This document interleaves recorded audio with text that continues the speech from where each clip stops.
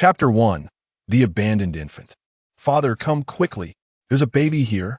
A melodious child's voice shattered the tranquility of the forest. Tang Qingwei, following the direction of the sound, beheld a small figure, approximately 3 years old, with short hair, turning back to call out while carrying a basket. For a fleeting moment, she found herself in a daze. What was happening? Where is this place? Just as Tang Qingwei was still grappling with her identity, a pair of rough, large hands had already lifted her up. Was she actually being carried? It dawned on Tang Qingwei, as if rewinding a tape in her mind, recalling what the little boy had just said. Baby? Was he referring to her? Surprised, she attempted to glimpse at her own hands, but no matter how she struggled, she could not break free from the tightly wrapped swaddling. Yet, this confirmed her suspicion she had likely traversed into another realm. Though uncertain of which era she had landed in, she felt a modicum of relief that she could comprehend the language spoken here. Tang Qingwei had once been an ordinary corporate worker, whose life met an untimely end in an unknown explosion.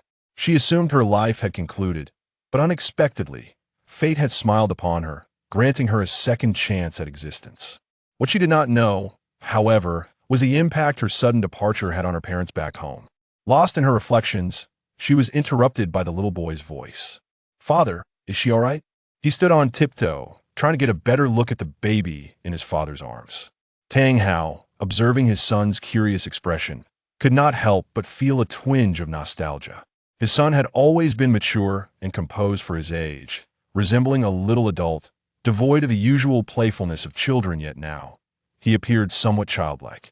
Without uttering a word, Tang Hao lowered the infant in his arms to allow his son a clear view. Father, let's take this sister home.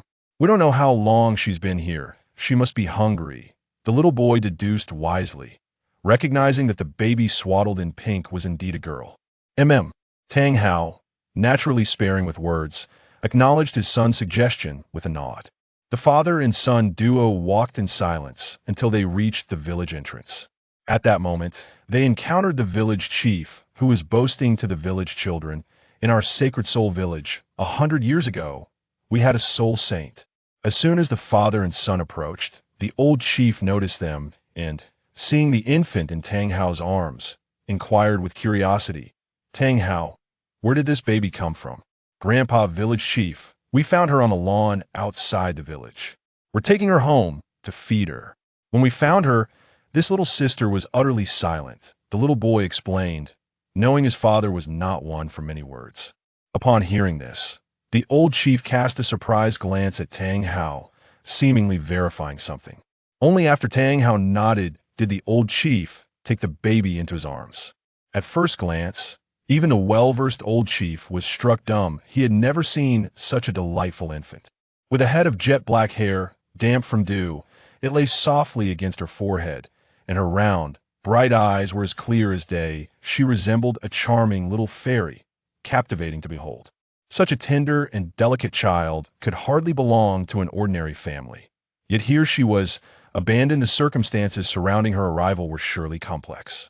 The old chief raised his gaze to the father and son once more, shaking his head with a sigh. This child's origins are likely intricate. She must have been lying on the lawn for quite some time. Look, even her swaddling is soaked with dew. It is fortunate she encountered you too. It was evident that the swaddling enveloping the infant was not crafted from the coarse linen of ordinary households, but rather from the luxurious silk reserved for affluent families. The old chief had not only aged over the years, but had also amassed a wealth of experience. Tang Qingwei, upon hearing the little boy's words, sighed helplessly within. Why did it sound as if she were on the verge of death by listening to the little boy? Though she felt indignant at his words, she could not deny the fact that they had saved her. Deep within, she harbored gratitude for the father and son. Otherwise, trapped in this swaddling and unable to move, her survival would have been an arduous task. Chapter 2. A Transmigration. Thus, Tang Qingwei settled into her new life under the guise of being Tang San's sister. Indeed, the little boy was named Tang San. That day at the village entrance, she had found Tang Hao's name familiar, but had dismissed it at the time.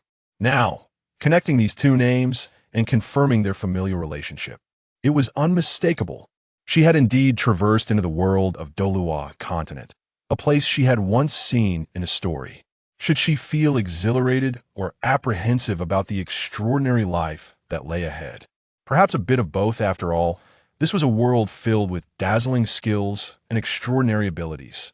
Wait, not everyone possesses the talent to become a soul master, do they? What if she lacked the aptitude for cultivation? No, no, that shouldn't be the case after all. The transcending deity had placed her beside the protagonist, so surely she wouldn't be reduced to a mere waste. Tang San was now 3 years old, and in 3 short years, the plot would commence. Yet here she was still wrapped in swaddling, capable of nothing but crawling, relying on a 3-year-old to care for her. This was mortifying for her, a grown adult trapped within. Ever since the Tang family took in Tang Qingwei, the household had become much livelier. Tang San found himself with a plethora of tasks in addition to the daily household chores. He now had the responsibility of caring for the infant. However, Tang San did not mind this added burden. On the contrary, he felt less lonely. In the following years, wherever Tang San went, he always had Tang Qingwei on his back. It is worth mentioning that in this life, she retained the name Tang Qingwei. The name was, of course, bestowed by Tang San, for which Tang Qingwei often rewarded him with toothless grins. Under Tang San's attentive care, Tang Qingwei gradually grew from a small bundle who could only crawl into a larger child capable of washing and grooming herself. Meanwhile, the once small Tang San was also growing. His 6th birthday was approaching, and the plot was about to unfold. Now 4 years old, Tang Qingwei had firmly resolved in her heart she must follow Tang San to the Nodding City Academy, not for any grand purpose, but simply to avoid chores.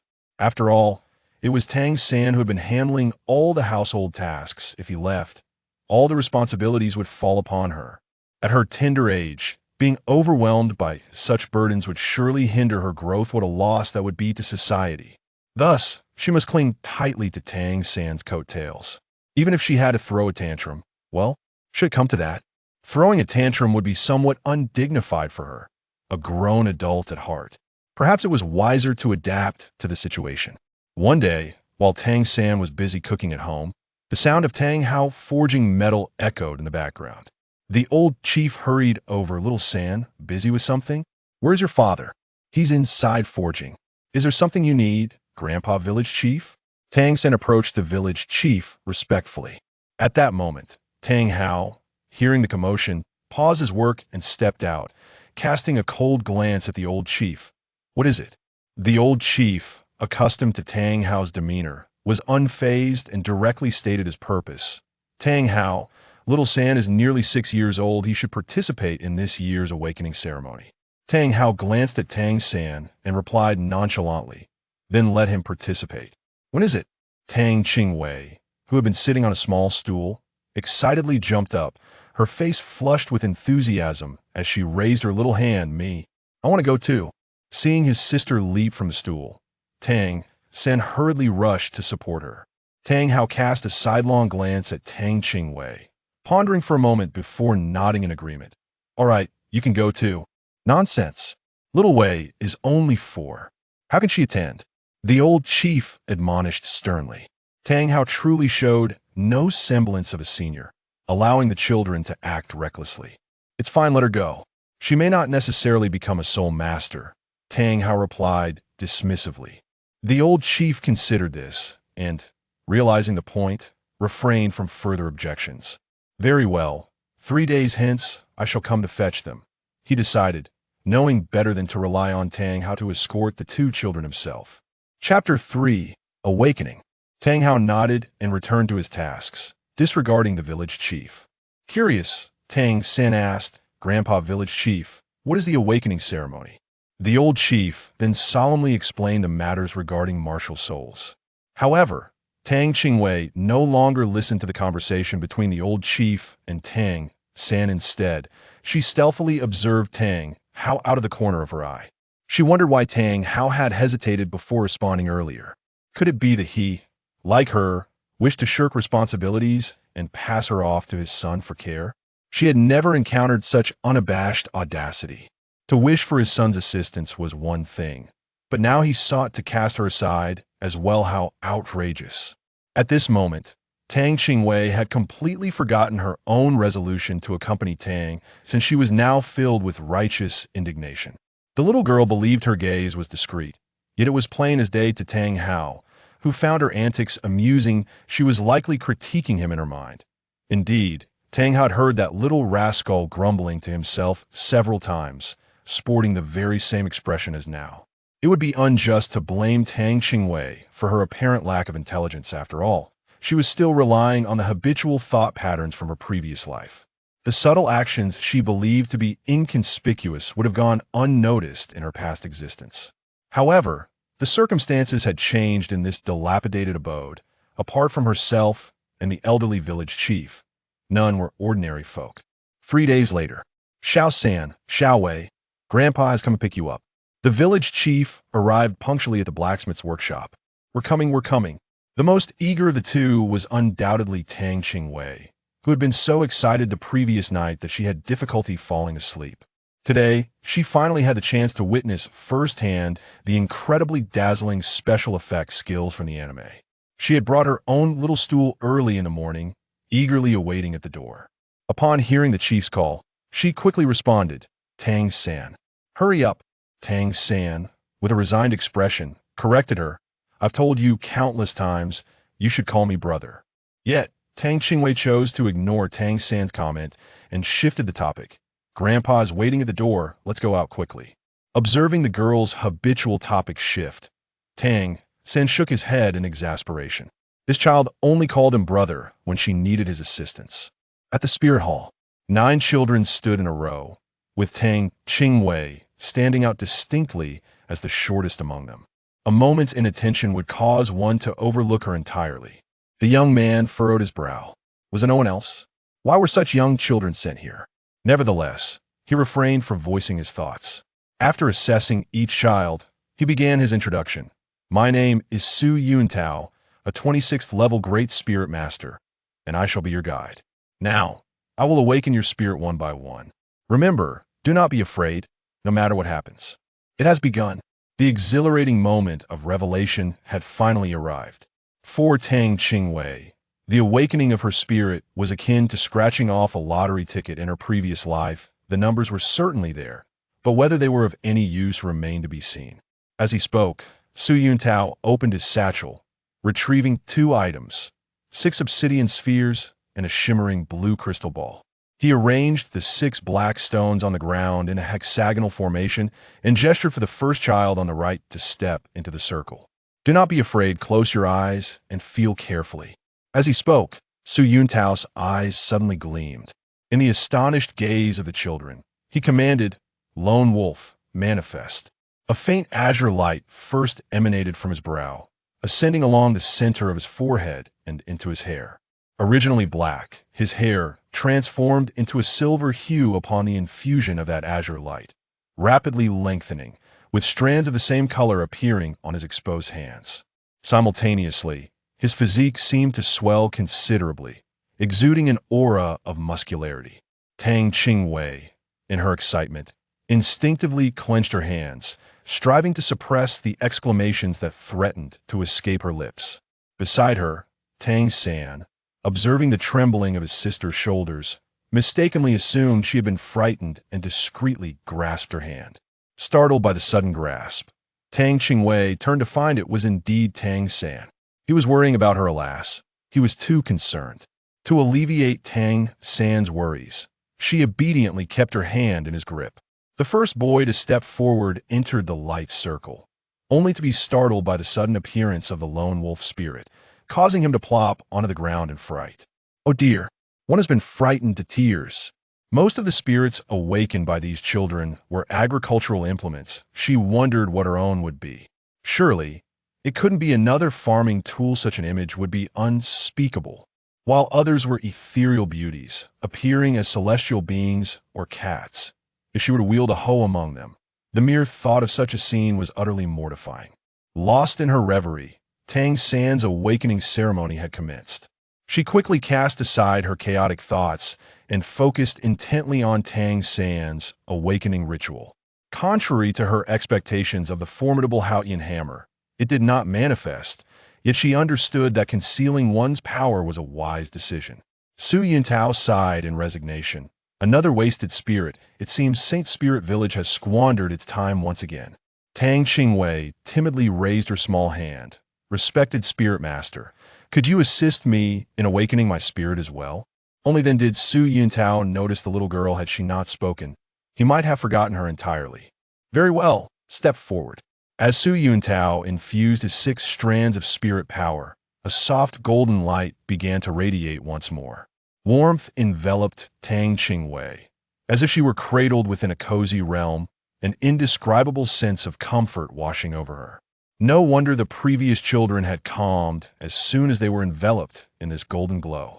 The warm aura seeped into her being, and then, under the gentle guidance of that warmth, something within her seemed to shatter, causing all the comforting energy to surge into her palms. Su Yuntao was somewhat astonished. This little girl possessed an unexpectedly abundant golden light. However, he did not feel any joy from it, for the previous instance had already left him disheartened. At this moment, Tang Qingwei was filled with an unparalleled excitement. Could it be that she too possessed a twin martial soul? Instinctively, she raised her left hand while her right hand was clenched into a fist, resting at her side. Before her eyes was a bouquet of flowers adorned with 7 vibrant colors, yet this did not capture Su Yuntao's attention. Merely an unknown wildflower. Sigh. It seemed to be yet another worthless martial soul. One could hardly blame Su Yuntao for such a judgment. Many formidable plant-type martial souls often appeared extraordinary at first glance. The modest bouquet held by Tang Qingwei, while vibrant in color, was utterly lacking in form, failing to surpass even the wildflowers that grew by the roadside. It appeared to have been cultivated with little care. Chapter 5. Twin Martial Spirits in Pursuit of Validation. Su Yuntao did not allow Tang Qingwei a moment to prepare. Instead, he presented a blue crystal sphere and instructed her to place her hand upon it. As anticipated, the blue crystal sphere in Tang Qingwei's grasp illuminated with a dazzling brilliance. The radiant azure light swiftly expanding from a mere point to envelop the sphere entirely, transforming it into a resplendent gem. Indeed, it revealed her innate full spirit power. A green glow emanated once more from Su Yuntao, causing the crystal sphere to repel Tang Qingwei's hand. What is your relationship with that boy? Su Yuntao inquired nonchalantly. His gaze fixed on the crystal sphere. She is my sister, Tang San interjected, stepping protectively in front of Tang Qingwei to respond. Su Yuntao, unperturbed, displayed a knowing expression upon receiving the information he sought. Ah, so they are family, he mused. Yet, how unfortunate it is that even with innate full spirit power, a waste martial spirit remains a waste. At this moment, all of Tang Qingwei's thoughts were captivated by another martial spirit. To her astonishment, she possessed dual martial spirits. And what more, she was endowed with innate full soul power. Overcome with excitement, she yearned to immediately take Tang San home to share this monumental news. Indeed, she had no intention of concealing it. After all, she aimed to cling to greatness and thus felt compelled to be forthright with Tang San, adhering to the principle that sincerity begets sincerity. Throughout these 4 years of care, although she had never vocalized it, she had already regarded him as her brother in her heart. Furthermore, the most significant aspect was that by staying with Tang San, she could continue to lead a life of ease, with everything provided for her. This was the splendid future that awaited Xiaowu. After all, they were not yet together. So why not indulge in a moment of leisure? The matters of tomorrow could be addressed when the time came. At last, Tang San resolved his doubts. Taking Tang Qingwei's delicate hand as they exited the spirit hall, the elderly village chief, unsteady on his feet, hurried a few steps forward to pay his respects. Master, how did it go? Are there any children from our village who might become spirit masters this year?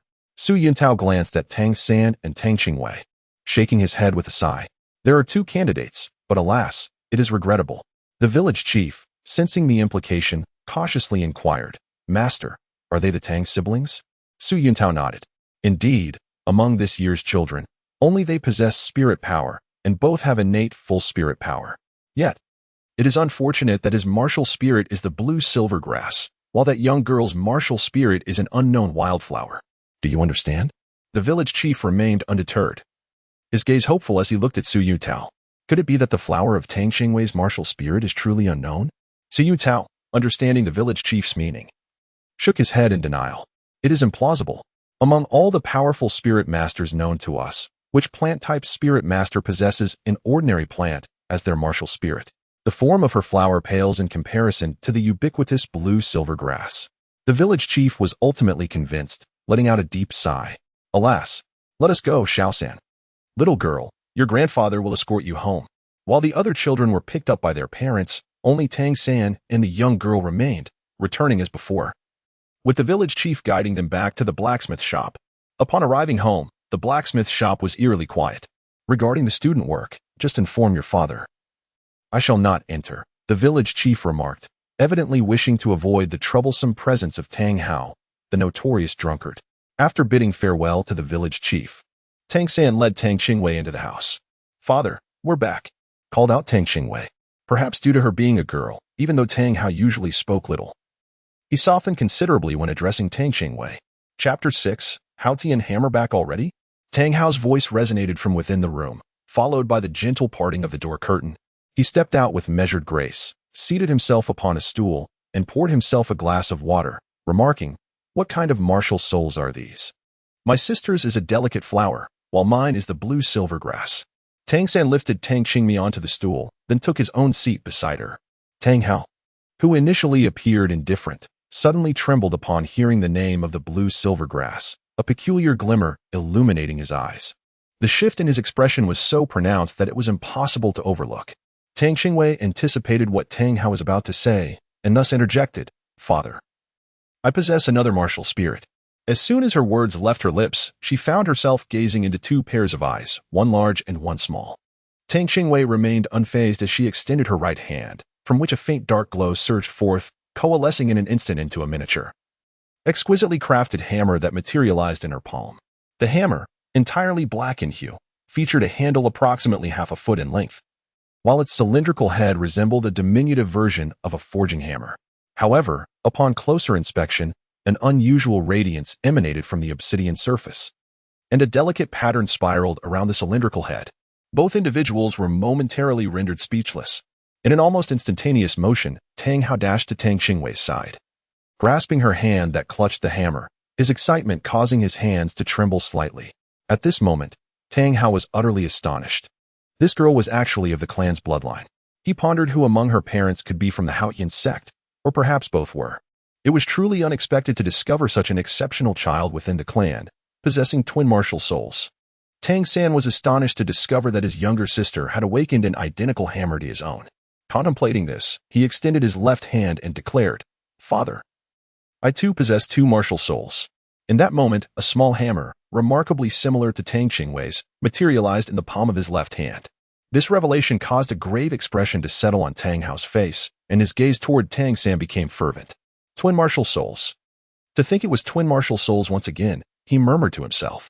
Suddenly, Tang Hao opened his powerful arms and enveloped both Tang San and Tang Qingwei in a tight embrace. Caught off guard, Tang Qingwei found herself abruptly embraced by her father. For at least the next decade, she would no longer envy the fathers of others. She felt stifled, the pungent odor of sweat invading her nostrils. Stealing a glance at Tang San, she noticed that he, aside from being bewildered, was overwhelmed with uncontainable joy. It was evident that he cherished this paternal embrace deeply. No wonder, for whether in his past life or this one, the affection he had experienced was scarce. Well then, she decided to cease her struggles and endure the unpleasant scent for the sake of her brother.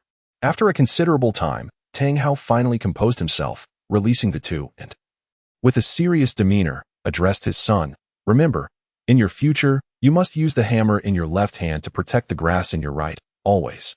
He then fixed an earnest gaze upon both of them and added, "I hope that regardless of how you cultivate your soul power from now on, you promise me not to infuse that hammer martial soul with any soul rings, nor to reveal it to the outside world. Most importantly, do not let anyone know that you possess twin martial souls. Do you understand?" Although Tang San did not comprehend the meaning behind his father's words, he was certain that his father would never harm him, and thus he nodded in agreement. Upon witnessing his son nod in agreement, Tang Hao's gaze turned fervent as he looked at Tang Qingwei. Only after confirming her consent did he rise, a solemn expression adorning his face, and retreat to the inner room. This left Tang San and Tang Qingwei momentarily stunned in place. Once Tang Hao had departed, Tang Qingwei playfully prodded Tang San's dazed cheek with her index finger, rousing him from his reverie. "I am hungry. Please hurry and prepare a meal," she urged. Tang San affectionately tousled his sister's hair and smiled indulgently. "Got it." I'll do it right away. After he left, she lifted the seven-colored flower in her left hand and examined it closely. This flower resembled the illustration of the seven-colored flower in her elementary school textbook. Captivated by its beauty, she formed a bold hypothesis. Stealthily, she ventured outside, ensuring no one was around. Only then did she carefully pluck a red petal from the seven-colored flower and whispered her wish. I want to become a deity. Suddenly, a childish voice echoed in her mind. I think you want to eat something absurd. Chapter 7. The Somersault Cloud? Who is speaking? Tang Qing was startled and glanced around. After a considerable time, she tentatively inquired, Is anyone there? Are you still here? The childish voice resonated again. If you do not make a wish soon, the petal will vanish. It was indeed not her imagination. Someone was speaking. However, she understood clearly that time was of the essence, and she needed to wish before the petal disappeared. Anxiously, she questioned, What can I wish for? She had just been denied her previous wish. How would I know? Why not try them one by one? Although she could not see the speaker's expression, Tang Qing could distinctly sense that they had just rolled their eyes at her. Now is not the time for quarrels. She brought the petal closer and recited fervently. I want to become a titled Douluo. I want to achieve immortality. She uttered a series of wishes, yet there was no response. And she watched as the petal in her hand began to grow increasingly transparent. Tang, in a state of mild despair, gazed upward at the heavens. Suddenly, akin to a gambler placing a final bet, she closed her eyes and fervently exclaimed her last wish. I want a nimbus cloud. Whoosh! A golden-hued cloud swiftly descended before her. With the emergence of the nimbus cloud, the red petals in her hand vanished into thin air.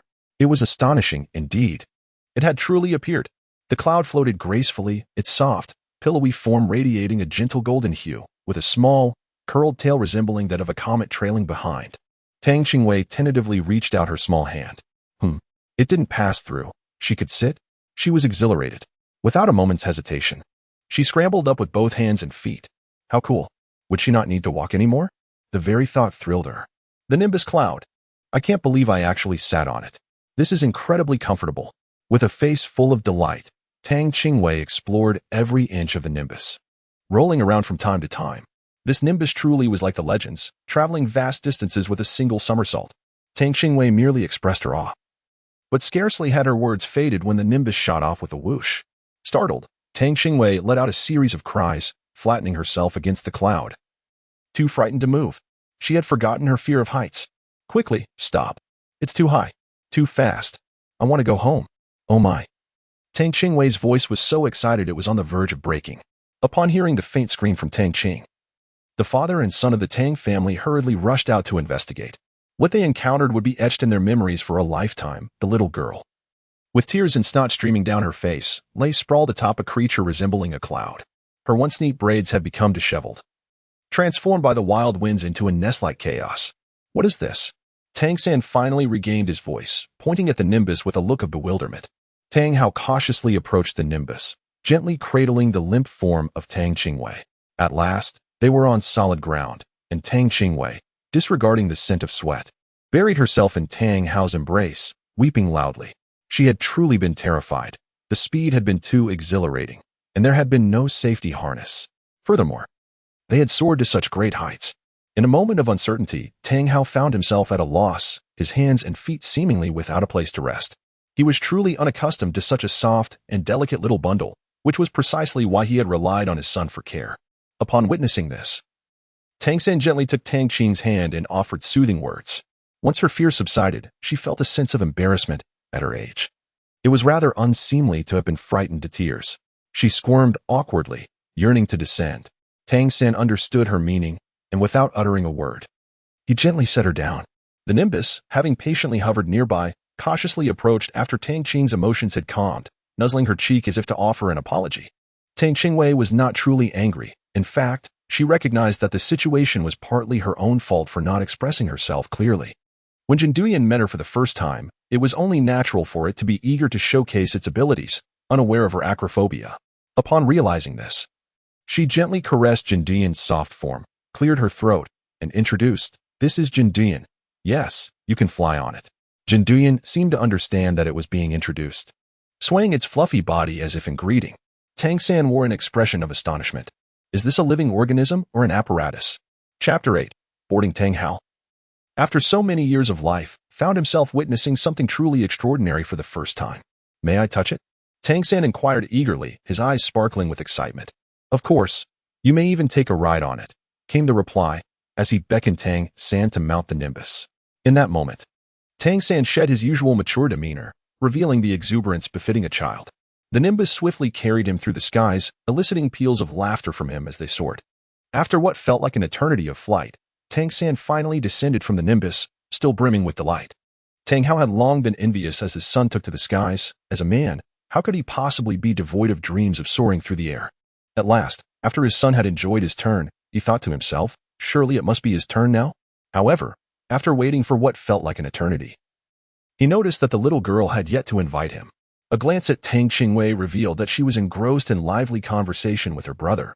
Having completely forgotten about him, Tang Hao clenched his fist and lightly coughed near his lips, hoping to capture Tang Qing's subtle attention. However, the young girl seemed utterly oblivious.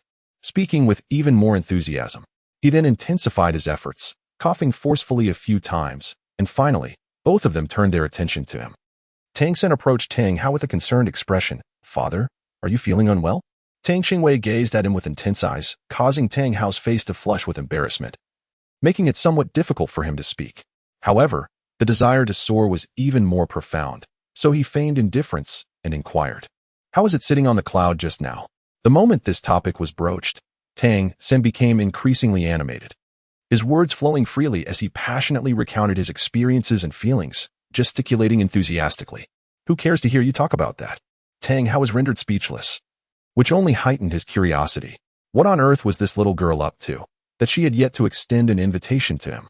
If she were to invite him, he would undoubtedly oblige, and would certainly be reluctantly willing to give it a try. He surreptitiously cast a glance at the girl, only to discover that she had completely immersed herself in play. Tang Hao thought to himself that he could no longer remain passive. He must take the initiative. That thing. What is it called? The somersault cloud. How much weight can it bear? Can it support a grown adult like me? Surely, my hints are sufficiently clear now. Tang Hao's gaze was fixated unwaveringly on the nimbus cloud, and he pondered deeply within his heart.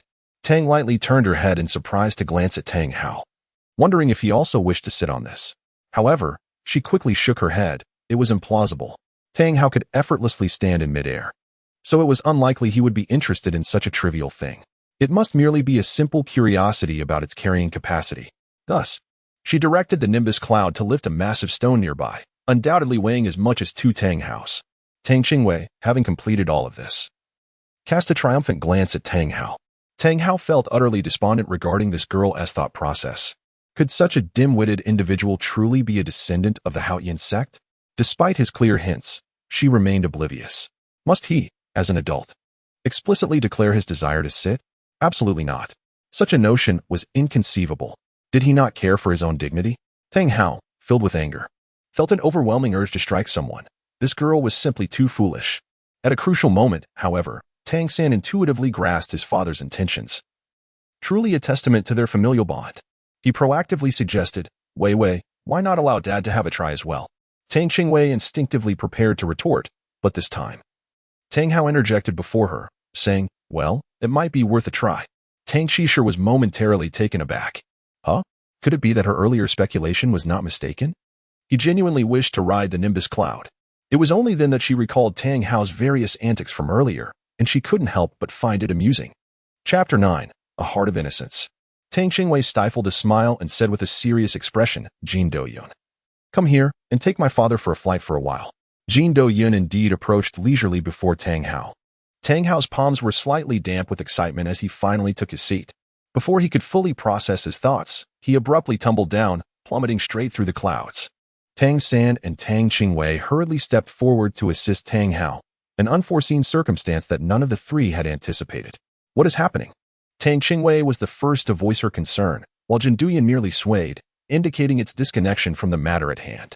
At this moment, the previous childish voice re-emerged, stating, foolish one, only those with a pure heart may sit. Do you not realize that you summoned this yourself? Upon hearing the phrase pure heart, Tang Qingwei cast a complex glance at Tang Hao. Tang Hao felt quite uncomfortable under her gaze. Do you have anything to say? Tang Qingwei hesitated slightly, contemplating whether to speak. Both father and son gazed at her with expressions of confusion, remaining silent. Tang Qingwei then curled her lips and remarked, "Only those with a pure heart can ride the somersault cloud." Tang Hao's expression darkened instantaneously, and beside him, Tang San felt a wave of embarrassment wash over him, as if he had stumbled upon knowledge that was meant to remain concealed. "What nonsense!" Tang Hao exclaimed, his voice sharp as he hastily departed, his face flushed with indignation. What did this mean? How could he be accused of lacking purity in heart? His feelings for Ayin were as evident as the sun and moon. Only Tang San and Tang Qingwei remained in the vicinity, and Tang San let out a soft sigh. "Xiao Wei, how did you come to know about this?" Tang Qingwei naturally raised her left hand and said, "It speaks." At that moment, within the palm of her left hand, a delicate flower twirled gracefully. Though originally adorned with 7 petals, it now bore only 6. At this moment, Tang San recalled that he had been so absorbed in his excitement that he had neglected to inquire about the origin of his sister's cloud. "Where did you acquire this cloud?" he asked. "I made a wish upon it," she replied. Tang Qingwei referred precisely to the martial soul upon her left hand. "Your martial soul can grant wishes?" Tang San was astonished, having never heard of such a characteristic in a martial soul. "Indeed, it can grant wishes. But there seem to be restrictions. Previously, I wished to become a deity, to attain the rank of title Douluo, yet those aspirations remained unfulfilled, and the petals of my wishes nearly vanished. In the end, I casually uttered a wish, which happened to be for this cloud of transformation, and that was ultimately realized." Tang San was exasperated, realizing that this girl truly believed in the notion of fortune falling from the heavens. The audacity of her dreams of becoming a deity was astonishing, especially considering the uncertainty of such beings even existing. The principle of reciprocity dictated that effort and reward must be balanced, should she genuinely achieve divinity. She remained blissfully unaware of the tremendous sacrifices that might await her. With this thought weighing on his mind, he hurriedly checked to see if Tang Qingwei had sustained any injuries. Did her wish come with any repercussions? Was the disappearance of a petal significant? Tang Qingwei had merely jested with her comment. Tang San became serious, resting his chin in contemplation for a considerable time before speaking. "At present, while your martial soul indeed possesses the ability to grant wishes, not all desires can be fulfilled. Once time elapses, the petals that have been plucked will vanish." He paused momentarily before continuing, "This flower symbolizes your martial soul. I am uncertain about the extent of harm that a lack of a martial soul may inflict on your body. Yet it would be prudent for you to refrain from making further wishes in the future." Tang lightly nodded, as if to acquiesce. "Indeed. It seems that it possesses healing properties." How did you come to know this?" Tang slightly furrowed her delicate brow, unsure of how to articulate her feelings. It was a sensation that eluded precise definition. Tang San looked up in astonishment at his sister. Her martial spirit was not merely impressive, it was extraordinarily powerful. How could the master from the spirit hall have failed to recognize it and instead deemed it a useless martial spirit? If a discarded spirit were truly this formidable, how many would vie for it? Chapter 10. The contract. From now on, you should refrain from revealing the wish-granting ability of your martial spirit. Consider it solely as a healing type, understood? Tang San firmly grasped his sister's shoulders, imparting this serious admonition. "Yes, I understand. But can I still use my nimbus?" Tang Qingwei's only concern was whether she could still rely on her nimbus for transportation. Before you possess sufficient strength, it is best to avoid using it in public. Tang San's worries were not unfounded. After all, incidents of murder and treasure hunting were not uncommon in their previous lives. "Understood.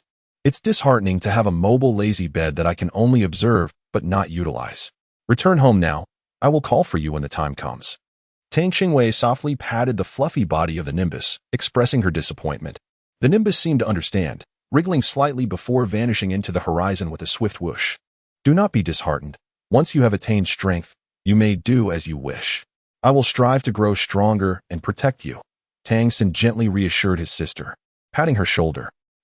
Seeing his sister still lacking in spirit, Tang San shifted the topic, saying, "We will be heading to Nodding City Academy the day after tomorrow. Have you prepared everything?" "Indeed." Tang Qing appeared much more invigorated. "Not yet. I will return now to get ready." With that, she swiftly dashed back to her room. Tang San chuckled softly, shaking his head. Children are indeed easy to please. At night, Tang Qingwei lay in bed, tossing and turning. The mere thought of being unable to use the cloud for the time being felt akin to losing a fortune, an unbearable discomfort. "I must become stronger. Not for any other reason, but so that in the future, when I wish to idly evade responsibilities, I won't be under anyone's scrutiny." Tang Qingwei silently made a resolution in her heart. "Oh, how could I almost forget? The voice speaking in my mind today truly belongs to my seven-colored flower martial spirit? What a dreadful name. I am the seven-colored lotus of the vast universe. A familiar childish voice retorted in exasperation. So, I need not vocalize my thoughts for you to hear them? Tang Qingwei was entirely unconcerned with whether it was a flower or a lotus. What intrigued her was that it could perceive her innermost thoughts. I have already declared myself as the seven-colored lotus, and since we have established a contract, it is only natural that I can hear you, the seven-colored lotus explained with dissatisfaction. Why can you speak? Does that mean my hammer can talk too? Tang Qingwei was now exceedingly curious, as it was her first time hearing of anyone conversing with their martial spirit. Are you foolish? That is merely a hammer. Do you expect to converse with it? The seven-colored lotus's tone was laden with disdain. Tang lightly murmured in dissatisfaction, yet you are merely a wildflower. Yet still capable of speech. The seven-colored lotus instantly erupted like a firecracker. You are the wildflower. Your entire family is composed of wildflowers. I, on the other hand, am the seven-colored lotus of the divine realm. How ignorant you are, mere mortal. Tang Qingwei remained unperturbed, seizing upon the pivotal word divine realm uttered by the seven-colored lotus. Are you not my martial soul? Tang Qingwei inquired in astonishment. Upon hearing her question, the seven-colored lotus fell silent for a moment, and after a considerable pause, responded despondently. I suppose so. By sheer happenstance, we forged a contract. In your original world, there lacked sufficient spiritual energy to sustain my manifestation. I had intended to sever our bond after your demise, yet who could have anticipated your utter ineptitude? You departed this life prematurely, long before your natural end. Fortunately, I intervened, transporting you to the nearest dimensional space, which is here, thus granting you a second chance at life. Tang Qingwei's mouth was filled with bitterness. Is this how it is? She had thought she was favored by a deity of time travel, but to her surprise, it was this guy who had saved her. Now you understand my prowess, don't you? The little one's voice carried a hint of arrogance. Tang Qingwei seemed to envision a small figure adorned in 7 vibrant colors.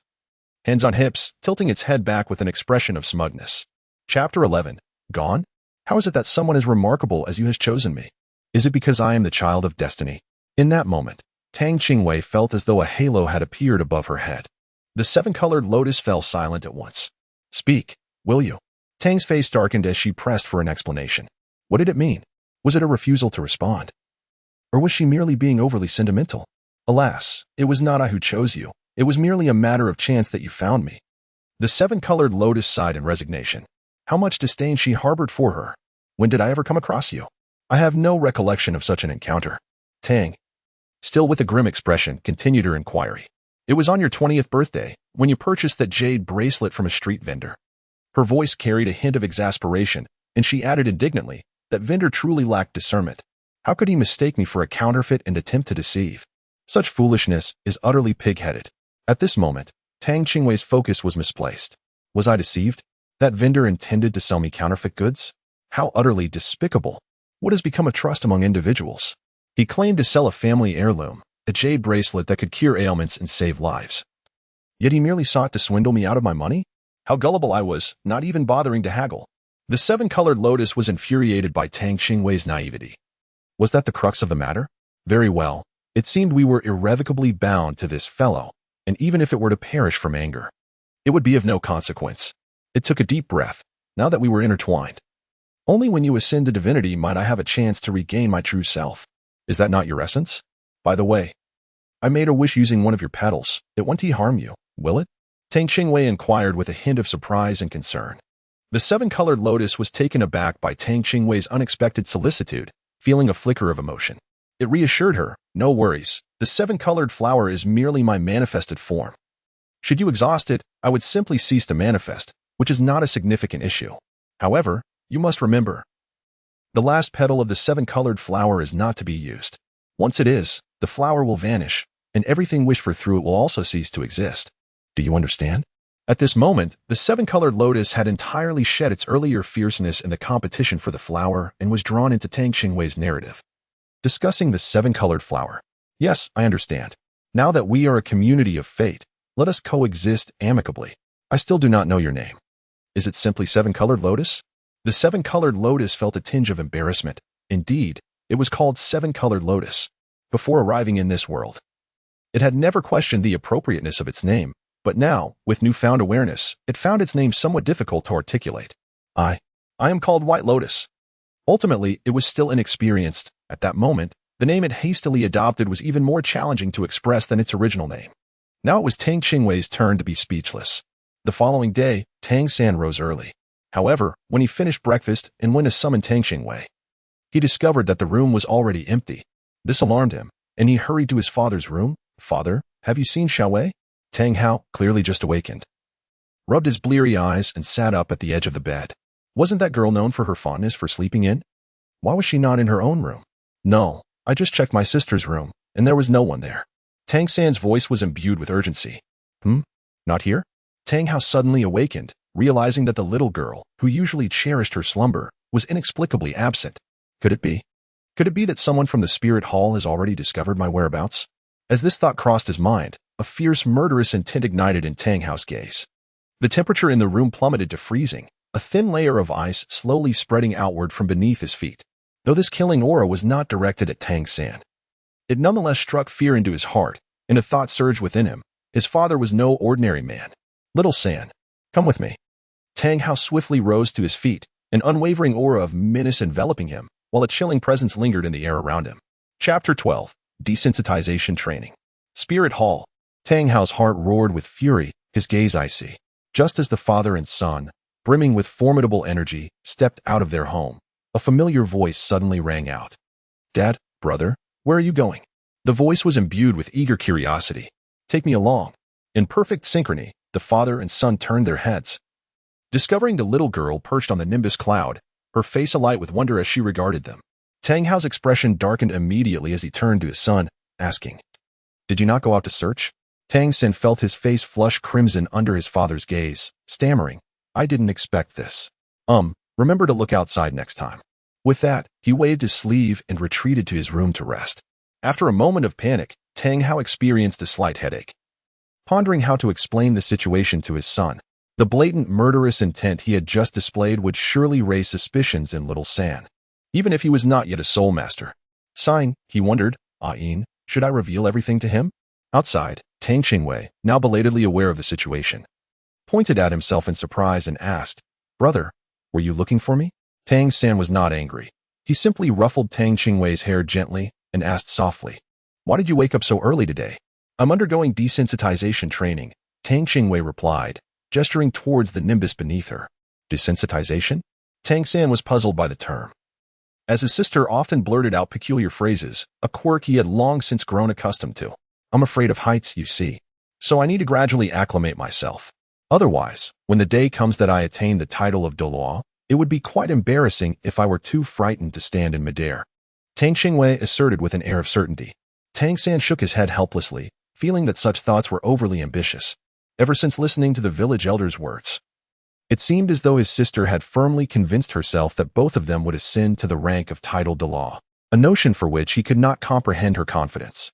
According to the village elder, there were scarcely a handful of such individuals across the entirety of the continent.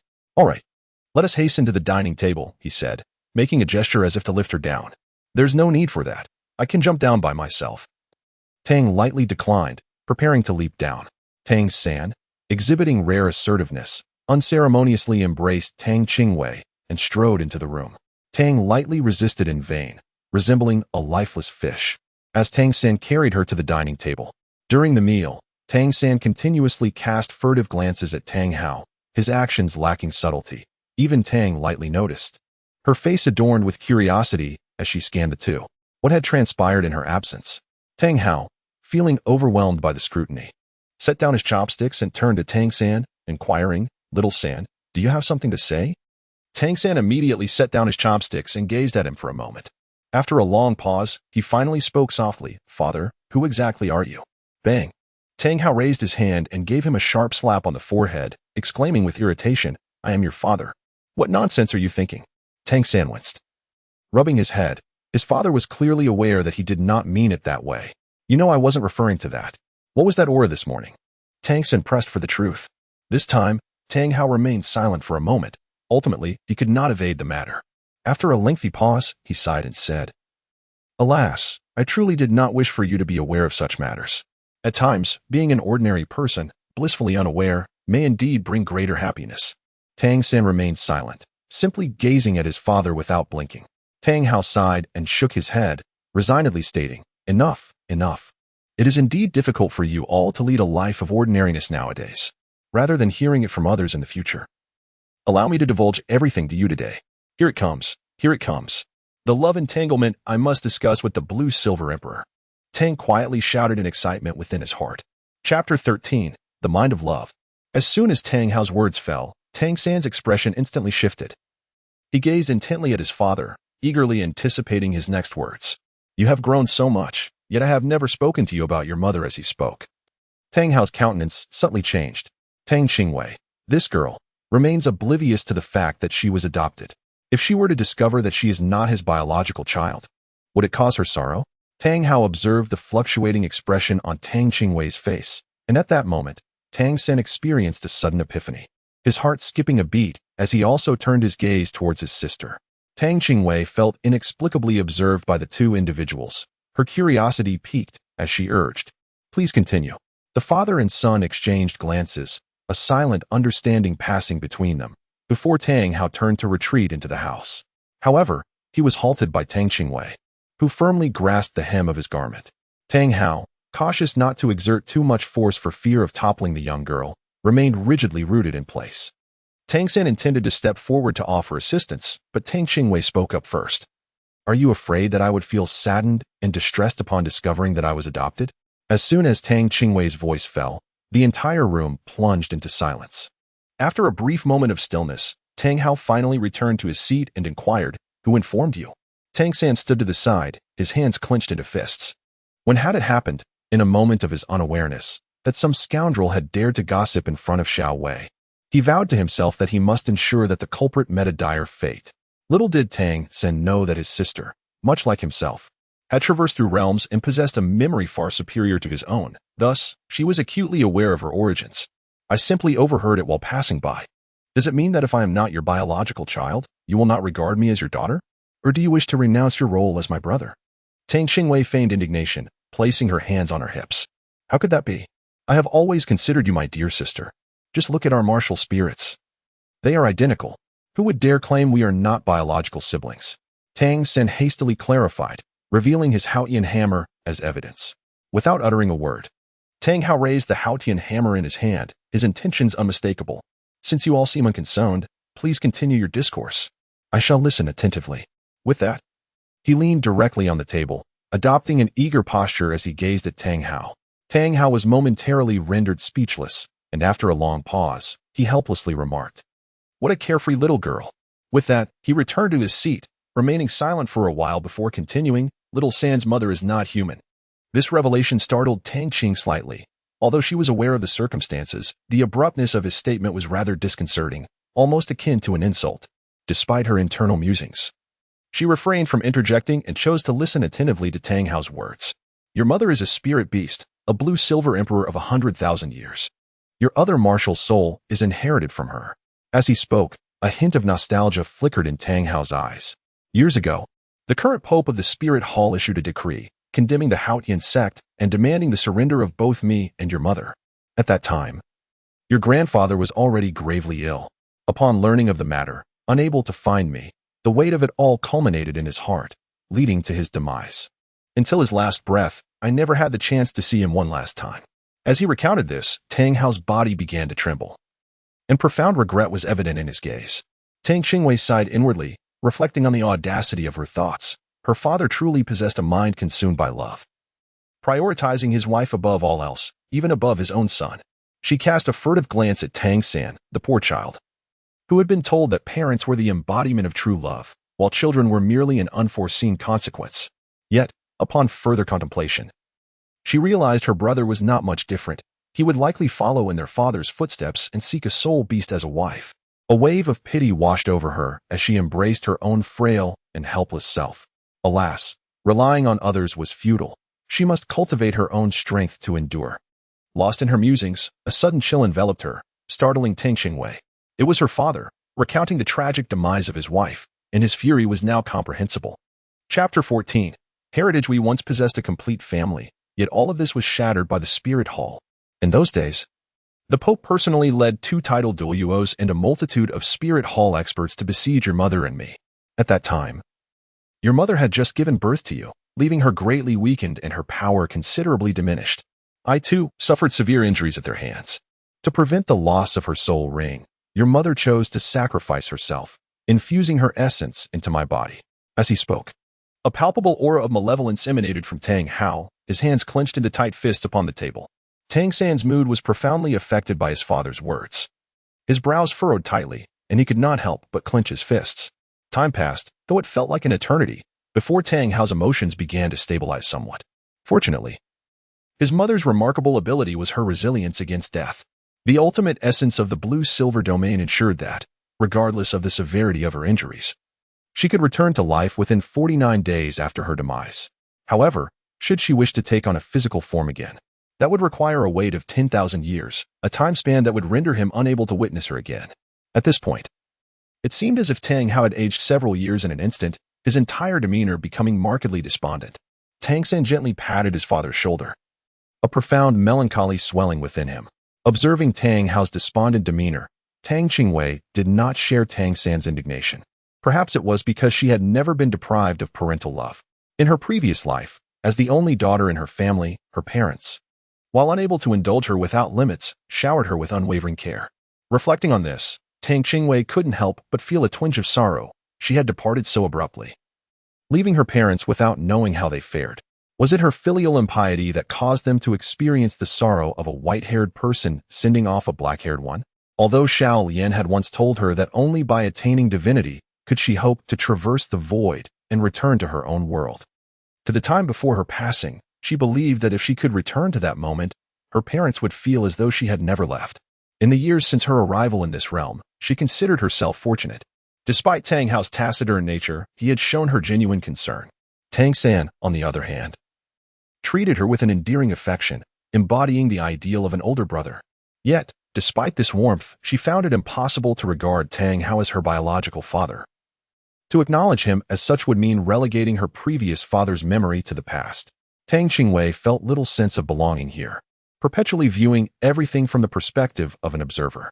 It was precisely this detachment that led her to perceive that many matters, when seen from a third-party standpoint, were no clear distinction between right and wrong. For instance, the soul hall seizure of Tang San's mother's spirit ring in her eyes was no different from the common practice of hunting century-old soul beasts. Both acts involved the plunder of life. Who could truly claim to be more noble? In the Douluo continent, there exists no absolute right or wrong, merely the might of the fist that dictates the truth, for justice is invariably pinned by the victors. Due to the soul hall's formidable power, it has become a coveted realm for many soul masters, and because of this strength, it is perceived as a symbol of righteousness in the eyes of ordinary people. Conversely, as Tang San and Tang Hao find themselves on the side of the victims, the Soul Hall, in opposition to them, assumes the role of an unforgivable villain. However, this reaction is entirely understandable. Were she in their position, she would undoubtedly respond similarly. Any threat to her interest would warrant retaliation as an inevitable outcome. Her lack of emotional connection to Tang San's mother rendered the prolonged narrative merely a story to her, devoid of the indignation felt by Tang San. Father, I will strive to strengthen myself and avenge mother, Tang San declared with unwavering conviction. Tang Hao remained silent, merely stroking his son's head, a gesture of affection he had scarcely shown over the years. Yet, even this simple act was enough to deeply move Tang San for quite some time. After their conversation concluded, they realized that Tang Qingwei had been quietly listening all along, refraining from interjecting, which was somewhat uncharacteristic of her lively nature. However, upon reflection, they speculated that she was perhaps too young to comprehend such matters. This was for the best. It allowed the girl to continue living her carefree life. As for hatred, it was certainly not something that a 4-year-old child should bear. Chapter 15. Departure. Tang San. Let us embark on our quest for the first soul ring. As Tang San emerged from the forge, he was met with the sight of his sister's chubby little face. A sudden urge to tease her overcame him, and he playfully pinched her soft cheeks, giving them a gentle tug to the sides. Under the watchful gaze of Tang's mildly displeased eyes, Tang San chuckled and said, "You vanished just now. Were you perhaps contemplating this matter?" Tang Qingwei, filled with indignation, swatted away Tang San's grasp and shouted towards the inner room, "Father, your son has pinched my face again. Tang San, filled with anxiety, cast a nervous glance towards the inner room. After confirming that there was no sound, he swiftly scooped up his younger sister and dashed outside, fearful that their father might overhear Tang Qingwei's soft words. Although his father would not utter a word, he was reluctant to endure that piercing gaze of disapproval again. Once outside, he gently set Tang Qingwei down and, with a hint of irritation, remarked, "I merely pinched you lightly. Was it truly necessary to make such a commotion? I have always treated you with kindness, sharing all my treasures with you. Is this how you repay my goodwill?" Tang Qingwei, originally with an indignant expression, was instantly beaming with a smile upon hearing those words. What delightful treasures could this be? Tang San shook his head helplessly, gently tapping his sister's forehead with a hint of indulgence in his smile. "You little wide-eyed wolf, take your hand out." As he spoke, he produced a hidden dart, presenting it to Tang Qingwei. This particular weapon, known as the hidden dart, serves its purpose as implied by its name. It is a concealed armament nestled within the sleeve, capable of maintaining an effective attack range of at least 30 meters, intended for your self-defense. He then affixed the hidden dart to his sister's arm, adjusting its fit meticulously before elaborating on the silent dart's usage in detail for her benefit. Tang Qingwei gently caressed the hidden darts in her hands, her eyes sparkling with fervent excitement. The concealed darts, a secret weapon of the Tang sect, had finally made their appearance. She had assumed that Tang San had perhaps forgotten about them, considering he now had an additional person to care for, which naturally left him with less time than before. To her astonishment, not only had he prepared them, but he had crafted two. Where had he found the time? Tang San couldn't help but chuckle at his sister's adorable demeanor. "Stop cherishing it so much. Can you even use it? Perhaps I should teach you," he said. Gesturing towards the fallen leaves nearby, "Look at that leaf that is dropped." Tang Qingwei glanced in the direction pointed out by Tang San. "Brother, wait a moment. There are too many leaves. Which one are you referring to? I cannot see it." Tang San's previously gathered momentum was abruptly interrupted by Tang Qingwei. He cast a helpless glance at his sister, realizing how naive he had been, as he had initially intended to show off. "Very well, then, just point to something, and I shall strike it." Tang San had long since given up on salvaging his sister's clumsiness. "Let us shoot the green caterpillar on the tree ahead." Suddenly, a flicker of purple light appeared in Tang San's eyes, and his right hand was raised with a swift motion. A faint shadow vanished silently, and the caterpillar disappeared into thin air, without the need for Tang San to explicitly indicate. Tang Qingwei could clearly see a 3-inch steel needle glinting in the sunlight on the tree trunk. Upon closer inspection, she noticed the needle embedded in the tree, seemingly holding something that was struggling with all its might. Tang Qingwei lowered her head to take a look, and indeed, it was the green caterpillar that had just vanished. "I want to give it a try too. Come on, let us venture into the forest and seek out a soul beast," Tang Qingwei exclaimed with excitement, tugging at Tang San's sleeve. "Jin Doyan." With her call, the nimbus cloud responded promptly, coming to a steady stop right before her. Tang lightly climbed onto the nimbus with both hands and feet, patted the spot beside him, and called out to Tang San, "Hurry up and get on. What are you standing there for?" Chapter 16, The Soul-Hunting Forest. Tang San, still unaccustomed to riding the cloud of transformation, was jolted back to reality by his sister's urging. "Please wait a moment. I need to prepare a few things," he replied before retreating to his room. Shortly thereafter, he emerged, a small bundle slung over his shoulder, and climbed onto the cloud of transformation. "Let us depart." Tang Qingwei paid no heed to what Tang San had brought along. Instead, she excitedly called out to the nimbus cloud, "Let us be off." To the forest. Tang San gazed at the little girl, whose face was brimming with excitement, and inquired with a hint of curiosity, "What is it? No longer afraid of heights?" Tang Qingwei's expression stiffened, and she immediately donned a sorrowful visage. "Must you mention it? I was just trying to divert my attention," she lamented, tightening her grip on Tang San's arm. Unbeknownst to them, shortly after their departure, Tang Hao materialized at the same spot, lingering for a brief moment before vanishing into thin air. The flying nimbus did not soar swiftly. The reason was simple, Tang Qingwei's timid nature. Otherwise, even though Tang Hao was a titled Douluo, he might not have been able to catch up with the fully powered nimbus. The soul-hunting forest. How could these two little ones venture into the soul-hunting forest? Tang Hao murmured to himself while hovering in midair. Although the forest lacked formidable soul beasts, it still posed a certain danger to the two who had yet to become soul masters. "How audacious," he scoffed. "I should go take a look." With that, he disappeared from sight. Arriving at their destination, the two leapt down from the nimbus. Tang San raised his gaze, and all that met his eyes were trunks of trees. their crowns lush and verdant, casting a shadow that obscured the sun. Tang Qingwei, upon her inaugural excursion from Shahan village, found herself utterly captivated by the myriad wonders surrounding her. She gazed curiously in every direction, unable to resist the urge to examine even the larger leaves up close. The two wandered through the verdant forest, losing track of time. Suddenly, the tranquility of the woods was shattered by Tang Qingwei's exclamation, "What is that?" Her finger trembled as she pointed toward a colossal tree ahead. In an instant, without waiting for Tang San's response, she discerned the truth. Their expressions darkened, revealing a hint of terror, for they beheld a startling sight. Coiled upon the branches of the tree was a large, dark green serpent, its small eyes glinting like rubies as it fixed its gaze upon them. "Tang San, is that a triangular head? It's venomous, a poisonous snake." Tang Qingwei's limited knowledge recalled the warnings she had heard. Triangular-headed snakes were to be avoided at all costs, for they possess lethal venom. "Run." As soon as Tang San's voice fell, the serpent seemed to have received some signal, swiftly advancing towards the two individuals. Running on their two legs, they could hardly escape. As the enormous serpent drew ever closer, Tang lightly extracted a pouch of realgar powder from her bag and cast it towards the colossal serpent. At that moment, her mind only recalled that serpents were averse to realgar, entirely neglecting the possibility of inciting the giant serpent's wrath. It must be said that sometimes luck can be a form of strength. Although the realgar powder did not inflict any harm upon the serpent, it succeeded in momentarily hindering its advance, granting them a precious escape opportunity. The enormous serpent writhed, its whip-like body relentlessly striking the ground.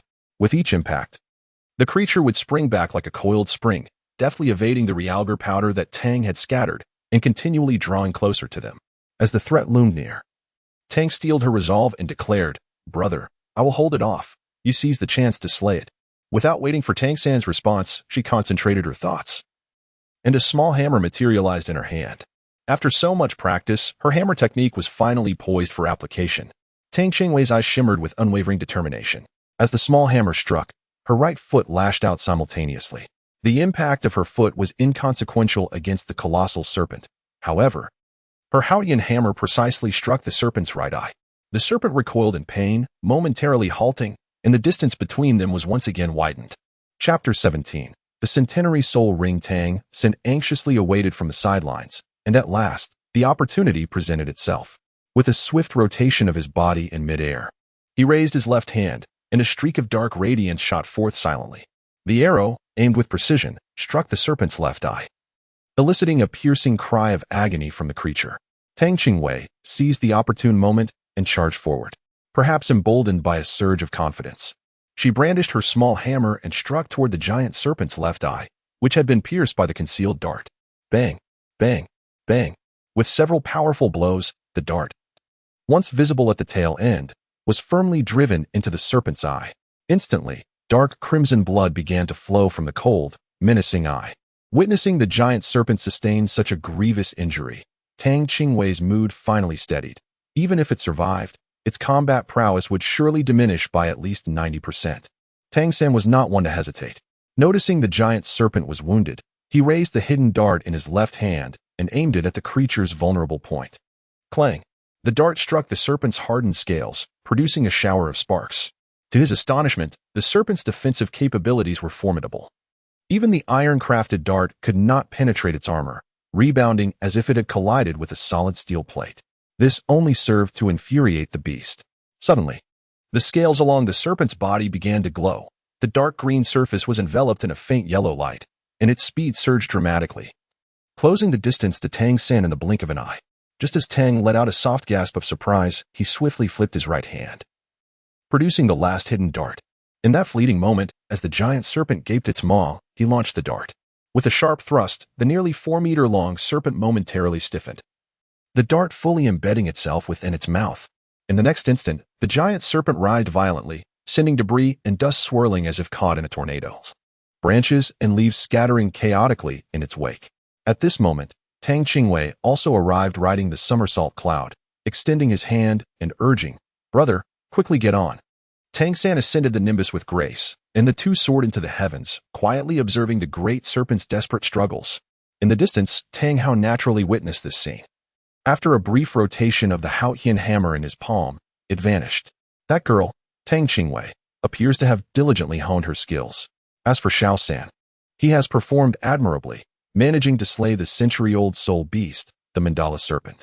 Had Tang San delayed his intervention for even a moment, Tang Hao would have already crushed the mandala serpent with a single blow of his hammer. Tang Qingwei noticed that the immense serpent had become motionless. As he contemplated approaching it, a sudden realization struck him. Upon the demise of a soul beast, a soul ring would manifest. And the absence of such a ring around the colossal serpent indicated that it had not yet perished completely.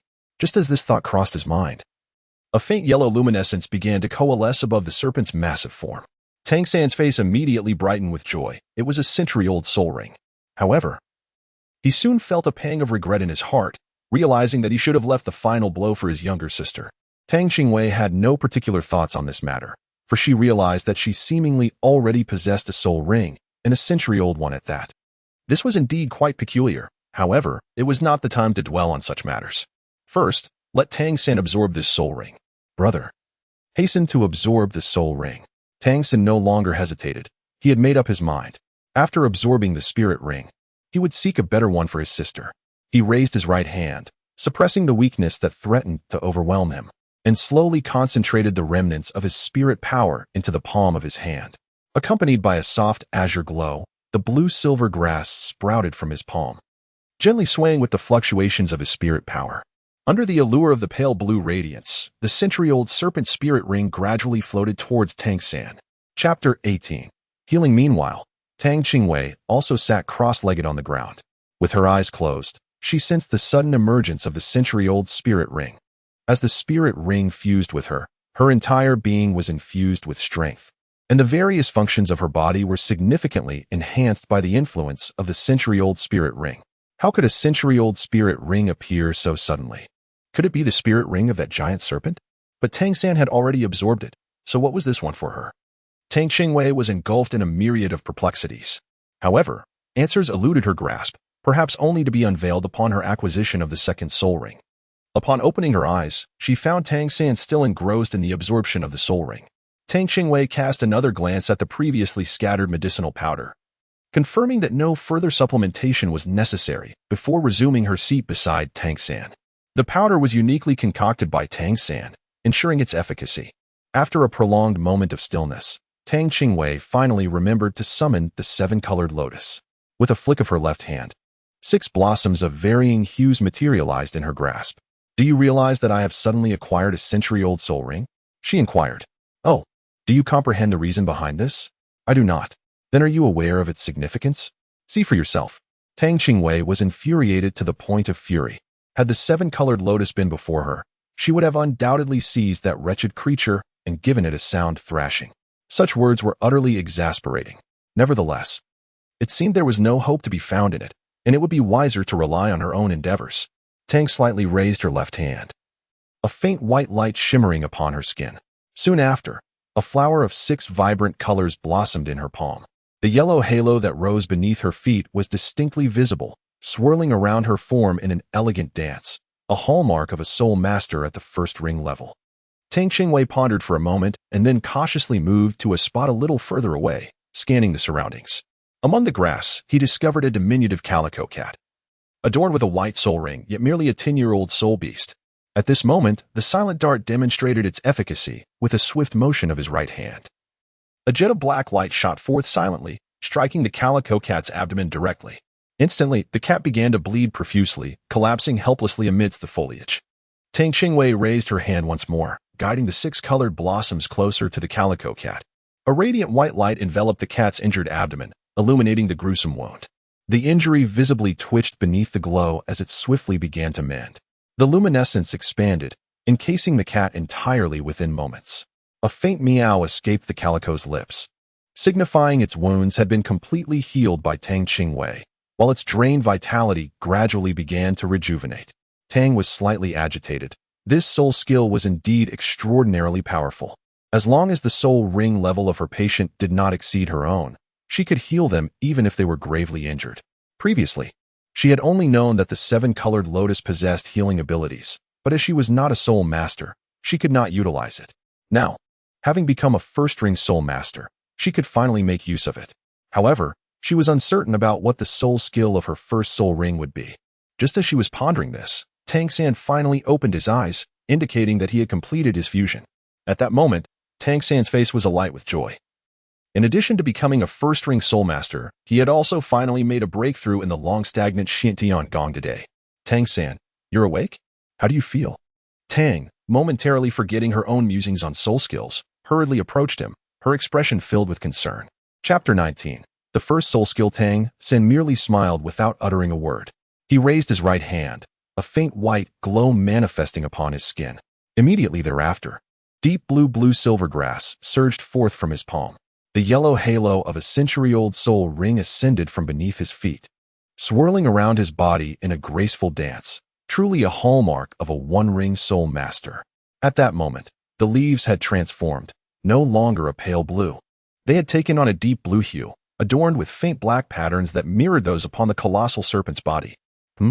Why does this color and characteristic of the blue-silver grass seem so familiar? Tang Qingwei approached the lifeless giant serpent with a sense of suspicion. Crouching down to examine it closely, could this possibly be the nearly 400-year-old mandala serpent? The colossal creature lay still upon the ground, devoid of any sound. Upon closer inspection, its features became apparent: a deep emerald green body, a triangular head, and a pair of eyes that sparkled like rubies, measuring nearly 4 meters in length. Everything aligned perfectly. They had unexpectedly entered the soul-hunting forest much earlier than depicted in the original tale and had indeed encountered this mandala serpent. Such was fate, both fortunate and unfortunate. What is it, Xiaowei? Tang San inquired, noticing his sister's serious demeanor as she crouched beside the giant serpent, assuming she had discovered something significant. Tang Qingwei finally regained her senses, shaking her head and choosing not to disclose her discovery. Instead, she shifted the conversation, saying, "Brother, I have a soul ring now. Look." As she spoke, she raised her hand to summon the 7-colored lotus, a yellow soul ring gradually rising beneath her feet. 100-year soul ring. Tang San exclaimed in astonishment. When did you hunt a soul beast? Was it while I was absorbing my own soul ring? Are you all right? The mere thought of his sister potentially facing a 100-year soul beast alone sent chills down his spine. Hidden in the shadows, Tang Hao felt a surge of dread upon witnessing Tang Qingwei heal the mottled cat. He had observed everything from the beginning. When had she ventured to hunt a soul beast? How had she suddenly acquired a 100-year soul ring? His growing anxiety could no longer be contained. And with a swift movement, he appeared before the two. Child, what is the meaning of this soul ring? Both Tang Qingwei and Tang San were startled by Tang Hao's sudden appearance, instinctively retreating a few steps, their expressions wary. Only when they recognized him did they relax. Father? What brings you here? Tang San inquired, voicing his confusion. Tang Hao, however, paid no heed to his son, his gaze fixed intently on Tang Qingwei. I am uncertain, she replied, yet I harbor a conjecture that can only be confirmed through experience. Although Tang Qingwei was startled by Tang Hao's sudden appearance, she answered her own hypothesis resolutely. She harbored some doubt that her soul ring might also belong to the mandala snake. Taking several steps back to create distance between them, she inhaled deeply, turning her wrist to summon the 7-colored lotus once more. This time, however, as the first soul ring manifested, a dark aura began to swirl slowly around the lotus. The 7-colored lotus, no longer appearing ordinary, now exuded an intoxicating fragrance, while the encircling black mist radiated an air of danger. Just as Tang Hao and his son observed intently, Tang Qingwei suddenly sprang into action. With a swift motion of her left hand, the dark aura surrounding the 7-colored lotus coiled around a lurking phantom wolf in the grass like a slender thread. In an instant, the wolf was pierced by a strand of darkness, unleashing a piercing scream that echoed through the skies as it collapsed, lifeless, its body emanating the same ominous aura, causing the surrounding flora to wither instantaneously. What a potent poison, Tang San thought, marveling at the venom that seemed akin to that wielded by the colossal serpent. Chapter 20. Rare soul techniques. How is this possible? Tang San murmured incredulously. He had distinctly absorbed the soul ring of the giant serpent. From whence did his sister's soul ring originate? Tang Hao, however, was captivated by the girl's remarkable healing ability, which bore no resemblance to the soul skills typically associated with the mandala soul ring.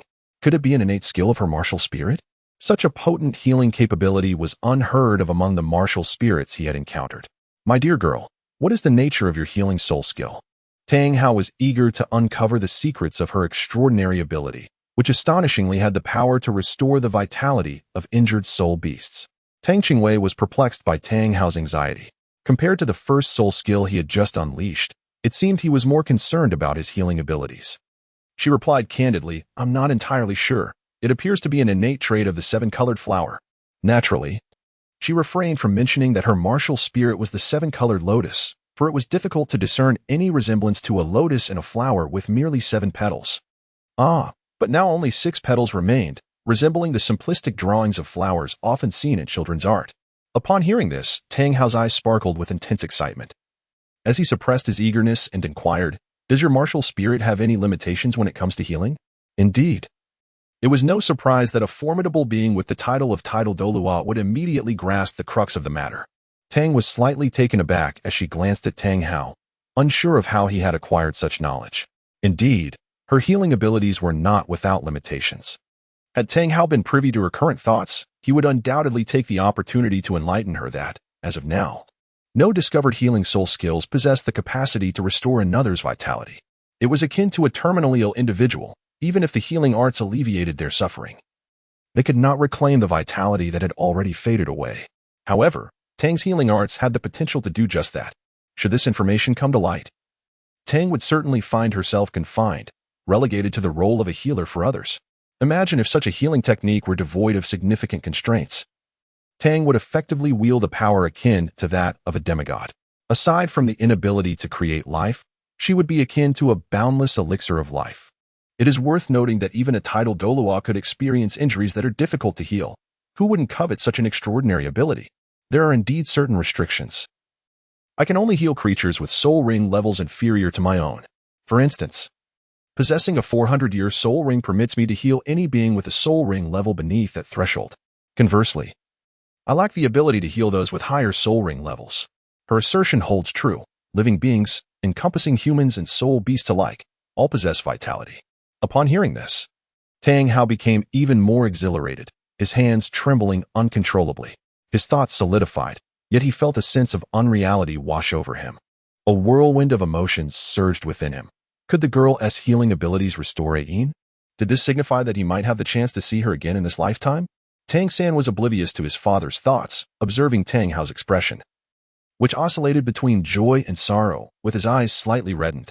He had never witnessed such a side of his father, leaving him momentarily at a loss, unsure of what could possibly be troubling him.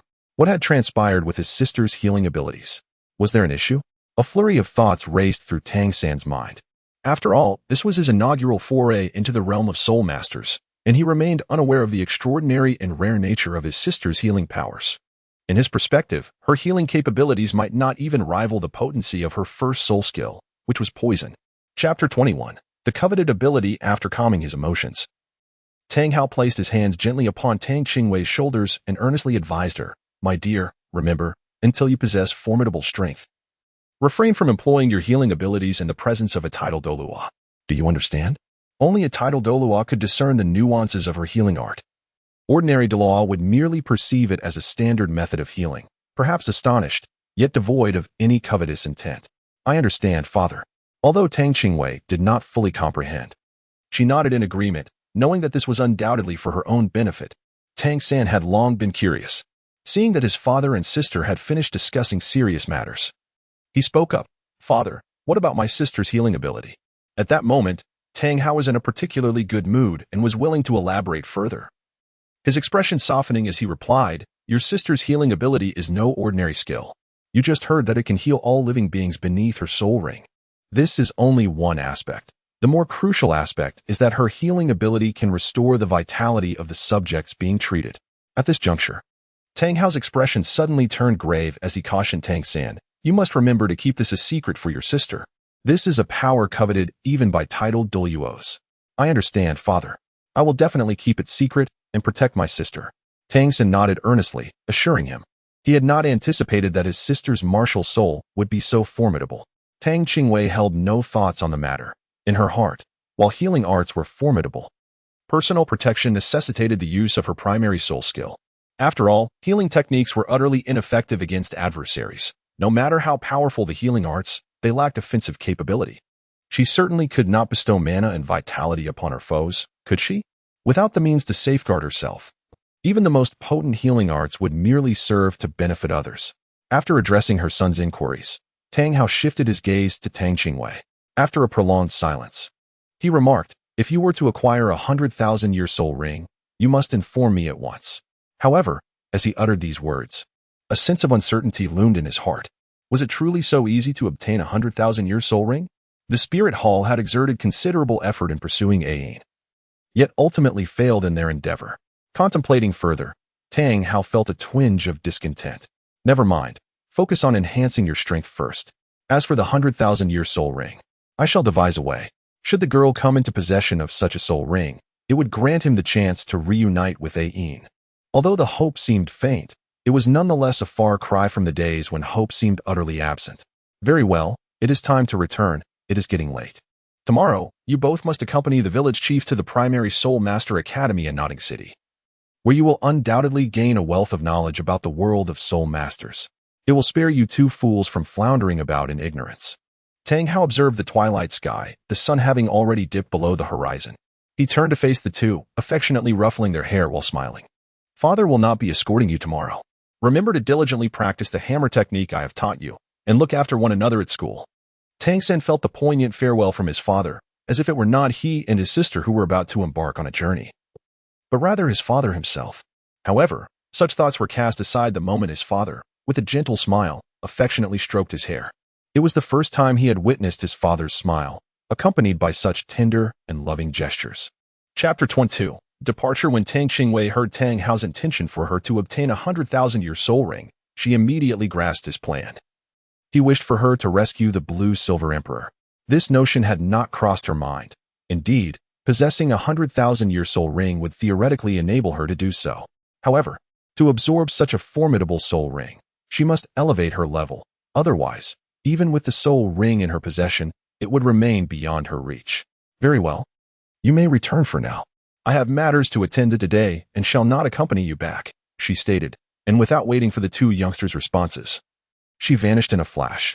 Tang San's farewell gesture lingered awkwardly in the air, yet Tang Hao's figure had already vanished. Come on, hurry up, we are going home. There are still things to tidy up. Tang lightly piloted the flying nimbus, arriving in front of Tang San, and playfully waved her small hand before his eyes. All right, let us return. Tang San did not grasp his sister's hand. Instead, he ascended the cloud on his own, fearing that he might inadvertently pull her down with him. During the recent battle with the giant serpent, he had acted without much thought, instinctively seizing the small hand extended by his sister. Now, reflecting on it, he felt a chill of trepidation. Had she faltered and he inadvertently yanked her down, they both would have become the serpent's meal.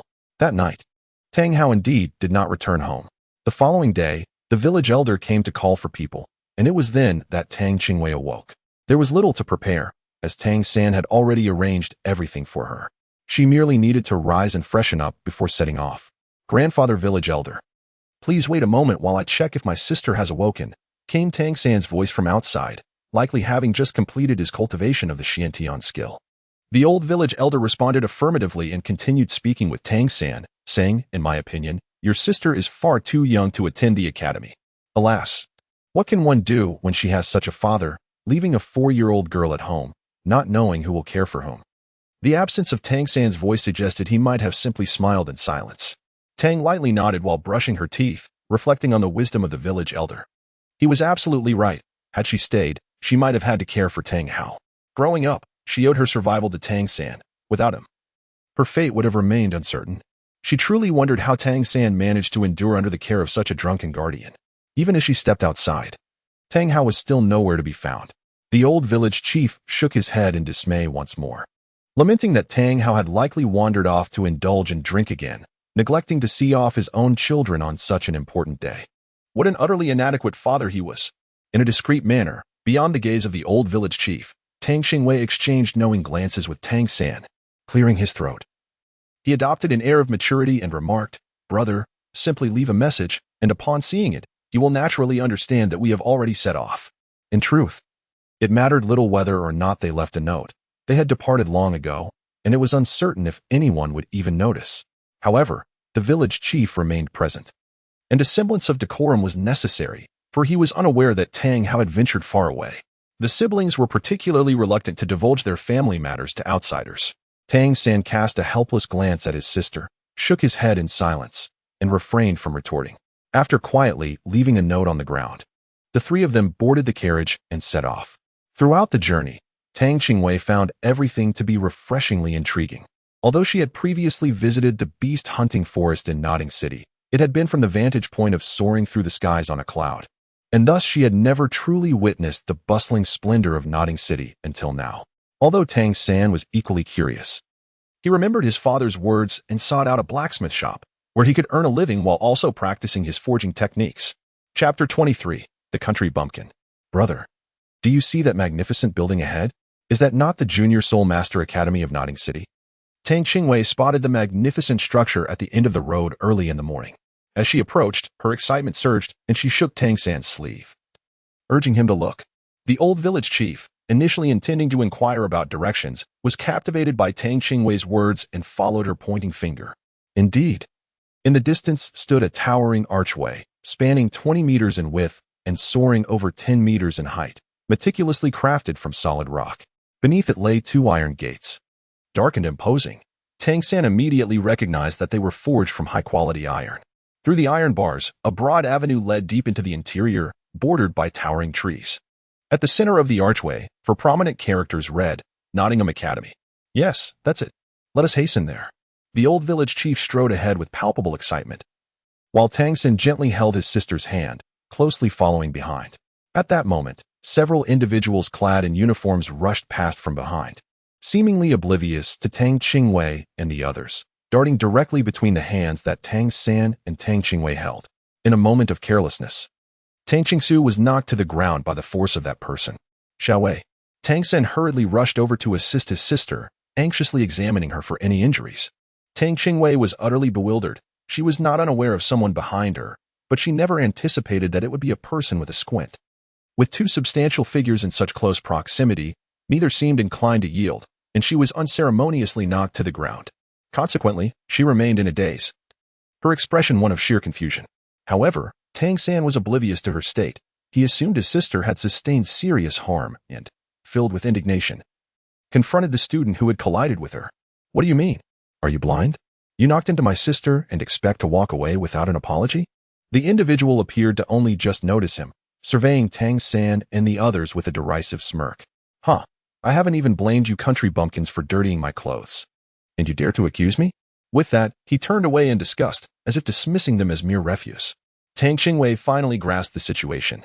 This fellow was not merely visually impaired, but rather, he was morally deficient. With his short legs deftly maneuvering, he swiftly rose from the ground, one hand on his hip and the other pointing accusingly at the man, calling out to Tang San, "Brother, swiftly deal with him. This morally deficient scoundrel dares to bully me." Tang San had already activated the Xiantian skill in his hands, even if his sister did not mention it. He was determined to deal with that individual. In an instant, his figure flickered, moving with such swiftness that only an afterimage remained. He raised his left hand and struck directly at the opponent's abdomen with tremendous force, sending the man flying. He fell to the ground, struggling to rise while clutching his chest, gasping for breath. "You, a mere bumpkin, dare to strike me?" As he spoke, a white soul ring illuminated beneath his feet, and a layer of white light enveloped his entire being, revealing a phantom resembling a leopard behind him. The old village chief gasped in astonishment, a one-ring soul master. He then hurriedly glanced at Tang San and his sister, exclaiming, "Quick, apologize to the soul master." He feared that angering the soul master would lead to dire consequences for the siblings, and he rushed to prepare an apology. "Grandpa village chief, do not fear him. He is merely a one-ring soul master, as if that is something extraordinary." Tang Qingwei concluded her words and gracefully lifted her left hand, causing a bouquet of 6 colored flowers to gently twirl in her palm. Beneath her feet, a radiant yellow century soul ring began to glow. Chapter 24. Medical expenses. As Tang San observed his sister still in high spirits, he felt a wave of reassurance wash over him, indicating that she had not sustained any injuries. Almost as if to intensify the moment, he revealed his blue-silver grass, while simultaneously, a brilliant yellow century-old soul ring illuminated beneath his feet. The manifestation of the century-old soul ring elicited gasps of astonishment from onlookers, and the elderly village chief, finally regaining his composure, trembled with excitement as he murmured, "At last, our Holy Spirit village has produced soul masters, and 2 of them, both bearing century-old soul rings. How marvelous!"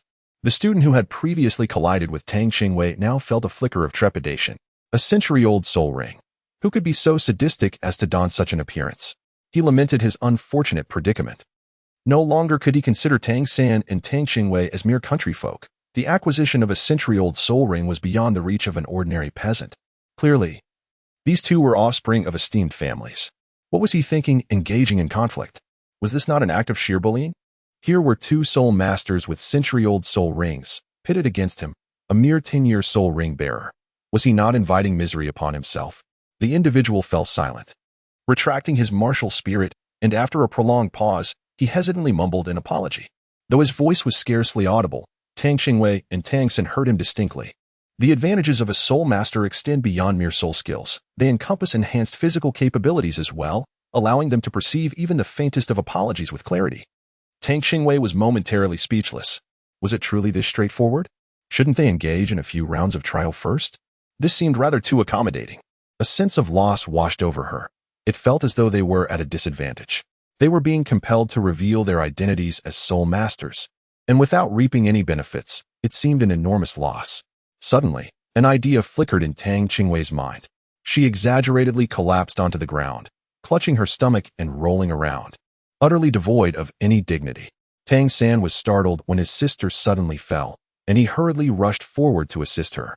However, upon meeting her playful expressions, he instantly froze in place. "You must compensate me for my medical expenses. You have injured me." "Oh, my stomach." Tang Qingwei pointed at the person who had previously knocked him down, now lying on the ground, clutching his abdomen and wailing in agony. The man was evidently unaccustomed to such a predicament and momentarily stood in a daze. What had transpired? Hadn't everything seemed perfectly fine just moments ago? How could he suddenly collapse to the ground? Moreover, how could he have collided with her abdomen? Such a diminutive figure would find it impossible to strike her even if he desired to. Upon observing the unresponsive figure before her, Tang Qingwei assumed that he was reluctant to compensate. She firmly grasped Tang San and pushed him forward, threatening, "If you dare to shirk your responsibility, I shall have my brother deal with you." It was only then that the man regained his composure, appearing utterly flustered. All right, I will pay." "How much?" he inquired, eager to settle the matter peacefully, uncertain of the identities of these young lords or ladies. He dared not provoke them, recognizing that monetary compensation could resolve the issue, and thus was willing to part with his money. This predicament, however, left Tang Qingwei in a quandary. Having grown up without any understanding of the value of currency, she found herself at a loss. Their family had little wealth, which was managed by her brother and father, and she had never touched it, let alone utilized it.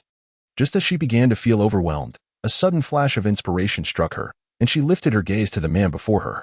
Noticing his attire, which suggested affluence, she feigned disdain and declared, "Then you shall compensate us with your monthly living expenses. Is that too much to ask?" The man nodded vigorously, insisting, "Not at all. Not excessive." With that, he unfastened the pouch at his waist, revealing, "This contains 1,000 gold soul coins. That is my monthly living expense." Chapter 25. Gold soul coins. By this point, Tang Qingwei had ceased to hear the subsequent words, her mind swirling with three significant characters. Gold soul coins? She had only ever encountered silver soul coins and copper soul coins. This was her first encounter with gold soul coins. Though Tang Qingwei felt astonished within, she maintained an outward composure and nudged the still-dazed Tang San. "Brother, hurry and collect the medical expenses. I am eagerly awaiting my treatment." She deliberately emphasized the phrase medical expenses to assure Tang San in his pursuit. After all, this was the compensation for her medical costs bestowed by that individual. Why should she not claim it? Truly, the malevolence of the wealthy is unfathomable, with a mere month's living expenses amounting to a staggering 1,000 gold soul coins. It is lamentable that she only discovered the more sophisticated designation of gold soul coins today. Tang San walked stiffly in front of the man, accepting the heavy purse of coins. A wave of emotion washed over him. It was the first time in his life that he had held such a substantial amount of money. The old village chief was already astonished by Tang's brief, yet impactful maneuver, swallowing hard. Had he truly just acquired 1,000 gold soul coins? It was indeed a staggering sum, effortlessly extracted by just a few words from this girl. One gold soul coin alone could sustain an ordinary family of 3 for several months. Now, he was confronted not with one, but with 1,000 gold soul coins, a sum he had never witnessed in his lifetime. Tang Qingwei took the pouch of money from Tang San's hands and said to the man, "All right, you may leave." The man, as if granted a reprieve, swiftly disappeared from sight. Tang Qingwei, holding a purse laden with an overwhelming amount of money, presented it before Tang San. With a slight shake of her head, she sighed. Brother, this simply won't do. You are rather lacking in cooperation. This time, we were fortunate to deal with a fool. If next time we encounter someone shrewder, they certainly won't be so honest in compensating. Tang San chuckled softly, playfully flicking his sister's forehead. You little rascal. How clever of you to have learned the art of extortion. I am not extorting anyone. It was that fellow who collided with us first. Not only did he berate us, but he even attempted to strike us. Fortunately, we are all first-ring soul masters. Otherwise, we would have been the unfortunate ones. Now, I merely request his living expenses for a month, which is quite lenient of me. Tang Qingwei firmly and eloquently countered. Upon hearing his sister's words, Tang San recognized their validity. If they were not soul masters, the situation would not have been so effortless. They might have sustained serious injuries.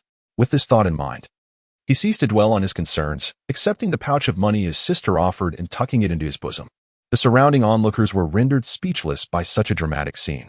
At that moment, the old village chief approached, gazing at the two children with a sense of pride, and said, I always knew you were the most exceptional, the very hope of our Holy Spirit village. Now that you have both swiftly become first-ring soul masters, I have faith that your futures will undoubtedly be boundless. Tang Qingwei then stood up, dusting off her clothes, and cheerfully declared, Grandfather, rest assured, we will undoubtedly restore the glory of Holy Spirit Village. Excellent. Wonderful. The old village chief gazed at the two with an intensity that was nothing short of fervent. The future renown of Holy Spirit Village now rested upon the shoulders of these two children. After offering a few more words of advice to Tang San and Tang Qingwei, the village chief took his leave. At that moment, the gatekeeper had already been astounded by the duo's status as spirit masters, no longer daring to be negligent. He promptly opened the academy's grand doors, standing respectfully to the side. Esteemed spirit masters, please enter. I shall escort you to your registration. Chapter 26. Assigned to Dormitory 7. Tang Qingwei held Tang San's hand, bouncing along joyfully as they followed the gatekeeper inside. How could one not feel elated? They had unexpectedly gained 1,000 gold coins, relieving both her and her brother from the burdens of making a living for the foreseeable future. Shortly after their departure, a man clad in a gray long robe emerged. Standing with his hands clasped behind his back, he gazed at the receding figures of Tang Qingwei and Tang San, murmuring to himself in astonishment, is that blue-silver grass? To have cultivated so rapidly. At that moment, another gatekeeper on duty noticed the man and respectfully bowed, addressing him as master. The master nodded slightly in acknowledgement before proceeding in the direction of the siblings. In the academic affairs office, a deep male voice resonated from within. Please come in. Greetings, Director Su. This is the newly arrived work-study student, Tang San, and his sister, Tang Qingwei. They are now both spirit masters of the first ring. The gatekeeper respectfully introduced them to Director Su after bowing. Really? A first-ring spirit master? Even such a young girl? Director Su expressed his incredulity. She appears to be merely 3 or 4 years old at most. His words were laced with disbelief. Generally, work-study students hail from rural areas. How could such individuals possess the means and capability to hunt soul beasts for spirit rings? Show me your credentials, he insisted, eager to uncover the true nature of these two young prodigies' martial souls. Tang San nodded and presented the proofs of the two individuals. They possess innate, full soul power. Director Su exclaimed in astonishment, prompting those nearby to curiously snatch the documents for a closer inspection. I expected something more impressive. It's merely the useless martial souls of blue-silver grass and wildflowers. Even if they become soul masters, it is nothing remarkable, he remarked with blatant disregard. The other teachers present, upon hearing that the martial souls in question were blue-silver grass and wildflowers, shifted from surprise to a palpable sense of regret. Director Su's initial astonishment and curiosity faded entirely as he handed the uniforms and proofs back to Tang San. Very well, this is yours. The academy provides these free of charge. You will reside in room 7 of the dormitory building. The supervising teacher there will arrange your duties as work-study students. Off you go. Tang San and Tang Qingwei were indifferent to being labeled as possessing a worthless martial soul. Recognizing that there was no need for a contest of pride in such matters, their self-awareness sufficed. Thank you. After receiving the item handed to him by Director Su, Tang San bowed and took his sister's hand, turning to exit the academic affairs office. The dormitory building was singular and easy to locate, as both students and faculty resided there. Just as the old village chief had remarked, the number of individuals capable of becoming soul masters was exceedingly scarce, particularly in a remote city like Notting. The total population of students and teachers within the academy was limited. Thus, a single dormitory building was more than adequate to accommodate them all. Tang San, leading his sister, had just arrived at the entrance of the 7th dormitory when he was greeted by a cacophony emanating from within. The door stood ajar, and he approached to peer inside. The room was spacious, nearly 300 square meters, furnished with a total of 50 beds, yet only 11 were equipped with bedding. At that moment, 6 or 7 children, aged between 9 and 13, were creating a lively uproar. "Brother, there are no bedding sets. Shall we go out and buy some?" Tang Qingwei, feeling financially secure, was determined to ensure her comfort to the best of her abilities. Tang San naturally noticed this. Well, since they have arrived at the door, it would be prudent to enter and set their belongings down first. He felt a sense of relief, fortunate that his sister had received a sum of money, or rather, had acquired some medical expenses. Otherwise, he truly would not have known how to manage. It was one thing for him to forego a blanket, but his little sister, being so young, would undoubtedly catch a cold without one. Chapter 27. Sincerely convinced, Tang San gently rapped on the door, causing the children engaged in conversation to divert their gaze towards him. There stood a boy adorned in patched clothing, holding the delicate hand of a beautifully crafted little girl. Curiosity piqued, they eagerly gathered around. Is he a new work-study student? It was easy to recognize Tang San. Yet the identity of the girl in his hand remained uncertain to them, for they had never encountered such a young child within the academy before. A faint smile of benevolence graced Tang San's face. "Greetings, we are work-study students from Holy Soul Village. This is my younger sister. I am Wang Sheng, a Battle Tiger martial spirit user, and I am 13 years old, aspiring to be a future battle spirit master. I am also the leader here." "Young lad, what is your name and what is your martial spirit?" Wang Sheng did not inquire about Tang Qingwei, as she was simply too young, despite Tang San's previous introduction. He had not been attentive. "My name is Tang San, and my martial spirit is blue silvergrass." Although the tone of his counterpart was unkind, Tang San chose not to take offense. After all, they were newcomers, and it was prudent to avoid provoking any trouble. "Blue silvergrass? Since when has the blue silvergrass martial spirit been capable of cultivation?" Wang Sheng feigned extreme astonishment, prompting a chorus of laughter from the children in the dormitory, who regarded Tang San with the same incredulity one might reserve for a fool. Tang Qingwei looked at the group of troublemakers before her, unperturbed by their presence. Without a hint of courtesy, she retorted, "Your ignorance is one thing, but to wield it as a source of mockery against others is truly audacious. Just how much audacity do you possess?"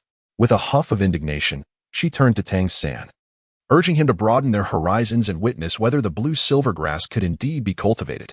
Although Wang Sheng and his companions felt a surge of annoyance at Tang Qingwei's words, they refrained from bullying her, silently noting the score to be settled later with her brother. Tang San shook his head in resignation. This girl truly relished stirring up trouble. Yet he did not decline his sister's request. Instantly, a circle of yellow 100-year spirit rings enveloped him. Simultaneously, the blue silver grass surged forth from his right hand with fervor, binding the opposing students in the blink of an eye, leaving them no time to react. The crowd was firmly ensnared, their eyes betraying their astonishment. "A 100-year spirit ring. You are a one-ring spirit master." Their gazes towards Tang San transformed into a mixture of fear and trepidation. After all, they were merely a group of young children, faced with someone stronger than themselves.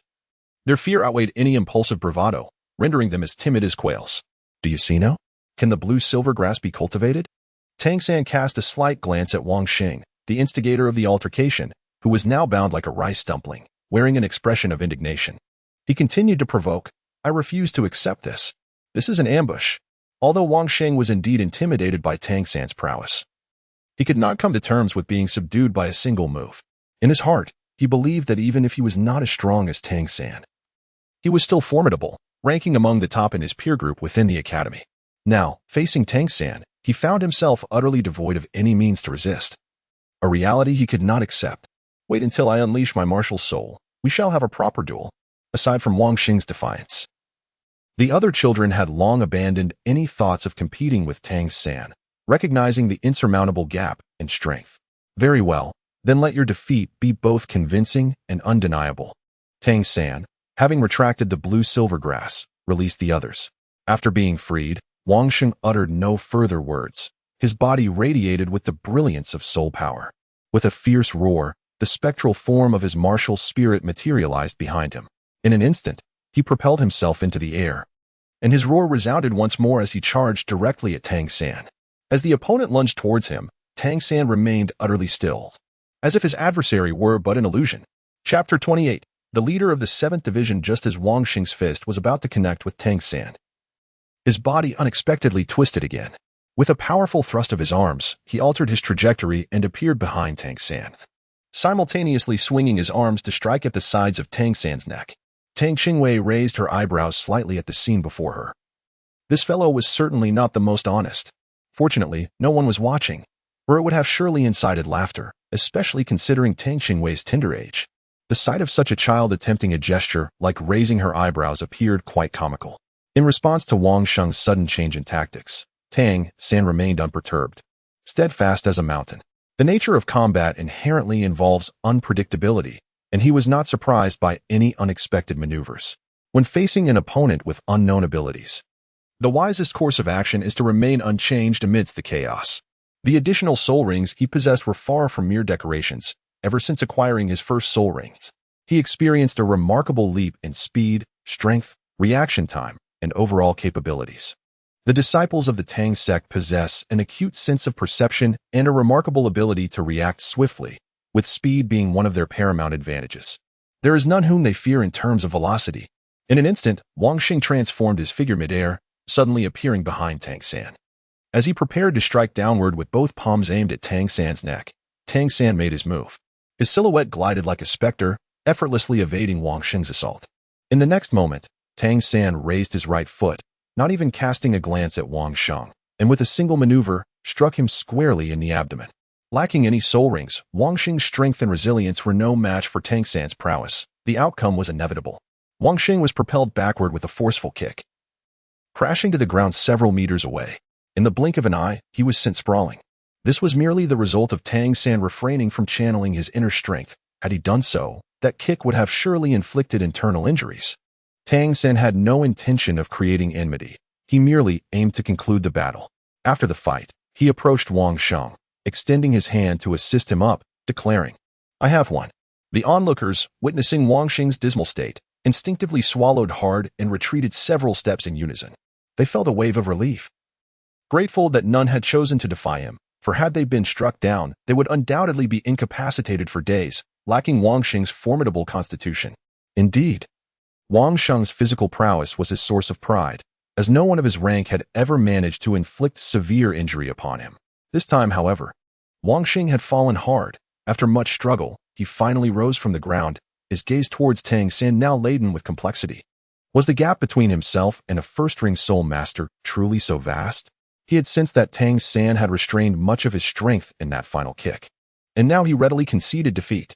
Accepting Tang San's goodwill, he grasped his outstretched hand and rose. Youngsters are naturally drawn to strength.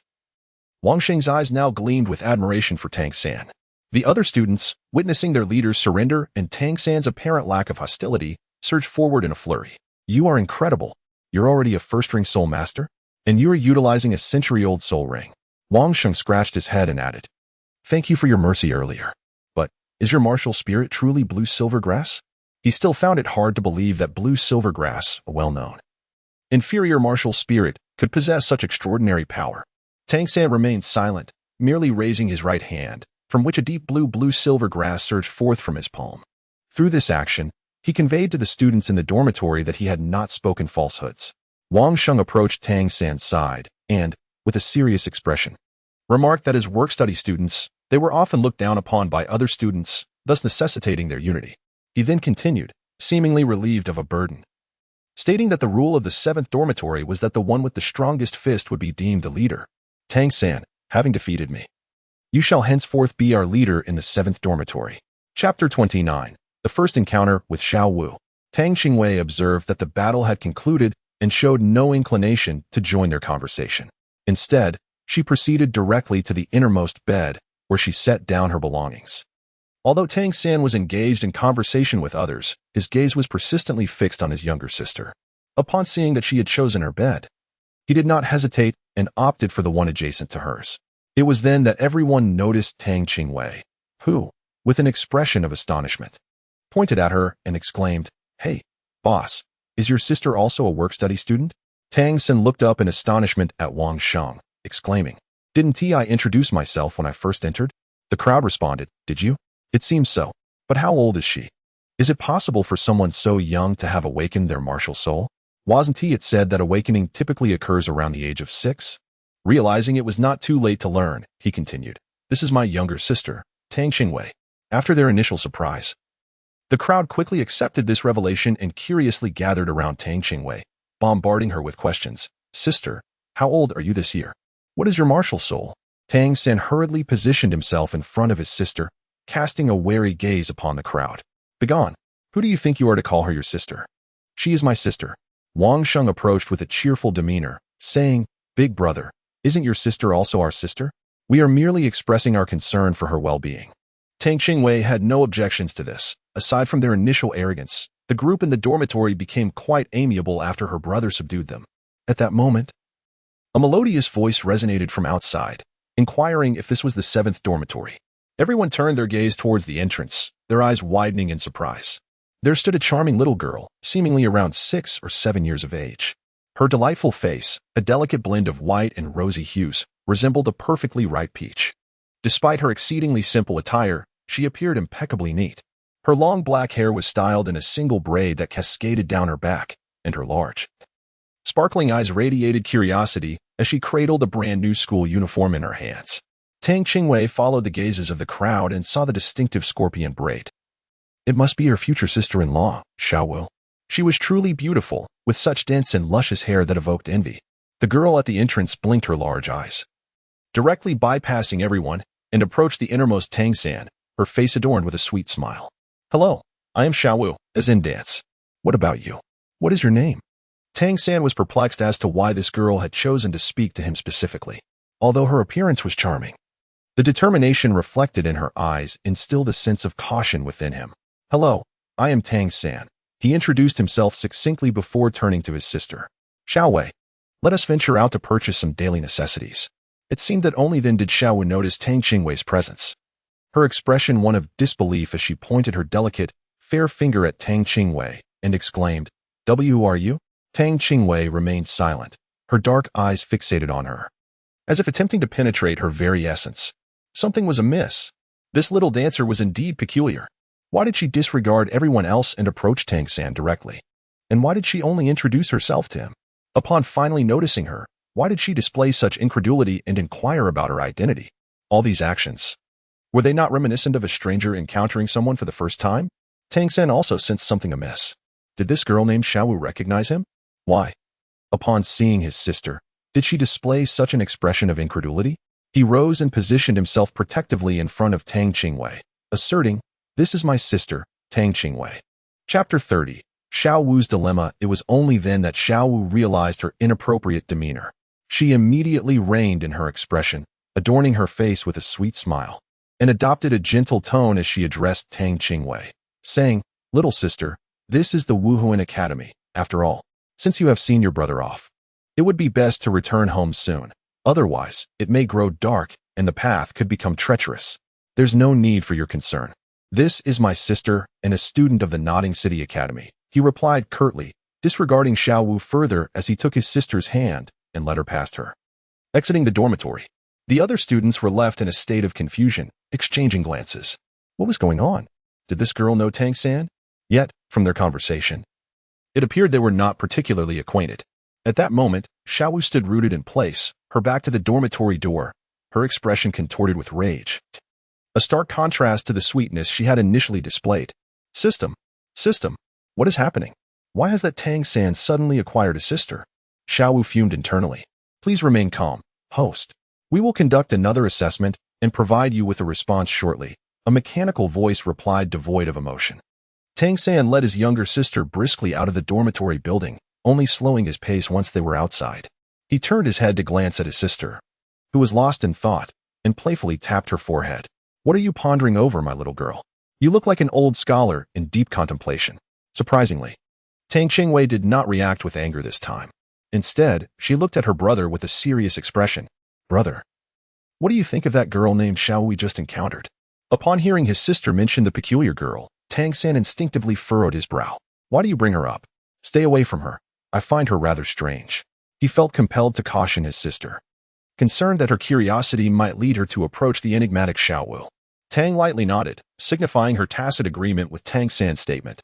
However, she pondered within herself that upon entering the dormitory, this girl named Xiaowu immediately identified Tang San among the crowd of students and took the initiative to greet him.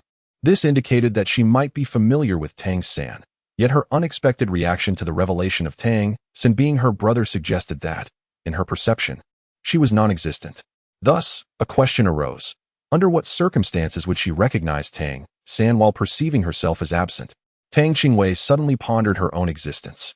If she could traverse to this place, why could others not do the same? Was she not the true Xiaowu, but rather a traveler who had usurped her identity? Was the soul of the original Xiaowu still present? After all, she was her future sister-in-law. How could she assist her? Tang raised his head slightly to glance at his brother. At that moment, Tang San appeared quite naive, being enthusiastically persuaded to consider a betting set. Young man, let me tell you, this betting is highly praised even by soul masters. The saleswoman went on to elaborate, using an array of terms that neither of them could comprehend. However, this did not deter Tang San from recognizing the quality of the product. With a generous spirit, he was prepared to make a purchase, believing that if others possessed it, his sister should have it as well. Tang Qingwei hurriedly stepped forward to intervene. What was his brother thinking? Had his intellect drastically diminished? Surely, he must not have been in his right mind during the recent duel. Ignoring the resentful gaze of the woman selling bedding, Tang Qingwei swiftly dragged Tang San away from the scene.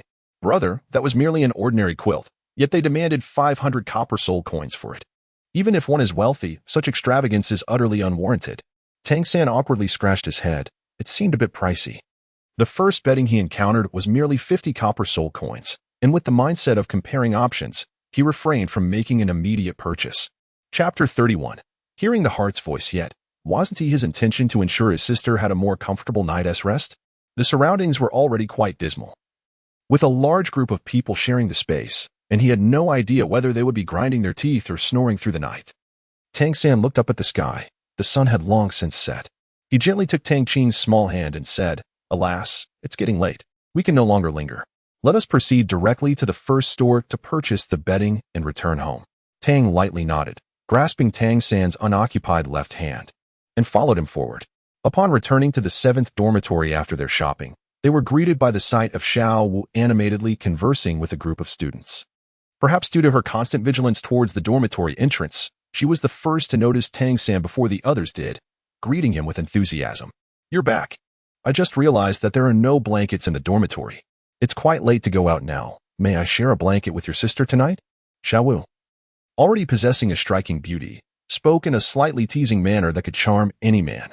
However, Tang San was not swayed by her allure. He politely declined, stating, My sister has been accustomed to sleeping alone since childhood and does not like sharing a bed. I apologize. With that, he took Tang lightly by the hand, bypassed Xiaowu, and returned to his own bed. Xiaowu struggled to maintain her composure, but ultimately managed to restrain herself. She then approached with a cheerful demeanor. Continuing the conversation, I heard that the strongest here is the leader of the 7th dormitory. If I aspire to be the leader, should I challenge you first? This swift change in her expression left Tang lightly, who had been observing her discreetly, reflecting in amazement. Was this girl from another world once trained in acting? Upon hearing this, Tang San furrowed his brows and replied coolly, There is no need for comparison. If you wish to take on the role, then so be it. Although Tang San harbored reservations about Xiaowu, deeming her suspicious, he had no intention of leveraging his abilities to intimidate a girl. As long as she did not provoke him or his sister, he would remain indifferent to her endeavors. Xiaowu silently clenched the hand that hung behind her, pondering the true nature of this unfolding narrative. Isn't Tang San and Xiaowu the official pairing? Why does Tang San now so vehemently resist her advances? System, have you found anything? What on earth is happening? And how did that wretched girl become Tang San's sister when I am undeniably his only sister? Xiaowu seethed with anger within, cursing the infernal system that always falters at critical moments. Tang San and Tang Qingwei's expressions instantly changed, and they turned in unison to look at Xiaowu. Then, they exchanged glances, each recognizing shock and disbelief reflected in the other's eyes. They had just heard Xiaowu speak, yet her lips had not moved at all. As they grappled with their confusion, a cold, a motionless mechanical voice emerged, stating that the plot had been interfered with by unpredictable factors and had deviated from its intended course. The host must now decide whether to abandon the mission. Abandon? How could that be possible? To arrive here, I exchanged my reincarnation soul power with you. Now you tell me there has been a deviation? If I return, will you restore my reincarnation soul power? Certainly not, right? The desperation in Xiao Wu's voice was palpable. Tang Qingwei curiously looked up, only to find herself caught in the act. She hesitated for a moment before offering a friendly smile. This woman is truly extraordinary. Tang Qingwei felt a sense of admiration within, though she could not comprehend how she suddenly heard Xiao Wu's voice. Nevertheless, she could not help but appreciate the other's acting skills, which perfectly illustrated the essence of concealing one's true feelings while presenting a cheerful facade. Chapter 32. The essence of the soul. Tang San, concerned that his younger sister might be too naive to conceal her emotions, gently pulled her behind him and advised, "You should remain here and watch as I prepare your bed. Do not wander about." In truth, he intended to convey that she should not look around too much. Yet he feared arousing her suspicion and thus refrained from being overly explicit. Tang Qingwei understood the meaning behind Tang San's words. After a nod, she obediently stood by the bedside. However, her heart was far from as tranquil as her demeanor suggested. This woman had indeed traversed realms and possessed a system of her own. Judging by their conversation, it seemed she was inclined towards her brother. What, pray tell, is the essence of reincarnation soul power? What purpose could the system have for it? In truth, it is nothing more than the primordial essence of the soul. Without this essence, reincarnation would be impossible. At this moment, the long-awaited seven-colored lotus unexpectedly spoke up. Tang was slightly taken aback. The essence of the soul? Does everyone possess it? She pondered. Indeed, every species across the myriad realms has its own fixed essence of the soul. However, the system's unauthorized collection of undispersed soul essences contravenes the natural order. As a member of the divine realm, I should take action against this transgression. Regrettably, in my current state, I lack the capacity to address this matter. The tone of the seven-colored lotus was tinged with an unmistakable sense of desolation. Tang Qingwei initially intended to inquire about the consequences of collecting undissipated soul essences. However, upon witnessing the desolation of the seven-colored lotus, she refrained from further probing and offered a rather dry consolation, assuring it would be well, reminding it of the possibility of returning to the divine realm once she ascended. Yet, that remained merely a possibility, uncertain in its certainty. Despite the complaints of the seven-colored lotus, its spirits lifted considerably, and it kindly continued to elucidate to Tang Qingwei. If the undissipated soul essences were to be taken away, a child or creature born thereafter would be merely a soulless shell, commonly referred to as an imbecile. With its mood improved, the seven-colored lotus generously indulged Tang Qingwei's curiosity. Tang Qingwei felt a hint of anxiety, pondering whether she would be in danger given the formidable system of the other party. However, she reassured herself, realizing that such a system could not act without consent. Even if it desired her soul's essence, a transaction would only be valid upon her agreement.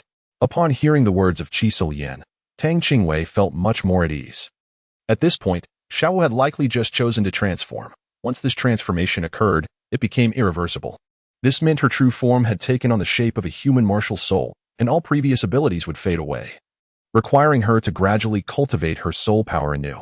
She should not yet have reached the level of a 10th-rank soul master, which posed no threat to her, as she herself was already a 13th-rank soul master. Tang Qingwei was lost in her thoughts when a melodious voice suddenly interrupted her. "Are you Tang Qingwei? I am Xiaowu. How old are you? You look quite young." Tang San, upon noticing the peculiar girl approaching his younger sister, immediately grew vigilant, though he concealed his apprehension.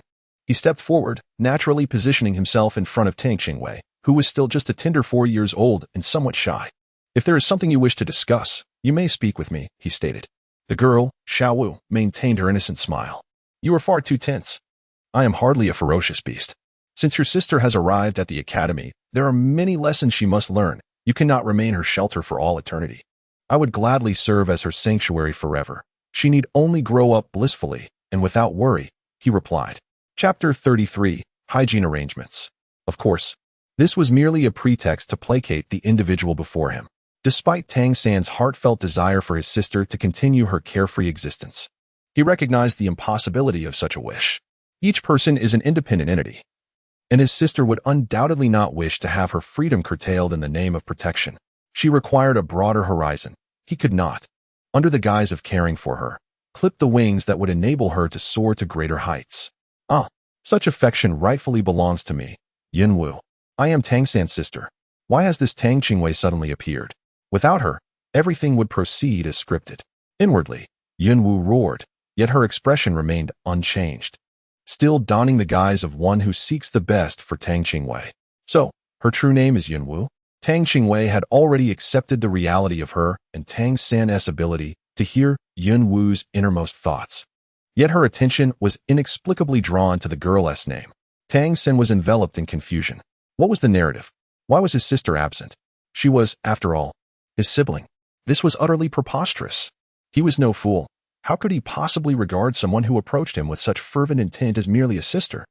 Yunwu endeavored to persuade him, ultimately invoking the authority of the leader of the seventh house, all in an effort to encourage Tang Qingwei to cultivate her independence and self-sufficiency, cloaked in the guise of concern for her well-being. However, Tang San dismissed all of this with a simple yet firm declaration. My sister is still young. I shall take care of it. To be honest, had he not been able to hear her innermost thoughts, Tang Qingwei might have nearly been swayed by Yunwu's deceitful words. Concern for her? It was merely a pretext to distance her from Tang San. Yunwu, infuriated by Tang San's obstinate demeanor, ceased her attempts at persuasion and retreated to her own bed. At that moment, a teacher in his 30s entered the room. New work-study students? He called out. Step forward. Tang San, Tang Qingwei. And Xiaowu simultaneously rose to their feet, directing their gazes toward the doorway of the dormitory. The teacher who stood there possessed an unremarkable appearance, save for a cascade of pale green hair that elicited a sense of pity from Tang Qingwei. How unfortunate, she mused. To possess such a naturally occurring hue, was it fate that bestowed this green upon him? As Tang Qingwei's thoughts wandered, the teacher spoke once more, introducing himself as Mo Hen, inviting them to address him as Teacher Mo. His gaze swept over the trio as he instructed. You will be responsible for the cleaning of the garden on the southern side of the playground. Each day, you will receive 10 copper soul coins. Remember, the cleaning must be performed daily, and it is imperative to ensure that all debris is thoroughly cleared. Failure to do so will result in deductions from your wages. Should any negligence be observed, the Academy reserves the right to expel you. Do you understand? Earning merely 10 copper soul coins a day, amounting to a mere 300 coins a month, hardly seems worthwhile. Though Tang Qingwei harbored her inner grievances, she dared not voice them. After all, both she and Tang San held the status of work-study students, and it was prudent to remain low-key. There were many individuals within the academy who surpassed them in prowess, and not everyone was as naive as the person at the school gate. The three of them hesitated not, nodding in unison to convey their understanding. Seeing that there were no objections, Mo Hen nodded in satisfaction and said, Tomorrow is the opening ceremony, and classes will officially commence the day after. The first-year students will have their lessons in Classroom 1 on the ground floor of the teaching building. You are to arrive punctually for class the day after tomorrow. From that day forth, I will conduct random checks on your hygiene results. Very well, you may take your leave now. After everyone had departed, Tang Qingwei finally pulled Tang San into a corner, his eyes gleaming with excitement as he articulated his plans. Brother, I have heard that after being evaluated as a soul master at the Spirit Hall, one can receive a golden soul coin subsidy each month by presenting a badge. Chapter 34, Advancement Assessment. Shall we go for the evaluation tomorrow? Just the two of us would mean 2 golden soul coins, equating to 20 silver soul coins. Our arduous efforts in cleaning the school yield merely 600 copper soul coins, which is insufficient for even a single silver soul coin. Tang Qingwei's small abacus clicked rhythmically. Yet Tang San furrowed his brow in disapproval. Lowering his voice, he remarked, Xiaowei, we harbor animosity towards the Spirit Hall. Indeed, we are adversaries of the Spirit Hall. But we bear no enmity towards the golden soul coins. Why should we refuse something offered freely? Tang lightly waved her small hand and casually remarked, Moreover, isn't it more delightful to spend the money of one's enemies? Tang San was persuaded by his sister's counsel and ultimately acquiesced to her decision. The following morning, while most of the faculty and students of Nodding Academy were still enveloped in slumber, 2 small figures had already exited the academy gates. The opening ceremony of Nodding Academy was scheduled for around 10 o'clock in the morning, and the Spirit Hall was not far from the school. Therefore, the round trip would take no more than 10 minutes. Hence, Tang opted to first undergo the Soul Master assessment to secure the subsidies before attending the ceremony. Tang San held no objections to his sister's decision, and soon they arrived at the entrance of the Wuhuan Temple in Nodding City, which was far more grand than that in Holy Soul Village.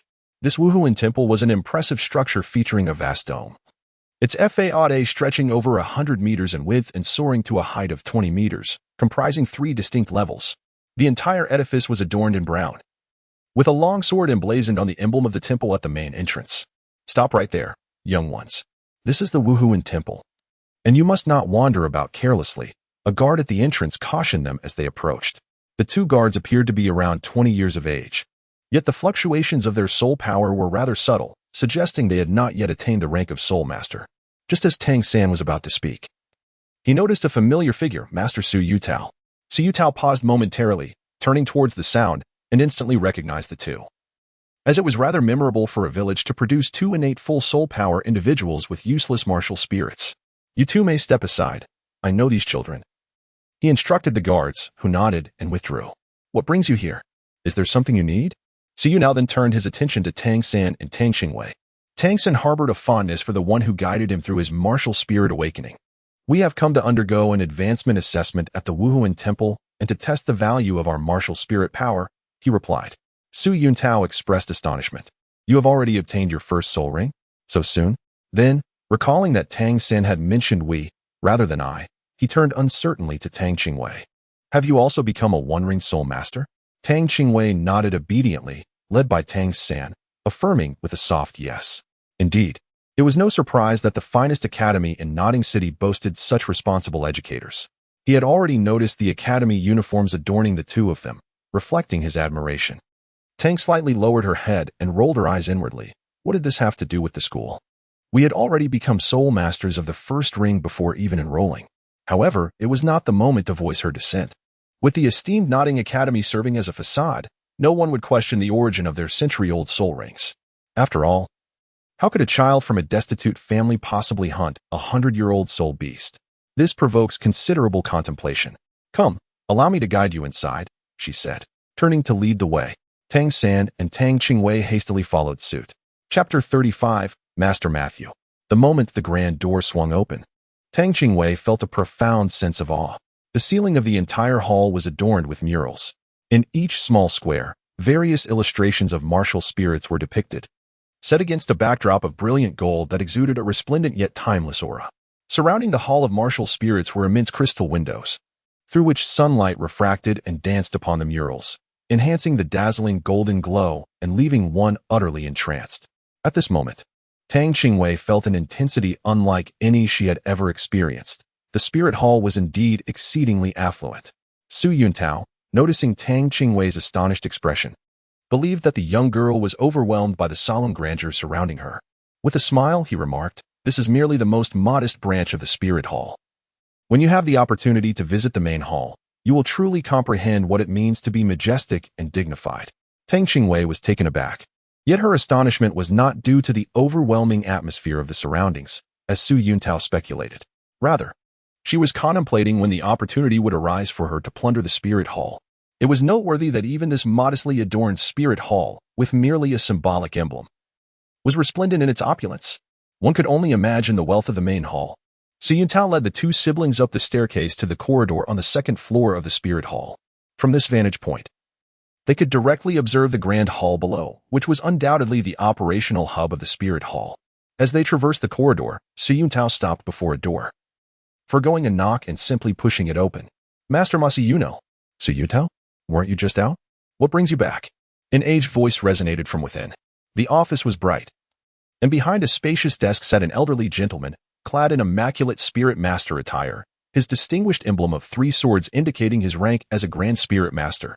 "I've brought 2 individuals for assessment," Su Yutao replied, then turned to introduce the siblings. "This is Master Masayuno, who will be responsible for your evaluation." Only then did Masayuno notice the 2 small figures behind Su Yutao, and his expression shifted to one of surprise. "Yutao, are you certain these children are here for advancement assessment rather than for spirit awakening?" "Of course, I am certain. Their spirits were awakened by me. They are the siblings I mentioned, both possessing innate full spirit power. Alas, their spirits are blue silvergrass and an unknown wildflower. They have now acquired spirit rings. So I must trouble you," Su Yutao expressed with a hint of regret. Masayuno, however, regarded this matter with indifference. having witnessed countless spirits during his extensive tenure at the Spirit Hall. Very well, follow me. Perhaps due to the youthful ages of Tang San and Tang Qingwei. Masayuno's voice was imbued with warmth. Certainly, Master Masayuno, Tang Qingwei sweetly replied. Tang Qingwei's life principle was simple. Those who love me, I cherish. Those who disdain me, I abandon. Since this seemingly elderly gentleman treated her and her brother with such kindness, she naturally did not hesitate to bestow upon him her smiles and goodwill. Matthew smiled gently, exclaiming, "Ah, how delightful. Come, I shall escort you to your advanced assessment." As he spoke, Matthew took the hands of Tang Qingwei and Tang San, akin to leading his own grandchildren, and guided them out of his office, proceeding along the corridor of the second floor toward the inner sanctum of the Spirit Hall. Chapter 36. The Spirit Division. Su Yuntao followed closely behind, aware that Matthew had likely seen the two little ones and, reminiscent of his own grandchildren, felt a surge of affection for these children. Initially, he thought he could leave after introducing the youngsters to Matthew. However, curiosity piqued within him. Since he had nothing pressing to attend to, he decided to accompany them and observe the evolution of the children's spirits. Tang Qingwei turned her head and happened to catch sight of Su Yuntao, who had followed her. Alarm bells rang loudly in her heart. Su Yuntao had witnessed her martial spirit before, and now that it was missing a petal, it would undoubtedly raise his suspicions. How could she explain this? What should she do? There was no need for concern. I will create some diversion. Deceiving these two individuals before me should pose no issue. The tender voice of the seven-colored lotus echoed once more, rescuing her from her predicament. Really? How wonderful! Tang Qingwei had long since grown accustomed to the unpredictable appearances of the seven-colored lotus.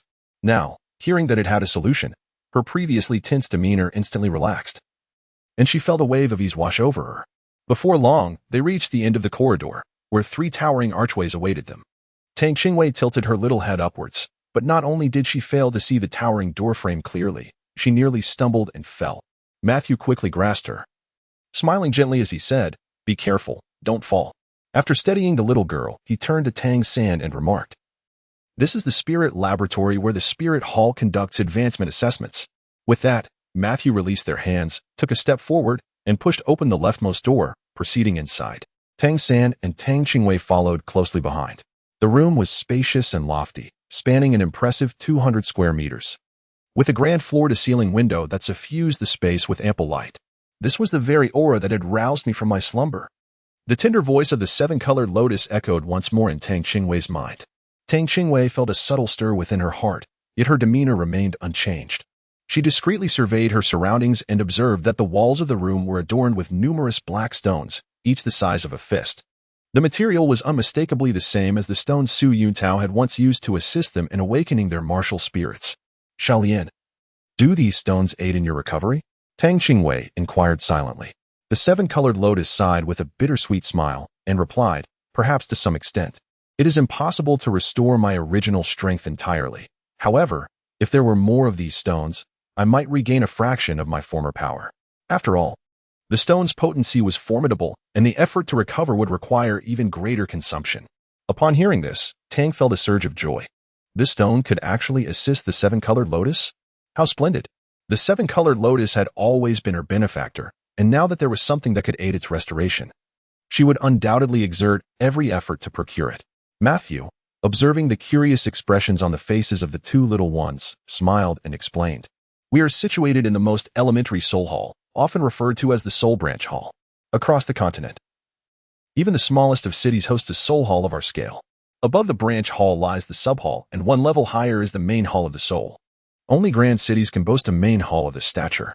The capitals of the two great empires house the fourth-tier sacred hall of the soul, while the fifth tier is the hall of the Pope, which stands as the most revered sanctuary of our soul hall." After a brief pause, Matthew spoke with palpable yearning.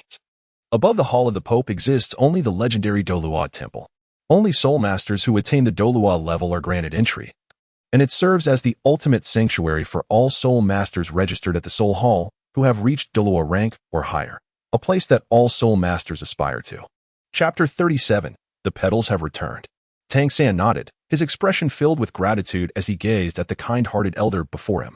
Indeed, there were adversaries within the Spirit Hall, yet not all spirit masters affiliated with it were his foes. Just like the benevolent Grandpa Manoshu and Master Su Yutao, There existed individuals within the spirit hall who generously extended goodwill to strangers. Once he acquired the strength, he would seek out those who had once persecuted his parents, however. He would never implicate the innocent in his quest for vengeance. Thank you for sharing this with me, Grandpa Manoshu. Tang San expressed his heartfelt appreciation. Although there were enemies within the spirit hall, his understanding of it was woefully limited. Neither the village elder nor his father, Tang Hao, had elaborated much on matters concerning the spirit hall. This was indeed his first opportunity to gain a substantial understanding of it. Grandpa Manoshu nodded with satisfaction. The youth of today often exhibited restlessness, showing little willingness to listen to his words. Yet, this child before him possessed the remarkable ability to remain calm. Manoshu turned his attention to the two children and inquired, "Shall we begin now? Who would like to go first?" Tang San raised his hand to signal. "Let me go first." At this moment, Su Yuntao stood beside Matthew, with his hands clasped behind his back. Despite Tang San's outward calmness, he was consumed by profound regret within. He should not have called out to Su Yuntao. His sister's martial soul was missing a petal. If it had been a first encounter, one might not have noticed. However, Su Yuntao was different. He was aware that his sister's martial soul was the seven-colored flower. What should he do? Tang San's mind raced with thoughts. Should he proceed without detection? No, that would only draw more attention. Tang lightly turned her gaze towards Tang San and happened to catch sight of his subtle gesture. Her brother possessed a peculiar habit. Whenever he felt anxious, he would unconsciously rub his index finger against his thumb. What could possibly be troubling him? It was merely a routine assessment, hardly a situation to warrant such tension. If it were not due to his own concerns, then it must certainly be related to her. Realizing this, she raised her small hand and said, "Grandfather Matthew, allow me to go first." Tang San looked at his sister in astonishment. Although he was unsure of her plans, he felt a sense of relief within. He understood his sister well. Since she had taken the initiative to request a test, it was clear she had already devised a solution. After confirming that Tang San had no objections, Matthew turned to Tang Qingwei, signaling her to step forward. "Very well, manifest your martial soul and release your spirit rings." Tang Qingwei stepped firmly into the center of the patterned ground, raising her left hand. With focused tranquility, she felt the warm currents of her martial spirit gently emanating from her palm. A resplendent seven-colored flower gradually hovered above her hand, while a brilliant century-old soul ring rose from beneath her feet, moving rhythmically up and down around her body. Tang San was utterly astonished by the scene before him. The weapon spirit swirling in his sister's left hand boasted 7 petals. It was simply inconceivable. Could it be that the petals of her weapon spirit had regrown? If that were truly the case, then her weapon spirit would undoubtedly be a terrifying existence. An ability to make wishes infinitely was nothing short of astonishing. No, he must be overthinking it. Just yesterday, he had seen his sister's weapon spirit, which had only 6 petals at that time. If she truly possessed the ability to restore her weapon spirit, she would have done so long ago, rather than waiting until now. Chapter 38. The Theory of Weapon Spirit Mimicry. Upon witnessing Tang Qingwei's century-old soul ring, Su Yuntao exhibited a momentary lapse of composure. He was aware that this little girl and her brother had both become first-ring soul masters. But he had not anticipated that her initial soul ring would be a century-old one. Were the instructors at the Nodding City Academy truly so extraordinary and diligent nowadays? Matthew Nua's previously gentle smile abruptly faltered, his expression transforming into one of astonishment. "What kind of weapon spirit is this?" Su Yuntao interjected. "This is what I referred to as the wildflower's discarded weapon spirit." Matthew Nuo regarded Su Yuntao with a penetrating gaze, choosing not to pursue the matter further. Instead, redirecting his attention to the yellow soul ring encircling Tang Qingwei. "Child, I still do not know your name," he inquired. "Grandpa Matthew Nuo. My name is Tang Qingwei." She replied obediently. "What a lovely name you have, and your weapon spirit is quite beautiful," Matthew Nuo remarked, affectionately ruffling Tang Qingwei's hair as he spoke with a smile. Tang Qingwei was uncertain whether Matthew knew something or was merely trying to comfort her. She simply smiled faintly, remaining silent and nodding like a dutiful child. Matthew's gaze softened with affection as he approached a nearby table, retrieving a yellow crystal ball and presenting it before Tang Qingwei. "Child, infuse your soul power into this, and let me see what level you have attained. Theoretically, you should be at level 11. Before Matthew could finish his thought, the crystal ball in Tang Qingwei's hand began to radiate a gentle yellow glow. The light was not particularly brilliant, yet it was remarkably clear. This is level 13 soul power." Matthew's expression towards Tang Qingwei became intricate. Could it be that the strength of the soul ring itself had contributed to an increase in soul power? However, It shouldn't have jumped 2 levels. Child, can you tell Grandpa what soul beast you hunted? Tang Qingwei responded with a hint of bashfulness. My brother and I encountered a mandala snake. She understood that this matter could not be concealed for long, so it was better to speak half-truths. This would render her words more credible. Matthew, realizing the situation, nodded in comprehension. No wonder, he thought. It was indeed the most troublesome of the lower-level soul beasts, the mandala snake, and a century-old one at that. It was no surprise that such an effect would manifest. However, he suddenly paused mid-thought. Wait, that doesn't add up. Your martial soul is clearly of the plant type. How could you possibly use an animal-type soul ring? Child, surely you must have misspoken. Indeed, as expected from a deacon who had worked at the spirit hall for decades. He was well-versed in the fundamental rules regarding soul rings and quickly grasped the crux of the matter. My brother and I had already delivered the final blow to the mandala snake, and adhering to the principle of not wasting, we absorbed it, Tang Qingwei said, raising her small head with a serious expression. Moreover, my brother and I read a book in the library titled The 10 Core Competencies of Martial Souls. It states that under certain conditions, this can be realized. The book refers to it as martial soul mimicry theory. Tang San added. They had indeed perused this book on the very first day of school. As he was concerned that his sister might struggle with a girl named Yun Wu, he had deliberately taken her to the library, and they returned to the dormitory quite late. Yes, that's exactly it, Tang Qingwei affirmed, nodding her head with conviction. Upon hearing this, Matthew's expression changed dramatically, and he turned to Tang San, speaking urgently. Child, quickly unleash your martial soul. Let me see it. Chapter 39, Soul Master Subsidy. Although Tang San was perplexed, he nodded and unleashed his martial soul. He stepped into the center of the ground's marked pattern, raised his right hand, and, with focused tranquility, allowed the internal energy of the Xiantian skill to merge with the warm flow emanating from his blue-silver grass martial soul, gently surging from his palm. Thick leaves of blue-silver grass rushed forth, and in an instant, they cascaded down to the ground. A luminous 100-year-old mandala serpent spirit ring rose from beneath Tang San's feet, undulating around his body. Matthew rubbed his eyes, ensuring he was not mistaken. Was that truly blue-silver grass?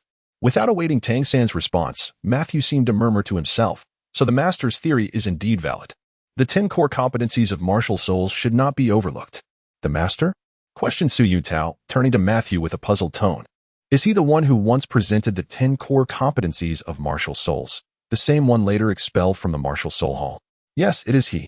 Matthew sighed. I wonder where he has gone. Now these two children have inadvertently validated his theory.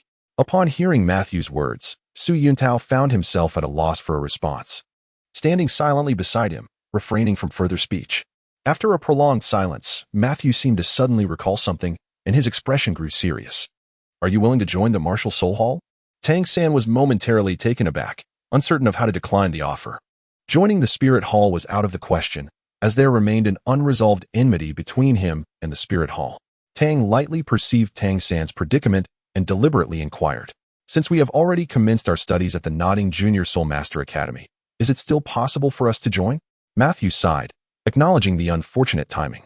Indeed, we are a step too late. Even within our spirit hall, it is not customary to forcibly recruit from the academy.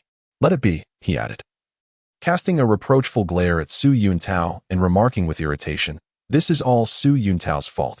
He should have brought you directly to the spirit hall. In response, Su Yutao merely offered a wry smile, refraining from retorting. Tang San harbored quite an affinity for Su Yutao, and fortunately, he did not lead them into the spirit hall. After all, it was only upon discovering his spirit that he learned of the enmity between his family and the spirit hall. With a faint smile, he remarked, one cannot say so definitively. If we had arrived at the spirit hall, we might not have obtained such a splendid spirit ring. Wouldn't you agree, Grandfather Mazayuno? Upon hearing this, Mazayuno paused momentarily before quickly grasping the essence of Tang San's words and replied with a smile, you make a valid point. Now, come over and assess your spirit power level. Tang San placed his hand upon the yellow crystal orb, and before long, a soft, golden glow emanated from the sphere. At this moment, Matthew displayed no signs of astonishment, for it was a development he had anticipated. With a soul power level of 13th rank, he stood on par with his sister.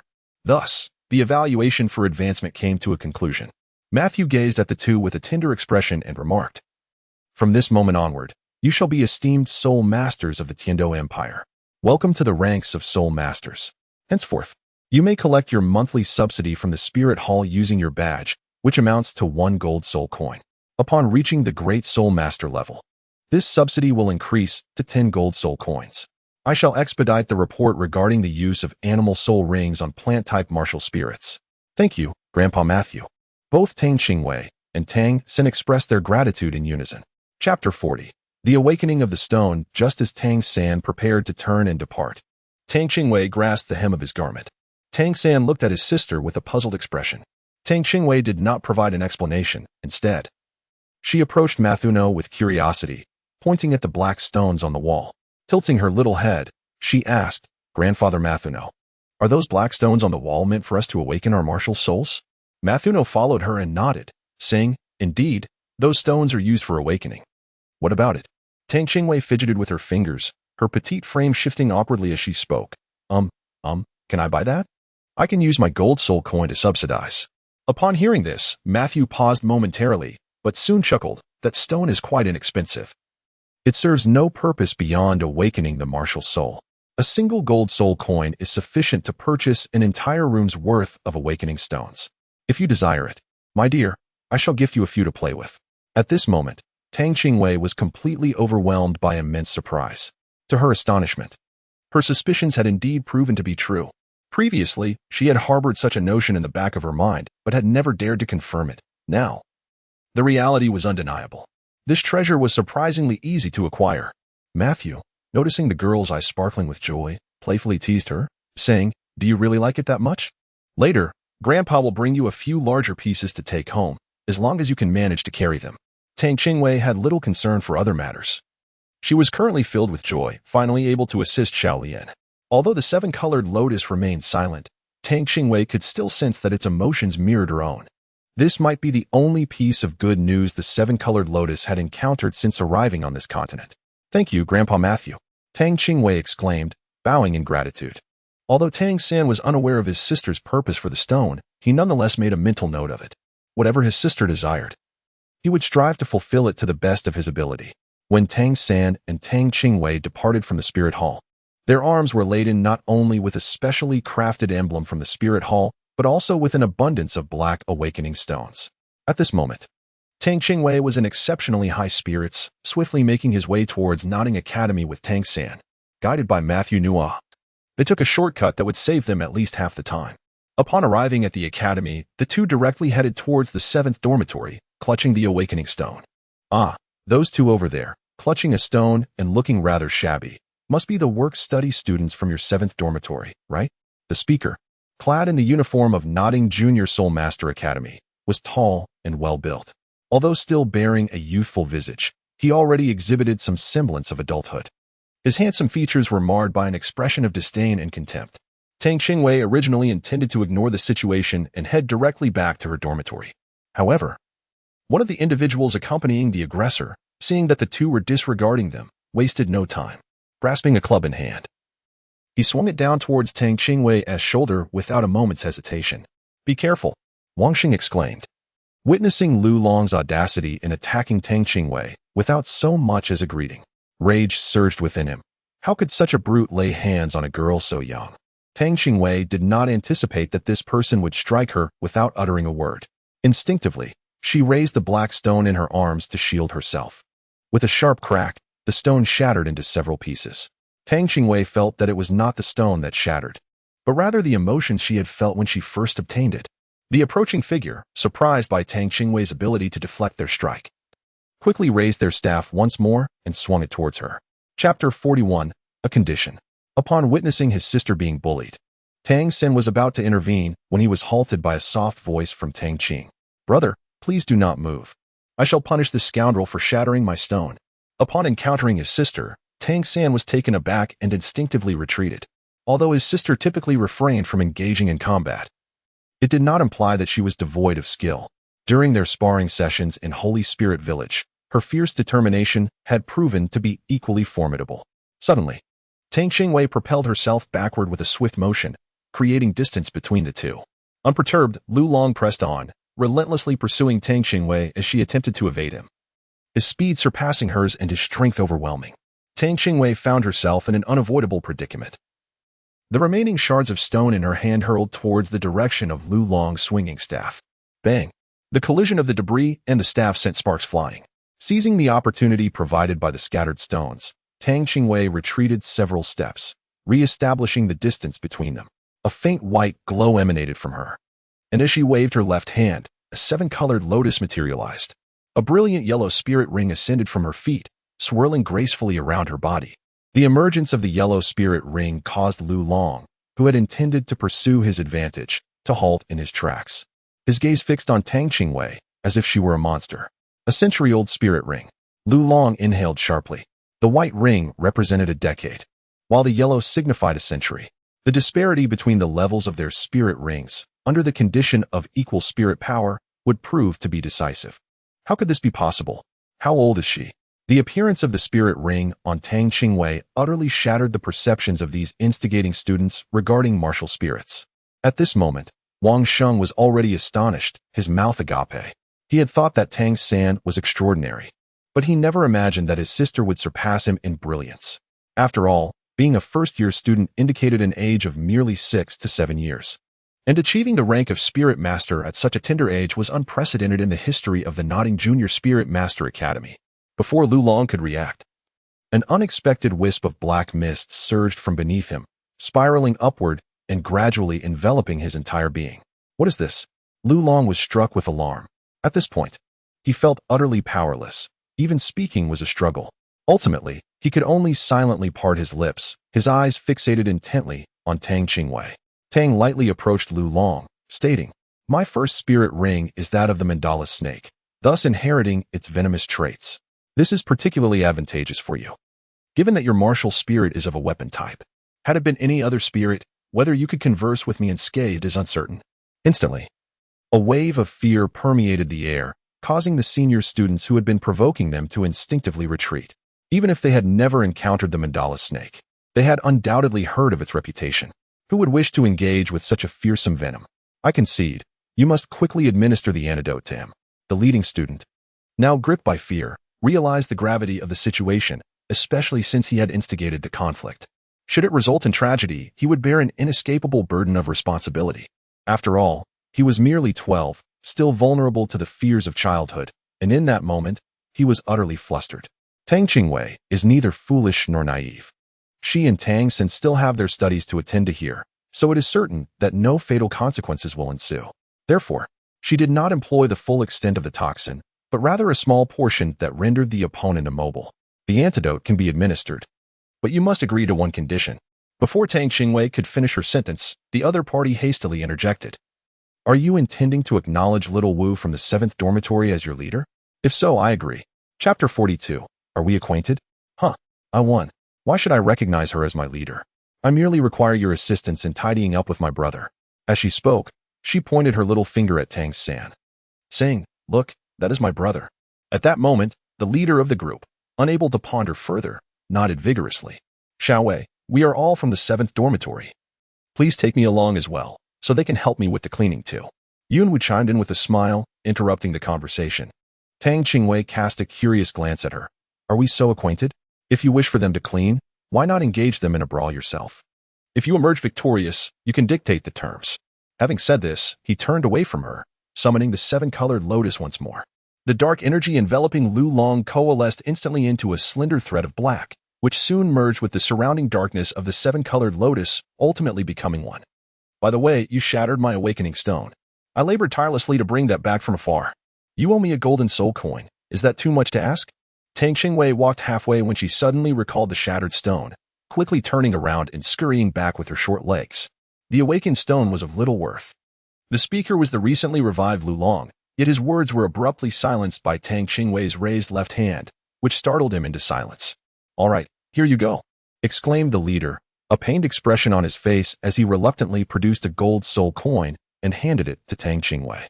Tang displayed an expression reminiscent of one collecting protection fees, weighing the golden soul coin in his hand. "Very well, you may leave now." Tang San gazed at his sister's avaricious demeanor, unable to suppress a chuckle. Just as he was about to approach, a melodious voice resonated once more. "Xiaowei, this behavior is rather unbecoming, is it not? Though we, as work-study students, may be financially constrained, our aspirations should remain lofty. How could one resort to deceit? Yun Wu's words were imbued with righteousness, yet they lacked a companion to echo her sentiments. Initially, Wang Sheng and others held a favorable impression of Yun Wu. After all, one's perspective often follows the allure of aesthetic beauty. What boy could resist the charm of a lovely girl?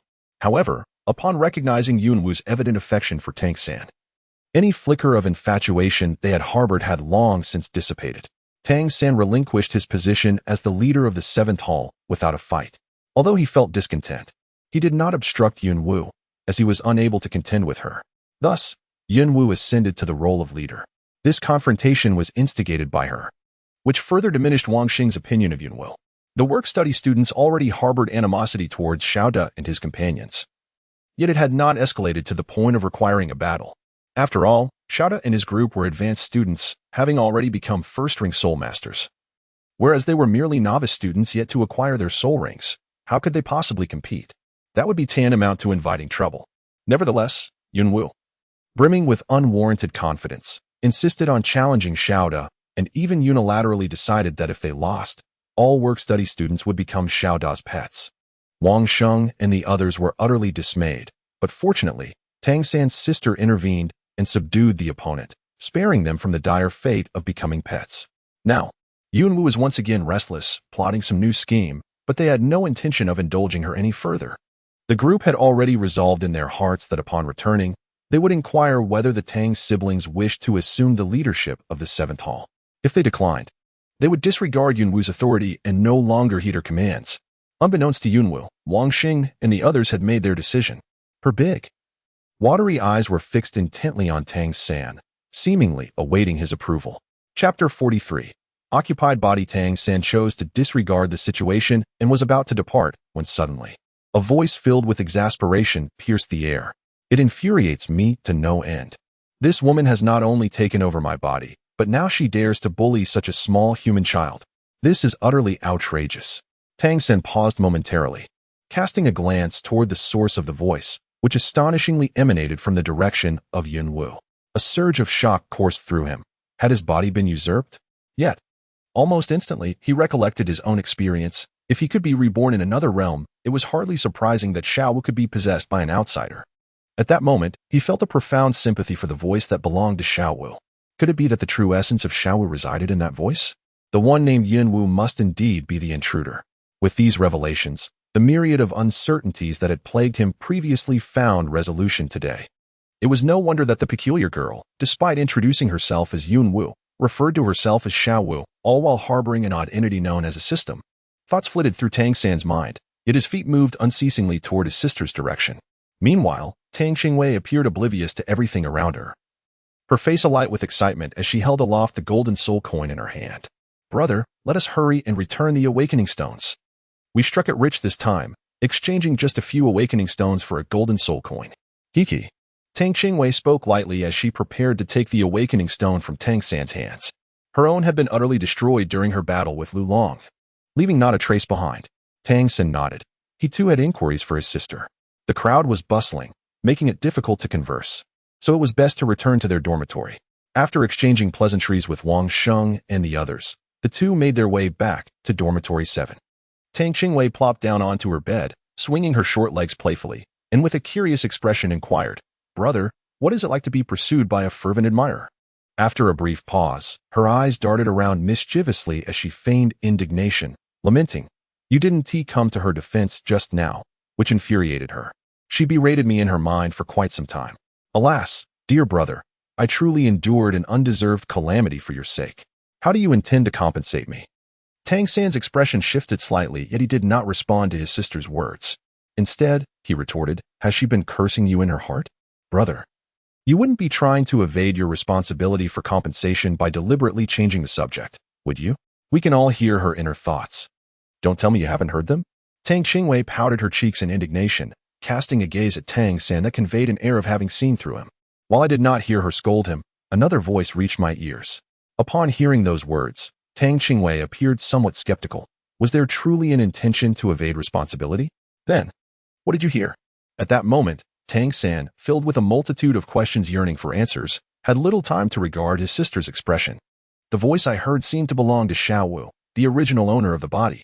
Upon hearing this, Tang Qingwei immediately sat up straight, filled with astonishment. Is it true? The original Xiao Wu still exists? Her heart swelled with uncontainable joy. How wonderful it was that Sister Xiao Wu's soul remained. However, a thought struck her. Wait, brother, why can you hear the true voice of Xiao Wu while I cannot? This was precisely the enigma that puzzled Tang San. He had initially chosen to disregard such matters, as both Xiao Wu and Yun Wu were unfamiliar to him, if he had not misheard. It seemed that the Xiao Wu spoke of harbored benevolence towards his sister, in contrast to Yun Wu, who was filled with malice towards her. Tang San yearned for the one who controlled the body to be Xiao Wu. As for the reason behind his ability to hear her, he turned his gaze towards the awakening stone resting on the bed. I suspect it must be due to my holding the awakening stone at that time. After all, that was our only distinction back then. Tang nodded slightly, having already determined the answer in her heart. Chapter 44. The Purchase of the Awakening Stone. Since the awakening stone could restore a small portion of Xiao Yan's power, it was hardly surprising that it could also assist Tang San in hearing Xiao Wu's inner voice.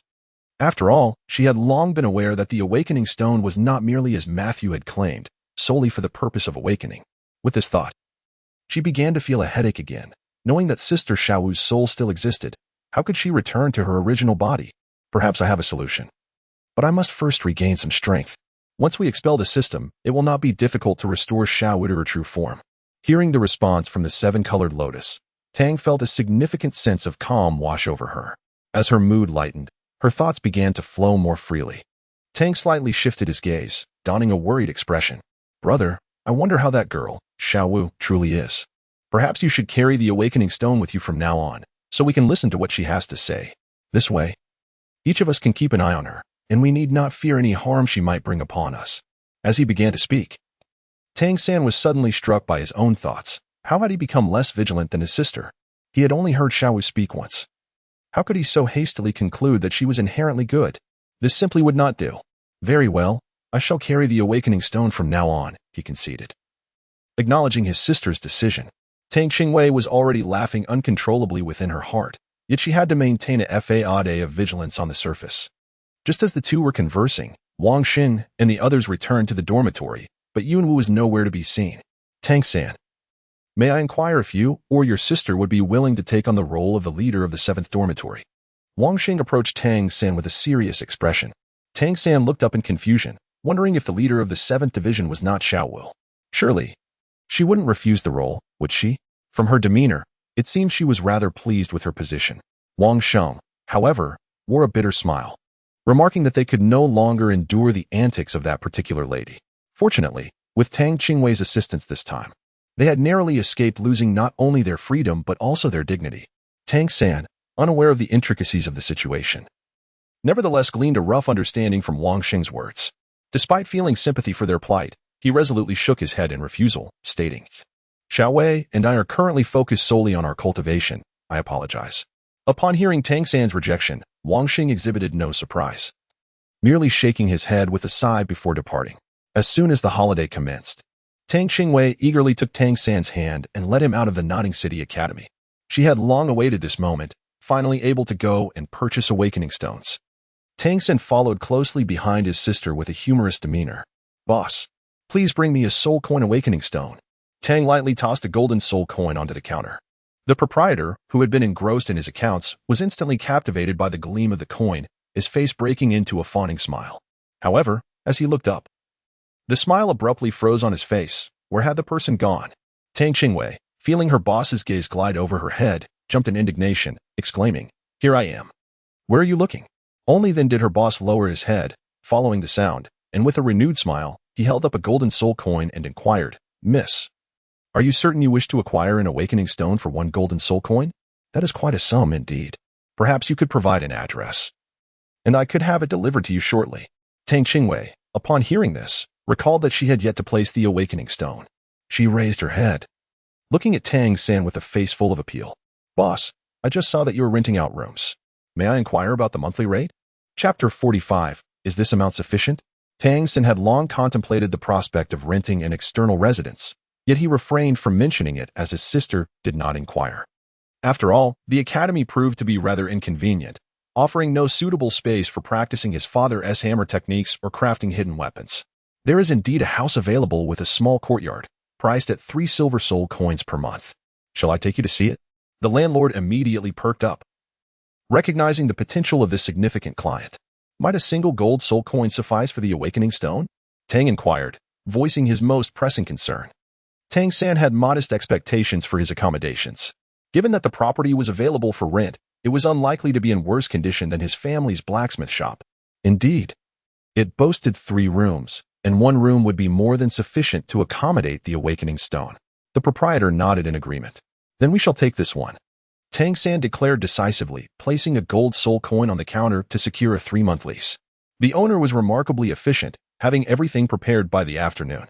Brother, are we going to reside outside?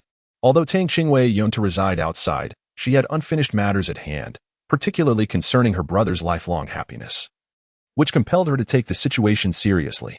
Indeed, living off-campus provided a superior environment compared to the dormitory. Furthermore, their father insisted they practice hammer techniques, which was not feasible within the confines of the academy. Tang San had already set off towards Nodding Academy when Tang Qingwei hurriedly stopped him, saying, "Brother, it's unsafe outside at night. How about this? We practice the hammer technique in the courtyard we've rented during the day and return to Nodding Academy at night. Would that be acceptable?" After pondering for a while, Tang San ultimately nodded in agreement, recognizing that his sister's concerns were not unfounded. At present, both he and his sister were merely first-ring soul masters, capable of handling ordinary individuals, but should they encounter formidable opponents, escape would be impossible. Gazing at the mountain of awakening stones before him, Tang San finally voiced his curiosity. "What do you need so many awakening stones for?" Tang Qingwei's eyes flickered. "That day in the spirit hall, I suddenly sensed a reaction from my martial soul towards the awakening stone, prompting me to purchase it for experimentation to determine if it would benefit my martial soul, regardless of whether her words align with reality. The fact remains that it is indeed beneficial for the 7-colored lotus." Tang San furrowed his brow, not out of disbelief in his sister's words, for he had indeed sensed the awakening stone's presence within the room through the mystical energy of his Xian Tian Gong. After a brief moment of silence, he finally spoke. "All right, give it a try. I shall wait outside to guard for you." With that, he gently closed the door behind him as he stepped out. "Xiaoyan, quickly take a look. Is this amount sufficient?" Tang Qingwei summoned the 7-colored lotus, directing it toward the awakening stone before her, which loomed like a small mountain. With palpable excitement, she spoke. However, before receiving a response, the awakening stone was instantly enveloped by a radiant burst of white light. In the blink of an eye, all that remained in the place where the awakening stone had rested was a fine layer of white powder. Observing this scene, Tang Qingwei swallowed hard, bewildered by the sheer quantity of awakening stones.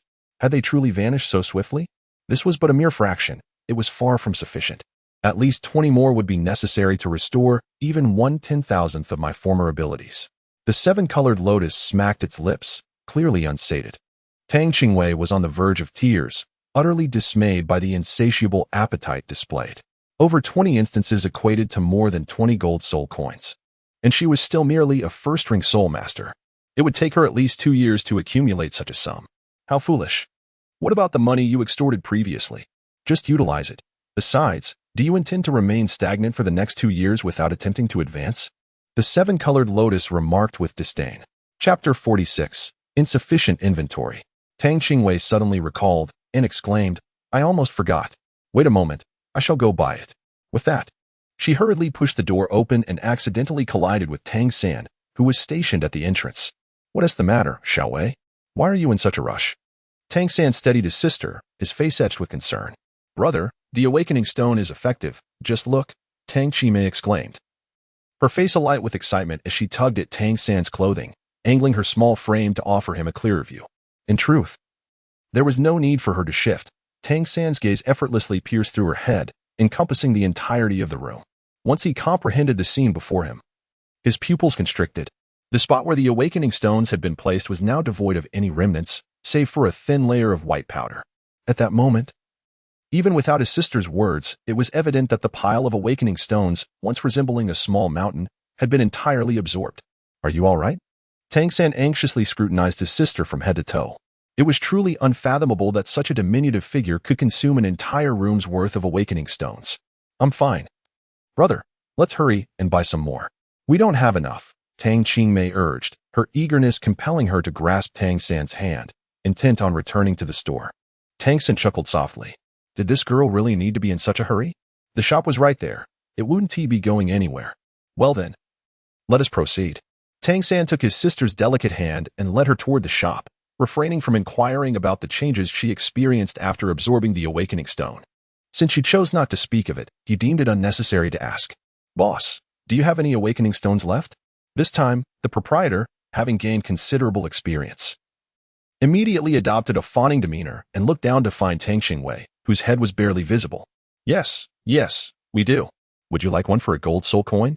The boss rubbed his hands together, a sycophantic smile gracing his face as he posed the question. However, the subsequent words from Tang Qingwei left him utterly astonished, rendering his signature expression utterly unmaintainable. No, I would like 3 more awakening stones for 30 gold soul coins. Tang lightly waved her small hand, resembling a wealthy individual extravagantly spending money. This was not an insult, merely a comment on her lavishness. 30 gold soul coins might not be a common sight in a bustling metropolis, yet in the quaint town of Nodding City, it represented a substantial transaction. The shopkeeper, uncertain, inquired about the awakening stones priced at 30 gold soul coins. He was on the verge of asking Tang what she intended to do with them but restrained himself, knowing that prying into a buyer's personal affairs was a significant faux pas. Fortunately, he kept his thoughts to himself. After gathering his thoughts, the shopkeeper donned a welcoming smile once more and said, Esteemed miss, while awakening stones are not particularly expensive, their utility is somewhat limited, primarily serving the purpose of awakening martial souls. Consequently, we typically do not maintain a large stock. However, should you desire the awakening stones priced at 30 gold soul coins, we can arrange for someone to procure them, although it may take around 7 days. Tang Qingwei lowered his head in contemplation for a moment and inquired, How much do you have left here? I shall take it all, and for the remainder, you may procure more. Upon hearing this, the proprietor realized the transaction was secured and hastily reached for a nearby inventory list to examine. Please hold on a moment. I will check the stock. We currently have approximately 3 golden soul coins available. Tang Qingwei did contemplate the possibility of purchasing from other shops. However, Nottingham is quite compact, and the alternative stores are not as expansive as the one she currently frequents. Rather than piecing together purchases from various outlets, it would be more prudent to acquire everything from the largest establishment. Very well, then, please bring me everything and have it delivered to that little courtyard we visited before. Chapter 47. Greetings to Sister Xiaowei. Tang San acted merely as a silent instrument for settling the bills, quietly trailing behind his sister.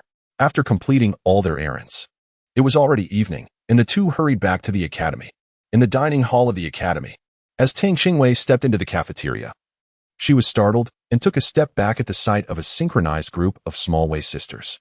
Fortunately, Tang San was behind her, discreetly supporting her. Otherwise, it would have been quite an embarrassing moment. Tang slightly raised her head and observed a row of trainees, who were currently bowing their heads in a gesture of respect. Tang San furrowed his brow slightly as he spotted a familiar figure among the group of students. Wang Xing, could you come here for a moment? Tang Qingwei observed that everyone remained in a posture of bowing, which rendered her somewhat embarrassed. She pondered in her heart, must I utter the phrase, all my dear ministers, please rise? Yet, such thoughts were fleeting, for it was not an era of feudal dynasties, and she was certainly not an emperor. After much deliberation, she devised a response. She raised her left hand, adorned with a smile, and nodded in acknowledgement, embodying the demeanor of a leader on an inspection. Only then did the crowd disperse, each attending to their respective duties.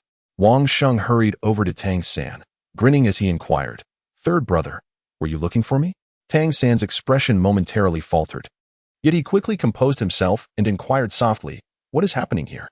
Why the sudden call for us? Wang Xing innocently scratched the back of his head and replied, Isn't it Sister Xiaowei who has defeated Boss Xiao and the others? As per our agreement, they now refer to you as Sister Xiaowei. And since your sister is addressed as sister, it follows that they have naturally begun to call you third brother as well. Tang Qingwei appeared utterly perplexed. Did I not have an agreement with them? Was it not merely a matter of extorting a gold soul coin from the other party? Oh, and of course, there was also the additional requirement of assisting them in cleaning. Naturally, this was not an arrangement made with you. It was proposed earlier by Xiao Wu.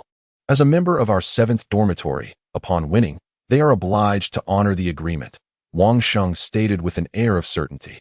Tang lightly cast a furtive glance at Yunwu, who was engrossed in her meal. At that moment, Yunwu remained oblivious to her presence, angrily prodding her food with a spoon. There was no need for Tang to eavesdrop on Yunwu's inner thoughts. She was well aware that Yunwu was undoubtedly berating her in her mind. Tang San followed his sister's gaze and naturally caught sight of Yunwu. However, he was suddenly beset by a voice in his ear. Utterly incongruous with Yunwu's current expression, filled with schadenfreude. Ha ha ha, reaping what you sow. Serves you right. Ah, that little human's frightened face was simply adorable. I wish I could give him a hug. This voice, surprisingly optimistic and lively, prompted Tang San to silently mutter to himself, a smile unconsciously gracing his lips. At that moment, a man clad in a gray robe entered the dining hall. Upon seeing him, Yunwu's previously furious expression vanished in an instant. She hurriedly stood up to greet him, saying, "Teacher, I have long admired your esteemed reputation. I have diligently studied the 10 core competencies of your martial soul. May I have the honor of becoming your disciple?" Although Tang San was not acquainted with the man before him, he felt a sense of vigilance and discreetly took out the awakening stone from his pocket. If I acknowledge the master as my teacher, there is a possibility of being directly recommended to Shrek Academy. The principal there is an old friend of the master and will surely give me extra attention. While Tang San is indeed my optimal choice, he is currently exceedingly difficult to approach. It would be wiser to secure a spot at Shrek Academy in advance for Oscar. Tang San once again heard the heartfelt whispers of Yunwu, confirming that she indeed possessed some knowledge, and that the master before him was undoubtedly a pivotal figure. Chapter 48. Taking a disciple, the master gazed at the girl before him with astonishment, surprised that she had read the books he authored. "I am not a teacher at the academy. You have mistaken me," he replied coolly. "I wish to take you as my mentor, and naturally, I shall address you as my teacher. Could you instruct me in the cultivation of my martial soul?" Yunwu tilted her head, her smile sweet and inviting. The master felt a stir of emotion within him. The young girl truly was a remarkable talent. However, he couldn't deceive her by pretending to possess knowledge he did not have. "Your aptitude is commendable, deserving of a more accomplished teacher," he said. Casting a glance at Yunwu, his face contorting into a strained smile. Seeing the master begin to soften, Yunwu pressed on. "I am willing to become your disciple. I believe you are the finest teacher." The master met her wide-eyed gaze, his rigid smile reappearing as he gently ruffled her hair, seemingly having made up his mind. "You are a good child. Since you are so insistent, I shall indulge myself and accept you as my disciple." Tang Qingwei was utterly astonished. What was this maneuver? Was she a fervent admirer of Tang San? Was she truly ready to abandon him? And now, she aspired to establish an early connection with Oscar? Was she intending to cultivate him? This absolutely could not be allowed to succeed. Otherwise, how would Sister Xiaowu return and confront such an awkward situation? His brother would struggle even more with the notion. My wife is my brother's ex-girlfriend? Who could possibly accept that? Such thoughts were unbearable. At this moment, for the sake of his brother's happiness, he could only resort to selling his brother for personal gain. Surely, his brother would express gratitude in the future. "Wait, master. My brother also wishes to become your disciple." Tang Qingwei hastily pushed Tang San aside. The bewildered Tang San, having been thrust aside, quickly composed himself. Combining what he had just overheard from Yunwu's heartfelt thoughts, he realized that the master before him was undoubtedly a pivotal figure. After all, he had no teacher.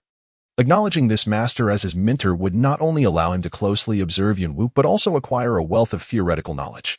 He recalled that in the Spirit Hall, Matthew had mentioned this master, whose theories he had now validated himself. Perhaps he was indeed well-suited to be his teacher. "Master, I've already put your theory of spirit mimicry, one of the 10 core competencies of martial spirits, into practice with my first spirit ring. Under certain conditions, plant-type martial spirits can utilize animal-type spirit rings." Tang San no longer remained silent and took the initiative to introduce himself. The master had encountered Tang San at the academy's entrance and retained a vivid impression of him. After all, the rapid cultivation of the blue-silver grass martial soul is indeed a rarity.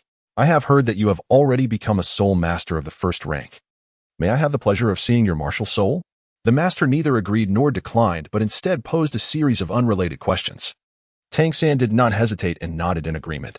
He then raised his right hand, focusing his mind and breathing. As the inner strength of the Xiantian skill flowed gently from his palm, harmonizing with the heat generated by his blue-silver grass martial soul, the master, filled with excitement, grasped Tang San's other wrist and inquired, "What soul beast did you hunt to obtain this soul ring?" Tang San did not conceal the truth, stating, "It is the mandala serpent." The master of the martial soul mimicry theory murmured softly, casting a profound glance at Tang San. Perhaps this was fate. Regardless of whether they were ordinary soul masters or those from the martial soul hall, all scoffed at my theory of the 10 core competitive advantages, none believing it. Unexpectedly, by a twist of fortune, it is you who have validated my claims. Chapter 49. A wish renewed at this moment, the master's gaze towards Tang San sparkled with excitement. Due to the mutation of his martial soul, the master would never be able to become a powerful soul master, yet he remained steadfast, dedicating his entire life to the study of martial souls. Now that Tang San has preliminarily confirmed his theory, how could he not be exhilarated? Very well. From this day forth, you shall be my disciple. The master affectionately ruffled Tang San's hair. He chose not to reveal Tang San's dual martial souls, considering there were others present. Come with me shortly. I have matters to discuss with you. After imparting these words, the master exchanged a brief greeting with Yun Wu before ascending to the second floor. Seeing her brother successfully take on a master, Tang Qing let out a long sigh of relief. She knew she must quicken her pace. After finishing her dinner, Tang Qingwei returned to dormitory 7 alone, while Tang San went to see the master. Upon his return, Tang San possessed an additional soul guide, which made Tang Qingwei's mouth water with envy. Enough of your longing. In the future, I shall procure something even better for you. This was a gift from our teacher, and I cannot pass it on to you. Nevertheless, since I am usually the one who manages your belongings, this soul guide is no different from being ours. Tang San humorously nudged his sister's head gently away from the enchanting scene of the moonlit night at the 24 bridges. Tang lightly wiped away the non-existent drool and rolled her eyes, saying, "Who knows when you'll find it for me?" She sighed, "Oh right, I can make a wish. I almost forgot."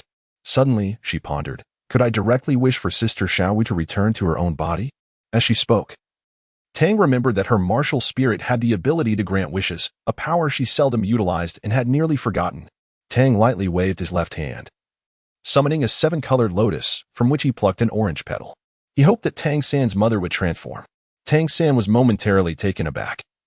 Had he not just mentioned the desire for a soul-guiding device? How had this wish suddenly emerged? Once he regained his composure, a wave of emotion washed over him, for it became clear that his sister had been harboring this thought in her heart all along.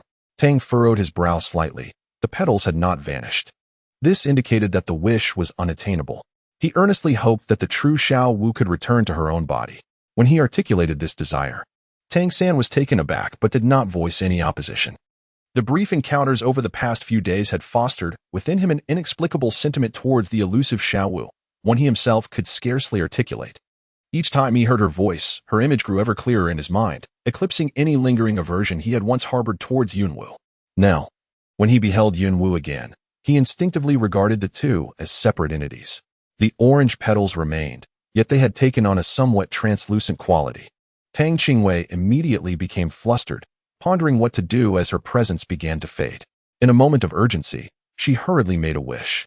This was the first time Tang San had witnessed his sister utilizing her martial soul to make a wish, and he was unaware of the extraordinary events unfolding at that moment. I desire a Millennium Spirit Ring, and I wish for a storage ring. Tang Qingwei managed to utter these two wishes just before the petals vanished completely. In her palm lay a quaint ring, resting quietly. Humph, such insatiable greed. There may not be such fortune next time. The 7-colored lotus snorted disdainfully, uttering a parting remark before vanishing once more. At this moment, Tang Qingwei paid no heed to what the 7-colored lotus was saying. Her entire focus was already fixated on the storage ring in her hand. Ignoring Tang San's peculiar expression, she steeled her resolve and bit down hard on her chubby little pinky. A cry of anguish echoed through the entire dormitory. Chapter 50. The Storage Ring. Fortunately, there were no others in the dormitory, for who knows how they would have reacted to such a startling sound. At this moment, Tang San ceased his daze, grasping his sister's small hand and exhaling fervently. Fortunately, there were no wounds. "Why did you bite yourself? Are you foolish?" he exclaimed. "Isn't it stated in the book that a storage ring requires a drop of blood to acknowledge its master?" Tang lightly wrinkled her petite nose, expressing her grievances with a look of utter discontent. Tang San shook his head in resignation and sighed. "You should refrain from indulging in those peculiar things." Such gentle admonishments were merely a tickle to Tang Qingwei, who continued to maintain an attitude of indifference, responding as he pleased. Once the pain in his index finger finally subsided, Tang Qingwei extended his other hand towards Tang San. "What is it? Does this hand hurt as well?" Tang San impatiently swatted away his sister's other hand, wondering who she had inherited such stubbornness from. Tang Qingwei remained silent, unwavering as she extended her finger before Tang San. The two were locked in this stalemate for an extended period. At last, Tang San could no longer contain himself, exclaiming, "I truly cannot comprehend your tenacity. Such a stubborn temperament. Wherever could it have come from?" With that, he reached for his waist, where he deftly retrieved a slender, elongated needle from beneath the moonlit night of the 24 bridges. If this attempt fails, let it be the last. He then acted swiftly, extracting a drop of blood from Tang Qingwei's finger, which subsequently fell onto the ancient ring. Tang Qingwei's previously pouting face instantly transformed into one of delight. It worked. She slipped the ring onto her index finger, and to her astonishment, the ring, which could originally accommodate 2 fingers, began to gradually tighten, ultimately adjusting itself to fit her index finger perfectly. This mesmerizing spectacle left Tang San utterly astonished. Could such a wondrous object truly exist? Now, it was his turn to feel envious of his sister. "Quick, how much space does it have?" Tang San urged eagerly. Tang Qingwei followed the resonance with her ring and entered a space devoid of any substance, as if she found herself in an expanse of utter nothingness. The dimensions of this space were vast, measuring an impressive 10,000 cubic meters. The ring served solely for storage, lacking any other function. Nevertheless, this was sufficient to bring joy to Tang Qingwei.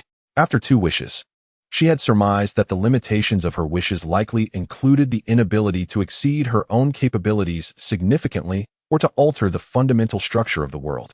Having come to this understanding, she finally had the leisure to engage with Tang San, exclaiming with delight, "It's immensely large, at least 10,000 cubic meters." Upon hearing this, Tang San's eyes ignited with fervent light as he eagerly gazed at the ring adorning Tang Qingwei's hand. A glance at his own 24 bridges on a moonlit night suddenly seemed lackluster in comparison. His sister's martial spirit was indeed superior, possessing the power to grant wishes. With this thought, he abruptly straightened his posture and, with a serious demeanor, inquired, "Do you only have 5 petals remaining?" "Yes. What about it?" Tang Qingwei was somewhat bewildered by Tang San's reaction. "If you use it all up, will your martial soul completely vanish?" Tang San gazed intently at his sister, his eyes burning with intensity. Tang lightly scratched the back of his head, "Perhaps so. Once I use the final petal, everything I had wished for through it will vanish entirely, including my martial soul." Tang San's pupils constricted in surprise. Indeed, it was like this. From now on, unless absolutely necessary, it would be wise not to make any more wishes. "Look, you have already expended 2 petals in an instant." Tang lightly nodded, and then cherished the storage ring in her hands with great affection. Observing her sister's demeanor, it was evident that she had not absorbed any of the information. Tang San shook his head in resignation. It would be best for him to keep a close watch on things himself. Chapter 51. Dealing with Yunwu. Soon, it was time as agreed with the shopkeeper. Early that morning, as dawn broke, Tang Qingwei rose from her slumber. Tang San was momentarily taken aback, surprised that his sister, who usually cherished her slumber, had risen early today. "Shall we go?" The shopkeeper, noticing the arrival of the 2 esteemed guests, promptly emerged from the front desk with a beaming smile. "Ah, you both have arrived quite early today. Everything has been prepared. Would you prefer it to be delivered to your rented courtyard? Is there enough space in the courtyard?" Tang slightly nodded and casually inquired. "Certainly. Your courtyard is exceptionally spacious. If necessary, we can also accommodate it indoors." The courtyard they rented was indeed quite expansive, devoid of neighboring houses, and the open space in front of the entrance was largely available for use. When Tang Qingwei requested the shopkeeper to deliver the awakening stones, she promptly settled the remaining balance in full. This time, Tang San did not leave, but instead witnessed firsthand how his sister meticulously absorbed every last bit of the numerous piles of awakening stones. Tang San's gaze flickered as he struggled to swallow, realizing he had truly absorbed everything. "Xiaolian, is this sufficient?" Tang Qingwei pondered internally. "This is hardly enough. However, it should suffice to deal with that system." The 7-colored lotus gasped, startling Tang Qingwei into instinctively clutching his pouch. Thank goodness. Thank goodness. If it proves insufficient, he could always procure more gradually. For now, the priority is to resolve matters with the system and Yunwu. "Brother, let us return." Tang lightly extended her small hand, tiptoeing in front of Tang San, and inquired, "Are we returning now?" Tang San felt an overwhelming sense of unreality, witnessing his sister's petite figure weaving through the heaps of awakening stones. She swept through them like a locust swarm, effortlessly absorbing them in an instant. Indeed, having absorbed such a multitude of awakening stones, He now possessed the power to confront Yunwu and restore the true Xiaowu to her rightful body. Upon hearing these words, Tang San felt a buzzing sensation in his head. The prospect of restoring Xiaowu to her original form ignited a flicker of hope within him. The image of Xiaowu vividly materialized in his mind, stirring a sense of anticipation. Upon returning to the dormitory, he fortuitously encountered Yunwu, who had just arrived as well. Upon seeing Tang San, Yunwu's eyes brightened instantly. "Xiao San," she exclaimed, "the teacher was just speaking of you. I never expected to find you here upon my return." Tang Qingwei had long anticipated the opportunity to expel Yunwu. Now that the moment had arrived, she was unwilling to dally and promptly summoned the seven-colored lotus. Yunwu halted in her tracks, hastily retreating several steps to create distance between them. Her brows furrowed in indignation as she exclaimed, "Why have you suddenly chosen to strike at me without provocation?" Tang Qingwei remained silent, yet her subordinate's attacks grew increasingly ferocious. Seizing the opportunity while Yunwu was ensnared by Tang Qingwei, the seven-colored lotus transformed into a beam of white light, enveloping Yunwu entirely in an instant. "Warning! Warning! An unidentified object is attacking the system. The system will disengage in 3 seconds." Yunwu's expression changed dramatically as she internally cried out, "Don't leave. Take me with you." Tang Qingwei naturally heard the voice of the system and felt that this system was undoubtedly of low rank, rigidly adhering to its protocols.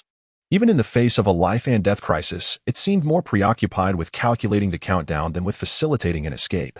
Indeed, when the countdown reached its conclusion, instead of a miraculous escape as one might envision, she was enveloped entirely by a radiant white light formed from the seven-colored lotus, rendering her unable to utter even a complete syllable.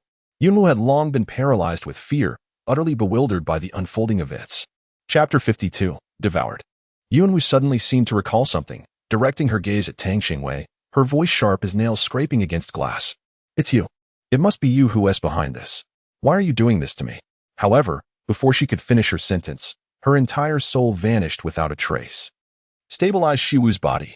The system had consumed Yunwu's soul, attempting to exploit the moment to breach the barriers I had set. After the seven-colored lotus uttered this, it resumed its struggle against the system. Devoured? How naive I was to think the system was merely foolish. It turns out to be both foolish and malevolent. Now, as the seven-colored lotus grapples with the system, I find myself unable to intervene, left only to hold Xiaowu's body motionless.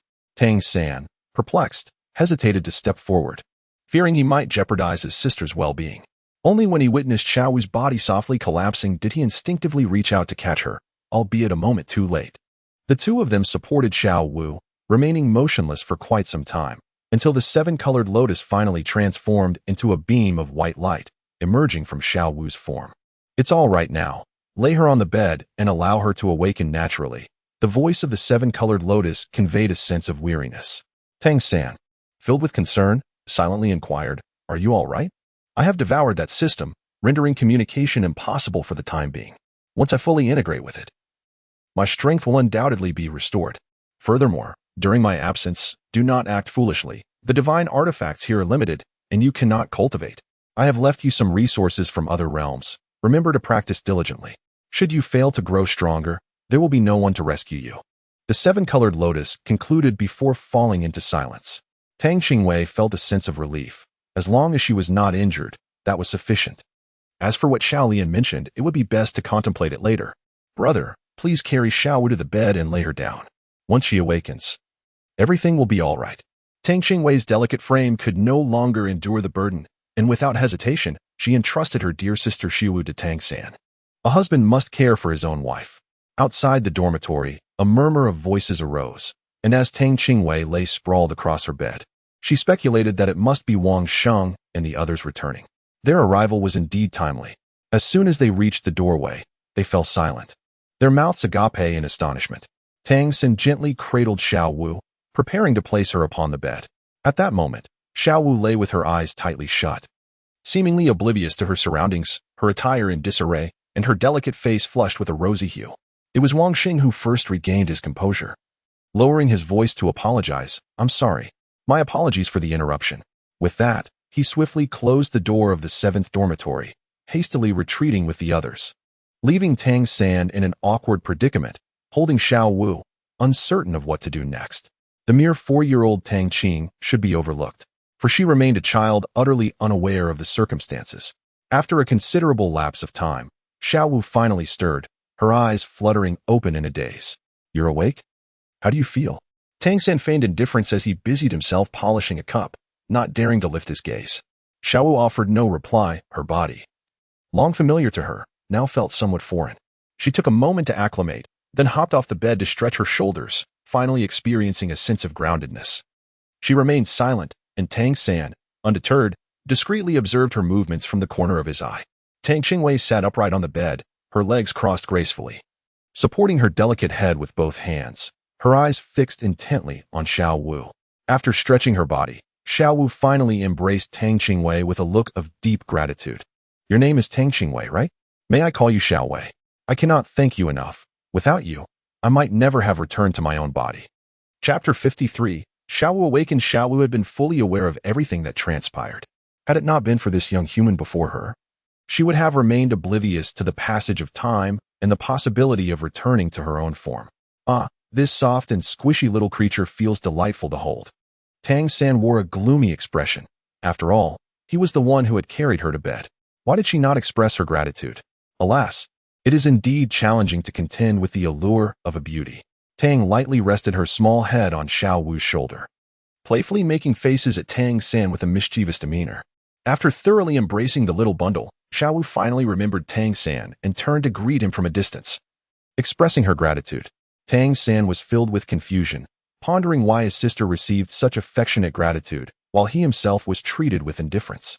He thought it only fair that, at the very least, she should approach him to express her thanks.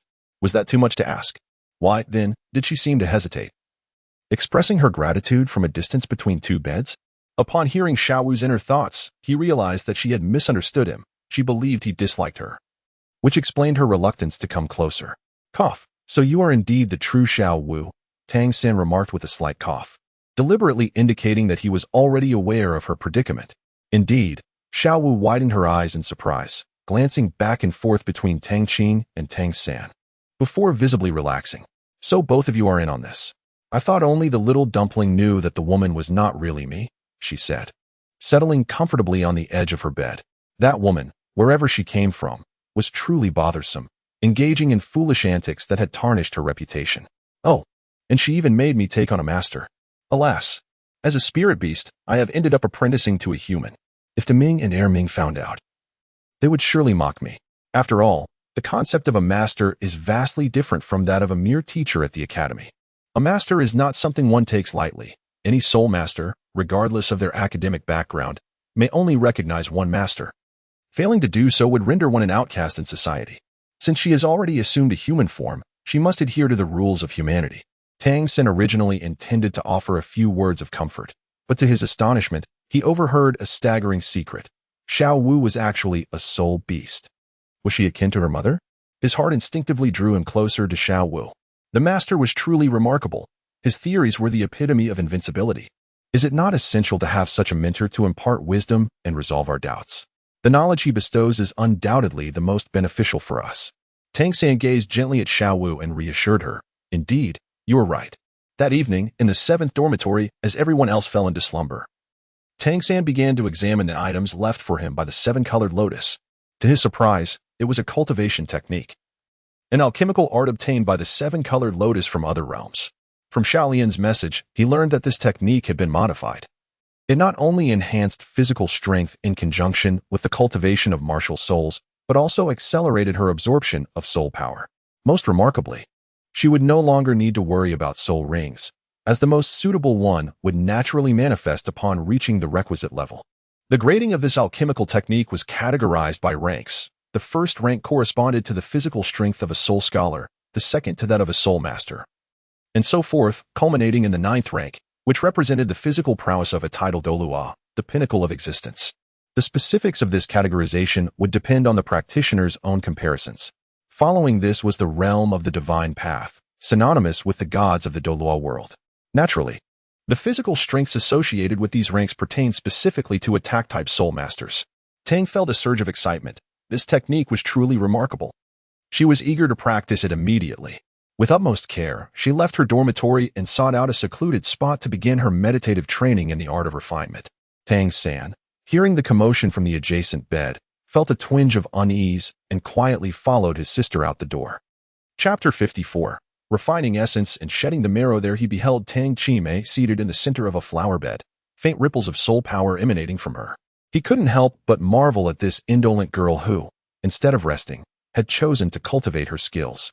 Had she been spurred by some stimulus today? Since he was already out, Tang San resolved not to return. He found a suitable spot and began to meditate, for with his sister exerting herself so diligently, he, as her elder brother, could not afford to lag behind. In the serene morning at Nottingham Academy, the surroundings were sparse with people, and the air was exceptionally refreshing. Tang Qingwei finally emerged from her cultivation, exhaling a breath of stale air, feeling invigorated and utterly free from fatigue. The weariness from her previous day's struggle with Yun Wu had completely dissipated. Upon inspecting her own state, she was astonished to discover that her soul power had reached the impressive level 14, and her refining technique had advanced to the second rank overnight. How remarkable was that? However, what Tang Qingwei remained unaware of was that while the cultivation of the refining technique indeed accelerated the growth of her soul power, it was not typically possible to attain such a rapid increase of one level in a single day. The reason for her immediate breakthrough to the second rank was that her initial foray into cultivation allowed the refining technique to absorb the essential energies of heaven and earth, which harmonized with the soul power she had previously cultivated. This fusion, however, necessitated an even greater influx of the vital energies from the surroundings. Tang Qingwei's delicate physique was immersed in the pure and pristine essence of the heavens and the earth, inadvertently undergoing a profound cleansing that expelled impurities from within, thereby enhancing the strength of her body. In this serendipitous moment, her soul power experienced a remarkable leap forward. Now, the robustness of Tang Qingwei's body rendered it impossible for Tang San to effortlessly draw blood with a long needle as he once did. After the initial surprise, Tang Qingwei detected an unpleasant odor. Lowering her gaze, she was astonished to find her hands adorned with a layer of black substance. Rolling up her sleeves, she discovered the same grim coating upon her arms. Tang swiftly darted towards the washroom like a fleeting breeze, leaving the passing students bewildered, unable to discern who it was. Only catching a glimpse of a small, shadowy figure racing past them. Startled and pale-faced, they mistook it for a ghost, shrieking in terror as they fled. From that moment on, tales of a ghost haunting the washroom spread widely, becoming one of the intriguing features of Nottingham Academy. Tang and the Xiao siblings, bonded by this shared secret, found their camaraderie deepening significantly. When Wangxing observed the Xiao siblings and Tang laughing and chatting, he experienced a fleeting moment of surprise, which was swiftly replaced by understanding as he recalled a previous encounter. They were essentially family. How could their relationship be anything but harmonious? The age-old dilemma of heroes being ensnared by the charms of beauty. Wangxing sighed, shaking his head. The trio hardly attended classes, for to Tang San and Xiao Wu, the master's teachings proved far more valuable than the foundational theories imparted by the academy's instructors. Since Tang Qingwei commenced her practice of the refinement technique, she seldom indulged in sleep, often substituting it with her cultivation. Tang San once endeavored to dissuade her, but upon witnessing his sister's radiant countenance the day after her cultivation, he relinquished his efforts. Meanwhile, Tang Qingwei's practice of the refining technique necessitated a suitable subject for her training. At that moment, Tang San and Xiao Wu became formidable rivals. Xiao Wu was quite pleased with this arrangement, as she harbored a subtle affection for Tang Qingwei, who was also her savior. Such a minor matter was naturally a duty she would not shirk. However, when Tang San witnessed Xiao Wu's enthusiastic agreement, a sympathetic expression crossed his face, for he knew that Xiao Wu could be rather ruthless. He had experienced this firsthand during their time in Holy Soul Village. Just as he felt a pang of sympathy for Xiao Wu, Tang Qingwei's voice chimed in once more. "Brother, will you and Sister Xiao Wu practice with me?" It seemed there was no escaping this situation. Tang San could only manage a wry smile and nod in acquiescence. After all, she was his sister. Xiao Wu, puzzled by Tang San's expression, discreetly poked him and inquired softly, "What's wrong with you?" Tang San gazed at the innocent and bewildered Xiao Wu, suddenly realizing that possessing a lack of understanding could be rather delightful. With a mysterious smile, he remarked, "It's all right. It brings joy and allows for self-improvement." Xiao Wu nodded, finding nothing peculiar in his words. Enhancing practical abilities was undoubtedly beneficial. However, as time passed, Xiao Wu began to regret her earlier impulsiveness. Although initially, Xiao Wei was indeed no match for her, and had even been thrown off balance by her waist bow, nothing could deter her determination to cultivate. Her vigor was unmatched. Even with Tang San's involvement, Xiaowei maintained a rigorous training schedule, engaging in duels 2 to 3 times daily. This relentless effort exhausted Xiaowu, who, after years of being a rabbit, had never encountered such fervent training. She couldn't help but recall her agreement to practice with Xiaowei and Tang San's peculiar expression at that time. Indeed, he had foreseen this and had been waiting to witness her predicament. On this day, it was time for the monthly 1v2 battle. Presently, the once solo Xiaowu was no longer a match for Tang Qingwei, prompting the format to shift from a 1v1 to a 1v2. Of course, the one still referred to Tang Qingwei, while the two naturally indicated Tang San and Xiaowu, due to Tang Qingwei's influence. The synergy between the two had reached an impressive level of harmony. Tang Qingwei adjusted her attire, her delicate face adorned with an expression of utmost seriousness. All right, let us begin. Observing Tang Qingwei's adorably earnest demeanor, Xiaowu and Tang San exchanged knowing smiles. It was precisely this earnest and charming expression that had motivated them to accompany Tang Qingwei in her training and battles over the past 3 years, day after day. With a playful smile, Xiaowu teasingly ran her fingers across her own face and added, "Just remember, if I knock you down later, no crying, all right? Are you ready?" Tang San, momentarily captivated by Xiaowu's endearing antics, quickly regained his composure and turned to his sister, saying, "Come on." All right. No sooner had the words left their lips than the three of them sprang into action simultaneously. Tang San's long legs swept across, striking directly at Tang Qingwei's lower body. Xiaowu moved in perfect harmony, her scorpion braid transforming into a dark shadow that coiled towards Tang Qingwei's neck. The simultaneous assault from above and below effectively blocked Tang Qingwei's path forward. Tang Qingwei moved with agility, his toes barely touching the ground as he transformed his fist into an open palm, striking directly at Xiaowu. Unfazed, Xiaowu maintained her offensive stance. Evading Tang San's sweeping attack was no simple feat as anticipated. Just as Tang Qingwei leapt into the air, Tang San's other leg, accompanied by a fierce whistling sound, appeared unexpectedly at Tang Qingwei's side. In that moment, a long leg aimed at his waist, while cascading hair threatened to ensnare his throat. Tang lightly stepped into the void once more, propelling her body upwards, grasping Xiaowu's long braid with her right hand. She utilized the momentum of her spin to hurl Xiaowu towards Tang San. In an instinctive reaction to evade Xiaowu, Tang San abruptly tilted his head back, arching his waist in a backward motion, employing a technique akin to the iron bridge to dodge. Yet, unbeknownst to him, at that very moment, Tang lightly unleashed a powerful kick with her right leg. Consequently, Tang San felt an overwhelming force surge from his waist, leaving him unable to maintain his balance as he toppled backward. With a resounding thud, Tang San fell onto his back, and Xiaowu's body landed directly atop him, resulting in a tangled heap of limbs. Tang Qingwei, however, paid little heed to such matters, as she was currently lost in the euphoria of her first triumph. "What are you all doing? Hurry up." At that moment, an incongruous voice echoed through the crowd. Tang Qingwei, Xiaowu, and Tang San simultaneously turned their heads, only to behold a female teacher striding towards them in a fit of anger. It is hardly surprising that she was incensed at that moment. The postures of Tang San and Xiaowu were indeed rather unbecoming. Tang San lay sprawled on the ground, his arms outstretched to either side, while Xiaowu pursed atop his waist, her hands pressing against his chest. Although they were merely children, the posture was undeniably suggestive. Xiaowu's face flushed crimson, prompting her to hastily leap off Tang San, who seized the opportunity to roll over and rise to his feet. The female teacher approached, her voice laced with anger as she inquired, "What on earth is happening between you two?" Tang San believed that as a boy, he ought to stand up and offer an explanation. However, before he could utter a word, Xiaowu had already interjected, saying, "Teacher, we were merely sparring." "Sparring? Lying on the ground? Is that what you call sparring? What sort of upbringing have your parents provided? At such a tender age, engaging in flirtation, what will become of you as you mature?"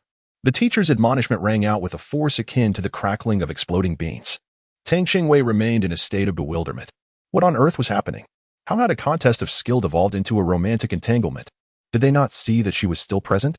Who engages in matters of the heart, while accompanied by a third wheel? They were clearly engaged in a friendly competition. "Teacher, we are indeed merely sparring." Tang lightly interrupted the teacher's reprimand.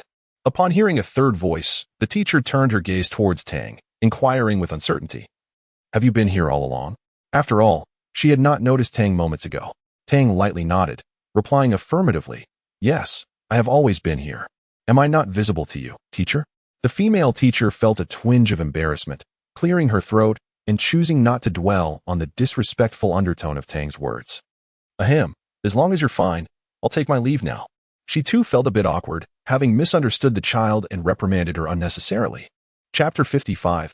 Outside Soto City. Thanks to the 4 years of training with Tang San and Xiaowu, Tang Qingwei's soul power has now reached level 30. Over the span of 4 years, Tang San and Xiaowu have turned 10, while Tang Qingwei has reached the age of 8. Tang San had long become accustomed to the constant challenges posed by his sister, accepting with a positive mindset the undeniable truth of her superiority. Despite being only at the 28th level, a considerable distance from his sister, he remained resolute in his pursuit, for safeguarding her was his solemn duty. Xiaowu, observing the remarkable training pace of the Tang siblings, could not suppress her inner musings, wondering who truly was not human. As the little bundle of energy was advancing faster than she, a soul beast, despite having undergone her second round of training. Her relentless dedication to their practice had only brought her to the same level.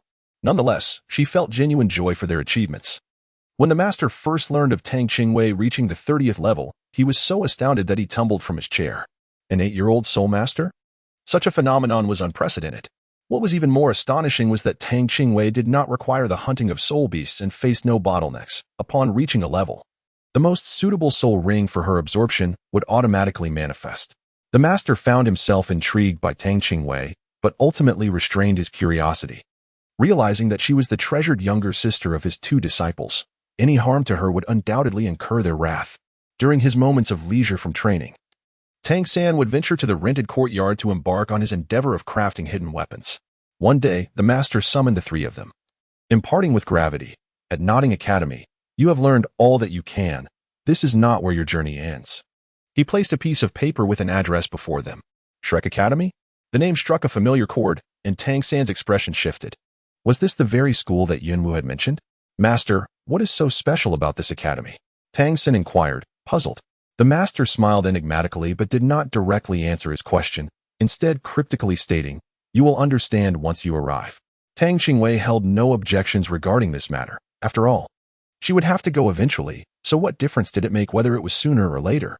Having resided here for 8 long years, she could scarcely recall the original narrative of Douluo continent, retaining only a few key figures in her memory, while nearly everything else had faded away. In the woods outside Soto City, 3 small figures descended from a yellow cloud. How remarkably convenient. Little Rabbit, filled with wonder, gently patted the nimbus cloud and remarked with a sense of nostalgia.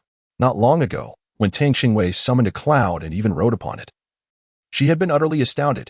Having lived for millennia, she had never before encountered such a mode of transportation, summoned at will and dismissed just as easily, both practical and efficient. Tang lightly discovered that her storage ring was filled with piles of awakening stones. Thus, upon hearing Xiaowu's description, she couldn't help but feel a sense of exasperation. It was only today that she realized the true meaning of the phrase summon at will, dismiss at will. The 3 of them followed the given directions and arrived at Shrek Academy. Brother, look over there, there's a small village. Tang San followed the direction indicated by his sister's finger and beheld a small village approximately a mile ahead. With the keen vision afforded by his purple extreme magic eye, he could distinctly discern that the village comprised around 100 households, slightly smaller in scale than Holy Spirit Village. Tang San smiled and said, let us inquire. Perhaps the villagers will know the whereabouts of Shrek Academy. A Soul Master Academy should certainly be well known. The trio quickened their pace, hastening towards the direction of the village. Upon arrival, Tang San and Xiaowu both sensed that something was amiss. Could it be? Xiaowu gazed in astonishment at the plaque, then turned back to glance at Tang San and Tang Qing, both feeling a sense of bewilderment in their hearts. Tang Qingwei had already discerned the characters on the plaque upon first sight of the village, and thus felt no surprise. Is there truly no one registering? Could we have taken a wrong turn? Xiaowu remarked with a glimmer of hope. Chapter 56. The Rose Hotel. It states here that the registration period is tomorrow. Tang lightly gestured towards the paper affixed to the door, which fluttered in the breeze. With a gust even stronger, it might take flight. We arrived early. Let us venture into Soto City to seek a place to rest. Tang San observed that given the circumstances, it would be more prudent to find accommodation within the city first. Registering tomorrow would yield the same result. Tang Qingwei and Xiaowu held no objections. It was a splendid opportunity to witness the splendor of Soto City. The 3 of them strolled into the city, engaging in light conversation. Soto City was significantly larger and more vibrant than Notting City, with patrolling soldiers visible at every turn and a bustling crowd flowing incessantly through the streets. They decided to have a simple meal before seeking a temporary place to rest. Along the lively thoroughfare, a uniquely designed hotel caught Xiao Wu's attention. The establishment rose 3 stories high. While it was not particularly vast, its exterior was entirely adorned in a rosy hue, resembling a massive rose in architectural style, which instantly captivated the eye. The Rose Hotel? Tang Qingwei wore a puzzled expression as she turned to look at Tang San and Xiao Wu, who exhibited no reaction whatsoever. Everything appeared as usual. Upon observing Tang Qingwei's strange demeanor, they expressed concern, asking, "Xiao Wei, are you all right? Not feeling well?" Well, perhaps it was her lack of purity that led to such thoughts. Her tainted perception of the world had led her astray. It was a sin to associate such fanciful names with a couple's hotel from a past life. Perhaps she was merely hungry. At her level, falling ill was exceedingly rare. So she casually fabricated an excuse. Now, it was their turn to regard her with bewildered expressions. Tang San hesitantly spoke. "Xiao Wei, didn't we just eat?" He added. Overindulgence is not advisable. Well, it seemed she had acted foolishly once again. Retreating into silence, she chose not to engage further. She stepped into the Rose Hotel. And upon entering, she was immediately enveloped by a rich scent of roses. Goosebumps prickled her skin. It was not that she disliked the fragrance, but rather that it struck her as peculiarly unsettling. Was she truly overthinking it? Although she had never visited a couple's hotel in her past life, the decor and ambience of this establishment bore an uncanny resemblance to those portrayed on television.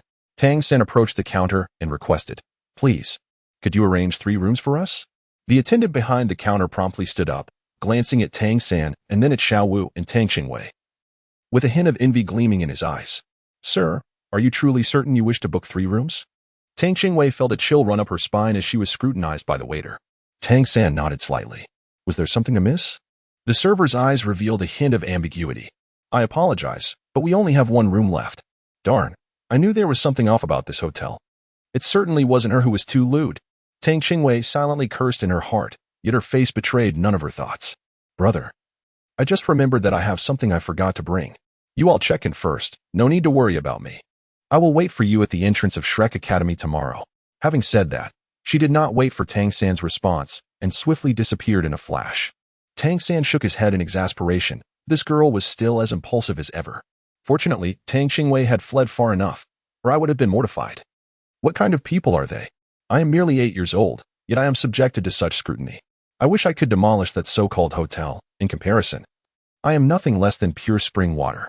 As for Sister Xiao Wu and her brother, she chose to disregard them. What danger could 2 such innocent souls possibly encounter? Chapter 57. Shrek Academy. The following morning, when Tang Qingwei returned after completing her errands, a considerable crowd had already gathered at the academy's entrance. "Xiao Wei, over here." Xiao Wu, with her keen eyes, immediately spotted her. Tang nodded slightly, indicating his understanding, and quickly stepped forward, exclaiming, "You all arrived quite early. You silly girl. Why are you still awake at such a late hour?" Just yesterday, Tang San had entered the room, only to discover it was a couple's suite, and his sister had vanished without a trace. Fortunately, Xiao was carefree and did not mind the situation. Otherwise, it would have been quite awkward. "Hee.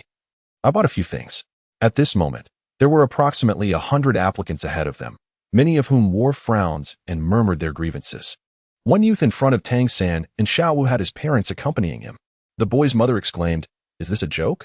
Is this truly the so-called Soul Master Academy, the one that claims graduates will become barons of the empire?" The boy's father replied, somewhat uncertain. "This was stated by the people from the Spirit Hall. It should be accurate, right? Yet, this academy does seem rather shabby." The boy protested, "Dad, I don't want to study here. It's too embarrassing.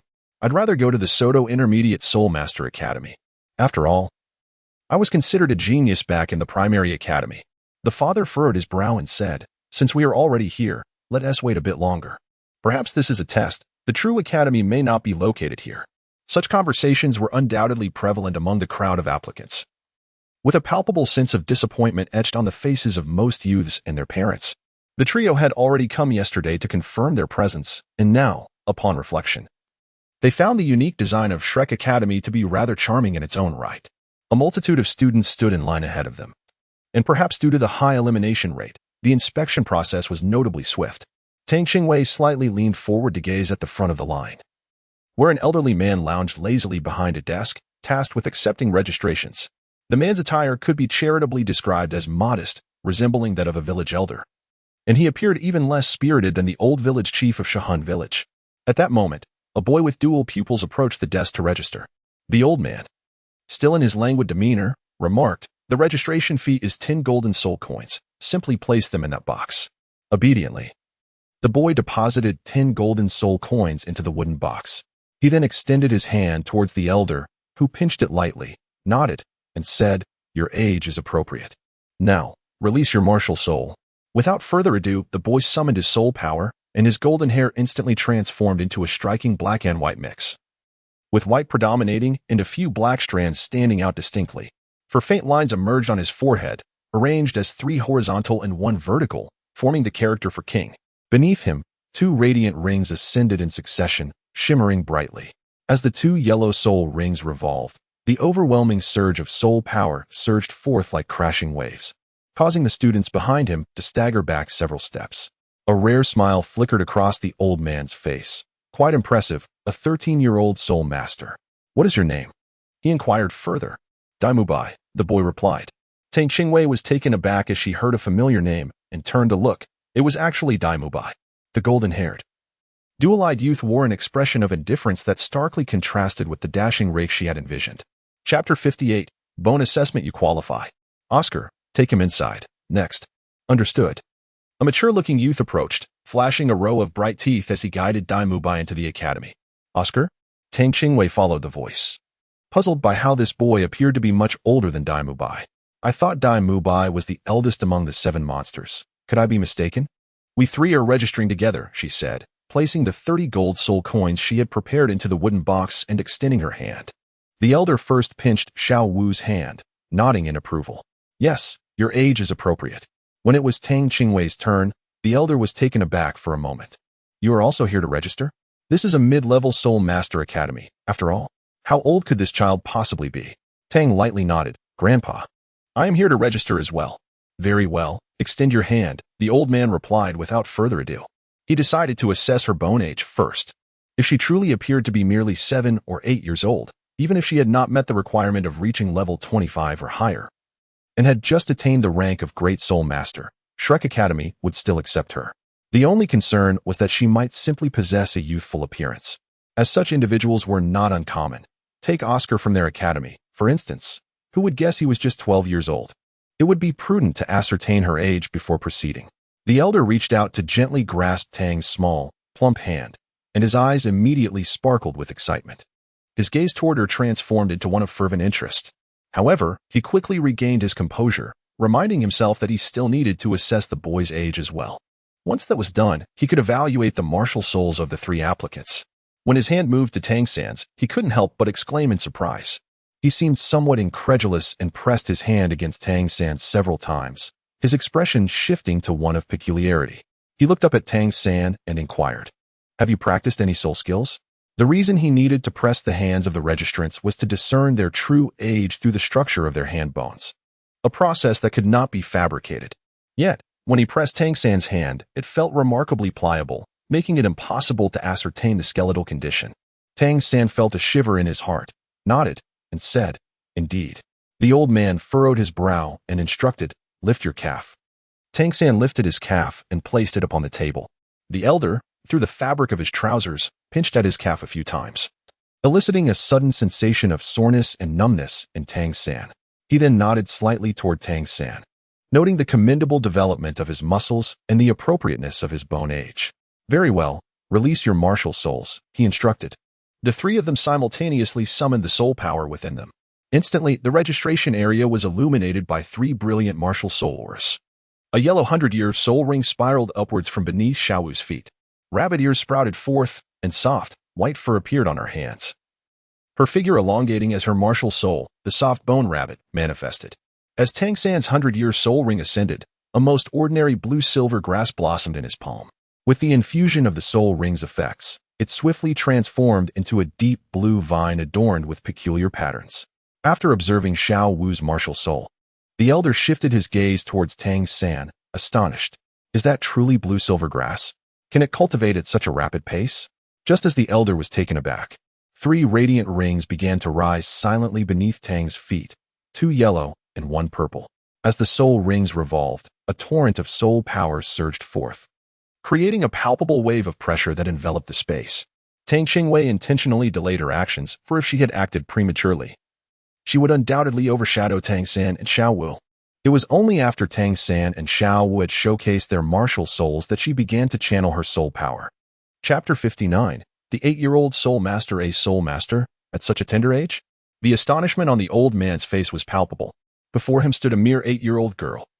Yet she possessed 3 soul rings, having attained the rank of soul master. An unprecedented feat. Particularly remarkable were her 3 soul rings, which boasted the highest configuration of 2 yellow and 1 purple. Truly, the youth is formidable. You all have qualified. Haha. The old man was elated. It seemed this year's prodigies were exceptionally abundant. Dai Mubai and Oscar, who had not strayed far, were taken aback by the scene before them. That little girl was already a 30-level soul master. The comparison was disheartening. They felt the pressure to intensify their training. For being surpassed by such a young child was utterly humiliating. This display of martial souls frightened away at least a third of those waiting in line to register, as no one wished to squander their money, especially considering the rather unremarkable appearance of Shrek Academy before them. Tang Qingwei and the 2 others swiftly caught up with Dai Mubai and Oscar, who remained in the front. As Dai Mubai observed the approaching trio, a sense of unease enveloped him. He could distinctly sense that their soul power surpassed his own, with the sole exception being the young lad beside him. At that moment, his emotions were particularly tumultuous. Following the death of his second brother, he and his elder brother were destined to become the heirs of the Douluo Empire. He understood that a confrontation between him and his brother was inevitable. The royal customs of the Douluo Empire dictated that might makes right. Before turning 25, the one with superior strength would inherit the throne, while the defeated would face eradication or have their soul power stripped away, relegated to a remote location to live out their days in confinement. When his elder brother had clutched his throat, a wave of genuine fear washed over him, prompting him to flee like a coward.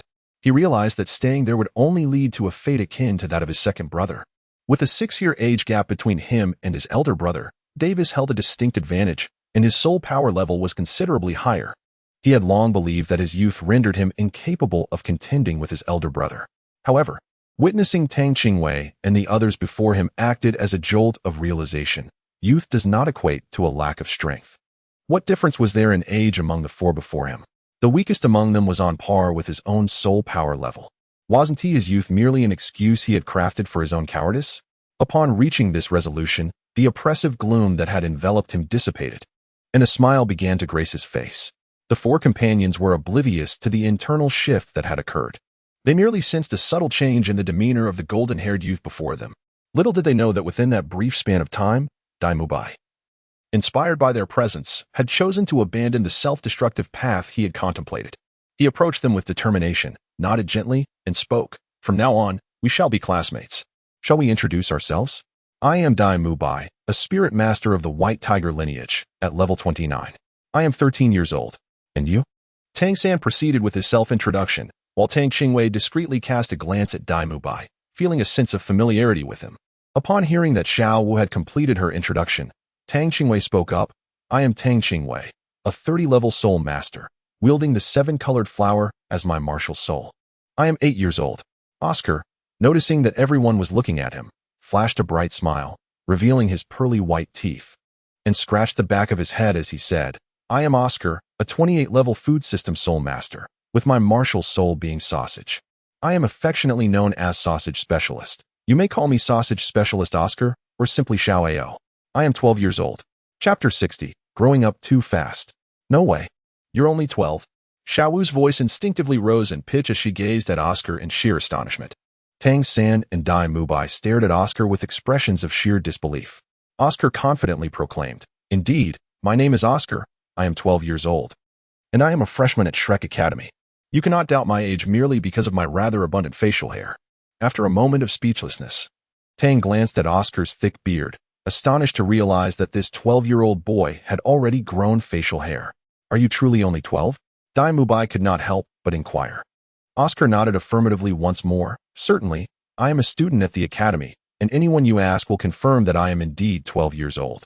Tang San mused to himself. A 12-year-old boy with such an impressive beard could undoubtedly be regarded as a peculiar marvel.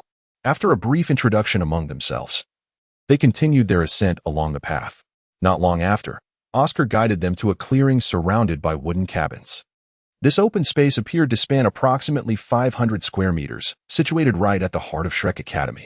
The candidates who had previously passed the preliminary test stood ahead, their evident soul power fluctuations causing the air to tremble irregularly. Oscar gestured towards the queue of candidates before them, stating, "You will undergo your second examination here. The instructors will explain the procedure. I must return to my business." With that, he hurried off, leaving the group to line up behind the candidates as instructed. The second examination was exceedingly straightforward, requiring them to channel their soul power into a white crystal ball. Those with a soul power level below 25 would need to pass each segment individually, while those who had surpassed that threshold could proceed directly to the final assessment. However, Oscar, eager to attend to his business affairs, had neglected to inform them of this detail.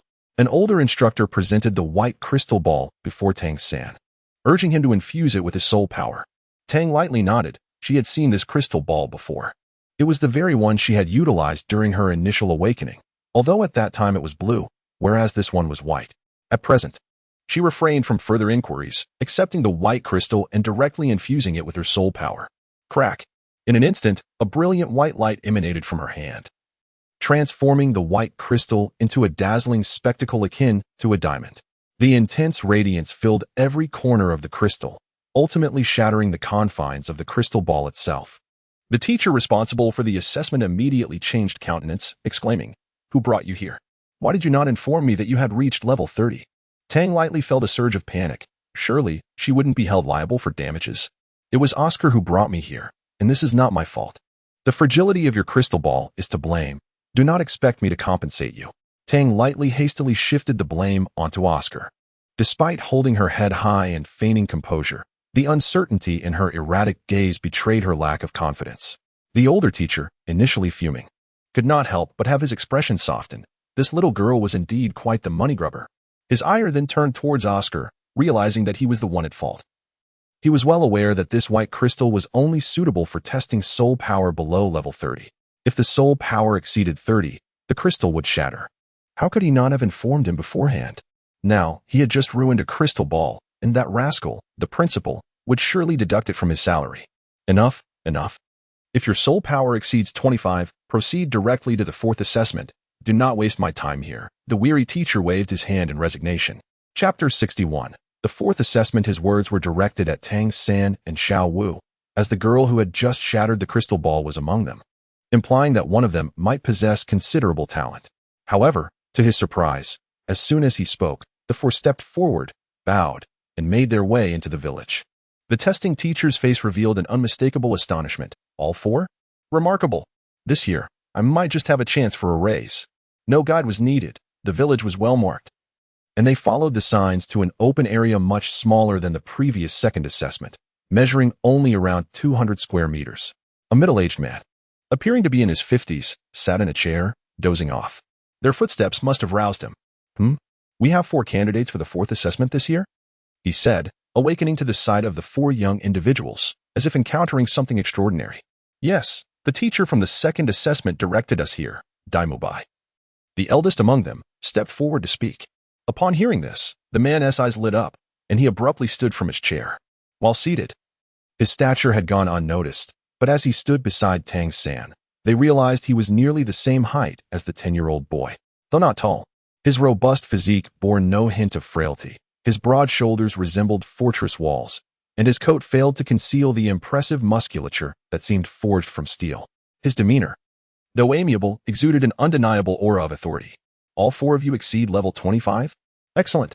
It appears we have many little prodigies this year," the man remarked, a smile gracing his lips. "I am your final examiner. If you pass my trial, you will officially become part of Shrek Academy. However, my assessments are not easily surmountable. Practical experience is an essential strength for every soul master. I will evaluate your capabilities in this regard."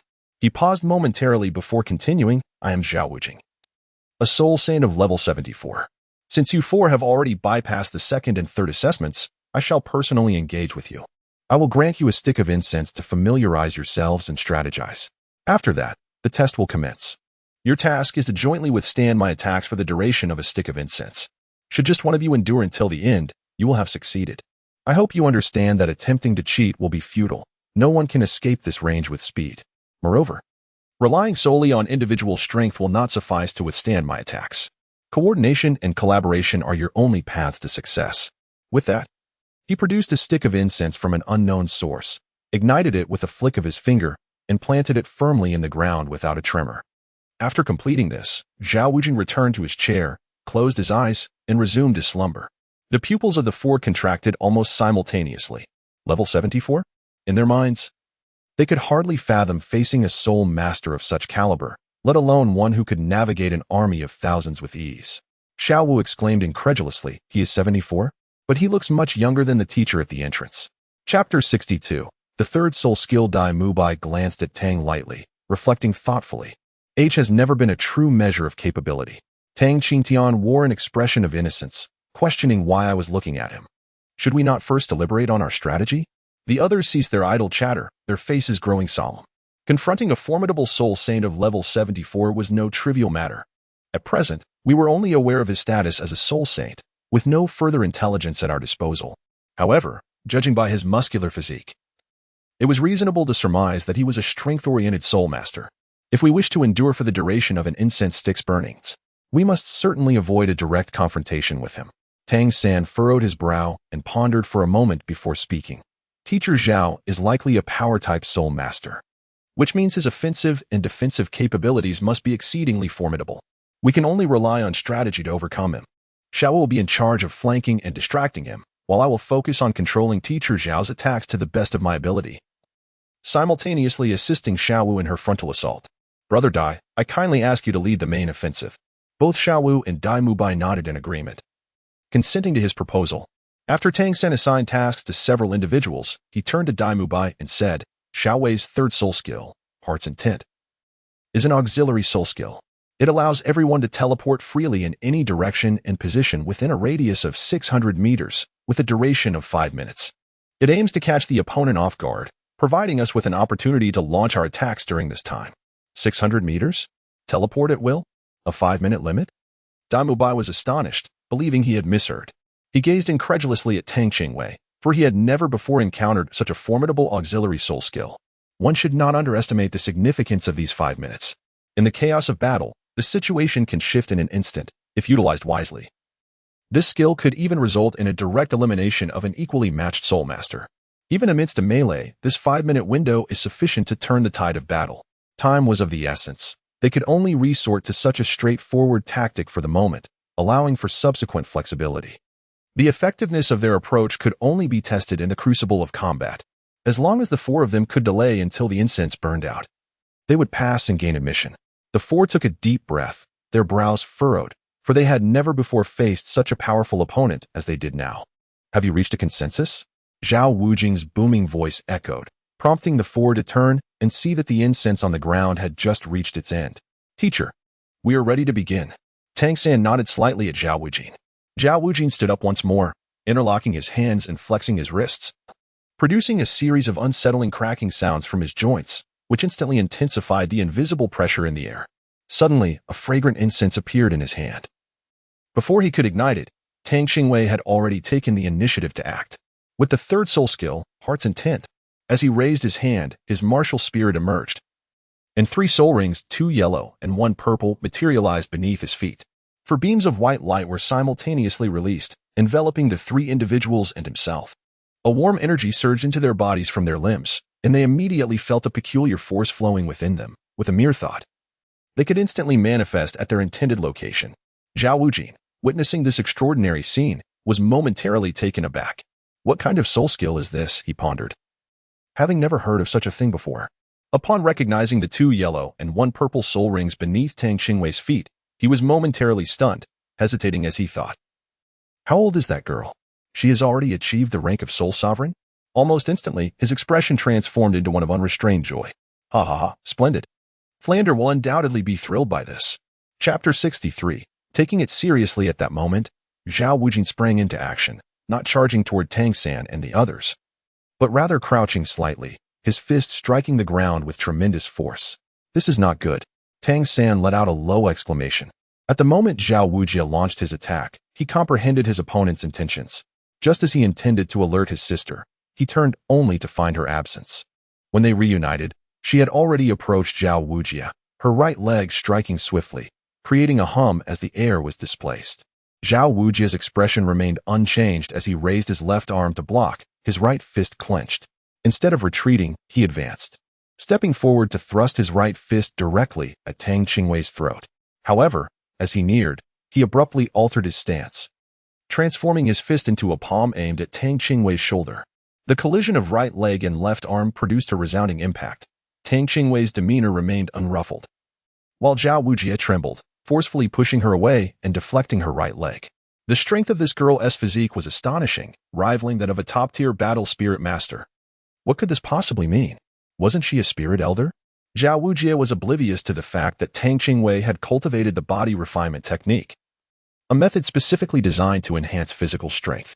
At present, her mastery of this technique had reached the 4th rank, indicating her physical prowess had attained the level of a formidable assault-type spirit master.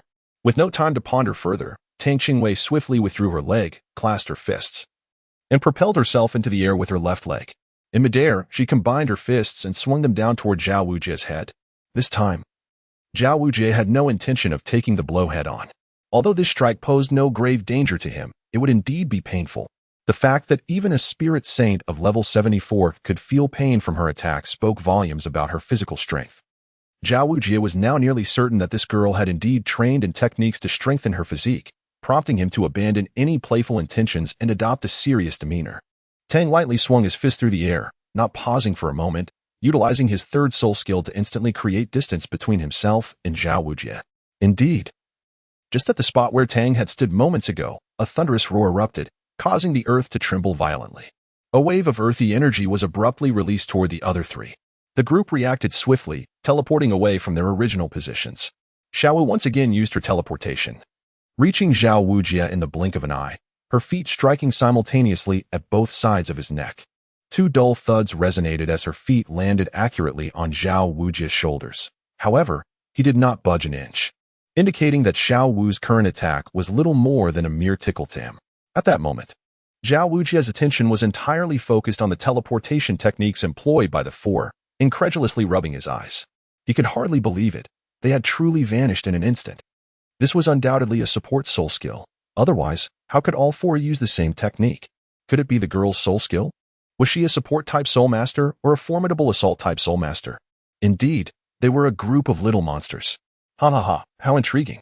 Allow me to witness your capabilities. The combat style of these youngsters had completely captured his attention. Just then, Zhao Wujie felt a sudden tightness across his body as spiny vines began to frantically ensnare him, wrapping around his arms and legs with an iron grip. The vines constricted fiercely, releasing a potent paralyzing toxin. Simultaneously, the vines rising from the ground propelled his body upward, lifting his feet off the ground and enveloping him tightly. Before Tang San could utter a warning, Dai Mubai had already taken action, his 2nd ring radiating with brilliant light. A strong orb of white light coalesced into a spherical projectile. Erupting from his mouth, this was the 2nd soul skill of the Evil Eye White Tiger, the White Tiger's Radiant Wave. Chapter 64, the 2nd soul skill. The vines binding Zhao Wujie were engulfed in white light at the moment the orb struck, along with the ensnared Zhao Wujie. Did we strike too hard? Xiao Wu asked nervously. Bang! With a resounding explosion, debris flew in all directions. When the blinding light and dust settled, Zhao Wujie stood on the ground, completely unscathed. At this moment, his expression turned serious, and with a low growl, his body suddenly expanded. His already formidable muscles nearly doubled in size, and he shot up an entire meter in height, transforming into a remarkably imposing figure. 7 resplendent soul rings appeared around him, 2 yellow, 2 purple, and 3 black, 7 formidable rings encircling his being. A thick layer of brown fur enveloped him, and his height exceeded 2.5 meters, his muscles bulging, brown eyes exuding an overwhelming aura, while the 7 soul rings pulsed rhythmically around him, amplifying the pressure in the vicinity. Children, come forth. Let us continue, Zhao Wujie declared, striding purposefully toward the 4. At this moment, Tang Qingwei's moment of flashing had come to an end. "Xiao Wu, meteor hammer!" Tang San exclaimed in a low voice. Upon witnessing this, Tang Qingwei simultaneously activated his second soul skill, daze and bewilder, capable of locking onto any target within a 50-meter radius, disregarding rank, rendering the target immobile for 3 seconds. The most formidable aspect of this skill lies in its ability to ignore rank.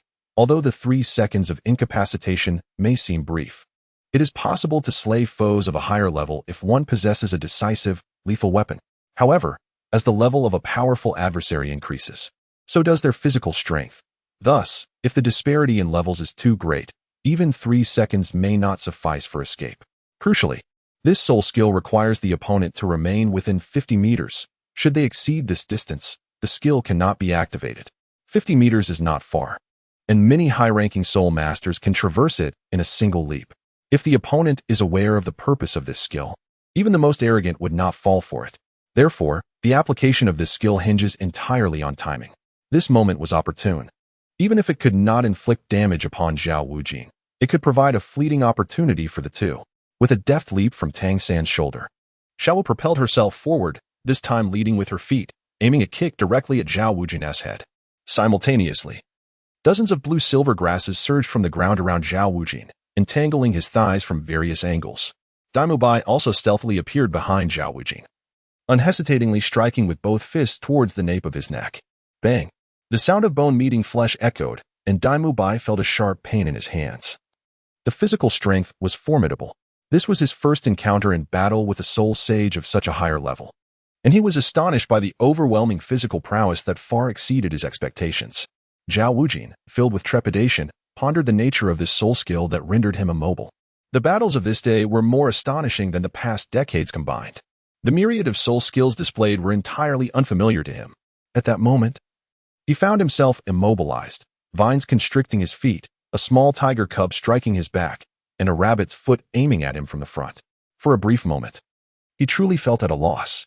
Fortunately, the immobilization effect lasted only 3 seconds. Once he broke free from the restraints, Zhao Wujing's counterattack would commence.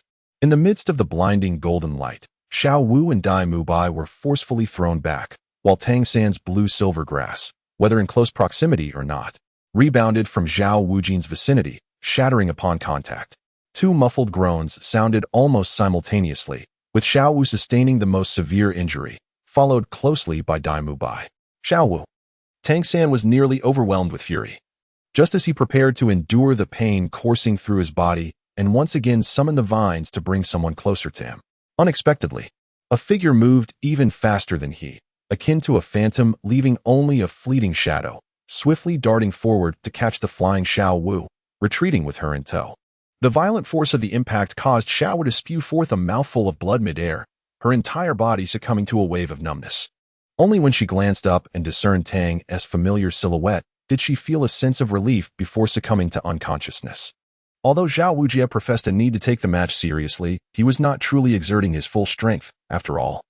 He was not of the same realm as these children, and he had no desire to inflict harm upon them. Tang San observed that his sister had successfully caught Xiao Wu, which brought him a sense of tranquility, for he was well aware of his sister's capabilities. Zhao Wujie, noticing that the others had lost their fighting spirit, refrained from pursuing them further. Instead, he stood still and reassured, "Rest easy, she is unharmed. A good night's sleep will suffice for tomorrow." After speaking, Zhao Wujie turned his gaze towards Tang Qingwei and, with a hint of pride, remarked, "I suppose I need not intervene any longer. Little girl, you have been defeated. Alas, not even a single incense stick's worth of time could you withstand. Do you see? This is the disparity in strength."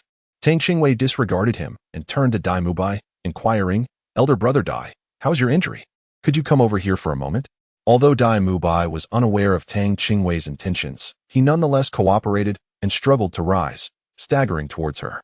Tang San no longer required his sister to call him. He placed a hand upon his chest and approached Tang Qingwei, his eyes cast downwards, devoid of any emotional fluctuations, as if lost in contemplation. Observing the delicate figure of Xiao Wu with blood trickling from the corner of her mouth, Tang Qingwei inwardly mused, "Strength, indeed. Strength must always be the language spoken, no matter the circumstance." Tang Qingwei gently laid Xiao Wu upon the ground and raised his left hand to summon the 7-colored lotus. The 3 soul rings, 2 yellow and 1 purple, shone brightly once more. The 7-colored lotus, rotating upon his palm, erupted in resplendent radiance, splitting into 3 beams of light that surged towards the bodies of the 3 individuals. The white luminescence enveloped them, wrapping their forms within mere seconds. Tang San and Dai Mubai sustained merely light injuries. Even without medical treatment, they would naturally recuperate within a few hours. In an instant, they seemed to be rejuvenated, brimming with vitality. Conversely, Xiao Wu bore the gravest wounds among the trio. In her unconscious state, her delicate brows furrowed involuntarily, and a searing pain coursed through her body, as if it threatened to shatter her into fragments. Every inch of her being ached. Each minute, each second stretched interminably. Though she had endured numerous injuries before, she had never experienced such excruciating torment. Was this the true nature of a soul sage? The mere aftershock of a single blow had rendered her so utterly helpless. Fortunately, this agonizing sensation did not linger for long. A sudden wave of warmth surged within her, alleviating her suffering. Gradually, this warmth intensified, enveloping her like a soothing hot spring, causing all pain to dissipate. As Xiao Wu opened her eyes, she heard Dai Mubai exclaim in astonishment, "What the heck, Xiao Wu? Is this also your soul skill?" Tang Qingwei cast a fleeting glance at Dai Mubai and nodded, stating, "Indeed, I am an auxiliary soul master." Dai Mubai was beyond astonished. He was utterly bewildered. Akin to beholding a peculiar creature, exclaiming, "You can even perform healing arts?" Chapter 66, Assessment Pass. Tang San watched the two with a smile in his eyes, knowing that his sister's healing arts were far from ordinary. Unbeknownst to him, at that moment, Zhao Wujie was utterly astonished. What in the world was happening? How had she suddenly unleashed a healing soul skill? Wasn't she a soul master of the offensive type? Despite her seemingly soft and delicate appearance, she was undeniably a formidable force, unrivaled in both defense and physical strength among her peers. What was the meaning of this? Could she possibly be an all-element soul master? That was simply absurd. He must have been overthinking it. The 4 of them resumed their stances of attack and defense. "Teacher, let us continue." Zhao Wujie glanced at the incense stick that was nearly burnt out and waved his hand in exasperation. "What are you still fighting for? The incense is almost gone. Consider yourselves past." He cursed silently. What was the point of continuing when he couldn't truly engage them? Yet, if he refrained from earnest confrontation, these little monsters were as slippery as eels, making it exceedingly difficult to win within the time frame of a single stick of incense without injuring anyone. The purpose of the incense was merely to prevent these children from becoming conceited due to their innate talents, as pride leads to downfall. In the past, Shrek Academy had experienced its share of slow progress due to arrogance. Zhao Wujie wished for these promising youngsters to avoid straying down a misguided path, but he was pleasantly surprised by the strength they exhibited. Each displayed unique abilities, and astonishingly, they managed to coordinate so seamlessly without prior practice. Their future prospects were undoubtedly limitless, especially the youngest girl, who truly astonished him. "Have we passed the test?" The lively Xiao Wu, now completely restored, inquired. The group followed Zhao Wujie to the student dormitory. "Currently, we have only 2 students in our academy. One is Oscar, whom you all have met, and the other you will soon become acquainted with." 2. The 3 of them, except for Tang Qingwei, exclaimed in unison. Dai Mubai couldn't help but chuckle bitterly. With so few students, would they really be able to gather a team for the elite competition of advanced soul master academies across the continent? Time was not on his side. His family had given him until the age of 25 to win against his elder brother, and that opportunity was rapidly approaching. Zhao Wujie snorted. "What do you know? This is about being selective rather than indiscriminate. No matter the circumstances, even if Shrek Academy were to close its doors, we would never accept incompetence, only monsters. Do you know what the graduation requirements are?" The 4 remained silent, their gazes fixated on Zhao Wujie. Not receiving the expected questions, he turned to meet their fervent stares. Why were they not following the usual script? Shouldn't they be curiously asking why? Clearing his throat teased the tension. Zhao Wujie continued, "We only accept students under 13 years of age, and they must possess extraordinary talents. The graduation criterion is to exceed level 40, and one must achieve this before the age of 20 to graduate as a soul master." "Are there many graduates from the academy?" they inquired, astonished. Zhao Wujie felt satisfied with their reactions. This was the response one would expect from sensible individuals. He slowly elaborated, "The academy has admitted a total of 62 students, but only 14 have truly graduated. All 14 have become prominent figures in the world. The most outstanding among them is now the youngest elder in the Spirit Hall. second only to the Pope in authority. The others who did not graduate either failed to reach level 40 by 20 or perished while hunting soul beasts. The principal has stated that anyone who does not achieve level 40 should not embarrass the academy by going out. Zhao Wujia's expression was calm, but internally he reveled in pride. Aren't you all quite arrogant? Not so much now, are you? Now you understand what it means to be a genius. As he pondered, Tang Qingwei raised her hand with an earnest expression and asked, Teacher Zhao, are there enough rooms to accommodate us? I would prefer a room to myself. Xiao Wu was not surprised. After all, during their time at the Nodding Academy, Xiao Wei had already chosen not to stay in the common dormitory. Time flies. It felt like just yesterday that she was a tiny bundle, and now she had grown so much. Wait, why was she feeling like a mother? She was only 10 years old. Zhao Wuqie replied, I was sharing with you the illustrious history of Shrek Academy, and you asked me about the availability of rooms? Are you out of your mind, young lady? Clearly, she needed to be put in her place to maintain some humility. Should be enough, he continued. Did you not hear me say that we have admitted 62 students? I just wonder if those 62 were from the same period. Tang San speculated, turning to Zhao Wujie with an inquiring look. Zhao Wujie shrugged. Is there enough room? I'm not entirely sure. It's not usually my responsibility to handle logistics. Today was just coincidental. Our academy truly lacks funds. We only rent a third of this village and have constructed it simply. However, with just 2 girls, it should be manageable. The village was not large, and they soon arrived at the dormitory building. Tang Qingwei successfully secured a room to herself. Meanwhile, Dai Mubai and Tang San shared accommodations with 2 other students, fostering a harmonious relationship among the learners. After settling their belongings, the quartet realized it was already noon and decided to venture out in search of sustenance. Being newcomers without acquaintances to guide them, they were entirely unfamiliar with Shrek Academy. Left with no other option, they resolved to follow the trail of rising smoke, hoping it would lead them to a place that offered food. The village was not extensive, and as they wandered, they inadvertently stepped beyond the confines of Shrek Academy. While the academy was enveloped in tranquility, the villagers on the other side were bustling with activity. Rising with the sun, the farmers adhered to their routine, relying on agriculture to sustain their families. Uncertain of where breakfast at the academy was served, the group opted to procure some food from the village to satiate their hunger.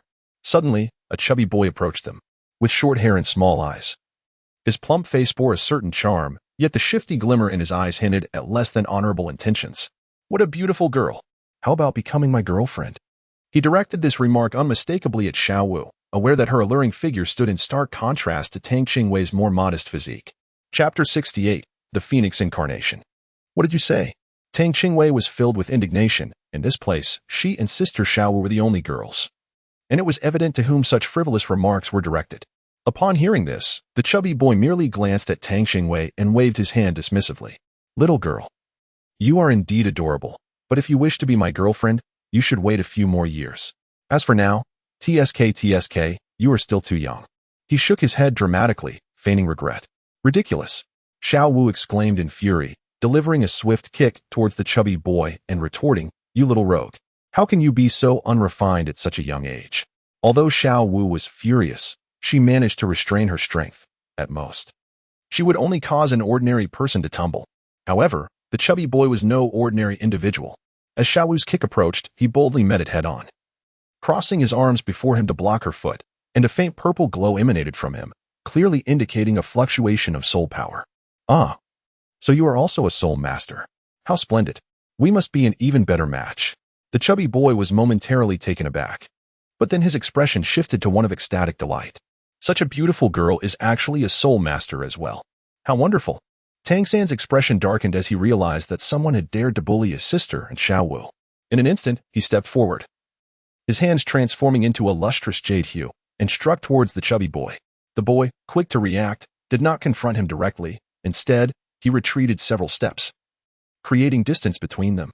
It appears you all must be soul masters, he remarked. Very well, let me show you what true power looks like.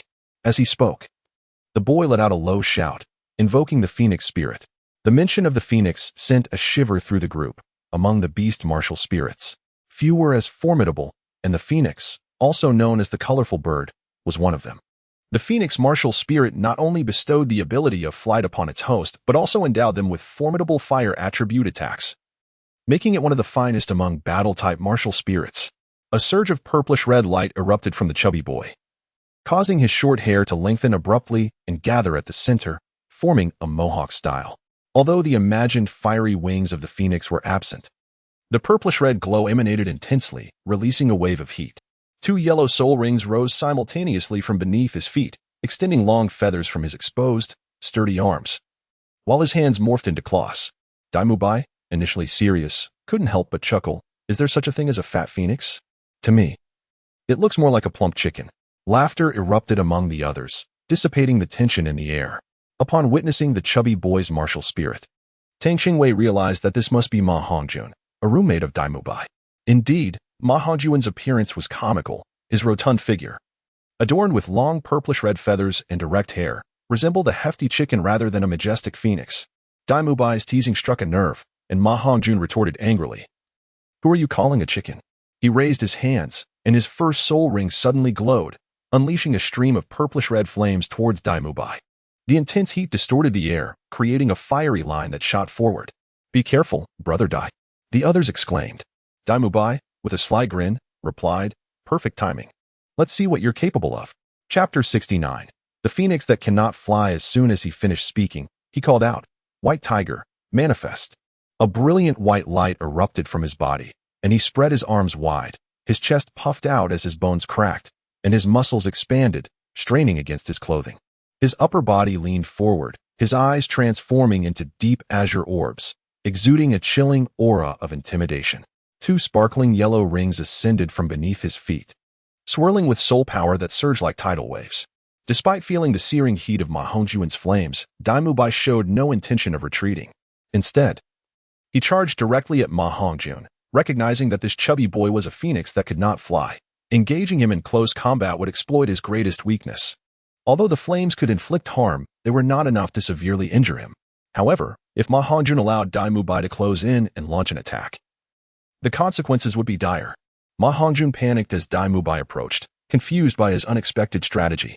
Despite his considerable soul power, he lacked the practical experience that Daimubai possessed. Typically, he relied on his overpowering flames to prevail, and he had not anticipated that Daimubai would so easily discern his vulnerability. Once Daimubai manifested his martial spirit, he seemed to transform entirely. As his white hair billowed, his explosive power propelled him towards Ma Hongjun. His claws extended as he lunged for Ma Hongjun's body. Startled, Ma Hongjun immediately activated his second soul ring skill. With a loud whoosh, intense purple flames erupted from his body, causing his rotund figure to expand outward in an instant. Though Ma Hongjun's second soul skill, the Blazing Phoenix, provided comprehensive defense and an offensive element, it could not withstand the effect of Daimubai's first soul ring, which amplified his attack and defense by 50%. In the blink of an eye, the victor was decided. Ma Hongjun was flung backward by the White Tiger's fierce light wave. Fortunately, Daimubai had only intended to intimidate and did not exert his full strength. Otherwise, that blow would have left the chubby boy incapacitated for days. However, Daimubai clearly overestimated Ma Hongjun's control over his own body, as the boy tumbled through the air before landing awkwardly on the ground. At that moment, a voice of surprise rang out. What on earth are you doing? The group turned to see Oscar, dressed in simple gray attire with neatly cropped hair, approaching them. Xiao Wu, hands on her hips, scoffed. What's going on? Why don't you ask him? This chubby boy was flirting with us. Isn't it right to teach him a lesson? Ma Hongjun, feeling wronged, protested. What did I do? I merely asked if she would be my girlfriend. How is that bullying? That child is so young. I'm not a beast. Upon hearing this, Tang Qingwei's face darkened, and she immediately retracted her hand, which had been poised to heal. Do you believe I want to show you just how big my fists are? She retorted. You think everyone is as precocious as you? I'm just an average 8-year-old. Chapter 70. He's your roommate. As Oscar approached, he noticed that only Ma Hongjun bore the brunt of the altercation, while the others appeared unscathed. Realizing the situation, Ma Hongjun plopped down on the ground, exclaiming, Quick, get me a sausage. I can't believe I was ganged up on by so many. Who told you to be so flirty? You deserve to get hit, Oscar replied. Turning to the group, Ma Hongjun explained. Do you remember me saying that there are only 2 students in the academy, including myself? Understanding dawned on them, and they exclaimed, So you're saying he is? Ha ha ha, it was all a misunderstanding. Daimubai interjected, stepping forward to pull Ma Hongjun up with a smile. But next time, perhaps refrain from being so flirtatious, or else you'll find yourself on the receiving end of misfortune. Though Dai Mubai spoke with a smile, his eyes glinted coldly. Ma Hongjun shivered at the thought of this seemingly friendly tiger. Oscar, oblivious to Dai Mubai's expression, thought they had reconciled and called to Ma Hongjun. 5 copper soul coins for 1 sausage, and don't forget to settle up with me. I have a big sausage. As Tang San heard Oscar's peculiar utterance. I have a large sausage, he momentarily froze, overwhelmed by the ambiguity of the statement. Dai Mubai, too, found himself drawn by the odd incantation, turning to investigate. Suddenly, a burst of golden light coalesced within his palm, and 2 golden rings rose from beneath Oscar's feet. In the next instant, a radiant flash from his hand conjured a delectable sausage. Xiao Wu's delicate face flushed crimson as she covered her warm cheeks, playfully chiding. How can such a strange martial spirit exist? As for Tang Qingwei, he had already covered his ears, shielded from the peculiar spectacle by Tang San. Tang Qingwei felt an overwhelming urge to roll her eyes. Did he truly believe that his palm was akin to soundproof cotton? She had already reached the revered level of a soul master. With keen senses, such a trivial obstruction was utterly ineffective. However, being merely 8 years old, she was still a child and refrained from rejecting Tang San's concern, gazing at him with her innocent wide eyes, feigning ignorance. Ma Hongjun, with an unwavering demeanor, promptly devoured the sausage that Oscar had handed him, disdainfully remarking, "We are in a monster academy. So it is only natural for the martial spirits to be extraordinary and varied."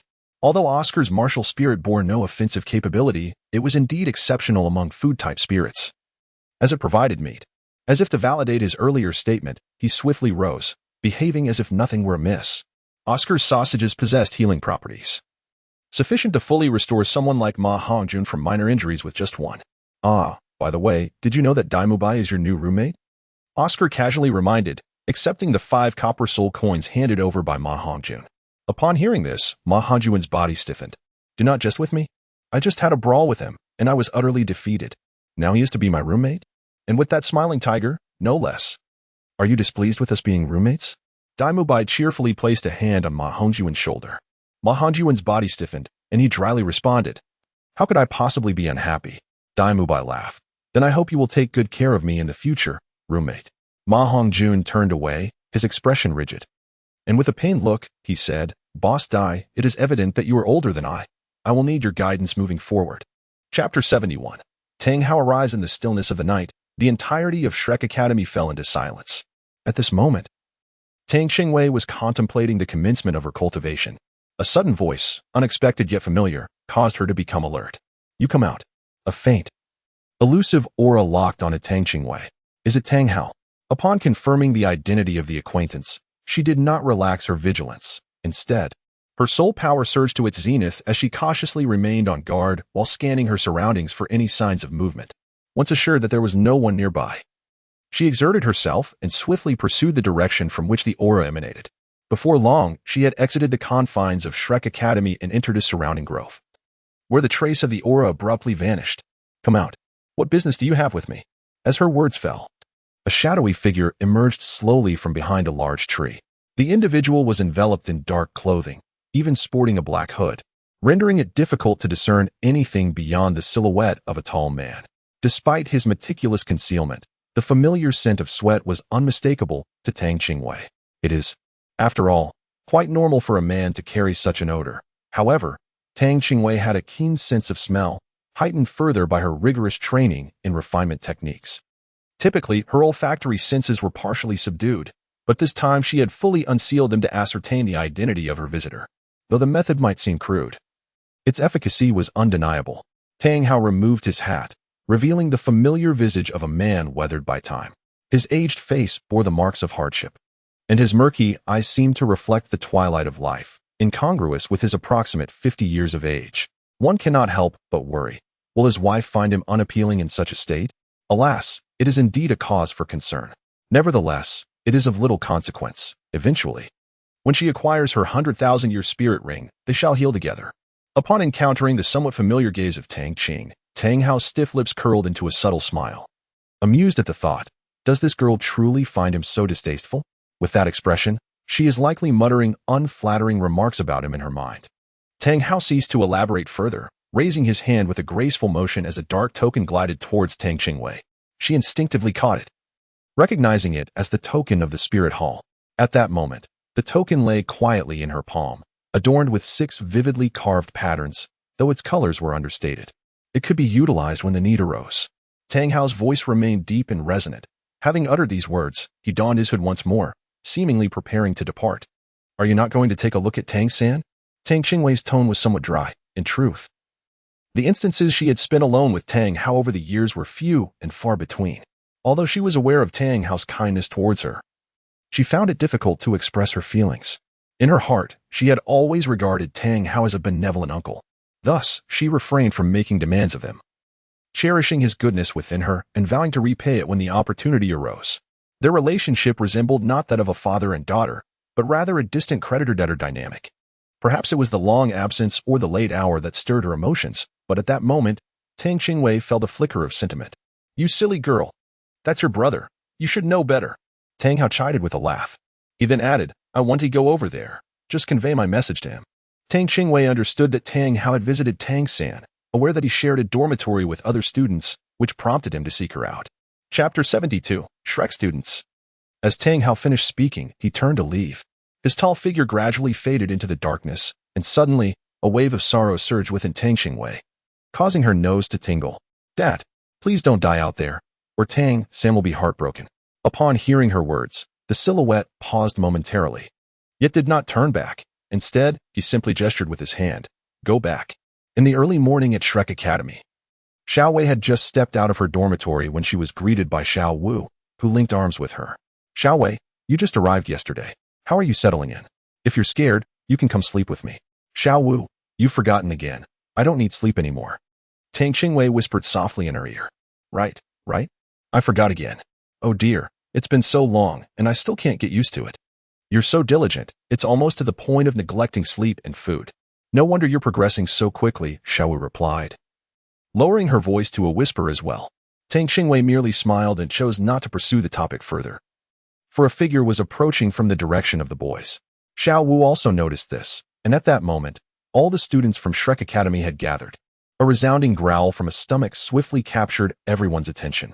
Tang Qingwei clutched her belly, unfazed by any embarrassment, and glanced at Tang San with a slight pout. Brother, I am hungry. She refrained from urgently sharing the events of Tang Hao's visit from yesterday with Tang San, for there were more than just the two of them present here.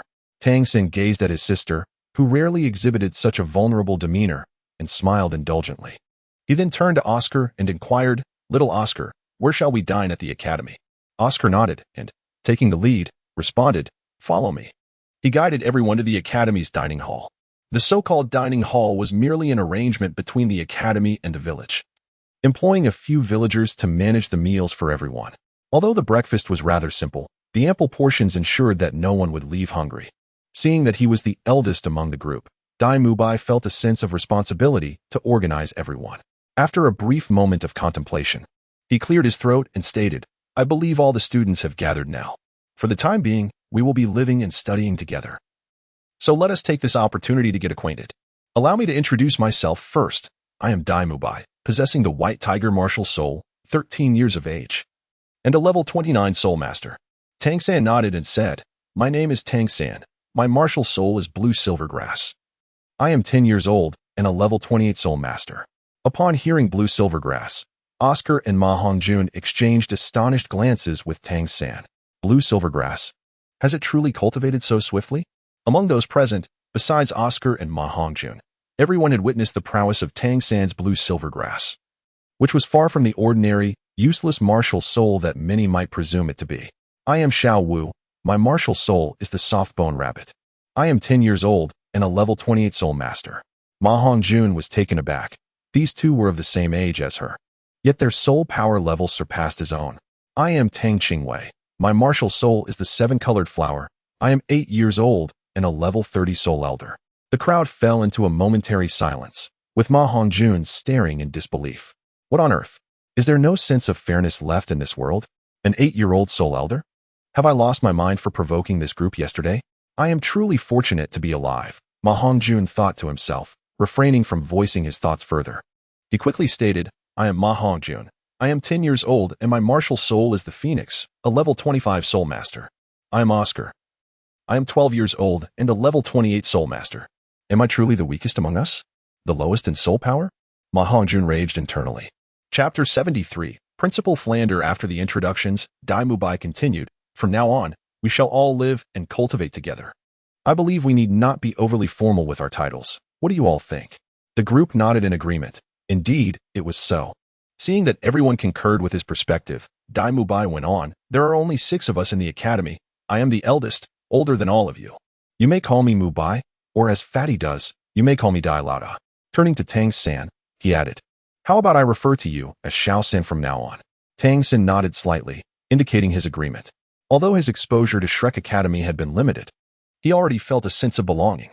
Dai Mubai, Oscar, and Ma Hongjun each possessed distinct characteristics, yet none of them repulsed him. Before Dai Mubai could speak of himself, Tang smiled gently and said, "Like my brother, you can simply call me Xiaowei." Naturally, there was no need to change how Xiaowei was addressed.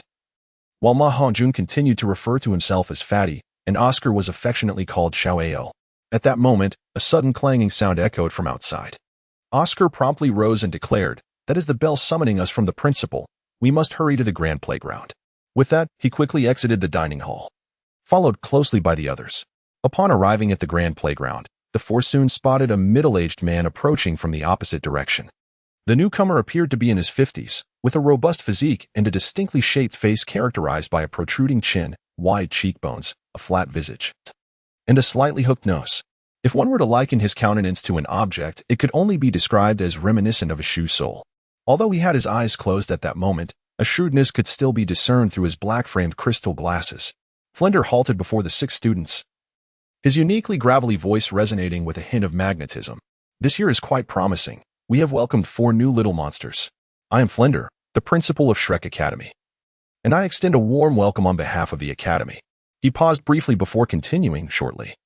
"Each of you will need to submit 100 gold coins to Teacher Lee, who oversees the finances." Flinder took a moment to survey the group before stating, "As for the Academy's rules, there are no particularly stringent regulations. To put it simply, one must refrain from pillaging or engaging in immoral acts. Yet we encourage combat and gambling."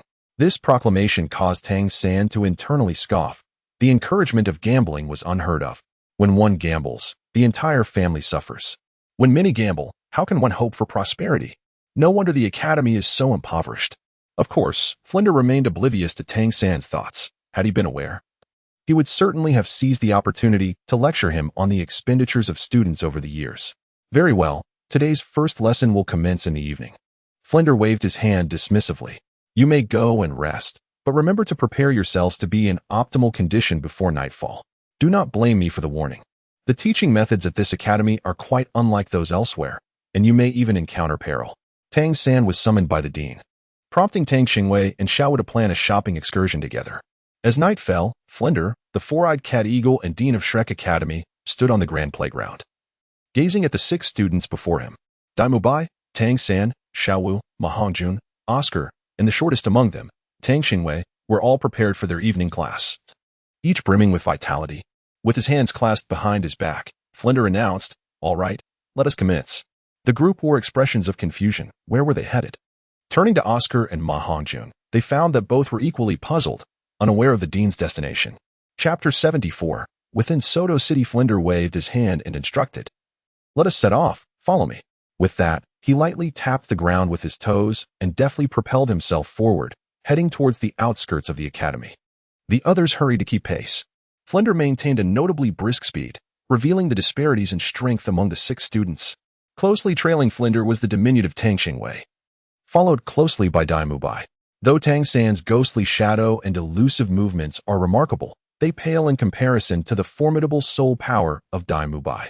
Consequently, he and Xiao Wu find themselves tied for 3rd place, while the final position is occupied by Oscar and Ma Hongjun. Despite Oscar being a food-type support soul master, his physical stamina ultimately falls short against combat soul masters. Even with his continuous consumption of self-made restorative sausages, he remains far behind the others. Along the journey, Flinder refrained from speaking, and the group had little opportunity for idle chatter as they kept close behind him. Before long, they arrived at Flinder's destination, Soto City. The distance from Shrek Academy to Soto City is not great, and as they approached the southern gate of Soto City, Flinder's pace finally slowed, allowing the 6 students to catch up. Nestled within the borders of the Barak Kingdom, Soto City is shielded from any external threats. which permits its gates to remain open at all hours. The 7 of them entered the city without incident. Although night had fallen, Soto City appeared to have just awakened, bustling with even more vigor than during the day.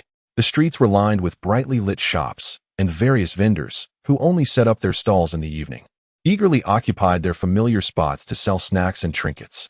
Upon reaching the vibrant thoroughfare, Xiao Wu eagerly tugged at Tang San. Her curiosity piqued as she gazed around. Tang San closely followed the two, ever vigilant in reminding them not to stray too far from the dean. Tang Qingwei, in her past life, was an only child, leading a solitary existence with few friends. After entering the workforce, her days revolved around a monotonous routine of commuting, dining, and returning home, a trifecta of life. Her primary source of entertainment consisted merely of indulging in anime and novels, and even her shopping was confined to the realm of online transactions, rendering her a quintessential recluse.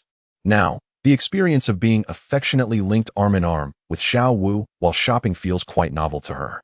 Dai Mubai, being the most striking among them, attracted the glances of numerous beautiful women along the way, akin to casting flirtatious glances at the blind.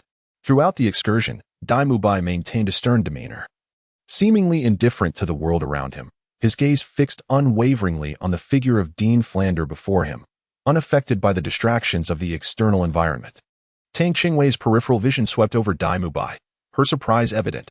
She hadn't anticipated that this notorious playboy would transform into a paragon of virtue. Unbeknownst to her, Dai Mubai's metamorphosis stemmed from the trio's influence. Upon learning of their ages and prowess, he experienced an awakening and resolved to abandon self-destructive tendencies, now yearning to rapidly enhance his own strength. Seeing Dai Mubai in this state, Ma Hongjun discreetly curled his lip in disdain, mentally cursing the wooden block. Such a handsome visage squandered. How splendid it would be if he could possess it. As he gazed at the beautiful women on the street, Ma Hongjun's eyes seemed insufficient, darting around eagerly, fixating solely on the attractive ladies passing by. Whenever he spotted a particularly voluptuous figure, he would occasionally swallow hard. Fortunately, being at the back of the group, no one had noticed his current demeanor.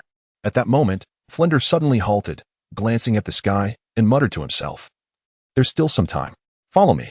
Chapter 75. The Grand Soul Arena. With that, Flinder led the 6 individuals into an inconspicuous shop beside the street. The 7 gathered around a round table, ordering the cheapest tea available. Tang Qingwei frowned at the cup of tea before her, its surface frothy with tea leaves. "Director, may I order something else? I'm still young and wish to grow taller." Flander observed Tang Qingwei's expression of distaste and, with a hint of annoyance, took her cup away, downing its contents in one gulp. "If you dislike it so much, then order something else and pay for it yourself." Tang San felt a pang of tenderness for his younger sister as he gently stroked Tang Qing's hair. "Brother will buy you something else. Would you like to drink?" He then turned his gaze towards Xiao Wu, his eyes inquiring. "Just orange juice will suffice." The 2 of them ordered the same fruit juice. Tang Qingwei cheerfully selected the beverages he desired, casting a triumphant glance at the scowling Flander. Just as Tang San was about to summon the waiter, he was suddenly enveloped by 3 piercing gazes, and upon raising his eyes, he beheld the other 3 individuals gazing at him with palpable longing. Tang San's expression darkened as he cast a disdainful glance at a few individuals, retorting irritably, "If you wish to drink, go buy it yourselves." These individuals were not devoid of funds. It was rather unreasonable to expect him to treat them. The trio gazed at Tang San with expressions of discontent. Yet he chose to ignore them. Flander, observing the smug demeanor of the young girl before him, felt a surge of frustration. "So what if you have an elder brother?" he thought. Nevertheless, he refrained from further comment and gestured towards the outside, saying, "There lies the place where you will attend your classes." Following the group beheld a sprawling array of towering structures not far from the shop. From their vantage point, they could discern the immense height of the edifices, nearing 100 meters, imposing and profound against the night sky. Faint glimmers of light flickered from within the colossal buildings. Dai Mubai's countenance shifted. He was well aware of this locale, the Grand Fighting Soul Arena.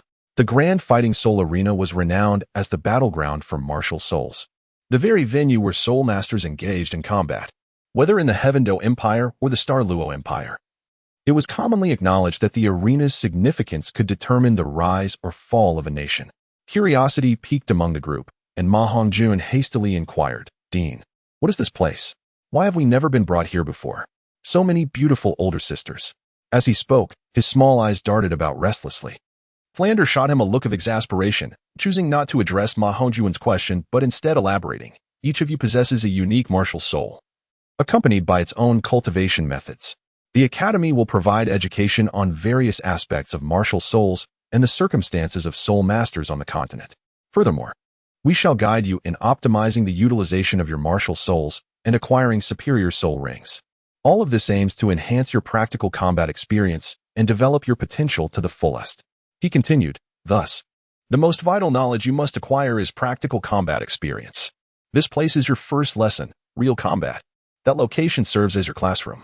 Upon hearing this, the group realized that battles awaited them, explaining the dean's insistence on them maintaining their best condition before nightfall. Satisfied with the determined expressions on their faces, Flander declared, the edifice before you is the Grand Fighting Soul Arena, a privilege reserved for cities of the main city level. Its scale signifies the prosperity of a city or even a nation, and it bears the name of its city. Hence, here it is known as the Soto Grand Fighting Soul Arena. Chapter 76. The Silver Fighting Soul Badge. Is the Grand Fighting Soul Arena truly a place for martial soul battles? Xiaowu questioned with intrigue, while Tang San, though aware, also displayed a hint of curiosity, contemplating his own little treasure trove and whether he could seize an opportunity to profit. Flander nodded, affirming, indeed. The Grand Fighting Soul Arena is a relatively equitable space. Here, martial souls clash. Even if you were to slay a scion of a prominent family, you need not fear reprisal. This arena is fraught with both peril and opportunity, making it an ideal venue for practical training. Continuing, Flander's gaze swept across the 6 individuals before him. Your task is to secure at least a Silver Fighting Soul Badge before your graduation. Do you understand? Upon hearing this, only Daimu Bai, privy to the underlying implications, exhibited a flicker of surprise. The Silver Fighting Soul Badge from the Grand Fighting Soul Arena was not easily obtained. However, moments later, he smiled, finding the challenge all the more enticing. Tang Qingwei momentarily lost her focus upon hearing the mention of the Silver Soul Badge. Is this incident present in the original text? It has been so long that I truly cannot recall many details. As Tang Qingwei was lost in thought, Flander spoke up. It's about time, let us proceed. I will inform you of the remaining details once we arrive at the venue. After settling the bill, the group of 7 exited the establishment and made their way toward the Soto Great Spirit Arena. As they approached, the grandeur of the arena left an even more profound impression on them. When Tang Qingwei and the others first arrived in Soto City, they had not ventured to this part of town, and they were astonished to discover such an imposing structure within the city.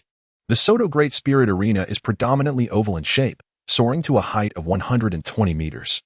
It is divided into a main arena and 24 auxiliary arenas, capable of accommodating an audience of 60,000, including 100 exclusive VIP boxes. This venue serves not only as a place for spirit masters to engage in friendly competition, but also as a stage for various factions to showcase their power.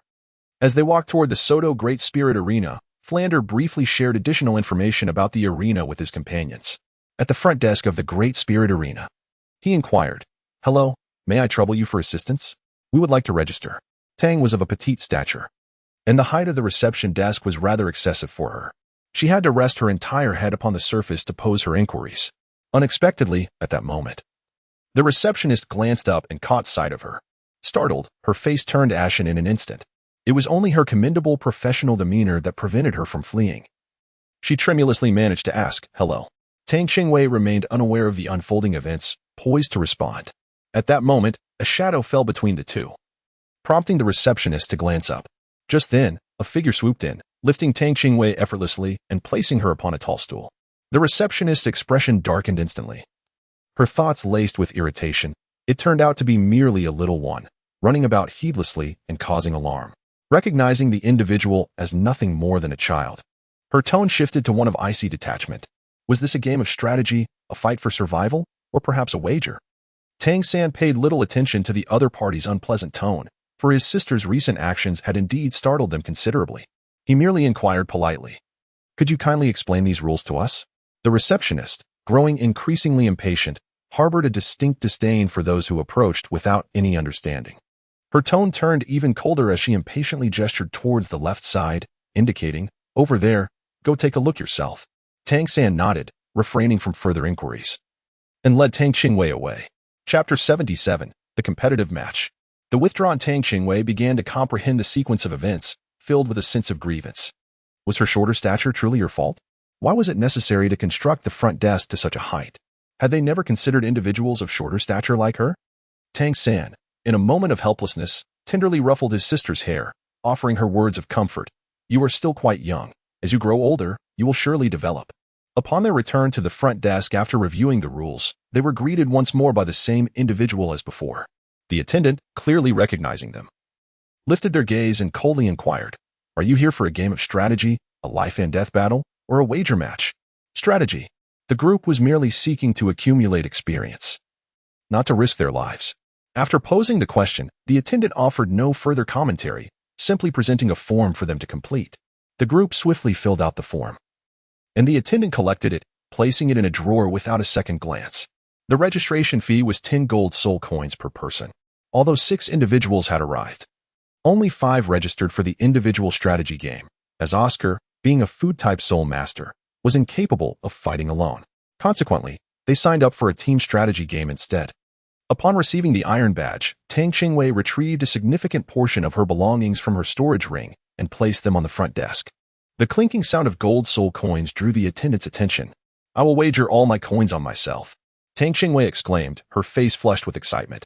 "Haha, I'm going to make a fortune." However, just as she began to envision how to spend her newfound wealth, the attendant's next words doused her exuberant fantasies like a bucket of ice water. Soul masters possessing a battle soul badge are prohibited from placing bets in the grand battle arena. If there had been an anime effect at that moment, one could almost visualize Tang Qingwei's face turning gray in an instant, crumbling piece by piece. "To think I can't place a bet. What use is this iron trinket then?" Tang San observed his younger sister experiencing a setback, feeling both amused and sympathetic, ultimately deciding to let her have a moment of solitude to regain her composure. However, at that very moment, the announcement blared forth, seemingly in opposition to her feelings, proclaiming the commencement of Tang Qingwei's one-on-one soul battle.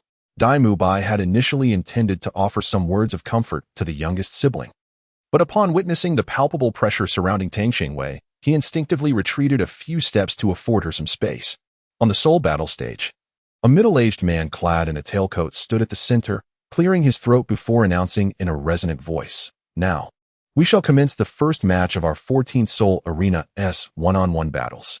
The participants are 2 Soul Emperors, one of whom is the auxiliary system Soul Emperor possessing the 7-colored flower martial soul." At the mention of an auxiliary soul master, even the seasoned host was taken aback, questioning whether this was indeed correct. Was it not folly for an auxiliary soul master to engage in a one-on-one competition? Nevertheless, his professional demeanor compelled him to maintain a smile and continue with the announcement.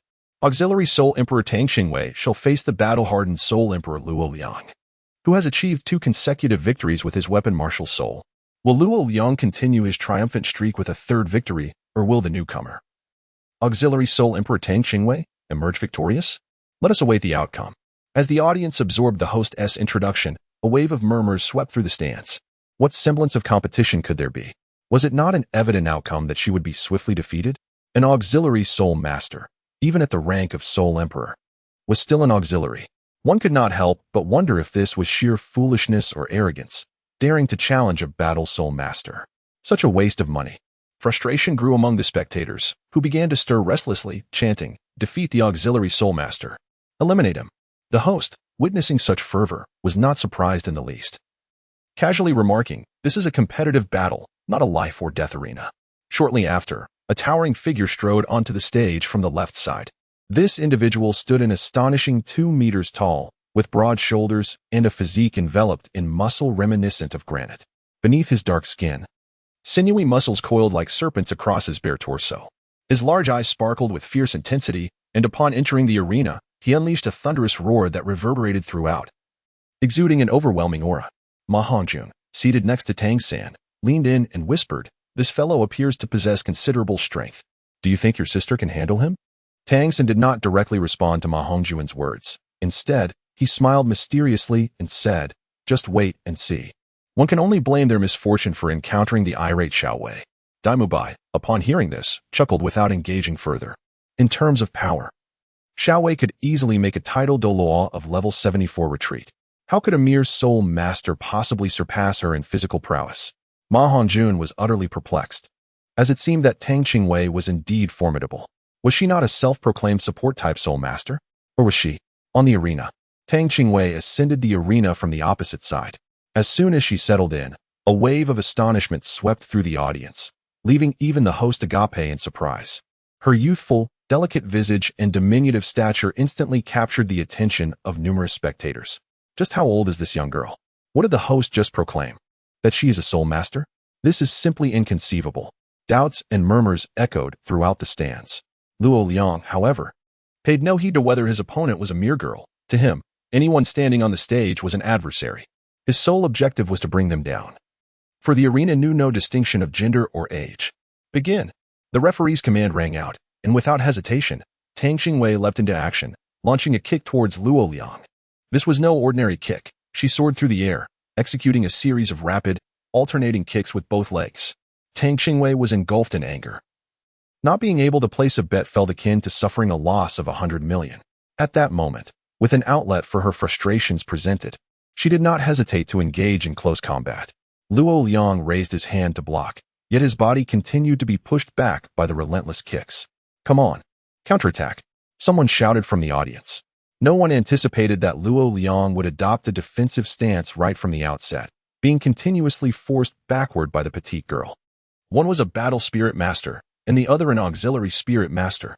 The glaring disparity in their strengths led many to believe that Luo Liang should have effortlessly brought the girl to her knees, begging for mercy.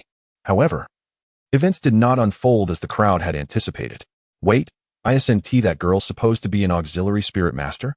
Could she possibly be a powerful assault spirit master instead? Is this cheating? It likely was cheating, merely a matter of concealment. After all, no one was obliged to reveal all their cards. At this moment, the spectators began to realize that something was amiss with Tang Qingwei. They struggled to articulate their feelings. Perhaps the only sentiment they could agree upon was that their money had not been wasted. The competition continued unabated, unperturbed by their murmurs of doubt. Tang Qingwei delivered a flurry of kicks, landing on the ground with unwavering determination. Instead of retreating, she advanced, her fists converging as she swung them towards her opponent's head. Luo Liang gasped for breath, hastily raising his hands to defend himself. With a subtle yet forceful punch, Tang Qingwei sent her opponent staggering back 2 steps, creating distance between them before launching another kick. The sound of relentless collisions echoed through the air. Chapter 79, Violent Assistance. Just as Luo Liang was blocking and preparing for a counterattack, Tang Qingwei suddenly transformed her approach from mere kicks to a more aggressive stance. Her right leg shot out straight, the tip of her foot slicing through the air with a thunderous crack, landing squarely on Luo Liang's shoulder. With a muffled groan, Luo Liang clutched his right shoulder and stepped off the stage. He was taken aback. The seemingly soft and delicate girl before him had commenced her assault with unanticipated ferocity. In a matter of moments, she had injured his shoulder. Logically, as a soul master, his physical resilience and skeletal strength should have rendered him less susceptible to such harm.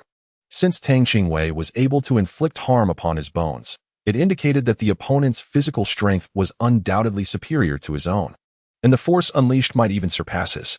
Otherwise, it would have been challenging to breach his defenses so effortlessly. Continuing this contest held little significance. It was not a life-or-death battle, and prolonging it would only incur substantial medical expenses. The atmosphere around the one-on-one battle arena in the soul fighting field fell into a profound silence. Not only the audience, but even the host, who had previously been animated, stood with mouth agape. No one anticipated that such a match would conclude so swiftly, with victory claimed by a little girl who appeared to be merely 7 or 8 years old. The entire encounter was characterized by overwhelming dominance. The opponent could scarcely summon their martial spirit before the duel came to an abrupt end.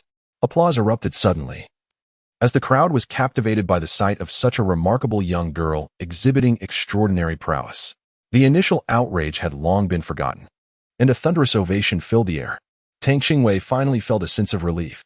The host, now fully grasping the situation, swiftly ascended the battle platform and announced loudly, Tang Qingwei emerges victorious, with a record of 1 win and 0 losses. Luo Liang boasts a record of 12 wins and 6 losses.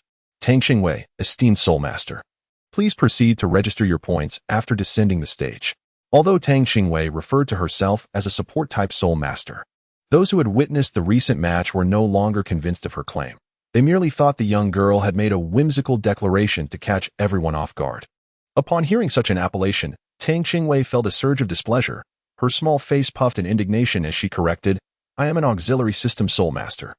At that moment, the host inwardly cursed, pondering how one could claim to be an auxiliary soul master when their opponent's battle soul had been shattered. Whose auxiliary system possesses such formidable strength? Maintaining a professional smile, he replied, "Then, esteemed soul master Tang Qingwei, please proceed to the scoring registration after you descend from the stage." He omitted the 3 words auxiliary system, a final act of stubbornness on his part. Tang Qingwei pursed her lips, remaining silent as she angrily descended from the arena. As a support-type soul master, why was no one willing to believe in her? On the spectator stands, Ma Hongjun swallowed hard, only regaining his voice after Tang Qingwei had left the stage. Was she truly a support type? Tang San, feeling helpless, acknowledged that his sister was convinced she belonged to the support class, leaving him with no choice. Now, as Ma Hongjun inquired, he could only provide a sincere explanation.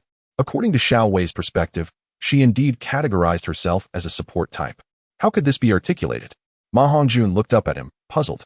Tang San sighed and elaborated, stating that if one were to consider the type of soul abilities, his sister indeed possessed the most in the supportive category. At that moment, not only was Ma Hongjun taken aback, but even Oscar gaped in astonishment. "How many soul abilities does your sister have?" The atmosphere fell into a profound silence once again. Daimubai nudged Oscar with his elbow, prompting Oscar to realize that his direct inquiry about someone's soul abilities might not be appropriate. He hastily offered an apology, saying, "My apologies. I was merely speaking without thinking. There's no need for you to respond." Chapter 80, Rabbit vs. Phoenix. Tang San was not angered by this, after all.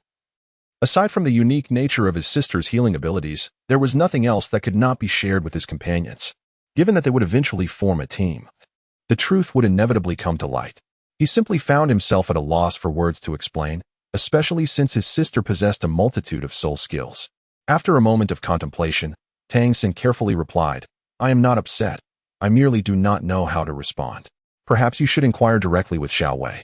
Or as we embark on our journey together, you shall gradually come to understand." Just then, Daimubai's voice echoed, "Xiao Wu, your one-on-one soul battle is about to commence. Hurry over." Tang Qingwei had just returned and curiously inquired, "Who is Xiao Wu's sister fighting with?" The chubby fellow, with a sorrowful expression, lamented, "With me." Tang Qingwei's face displayed a hint of schadenfreude as she stifled a laugh, saying, "I wish you good luck. Give it your all." The plump contestant felt increasingly despondent. For the sensitive attack type was indeed his nemesis, a phoenix that could not fly. Nevertheless, regardless of the outcome, they were destined to take the stage. The pace of the competition quickened, perhaps due to the brief brilliance displayed in the match between Tang Qingwei and Luo Liang, which piqued the interest of the audience. Now, with 2 unfamiliar faces appearing, including a young lady whose beauty rivaled that of Tang Qingwei, the crowd erupted in cheers even before the bout commenced. The announcer boomed. Next up, we have 2 novice soul masters, the battle soul master Xiao Wu, who possesses the beast martial soul, the soft-boned rabbit, and the battle soul master Ma Hongjun, who wields the beast martial soul, the phoenix. Both are newcomers. Let us await their performance. Now, please welcome our esteemed soul masters to the stage. The audience responded with a thunderous applause. What a rare treat to witness a phoenix today. After all, the phoenix is one of the most elusive and powerful entities in the realm of beast martial souls. Without further ado, the 2 summoned their martial souls. Ma Hongjun called out sharply, summoning the phoenix. A burst of purplish-red light surged from within him, causing his short hair to elongate and gather at the center, transforming into a mohawk style. Though wings did not manifest, the purplish-red glow emanating from his body unleashed an intense heat. 2 rings of yellow soul energy spiraled upward from beneath his feet, extending long feathers from his exposed, muscular arms, while his hands morphed into claw-like appendages. The audience was abuzz with chatter. Is this truly a phoenix? It looks more like a common hen. The initial astonishment at Ma Hongjun's martial soul faded, leaving a few scattered voices that he easily caught. His face flushed crimson, akin to a firecracker ready to explode, as he shouted at the audience, "Come up here if you dare. Let me see if I won't smash your mouths." The announcer quickly intervened, issuing a warning. "This is your first and final notice. No insulting behavior towards the audience is permitted. Now commence the match." Ma Hongjun ceased his taunts, raising his hands as his first soul ring ignited with fervor. He opened his mouth wide, releasing a stream of slender purplish-red flames towards Xiao Wu. The searing heat caused the air to distort, and the flames appeared unremarkable. yet they shot forth like an extending line of fire. Xiao had anticipated this maneuver. With a nimble leap, she evaded the attack. However, Ma Hongjun had no intention of relenting, as the flames maintained a 5-meter length, pursuing her like a 5-meter-long fiery weapon. At this moment, he felt no fear for either his own safety or that of Xiaowu, for he had heard that Tang Qingwei possessed healing abilities as long as she was present. He merely needed to stay conscious. Chapter 81. The battle concludes as the flames approached her. Xiaowu remained calm, swiftly retreating to avoid them. She was well aware of Ma Hongjun's weakness. His attack range was limited to 5 meters. Thus, as long as she restricted his movements, defeating him would not prove difficult. Realizing his first soul skill was ineffective, Ma Hongjun immediately activated his second soul ring ability. With a whoosh, violent purple flames erupted from his body, engulfing his stout figure in an instant. Simultaneously, Xiaowu unleashed her own soul skill. Her fluffy rabbit ears trembled as she moved rapidly, a brilliant red aura enveloping her as she released her soul power. Although Ma Hongjun's second soul ring skill, the Blazing Phoenix, provided all-around defense while incorporating an offensive element, Xiaowu had already unleashed her soul power, allowing her to withstand the attack without issue for the time being. Indeed, she offered Ma Hongjun no opportunity to react. With a swift turn, she positioned herself behind him, bracing her hands on the ground while her feet shot up, clamping down on his neck with her first soul ring skill, the waist bow. Her entire body resembled the top bow, the light of her first soul ring enveloping her as she unleashed her power, sending Ma Hongjun hurtling away. The waist bow skill augmented her waist strength by 100% and enhanced her body's resilience by 50%. After reaching level 10 in soul power, each additional level increased the waist bow's effect by 1%. Thus, upon activating the waist bow, Xiaowu could amplify her waist strength by 119%. This explosive elasticity was sufficient to send flying any opponent below level 50 in soul power who lacked substantial physical strength. Of course, the efficacy of the waist bow hinged on close proximity to the enemy. Otherwise, mere strength would be of no use. The audience's perception was once again challenged, struggling to comprehend how a young girl, with a waist no thicker than the thigh of the plump contestant, could generate such immense force. Ma Hongjun was sent flying, rebounding off the protective ropes at the edge of the arena and crashing to the ground with a dull thud. The spectators felt a sense of numbness. Witnessing two young girls triumph so effortlessly in their matches led them to question whether the contests were staged. Although they had initially mocked the plump contestant upon seeing his martial soul, they recognized that, despite not being a true phoenix, his soul was nonetheless formidable. They were taken aback by how swiftly he succumbed to defeat. Frustrated, they nearly erupted in outrage. Is he even a man? Can't he best a mere girl? As Xiaowu exited the Soul Master passage, Tang San awaited her, and after a brief registration of points, the two refrained from returning to the individual Soul Master stance. Soon, they would engage in a team battle. Tang felt a tinge of boredom. Although he had vented his frustrations during the recent match, he had not fully savored the exhilarating experience of combat. As Tang San and Xiaowu emerged from the 2-on-2 arena, Dai Bai and the others had also concluded their battles, resulting in a day of collective joy. With the exception of Ma Hongjun, everyone had emerged victorious in their contests. Thanks to their 2 matches, Tang San and Xiaowu each earned 2 points and 20 gold coins as a reward. Tang Qingwei participated in but a single competition, thus earning 1 point and 10 gold soul coins. It was only upon receiving the gold soul coins that she felt her day had not been in vain. Initially, she had intended to partake in the group battle for the fighting soul, yet unforeseen circumstances arose. Dai Bai had advanced to level 30 following the conclusion of the duel. Chapter 82. The Dean's Instruction. Where is the Dean? Tang San glanced at Oscar, who had not participated in the competition, and inquired. Just as Oscar was about to respond, the Dean happened to appear, approaching them with an expression of barely contained delight in his eyes. Tang Qingwei curled her lips slightly, observing the Dean's face, which was adorned with numerous wrinkles from laughter. He must have earned quite a bit, especially since they had all triumphed in the competition, save for Ma Hongjun. Even as they exited the Grand Soul Arena, her gaze remained fixated on Flinder's soul guide. Tang Qingwei hesitated, wanting to speak, but refraining. Flander, walking ahead, bluntly stated, "The wager I placed has nothing to do with you. Do not entertain any notions about it. Life is not easy for me either, even with your Dean." Tang lightly chuckled, saying, "How could that be? It seems to me that you are implying just that. I truly am not." Tang Qingwei quickly denied it, then took small steps to Flander's side, smiling brightly as she said, "Dean, how about placing a bet for me next time you wager?" The little girl was clearly scheming, and Flander found himself both amused and somewhat helpless. How could this girl be even more money-minded than he was? Chuckling, he teased. From the sound of it, you must have quite a little fortune saved up? No. It's precisely because I have no money that I'm trying to find ways to earn some. Tang quickly denied it, fearing that the dean might discover the extent of her savings. Tang San chuckled in disbelief, exclaiming, "Little money grubber."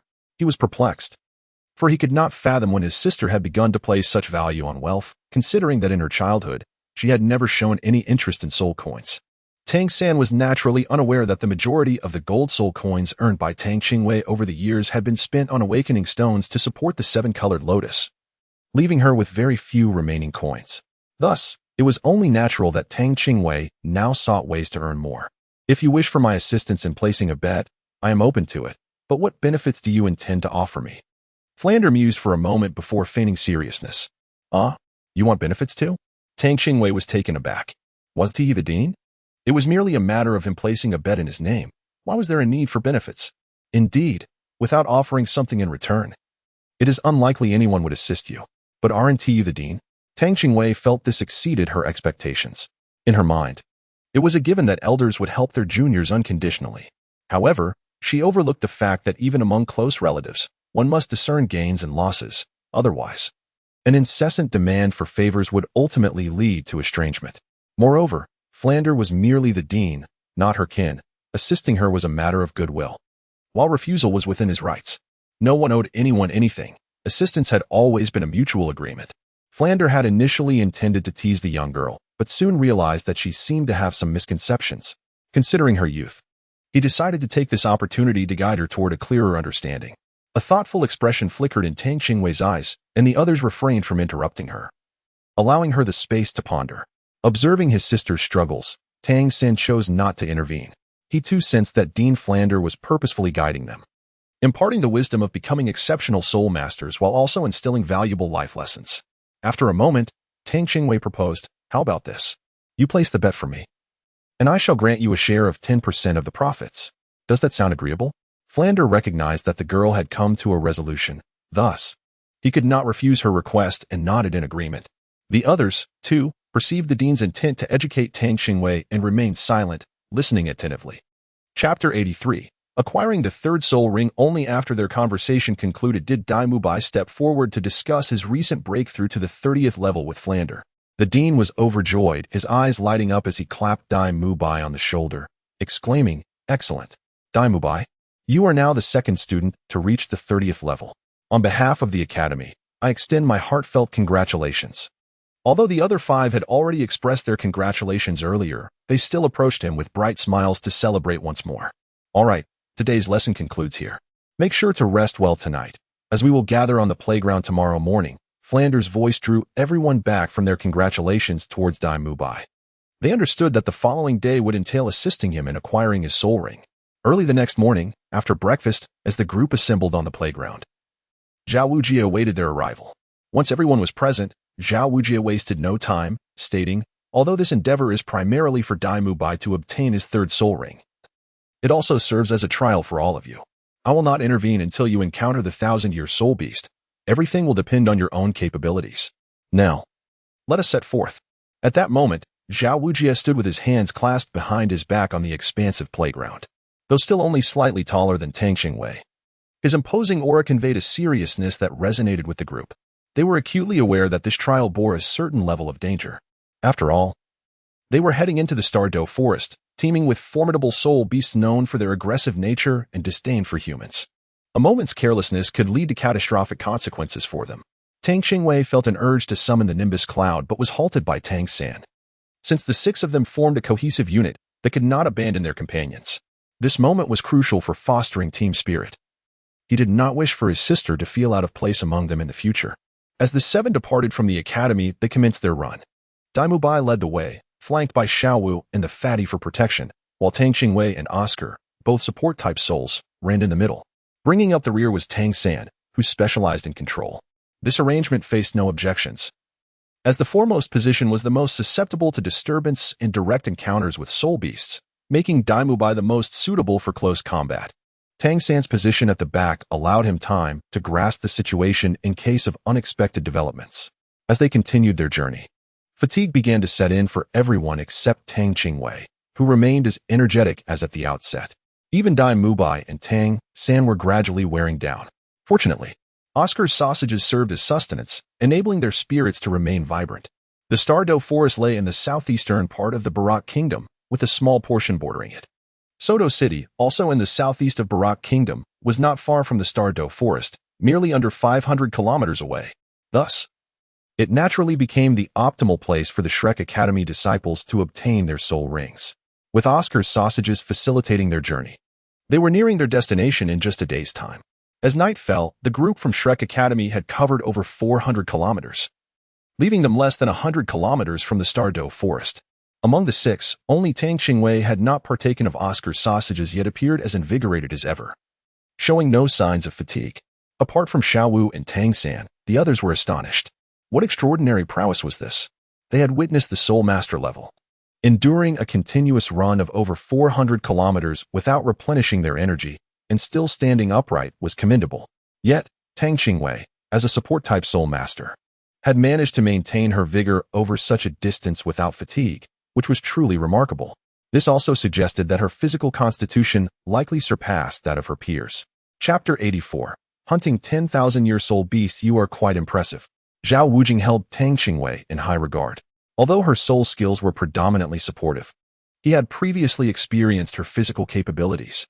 Today's journey further solidified his belief that her physical strength was certainly comparable to that of a top-tier soul master. All right. Let us find a place nearby to rest for the night and replenish our supplies. We shall set off for the Stardo Forest at dawn. He informed Tang San and the others. No one voiced any objections. Zhao Wujing pointed to a seemingly ordinary hotel ahead and said, "We shall stay here. After a night's rest, we will depart in the morning. The cost for lodging and meals will be on you." Shrek Academy was not affluent, as there were no subsidies for those above the Soul Master level. Zhao Wujing, Flender, and the others had long surpassed that level and thus had no income from subsidies. Naturally, they would not bear the expenses for a few young ones, considering they had sufficient funds from the Spirit Hall's allowances for their daily expenditures. The hotel was a two-story building, with a simple restaurant on the first floor and accommodations above. Zhao Wujing secured a single room for himself and ascended directly. After a brief discussion, Dai Mubai and the others booked a 4-person room for themselves, and a 2-person room was prepared for Tang Qingwei and Xiaowu. Although Tang Qingwei had replaced sleep with cultivation, she accepted her companion's kindness and did not refuse their arrangements. After dinner, they returned to their rooms to rest, while Tang Qingwei leaped onto the rooftop to meditate. Suddenly, she sensed a slight disturbance in the air, prompting her concern. As they were not far from the Stardo Forest, mounting the Nimbus cloud, she headed toward the source of the disturbance. A deep roar echoed in the distance, and as she approached, it appeared there was a fierce struggle between a group of soul beasts and humans. The humans' attire seemed somewhat familiar. Those are the Spirit Hall members, Tang Qingwei realized. In the midst of the battle between a human and a beast, dark soul power enveloped the soul beast. It must be a 10,000-year soul beast. Nearby, a panicked group of 1,000-year and 100-year soul beasts scattered in fear. On the other side stood a group of Spirit Hall members, armed and clad in matching uniforms. They were hunting the 10,000-year soul beast. Witnessing this scene, Tang Qingwei's understanding crystallized. Those scoundrels. Why drive the soul beast toward the town? Do they not realize there is a town nearby, filled mostly with ordinary people? Tang Qingwei's irritation did not stem from the Spirit Hall's hunting of soul beasts, rather, it arose from the egregious self-interest displayed by individuals who seemed utterly indifferent to the consequences of their actions on others. Could they not redirect the soul beasts to another location? The multitude of Spirit Hall members merely stood by, spectators to the event, without a thought of driving away the ancient soul beasts that had existed for centuries. At this moment, Tang Qingwei could no longer concern herself with anything else. She hastily mounted her nimbus and returned to the tavern, rapping on Tang San's door. "Xiaowei, what is the matter?" As Tang San opened the door, he was met with the sight of his sister, who wore an expression of tense seriousness. The smile that had once graced her face instantly froze, and an ominous premonition arose within him. Ma Hongjun and Oscar, roused from their slumber by the knock, stumbled to the door while stifling yawns. They teased, "What is the matter? Are you scared to sleep alone, seeking your brother's comfort?"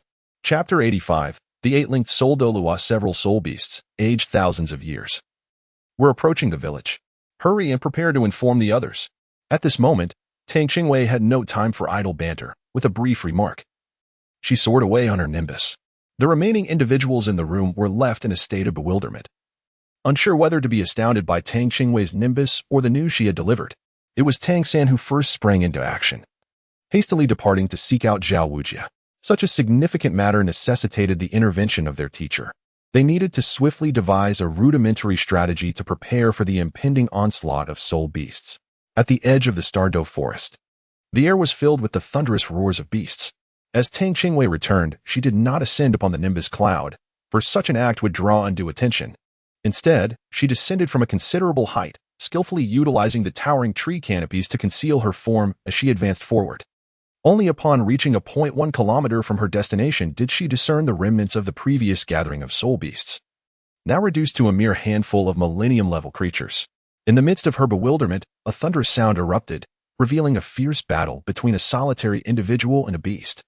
The shockwaves of their conflict resonated outward, claiming the lives of century-old soul beasts caught too close to the fray, while the millennium-level beasts were sent into a panic, scattering in every direction. Another resounding crash reverberated through the air, and what was once a densely wooded area transformed into an expanse of desolation. The surrounding trees, caught in the tumult of battle, were uprooted, and the once lush forest swiftly became a barren clearing. Tang Qingwei's view sharpened, revealing the ground, stripped of all vegetation, reduced to mere fragments within a radius of 20 to 30 meters, forming an empty wasteland. The soul sage bellowed with a voice imbued with authority, a golden radiance shimmering across his visage, as 7 soul rings materialized beneath his feet. With a flourish of his sleeve, an invisible blade emerged, as if intending to cleave the very fabric of reality itself. Yet the ancient soul beast, undeterred, unleashed a roar that echoed like a tiger-esque growl, charging directly at the soul sage. "Beast, how dare you?" The soul sage unleashed a barrage of invisible blades, which were met by the beast's formidable horns, causing a cacophony of metallic clashes to erupt between them. The residual force rippled outward, causing the earth beneath to sink, while the grass was seemingly sliced away by an unseen power, expanding the desolate area even further. As the soul sage contended with the opposing force, he did not remain idle. He propelled himself into the air, charging towards the beast. A resounding crash ensued, as both combatants struck the ground simultaneously, sending a shower of dirt into the air, leaving behind a massive crater where they once stood. Yield at once. In a blink, the soul sage appeared above the ancient soul beast, his hands radiating with brilliance. From a position above, he bellowed, plunging his weapon into the beast's skull with a swift motion. In an instant, the ancient soul beast lay vanquished. Tang Qingwei dared not linger any longer. After all, the soul sage had concluded his battle. If she remained, she would surely risk being discovered. It was not merely a soul sage, but rather a 7-ring soul Douluo. She was unaware of how long the soul Douluo from the spirit hall had been entangled with that 10,000-year soul beast, but just moments ago, after vanquishing the beast, he exhibited ample energy, yet he disregarded the potential threat posed by the nearby soul beast to the residents of the nearby town. Instead, he hastily commenced the absorption of the soul ring. This behavior left Tang Qingwei with a profoundly negative impression of the spirit hall individual who was on the cusp of becoming an 8-ring soul Douluo.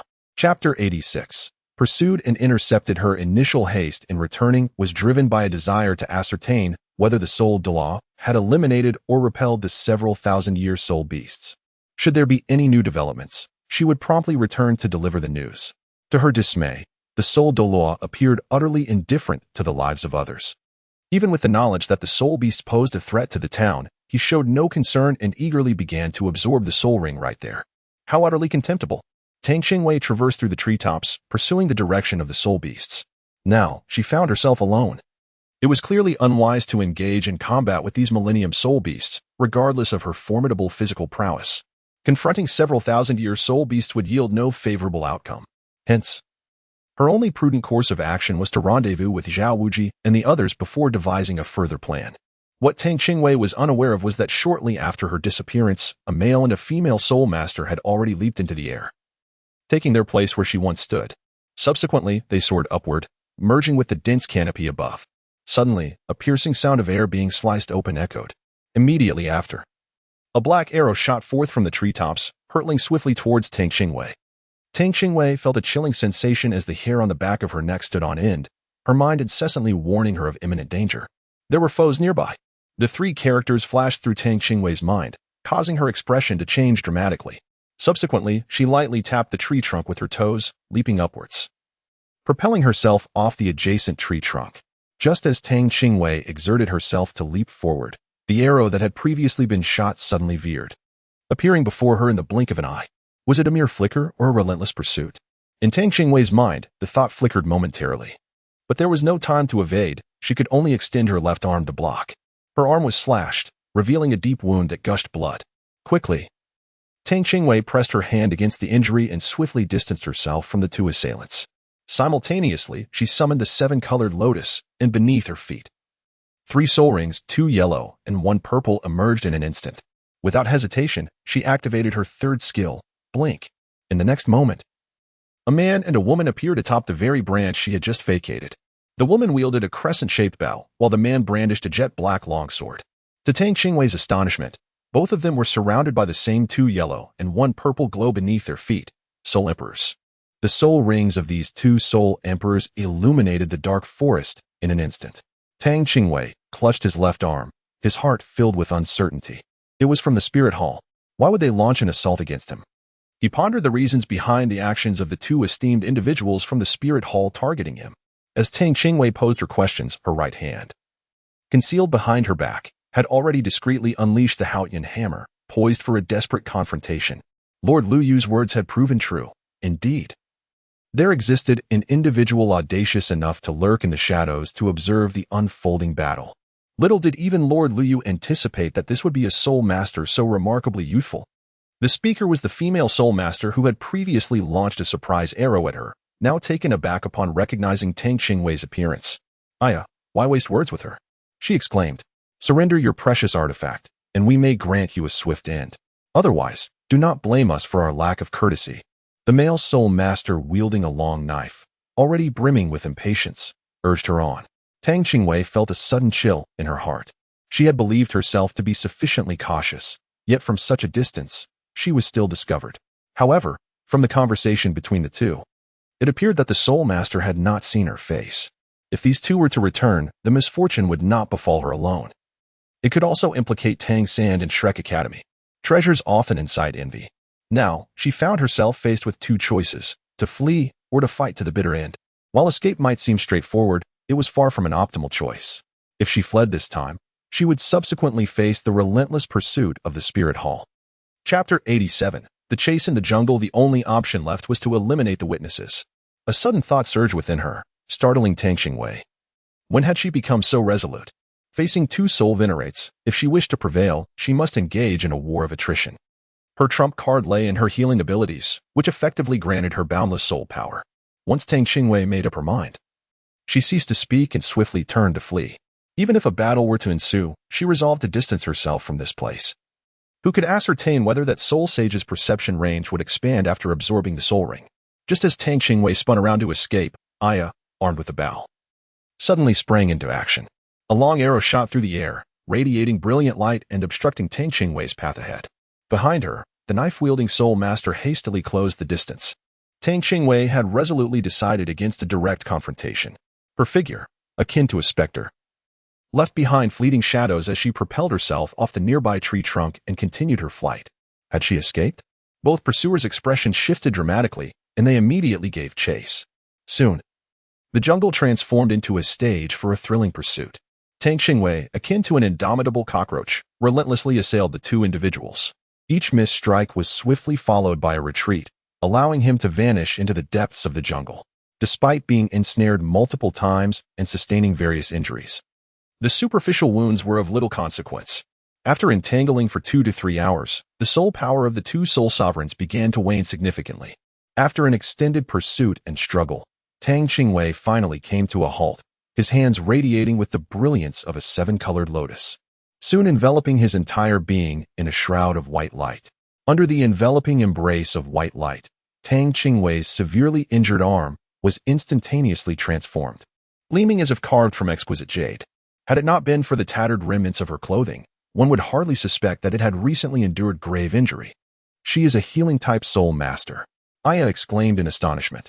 Having engaged in a protracted battle with Tang Qingwei, while they could not claim to fully comprehend her capabilities, They were certain that her physical strength was unequivocally on par with that of any formidable attack-type soul elder, coupled with her earlier elusive teleportation abilities. This had allowed the two soul elders to pursue her without success until now. The revelation that she was indeed a healing-type soul master, coupled with the knowledge of her formidable healing techniques, left them acutely aware of the challenge that lay ahead.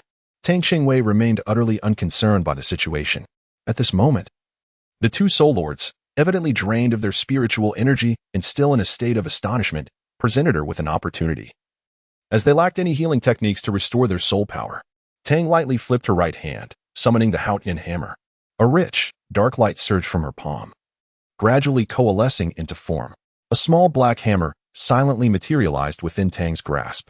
Though modest in size, the intricate patterns upon it were deep and obscure. Yet, at the moment of its emergence, a palpable aura of heaviness seemed to envelop Tang's surroundings. Clang! A resounding metallic clash echoed as the blade-wielding soul master parried the strike, promptly retreating to regroup with Aya.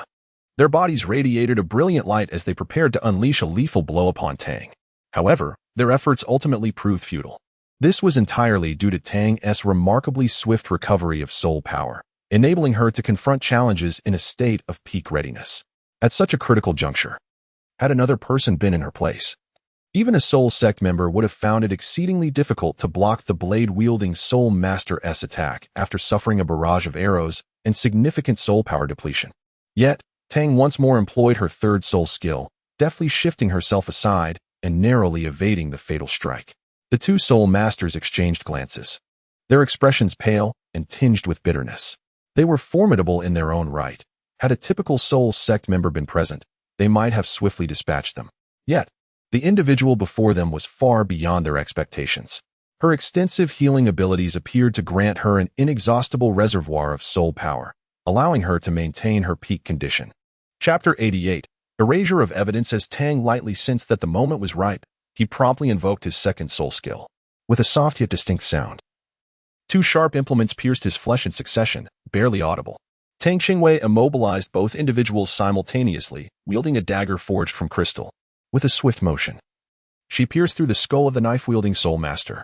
In an instant, her figure flickered like a specter before Aya, and with the same swiftness, she struck again, penetrating her temple amidst the latter's sheer terror. The sound of liquid spraying echoed, and the immobilization effect dissipated. It was only after Aya staggered back a few steps that the sound of blood gushing forth could be heard. My apologies, but I do not wish to be hunted. Thus, it must be you who perish. Tang stepped back a few paces, murmuring softly and refraining from further action. At that moment, Aya across from him widened her eyes, the spark within them gradually fading. On her temple, the flesh was mangled, and a conspicuous wound had emerged. The dagger, crafted from crystal by Tang, had pierced her temple, leaving her with virtually no chance of survival. Thud! Aya's body fell straight backward, crashing heavily to the ground. I have taken a life, Tang Qingwei murmured softly to herself, not casting a glance at Aya. In both her past life and this one, it was the first time she had taken a life. Tang Qingwei never intended to take a life. She originally hailed from a peaceful world, where, despite the absence of her parents, she was nurtured in an environment of affection.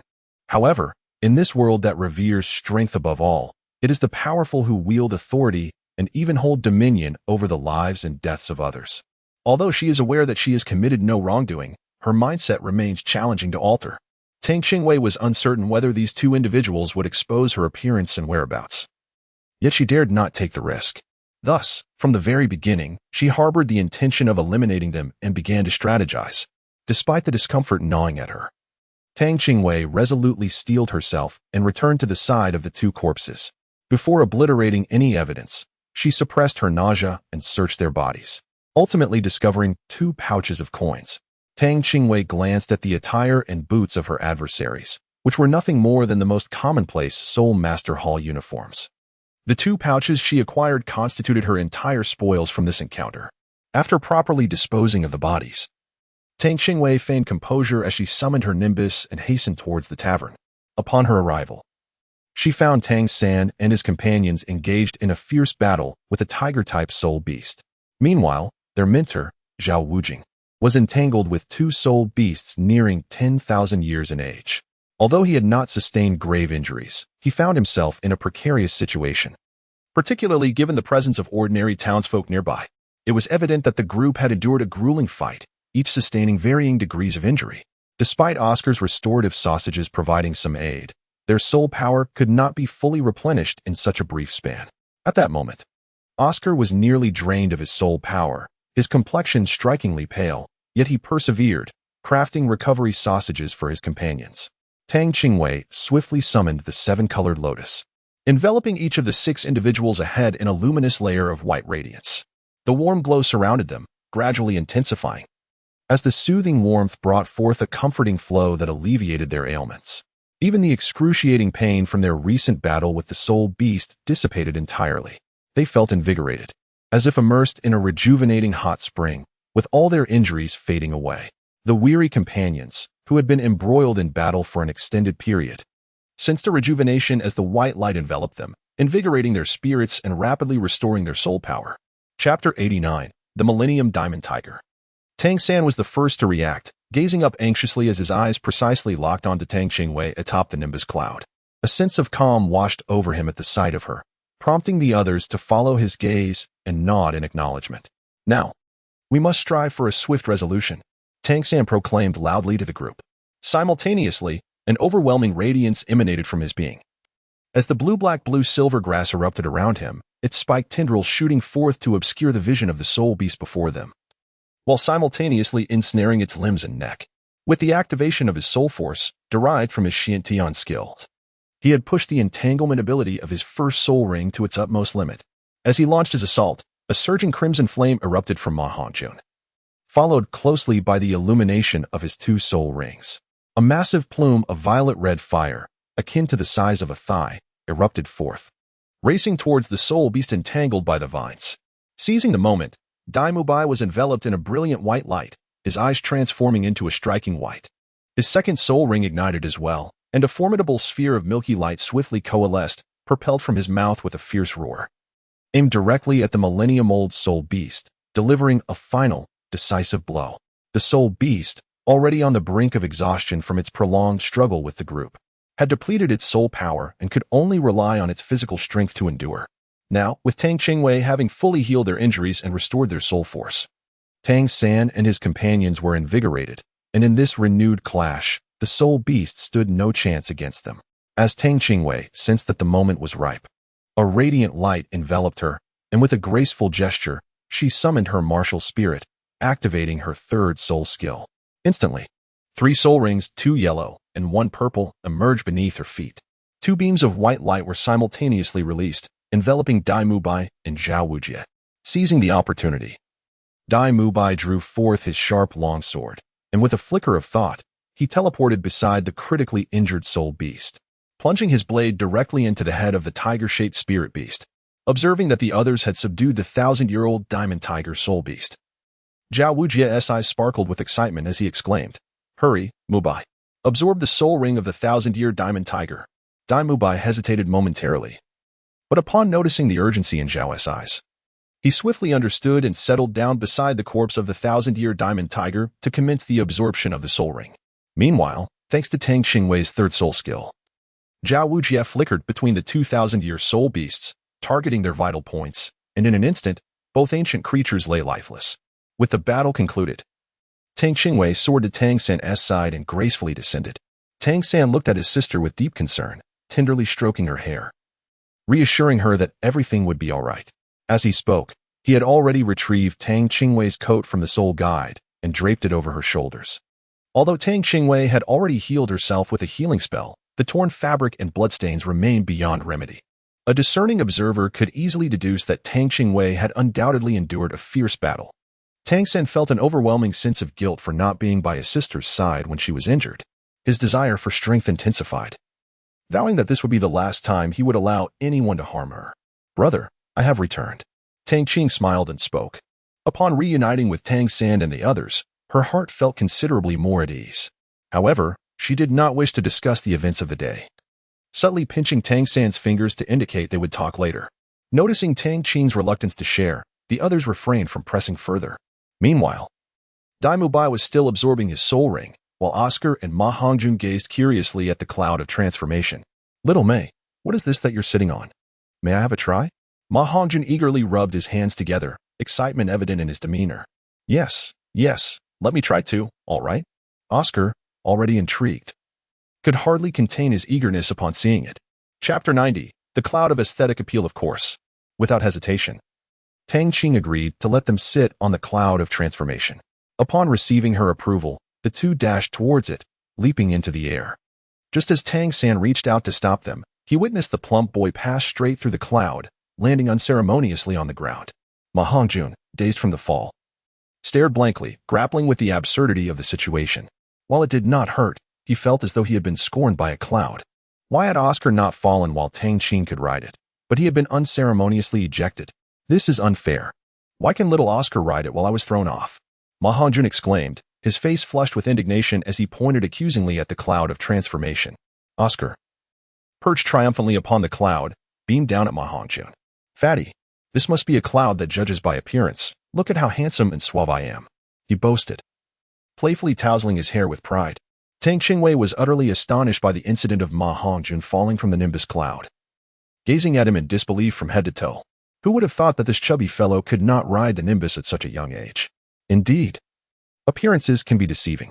Under the penetrating gaze of Tang Qingwei, Ma Hongjun trembled all over, desperately clinging to Tang San. Third brother, why does your sister's gaze seem so terrifying? Tang San pushed away the chubby face that had drawn too close, and said, You should come down first. How could he explain this? To say that the plump boy lacked a pure heart? Such words were hard to utter. Meanwhile, Xiaowu had long since grown impatient. She forcefully pulled Ma Hongjun away from Tang San. This little chubby one, learning nothing good at such a young age? He must not lead Tang San astray. Yet, the chubby boy was unwilling to descend, persistently demanding an explanation. As for Tang Qingwei, he dared not approach her. Not only would he risk injury from her formidable strength, but he would likely receive a few kicks from her brother as well. Instead, he clung to Tang San, seeking an answer. Before Tang Qingwei could respond, Xiaowu, seeing that she could not pull Ma Hongjun down, stepped in to clarify. Only those with a pure heart can ride the cloud of transformation. If you can't ascend, whose fault is that? As her words fell, the atmosphere fell silent for a moment, then erupted into hearty laughter. Oscar dramatically lay on the cloud of transformation, rolling with laughter. Ha, chubby one, you lack a pure heart. Tang San could not help but chuckle softly, although Zhao Wujin also felt the urge to laugh. As a teacher, he approached to comfort Ma Hongjun by patting him on the shoulder. In truth, he said, we cannot place the blame solely on the chubby one. It is merely the consequence of his mutated martial soul. Zhao Wujin then turned to the crowd and continued, in their village, everyone possesses a type of paltry martial soul that lacks offensive capabilities. It is rather perplexing, but in his case, the martial soul underwent a mutation, endowing him with innate powers of fire. Ma Hongjun did not enroll on his own accord. He was recently discovered by Flandra in their village and brought here. While they had previously mocked Ma Hongjun's martial soul, they could not deny its formidable nature. It was only upon hearing Zhao Laosher's explanation today that they came to understand the uniqueness of Ma Hongjun's mutated martial soul. Tang San wore a contemplative expression, pondering that the master also possessed a mutated martial soul, albeit one that had been weakened. However, the chubby boy's martial soul was evidently different. Teacher Zhao, what does this have to do with his martial soul? Xiao inquired, tilting her head in confusion as she looked toward Zhao Wujin. Chapter 91, The Transformation of the White Tiger and Diamond. Zhao Wujin, unperturbed by the interruption, continued with a smile, due to the mutation of his martial soul. The chubby boy has acquired formidable flame abilities. This flame is peculiar, exhibiting not only an extremely high temperature, but also a strong adhesive quality, making it difficult to extinguish. Flanders mentioned that after the mutation of his martial soul, he might indeed become akin to a phoenix. However, this martial soul bears a significant flaw. While the mutation has bestowed upon him immense soul power, it concurrently exerts certain effects on his body, with desires and impulses amplified to tenfold that of an ordinary person. Should he merely suppress these feelings without proper guidance, he risks being overwhelmed by this sinister fire, leading to an explosive demise. The others listened in astonishment, their gazes toward the chubby boy becoming increasingly strange. Although Tang San possessed considerable knowledge about mutated martial souls, he had never encountered someone like Ma Hongjun before. Ma Hongjun hastily interjected, Teacher Zhao, please do not tarnish my reputation. Zhao Wujin's smile remained unbroken, his eyes glinting with mischief as he replied, What have I said that is incorrect? I merely vent my desires through gluttony. Why do you not tell the whole story? It makes me sound utterly deranged. I am only 10 years old, for goodness sake. Ma Hongjun shot a resentful glance at Zhao Wujin, attempting to correct him. Zhao Wujin chuckled heartily. I have said nothing. It is your own unclean thoughts that lead you to overthink. At that moment, Dai Mubai, having just absorbed his spirit ring, approached with a beaming smile. What are you all discussing? You seem so joyful. Upon seeing Dai Mubai, Ma Hongjun darted toward him as if he had encountered a long-lost relative. Boss Dai, have you finished absorbing your third spirit ring? Dai Mubai, taken aback by Ma Hongjun's concern, felt a warm glow in his heart, his gaze toward him softening considerably. Truly, a good brother. Little did he know, Ma Hongjun's enthusiastic demeanor was merely a diversion to shift the group's attention away from himself. Indeed, what spirit ability is it? The others' gazes, as Ma Hongjun had anticipated, focused intently on Dai Mubai. As he spoke of his third spirit ability, Dai Mubai could hardly contain his excitement. This spirit beast is perfectly suited to me, the 1,000-year-old diamond tiger spirit beast. It has significantly enhanced my strength, attack, and defense, while also granting me the skill known as the white tiger diamond transformation. Everyone present gazed in wide-eyed astonishment, their faces reflecting sheer awe, except for Tang Qingwei, who had returned late and had not witnessed the 1,000-year-old diamond tiger's spirit ability in action, thus struggling to grasp the significance of Dai Mubai's words. Noticing Tang Qingwei's puzzled expression, Dai Mubai kindly explained, my white tiger diamond transformation can maintain its form for half an hour, during which my resistance to abnormal states, as well as my attack power, defensive capabilities, and overall strength, are all doubled. Although Tang Qingwei still found it difficult to comprehend, she did not perceive this soul skill as particularly formidable. For someone with her inherently powerful physique, it was merely an embellishment. However, for Dai Mubai, who was already an offensive powerhouse, it was akin to receiving timely assistance in a snowstorm. This was precisely the comprehensive enhancement he required, sharpening his claws to an even more lethal edge. As he spoke, he began to showcase his third soul skill. Dai Mubai's muscles bulged dramatically, his upper garment bursting apart to reveal a terrifying outline of sinewy power. Strangely, dark horizontal stripes appeared on his skin, devoid of fur. He resembled nothing less than a tiger's hide. His hands, now resembling massive tiger paws, bore glimmering silver blades, while an intense golden light enveloped his entire form. As if he were gilded, his blood-red eyes radiated a bloodthirsty glow, embodying the fierce majesty of a king among beasts. Chapter 92. A Sparring Match Xiao Wei. Let us engage in a friendly spar. It is the perfect opportunity to test my third soul skill, Dai Mubai proposed with great enthusiasm. Tang, slightly taken aback, pointed at herself, exclaiming, you wish to spar with me? Have you truly fallen, brother Dai? To challenge a support-type soul master with your third attack soul skill? Upon hearing her words, everyone present was left in a state of bewilderment. Even Tang San found himself at a loss for words. In the case of any other support-type soul master, being invited to battle by an equally ranked assault-type soul master would undoubtedly lead to a one-sided thrashing. However, if the support type in question happened to be his sister, it was genuinely uncertain who would emerge as the one being defeated. The atmosphere fell into a profound silence, with no one daring to respond. After witnessing Tang's formidable prowess, they could no longer regard her as just an ordinary support-type soul master. Zhao Wujie cleared his throat, attempting to alleviate the awkwardness. Ahem, my dear, why not engage in a spar with Mubai? It would be a splendid opportunity to test his new soul skill. Though Tang Qingwei still harbored some reservations, she could only respond obediently upon seeing that teacher Zhao Wujing had already spoken. Very well then.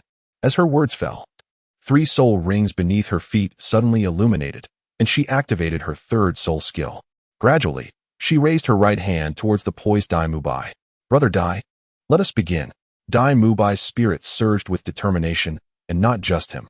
The other onlookers also focused intently, eager to witness the true power of the soul rings gained from such a fierce battle. You must be cautious. As he spoke, the already activated third soul skill of Dai Mubai intensified, the golden light radiating from him becoming even more resplendent. His tiger claws extended, akin to a ferocious white tiger. As he lunged towards Tang Qingwei with an overwhelming and terrifying aura, aimed directly at her face. Tang Qingwei advanced rather than retreating, her right hand clenched into a fist, and she struck fiercely against the incoming tiger punch. She yearned to experience the might of Dai Mubai's blow. Bang! Their fists collided with a resounding impact. Bang, bang, bang. The two figures transformed into mere shadows, the sound of their physical clashes echoing incessantly. It was astonishingly fast, too swift. This singular thought resonated in the minds of everyone present, save for Zhao Wujie. They had not anticipated the astonishing speed of the exchange between Dai Mubai and Tang Qingwei. The acceleration from the White Tiger's transformation propelled Dai Mubai's velocity to a terrifying degree. What astonished them most was that, despite such overwhelming speed, Tang Qingwei remained utterly composed. After a rapid exchange of over a dozen blows, the sounds of their combat finally reached the ears of the onlookers, albeit with a slight delay. The moment their fists collided was initially silent, yet mere moments later, a thunderous roar erupted, akin to a thunderclap. The ground beneath them sank simultaneously, and dust was instantaneously raised, enveloping the vicinity for hundreds of meters. In a moment of haste, Dai Mubai, unable to evade, stomped the ground, producing radiant barriers that shattered almost instantaneously. Under the enhancement of the White Tiger's transformation, a wave of fierce white light surged towards Tang Qingwei as he accelerated, his tiger paw outstretched, aiming for her. The onlookers, witnessing this scene, couldn't help but sweat nervously for Tang Qingwei. However, in the next instant, she vanished without a trace. It was only when Tang Qingwei patted her chest, feigning fright as she appeared behind the others, that they remembered. This was truly a prodigy. Tang Qingwei has always referred to herself as a support type. Observing the sudden disappearance of Tang Qingwei, Dai Mubai found himself at a loss for words. Silently retracting his martial soul. What is there to compare? This was merely her appearing behind others. If she were to silently manifest behind him, the consequences would be dire. Chapter 93. It is time for dinner. Brother Dai, your third soul skill is incredibly powerful, especially when used in conjunction with other soul skills. I nearly met my end. Tang Qingwei gently patted her small chest, expressing her lingering fear. At this moment, Dai Mubai, feeling disinclined to speak further, cast a melancholic glance at Tang Qingwei before turning away and departing. Tang Qingwei felt a sense of bewilderment under the gaze, and turned to Tang San, asking, Brother, what seems to be troubling Brother Dai? He appears somewhat discontented. Tang San smiled gently, affectionately ruffling Tang Qingwei's hair. You're feeling down, aren't you, big brother? It's all right. You'll feel better soon. Have you eaten dinner? Are you hungry? The others silently murmured in their hearts, how could one not feel disheartened? Eagerly seeking a duel, in the end, Tang Qingwei fled after just one move, vanishing without a trace. What use is speed if it cannot surpass the instantaneous teleportation of others? Upon hearing Tang San's words, Tang Qingwei realized that she, too, felt a pang of hunger. Brother, I hadn't noticed until you mentioned it. I am indeed hungry. Is the hotel all right? She glanced towards the hotel, relieved to see that the recent skirmish had not caused widespread damage, and the establishment stood intact. Inside, the hotel was bustling with people, as local residents sought refuge from the chaos. Upon noticing Zhao Wujie's group approaching, they quickly stepped back to clear a path to the front desk. They all recognized that the three formidable thousand-year soul beasts had met their demise at the hands of these individuals, and it was precisely because of them that they had been spared from a grim fate. At this moment, their sentiments towards the group were not solely rooted in fear, but also imbued with gratitude and reverence. Zhao Wujie and his companions remained indifferent to the thoughts of others. They had merely acted in accordance with their convictions. Excuse me. Is there still food available?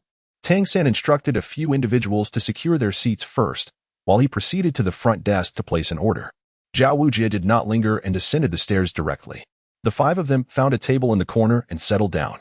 Upon returning from his meal, Tang San noticed the absence of Zhao Wujie and inquired of those present, Where is Teacher Zhao? Is he not joining us for dinner?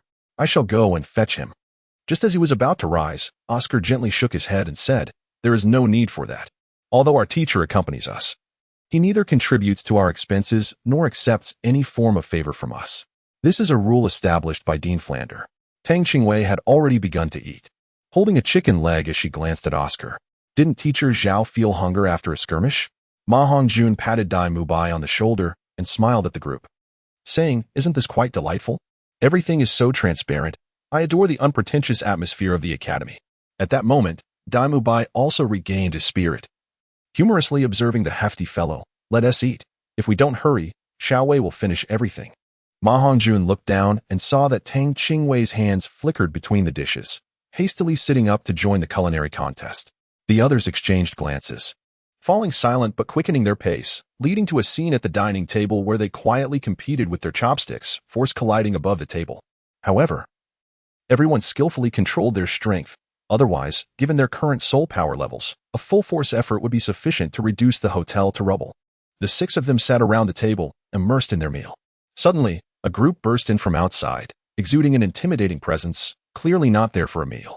Their entrance was so imposing that many residents who had come to take refuge in the hotel rushed out in a panic. Chapter 94. The sharp-tongued fatty, where are the 1,000-year soul beasts that were here earlier? Did any of you witness who killed them?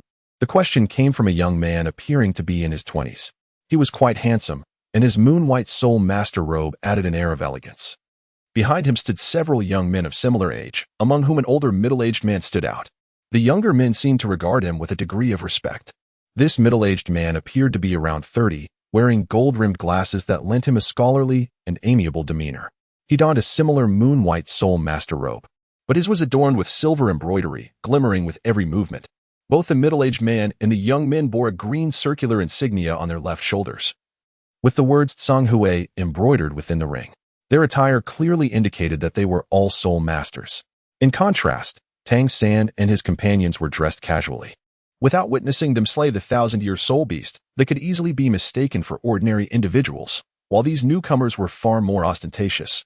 Upon seeing their entrance, the restaurant owner quickly approached, bowing and scraping with unreserved courtesy. Soul masters were not to be trifled with, and their small town relied heavily on the star dough forest. In simpler terms, their livelihood depended on soul masters. Soul masters not only held a noble profession, but also one that promised wealth. And the owner was acutely aware of the need for caution. Tang Qingwei had long noticed the presence of these individuals, but chose to disregard them out of sheer indifference. Did they truly appreciate the aroma of the dishes before them? Upon hearing the inquiry from the newcomers, Douluo initially intended to pause and discern their intentions. However, upon observing that none of his companions had any intention of halting their meal, and witnessing the rapid depletion of the food on the table, he had no choice but to focus on his own sustenance, wielding his chopsticks with fervor. The question posed by the student from Tang Qingwei Academy received no response, as everyone tacitly directed their gaze towards those who were diligently battling over the food. Both parties were spirit masters, while the others were merely common folk. None dared to offend the formidable individuals, acutely aware that their unwarranted chatter could invite dire consequences. Some began to regret not having made an immediate exit, questioning why they had lingered to witness the spectacle. Was the commotion among spirit masters truly a spectacle for their ordinary eyes? The leading youth, noticing the collective attention directed at Tang Qingwei and her companions, felt a sense of understanding wash over him. TCH, what a bunch of simpletons. Have they never dined before? Their manner of eating is quite unbecoming. The words came from a strikingly beautiful female student of Tang Qingwei Academy, who now regarded Tang Qingwei's table with evident disdain. Spirit masters naturally possessed superior hearing, and despite the din of the restaurant, Douluo and his companions caught every word. With a resounding clap, Douluo, incensed, slammed his chopsticks onto the table. Tang lightly finished her meal, wiped her mouth, and, like her companions, set down her chopsticks. Ma Hongjun and Douluo could no longer contain themselves. Douluo, suppressing his anger, remarked, "Your concern seems rather excessive. Indeed, the young lady possesses quite an admirable appearance. Yet how can one reconcile that with a mouth that resembles a breeding ground for maggots?" Although Ma Hongjun had a penchant for beautiful women, he could not regard a woman who bullied his brothers with any semblance of respect. His words were nothing short of a merciless tongue lashing. Tang appeared utterly astonished, her mouth agape as she gazed at Ma Hongjun. The plump fellow had entirely transformed her perception of him. Who knew he could be such a person? Chapter 95. If one does not offend me, I shall not offend them. Oscar, however, was not as surprised. Although the rotund man had an eye for beauty, he was fiercely loyal to those he deemed worthy, demonstrating a willingness to go to great lengths for his friends. Tang San cast a serious gaze toward the individuals across from him, his hand already poised atop the 24 bridges on a moonlit night. The moment they displayed any intent to attack, his hidden weapon would be hurled forth without delay. Although Dean Flander had once proclaimed that a soul master who shies away from trouble is not a worthy soul master, the group before him did not embody the brashness that often accompanies arrogance. They adhered to the principle that one should not provoke others unless provoked themselves. Now that they had been bullied to such an extent, failing to retaliate would only render them pitiful. While Xiaowu was taken aback by Ma Hongjun's words, she promptly gave the hefty boy a thumbs up, exclaiming, "Fatty, it seems I must regard you with newfound respect." Ma Hongjun, reveling in his own charm, brushed his hair to the side with a mischievous grin, replying, "Of course. Even though I admire beautiful women, I still have standards." The girl opposite him was visibly incensed by his remarks, her eyes brimming with tears. "How dare you humiliate me like this? I will kill you," she declared, as two yellow rings of light suddenly flared beneath her feet, only to be halted by the intervention of a middle-aged man leading the group. "Wenshu, calm yourself," he urged. "Uncle, how can I remain indifferent when they dare to insult me so?" Wenshu's eyes glistened with unshed tears, her delicate lips biting down in a display of indignation. Observing the scene, Oscar nudged Ma Hongjun with his elbow and smirked. "Look, you've made her cry." Unfazed, Ma Hongjun casually replied, "Let her cry. She is not my concern, is she?" The previously mild-mannered middle-aged man, upon hearing Wenshu refer to him as uncle, displayed a flicker of anger. "How many times must I remind you, in school and outside, I am your teacher?" Faced with her uncle's displeasure, Wenshu quickly lowered her head in apology. "I'm sorry, teacher." Acknowledging her apology, the middle-aged man chose not to pursue the matter further, regaining his composed demeanor. Yet, after witnessing his anger, none would believe him to be an easygoing individual. He turned his attention to Dai Mubai and his companions, inquiring, "Do you children know who was responsible for slaying those thousand-year-soul beasts?" He posed the question without anticipating that these youngsters had indeed vanquished the beasts, assuming instead that it must have been their teacher. "I did. What of it?" Dai Mubai stood up first, his eyes transforming into a deep, profound blue, exuding an icy killing intent that radiated a formidable pressure. Beneath him, 3 brilliant rings of light ascended consecutively, 2 yellow and 1 purple, swirling with soul power that surged forth like a tidal wave. Each muscle beneath his clothing became distinctly defined, and even the air around him seemed to grow tumultuous. His golden hair instantaneously shifted to a mix of black and white, with white dominating, while several strands of black stood out conspicuously, for faint lines appeared on his forehead, arranged in a manner that formed the character for king. His palms were enveloped in white fur, and as his fingers moved, short, dagger-like claws emerged and retracted, each resembling a blade, measuring a striking 8 inches and glinting with a chilling light. Upon witnessing the purple thousand-year soul ring beneath Dai Mubai, the middle-aged man was already half convinced. "A thousand-year soul ring? Which academy do you belong to?" he questioned, his expression grave. The realization that such a young child had already attained the rank of soul master left him bewildered. Could they be from a noble academy, or perhaps the offspring of a prominent family? The middle-aged man's mind raced with uncertainty. "You are not worthy to know our school," Dai Mubai retorted, his gaze imbued with disdain. The teacher from Tang Qingwei Academy, struggling to maintain his previously genteel demeanor, pointed at Dai Mubai and his companions with a stern voice, exclaiming, "You dare to go this far? First, you slay our soul beasts, and now you speak so disrespectfully. Today, I shall act as your teacher and give you a proper lesson." With that, a radiant glow enveloped him as he summoned 3 yellow and 2 purple soul rings. The students behind him also unleashed their martial souls, illuminating the space with a dazzling array of colors. Among them, for youths bore soul rings of identical hues, 1 white and 1 yellow, signifying a 10-year and a 100-year soul ring. Only Wenshu stood apart with 2 yellow soul rings, marking her as the most gifted among them, explaining her somewhat inflated sense of self-worth. All 5 were undeniably battle soul masters, comprising 2 weapon-based soul masters wielding a long sword and a staff, alongside 3 beast soul masters manifesting a bird, a dog, and a monkey. From the perspective of their martial souls, they were not particularly formidable. Observing their display, Dai Mubai's disdain only intensified. Is this what the so-called elite soul master academy produces? And with a mere 10-year soul ring? Brothers, let us show them our soul rings. Tang Qingwei secretly curled her lips and touched her modest chest, thinking to herself, who is your brother? However, she refrained from contradicting him at that moment and obediently summoned her martial spirit. The phoenix manifested, enveloped in a surge of purplish-red light that erupted from the stout figure. His short hair suddenly elongated and gathered towards the center, transforming into a mohawk hairstyle. 2 rings of yellow spirit aura simultaneously rose from beneath his feet, and long feathers sprouted from his exposed, robust arms, while his hands morphed into claw-like appendages. Fiery currents swirled around his body. Despite his shorter stature compared to the students from Tang Qingwei Academy, the moment the violet flames erupted from within, his entire demeanor shifted dramatically. Coupled with Dai Mubai's white tiger martial spirit, It created an overwhelming presence that left their opponents gasping for breath. Only Tang San's martial spirit remained relatively calm. As two yellow rings, akin to Ma Hongjuan's, ascended from beneath his feet, while dense blue-silver grass quietly unfurled, encircling him and slowly spreading outward. Xiao Wu and Tang Qingwei were the last to release their martial spirits. As the two yellow and one purple rings illuminated beneath the diminutive Tang Qingwei, they instantly captivated the attention of all the spirit masters across from them. Spirit ancestor? Impossible. How old is she? The teachers from Tsanghue Academy watched in astonishment, murmuring. The highest configuration of spirit rings, yet this martial spirit appears unfamiliar, seemingly not formidable at all. However, that lad with the white tiger martial spirit possesses some skill. The middle-aged instructor turned his gaze back to his students, who, aside from their diligent study, displayed a spirited demeanor, while the others trembled slightly under the pressure of the martial spirits. Being a middle-aged man, he contemplated the implications of Daimubai and the others showcasing their true strength. He pondered the possibilities. These children were quite young. Could they be disciples of a major sect? After all, some trouble should not be provoked.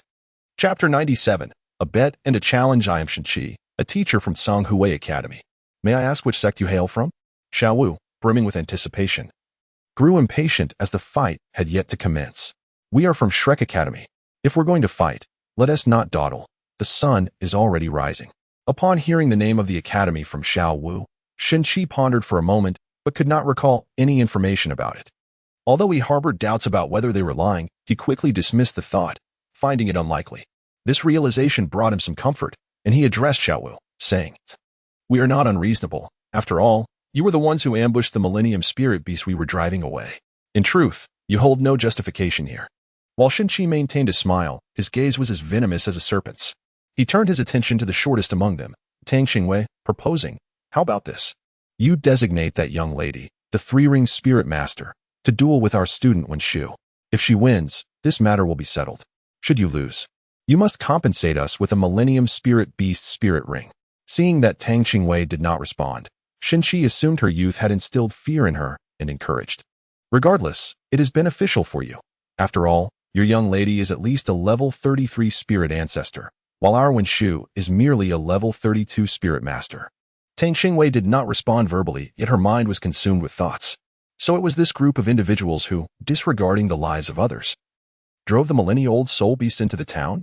Although the original course of the soul beasts led towards the town, their actions were tantamount to willfully instigating a crisis. Tang slightly raised her eyes, her gaze filled with indignation as she looked at the group.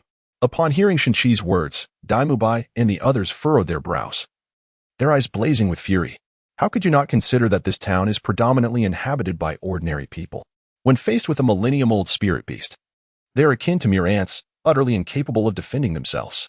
Shenqi, unfazed, responded with a mocking smile. What a display of naive compassion. Those who choose to reside in this place must be prepared to confront the spirit beasts. Moreover, our very purpose is to eradicate these beasts. How could we allow them to continue harming innocent lives? Very well, I shall accept the challenge, but the terms must be revised, for they are exceedingly unjust. Tang Qingwei stepped forward, allowing the crowd to behold her fully. She appeared to be merely 7 or 8 years of age. Yet her adorable visage bore an expression of solemnity. Shenqi, intrigued, inquired, "Then tell me, how shall we amend this? If I emerge victorious, you shall grant me 10,000 golden soul coins. Should I falter, I will accompany you in hunting a millennium-old soul beast ring." Tang Qingwei spoke with a resonant strength, her eyes ablaze with fervent intensity, undoubtedly directed towards the Jin Hun coin. Excellent. No problem. In Shenqi's perspective, Tang Qingwei seemed to belong to the support category, as the majority of offensive types were typically beast martial souls. As for the control category, he hardly believed that a mere bear flower could possess such abilities.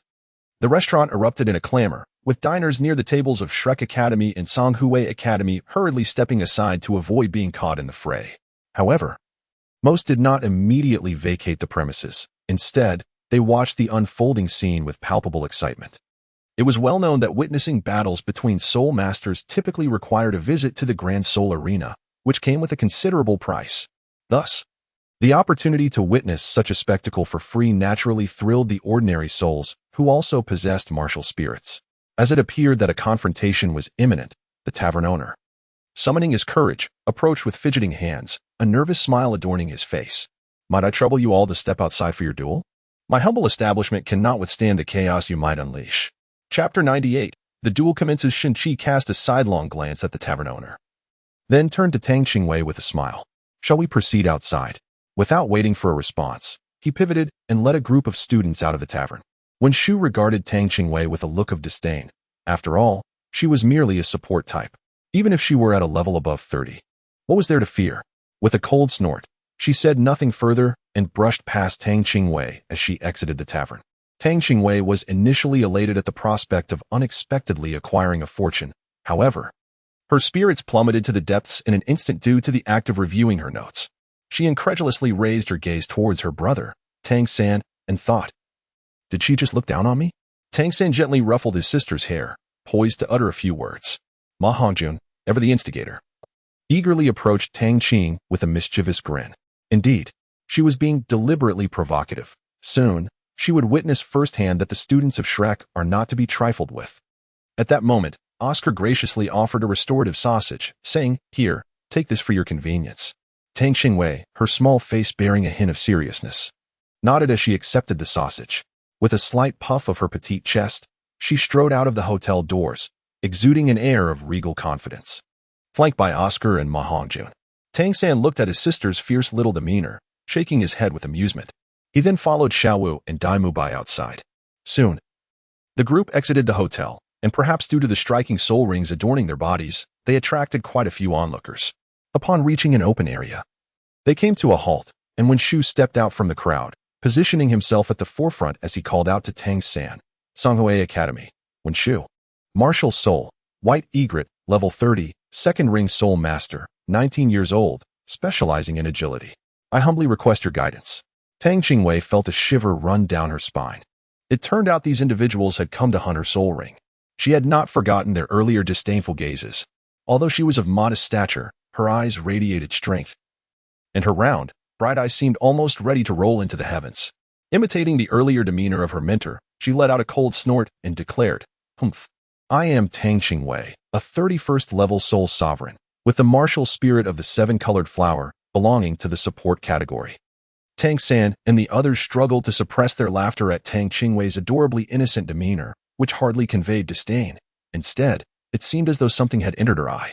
Yet, none dared to voice this, for they had not forgotten that this seemingly delicate and charming young girl was, in truth, a formidable and violent little powerhouse. Upon hearing Tang Qingwei's self-introduction, Shin-Chi couldn't help but smirk internally, confirming his expectations. At merely level 31, even with the absence of a soul ring, one could hardly expect a support type to create significant waves. Very well, let us all unleash our martial spirits and prepare to begin. As soon as the words left his mouth, soul rings illuminated beneath their feet simultaneously. When Shu called out softly, her long hair billowing as she spread her arms wide, instantly releasing her martial spirit, 200-year soul rings appeared around her graceful figure. The 19-year-old girl, a soul master at level 30, displayed commendable strength, complemented by an optimal soul ring configuration. This was ample evidence for Wen Shu to take pride in. However, her misfortune lay in her encounter with the even more talented little monsters from Shrek Academy, leading the likes of Dai Mubai and his companions to believe that the outcome of this contest was already preordained. Tang Qingwei remained silent, merely raising her hand as a seven-colored flower, now reduced to 5 petals, twirled delicately in her grasp. Beneath her feet, 3 soul rings, 2 yellow and 1 purple, radiated brightly, encircling her form. Chapter 99. The halt of battle upon witnessing the 5 petals of the 7-colored flower in Tang Qingwei's hand. Several students from the Songhue Academy felt an urge to mock her for her apparent numerical ignorance. However, as her 3 soul rings suddenly illuminated, the oppressive force of their levels silenced their derision. Begin. In an instant, as Shin-Chi called out the start, Wen Shu sprang forth like a bolt of lightning. His legs were pressed together, as if fused, while his arms unfurled at his sides, transforming into wings. With a swift motion, and accompanied by the brilliance of his second soul ring, he soared into the air. With a surge in speed, he lunged toward Tang Qingwei. Almost immediately, Wen Shu unleashed his first soul skill, conjuring an ethereal beak-like projection from his head, aimed directly at Tang Qingwei's face.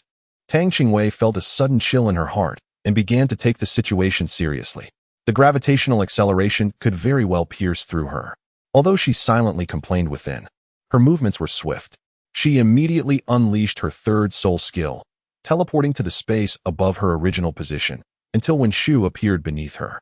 Like an arrow released from a bow, Tang Qingwei propelled herself forward, lightly pushing off from the void, as she swung her small fist directly towards Wen Shu's shoulder. Though Tang Qingwei harbored a disdain for the insolent girl before her, she was not one to unjustly slay the innocent. Thus, she refrained from delivering a strike aimed at her opponent's vital points. Wen Shu, having lost her target, momentarily found herself in a state of bewilderment, only to be jolted back to awareness by the impending sense of danger from above. Upon raising her gaze, she was met by Tang Qingwei's fist hurtling towards her, her beautiful eyes widening in surprise.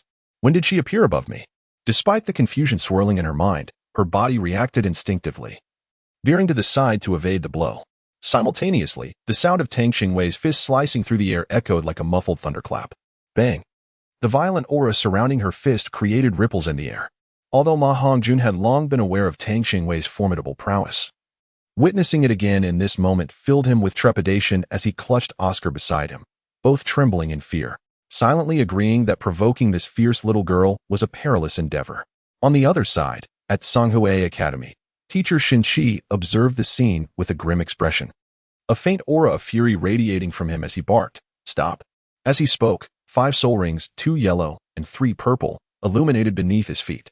A weapon resembling a hoe materialized in his hands, positioned between the two parties, creating a bizarre, yet comical juxtaposition against his otherwise refined demeanor. Ha! That look is utterly ridiculous. Having no regard for decorum, Xiao did not hesitate to laugh aloud at the sight.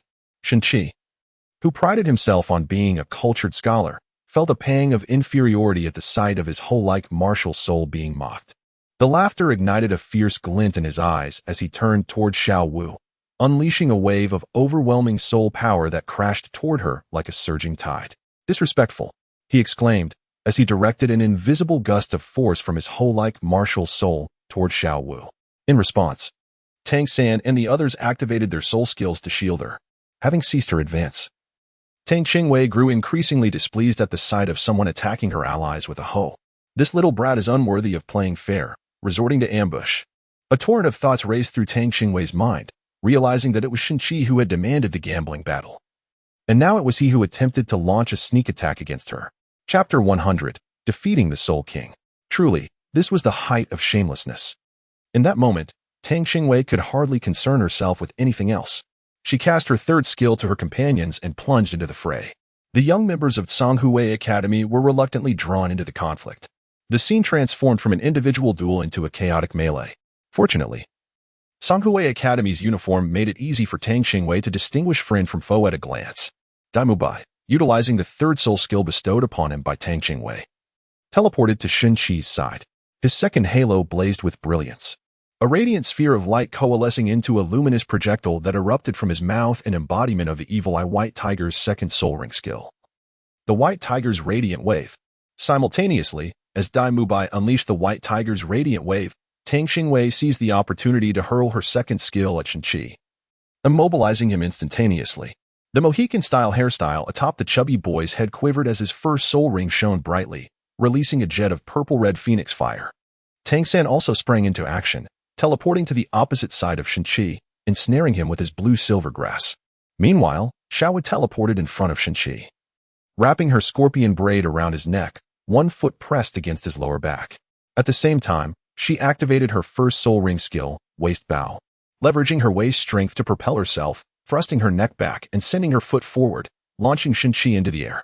As the scorpion braid silently released its grip, Xiao pursued the airborne Shinchi, leaping into the air. Her waist bow's power was truly formidable. With her cultivation at level 28 and a 120% enhancement, she sent Shinchi soaring 5 meters high. At the pinnacle of Shinchi's ascent, Xiao caught up with him, grasping his waist with both hands. The force of the waist bow surged again, bending her slender waist into a terrifying arc, as she spun Shinchi's body backward in an instant. Although Shinchi's immobilization had been lifted, he was already grievously injured by Daimubai and the others during his earlier confinement. Now, disoriented, he found himself utterly powerless. Xiao held tightly to Shinchi's waist, spinning them both twice in midair. As she descended, the rapid rotation, aided by the waist bow's momentum, sent their bodies hurtling towards the ground with a breathtaking rush. Faced with the simultaneous assault of 5 attackers, Shenqi had lost the upper hand from the outset due to his immobilization, leaving him unable to counter the coordinated onslaught. In mere moments, the 5-ringed Soul King was swiftly defeated by the combined efforts of Dai Mubai and his companions. The students of Tang Qingwei Academy were left in awe, astonished that these individuals could overpower a teacher with such ease. Could they truly be compared to such monsters? Uncle! When Shu exclaimed upon seeing Shenqi rendered unconscious by Dai Mubai and his companions, she hastily assisted him, her eyes blazing with fury at those who had harmed her uncle. Despicable! Why did you ambush my uncle? When Shu shouted indignantly, Hey, are you mistaken? It was your uncle who ambushed us first, all right? Your talent for twisting the truth far surpasses your cultivation ability, Ma Hongjun retorted, nearly amused by Wen Shu's outrage. Although they had already witnessed the chubby boy's sharp tongue, they were once again left speechless by his unabashed mockery. You lie. My uncle is a 5-ringed Soul King. How could he possibly ambush you, who are so far beneath him? Though Wen Shu had not witnessed the entire ordeal, she knew her uncle's character well. He would never stoop to such a lowly act. Chapter 101. Allocation of Spoils and Truth. This situation was rather fortuitous. Shenqi had initially called for a halt upon seeing Tang Qingwei's prowess, suspecting her of cheating and misrepresenting her identity. After all, such formidable strength could hardly belong to a support type. Unbeknownst to him, Xiao Wu had struck a nerve by mocking his martial spirit, prompting him to instinctively retaliate, only to be perceived as the aggressor by the Shrek students. However, it was too late to clarify now, as Shenqi had already succumbed to unconsciousness and would not awaken any time soon. Shrek Academy. I will remember this, Wen Shu vowed, instructing her allies to prepare to carry Shenqi away. Wait, a youthful voice called from behind. What do you intend to do? Though Wen Shu's tone was laced with anger, she dared not escalate the situation. After all, her uncle was no match for these individuals, and any further conflict would undoubtedly bring misfortune upon Tang Qingwei Academy. What of the wager? It remains. Tang Qingwei fixed her intense gaze upon the purses of the individuals before her. We have not yet concluded the competition. Why must we pay you the wagered soul coins? Wen Shu's cheeks flushed with indignation, yet Tang Qingwei remained unfazed. Very well, let us compete once more. Tang Qingwei readily agreed, raising her hand to summon her martial soul. Am I implying that? Who wishes to engage in a duel with you? Wen Shu's expression grew tense. Although she had not completed a full match against Tang Qingwei, she was acutely aware that Tang Qingwei's strength was undoubtedly superior to her own. After a prolonged silence, she finally spoke. I do not possess that much, may I? Before the other party could finish speaking, Tang Qingwei promptly interjected with a resolute refusal, stating, Absolutely not. Who will she turn to for repayment later? Following this, she subtly signaled to Wen Shu, inquiring about their companions and suggesting they contribute as well. The individuals who were called upon instinctively clutched their purses tightly. Wen Shu, cradling the unconscious Shenqi, cast a resentful glance at Tang Qingwei and her group. After a prolonged moment, she shifted her focus to her companions, insisting, You all must present your funds. I, Wen Shu, assure you that upon returning to the family, I will repay you double. Finally, the group hesitantly produced their purses and offered them to Wen Shu. Tang Qilei, filled with excitement, called out to Tang San and the others, urging them to come over and assist him in counting the money. Wen Shu's expression darkened immediately, and he retorted with indignation. We are not so shameless. There are plenty of gold soul coins here. Zhao Wujia, observing from above, had already witnessed their unity in the face of provocation at Tang Qingwei Academy. These youngsters did not disappoint him. They stood together against external challenges. And even the chubby Ma Hongjun earned his newfound respect. What a windfall. By the way, this is your share. I worked the hardest, so it's only fair that I take the largest portion, right? Without waiting for their response, he distributed 5,000 gold soul coins, handing out 1,000 to each person, including Tang San. You keep yours, brother. I'll pass on mine, Tang San said with a smile, pleasantly surprised by how generous his sister was with her own. This made him, as an older brother, feel a deep sense of pride. Tang furrowed her brow slightly. Her expression one of displeasure. Brother, between siblings, one must be clear in accounting. If it belongs to you, then take it. After speaking, her dark eyes narrowed into a mere slit, and with a sly grin, she added, As for any future subsidies you wish to provide, that might not be out of the question. Tang San playfully tapped his sister's head, affectionately calling her a little money grubber. He then turned to the others with a smile and said, Xiaowei is right. This is what you are entitled to. Please accept it. In Chapter 102, Breakthrough to Soul Master, Oscar and Ma Hongjun, upon hearing Tang San's words, no longer declined and eagerly rushed towards the golden soul coins with gleaming eyes.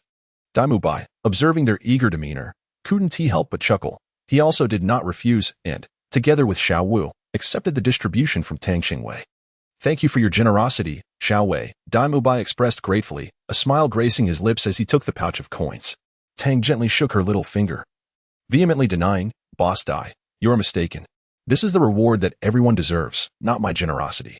Had it not been for your collective efforts in subduing that Soul King, it remains uncertain whether I would even have the opportunity to stand here. Tang San nodded and stepped beside Tang Qingwei, casually resting his hand on her head.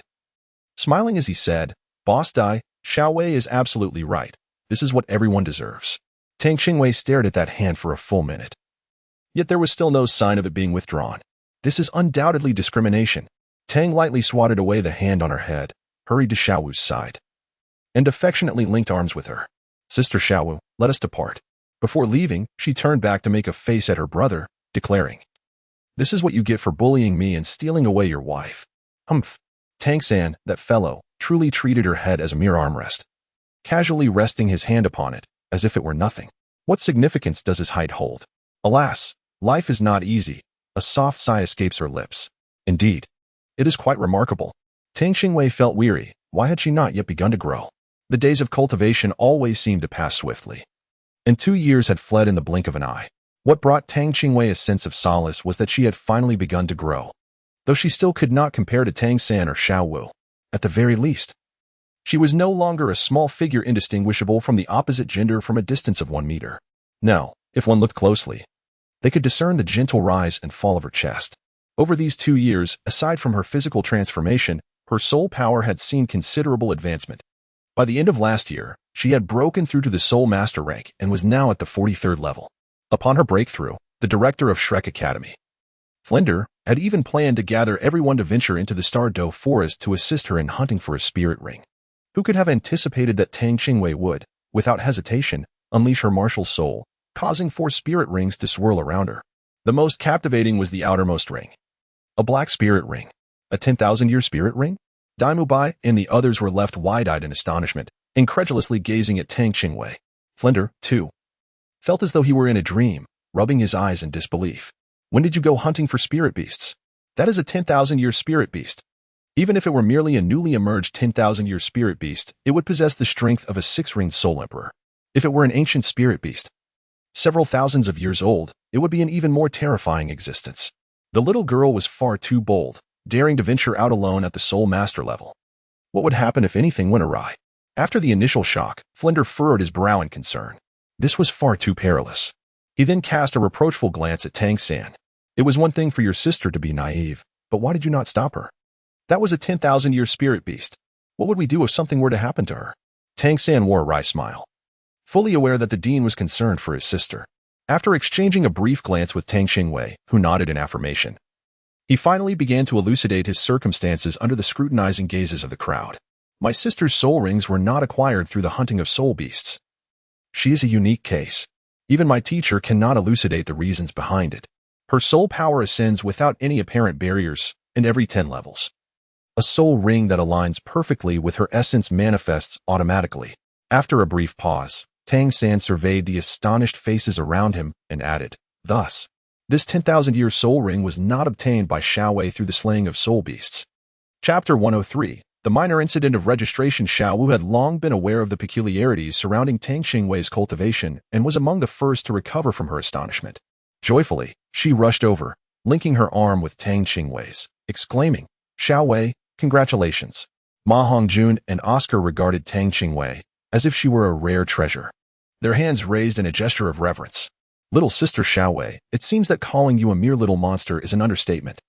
Tang Qingwei was momentarily taken aback by the words of the two individuals. What could possibly be an appropriate description? To her surprise, the duo exchanged a glance and chuckled, yet refrained from revealing the specifics. Dai Bai cleared his throat and playfully tapped the heads of Ma Hongjun and Oscar, admonishing them, Stop your nonsense. Xiaowei has already reached level 40. Are you both feeling a bit too impudent? Tang San smiled as he observed the playful banter among his companions. While he felt a sense of joy for his sister's breakthrough, he was also struck by a sense of urgency. He too needed to intensify his training. Indeed, truly remarkable, Flander exclaimed, his eyes brimming with delight. However, when he glanced at the others, disdain was evident on his face. Xiaowei has already reached level 40. And what about the rest of you? Shouldn't you be striving harder? How embarrassing. The group collectively acknowledged their shame, though they protested that they had not been idle. Very well, if necessary, we shall sacrifice a few hours of sleep at night. Within the Shrek Academy, the presence of a prodigy like Tang Qingwei served as a formidable motivator, leaving everyone feeling the pressure to keep pace and preventing any slacking off. As a result, all the students had now attained the rank of Soul Master. This remarkable rate of progress brought a broad smile to Dean Flanders' face, who regarded them with the same affection one might show a plump pig destined for the feast. This scrutiny only heightened the pressure on the students, compelling them to remain diligent in their training. Little prodigies, today marks the annual enrollment day once again. You need not train today, come with me to manage the situation, announced teacher Li Yusong, who was responsible for overseeing the registration process. After all, there were always a few troublemakers each year, and having these prodigies alongside would undoubtedly facilitate a smoother registration process. Teacher Li, I suspect this year's proceedings will be much like last year's. Surely, we need not all attend? I'm still quite hungry, protested Ma Hongjun, rubbing his round belly. He had planned to indulge himself in a hearty meal in the city, only to find himself conscripted for duty. The others shook their heads and sighed at the sight of their increasingly rotund companion, recognizing that his martial spirit compelled him to seek solace in gluttony. Tang Qingwei felt a twinge of concern for Fatty, as over the past 2 years, she had come to regard the students of Shrek Academy as her own friends. With her prolonged stay, memories of her past had begun to fade. The storyline concerning Fatty's martial soul on the Douluo continent was now but a distant recollection. She vaguely remembered Tang San acquiring an immortal herb somewhere and feeding it to Ma Hongjun, which resolved the issues surrounding his martial soul.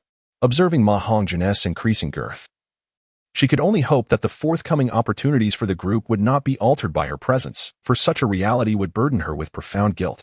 Indeed. Teacher Li, I shall go. Let Fatty head to dinner first, she said, her voice softening due to the guilt she felt towards Ma Hongjun. Haha. Still caring for your Fatty brother, Xiaowei.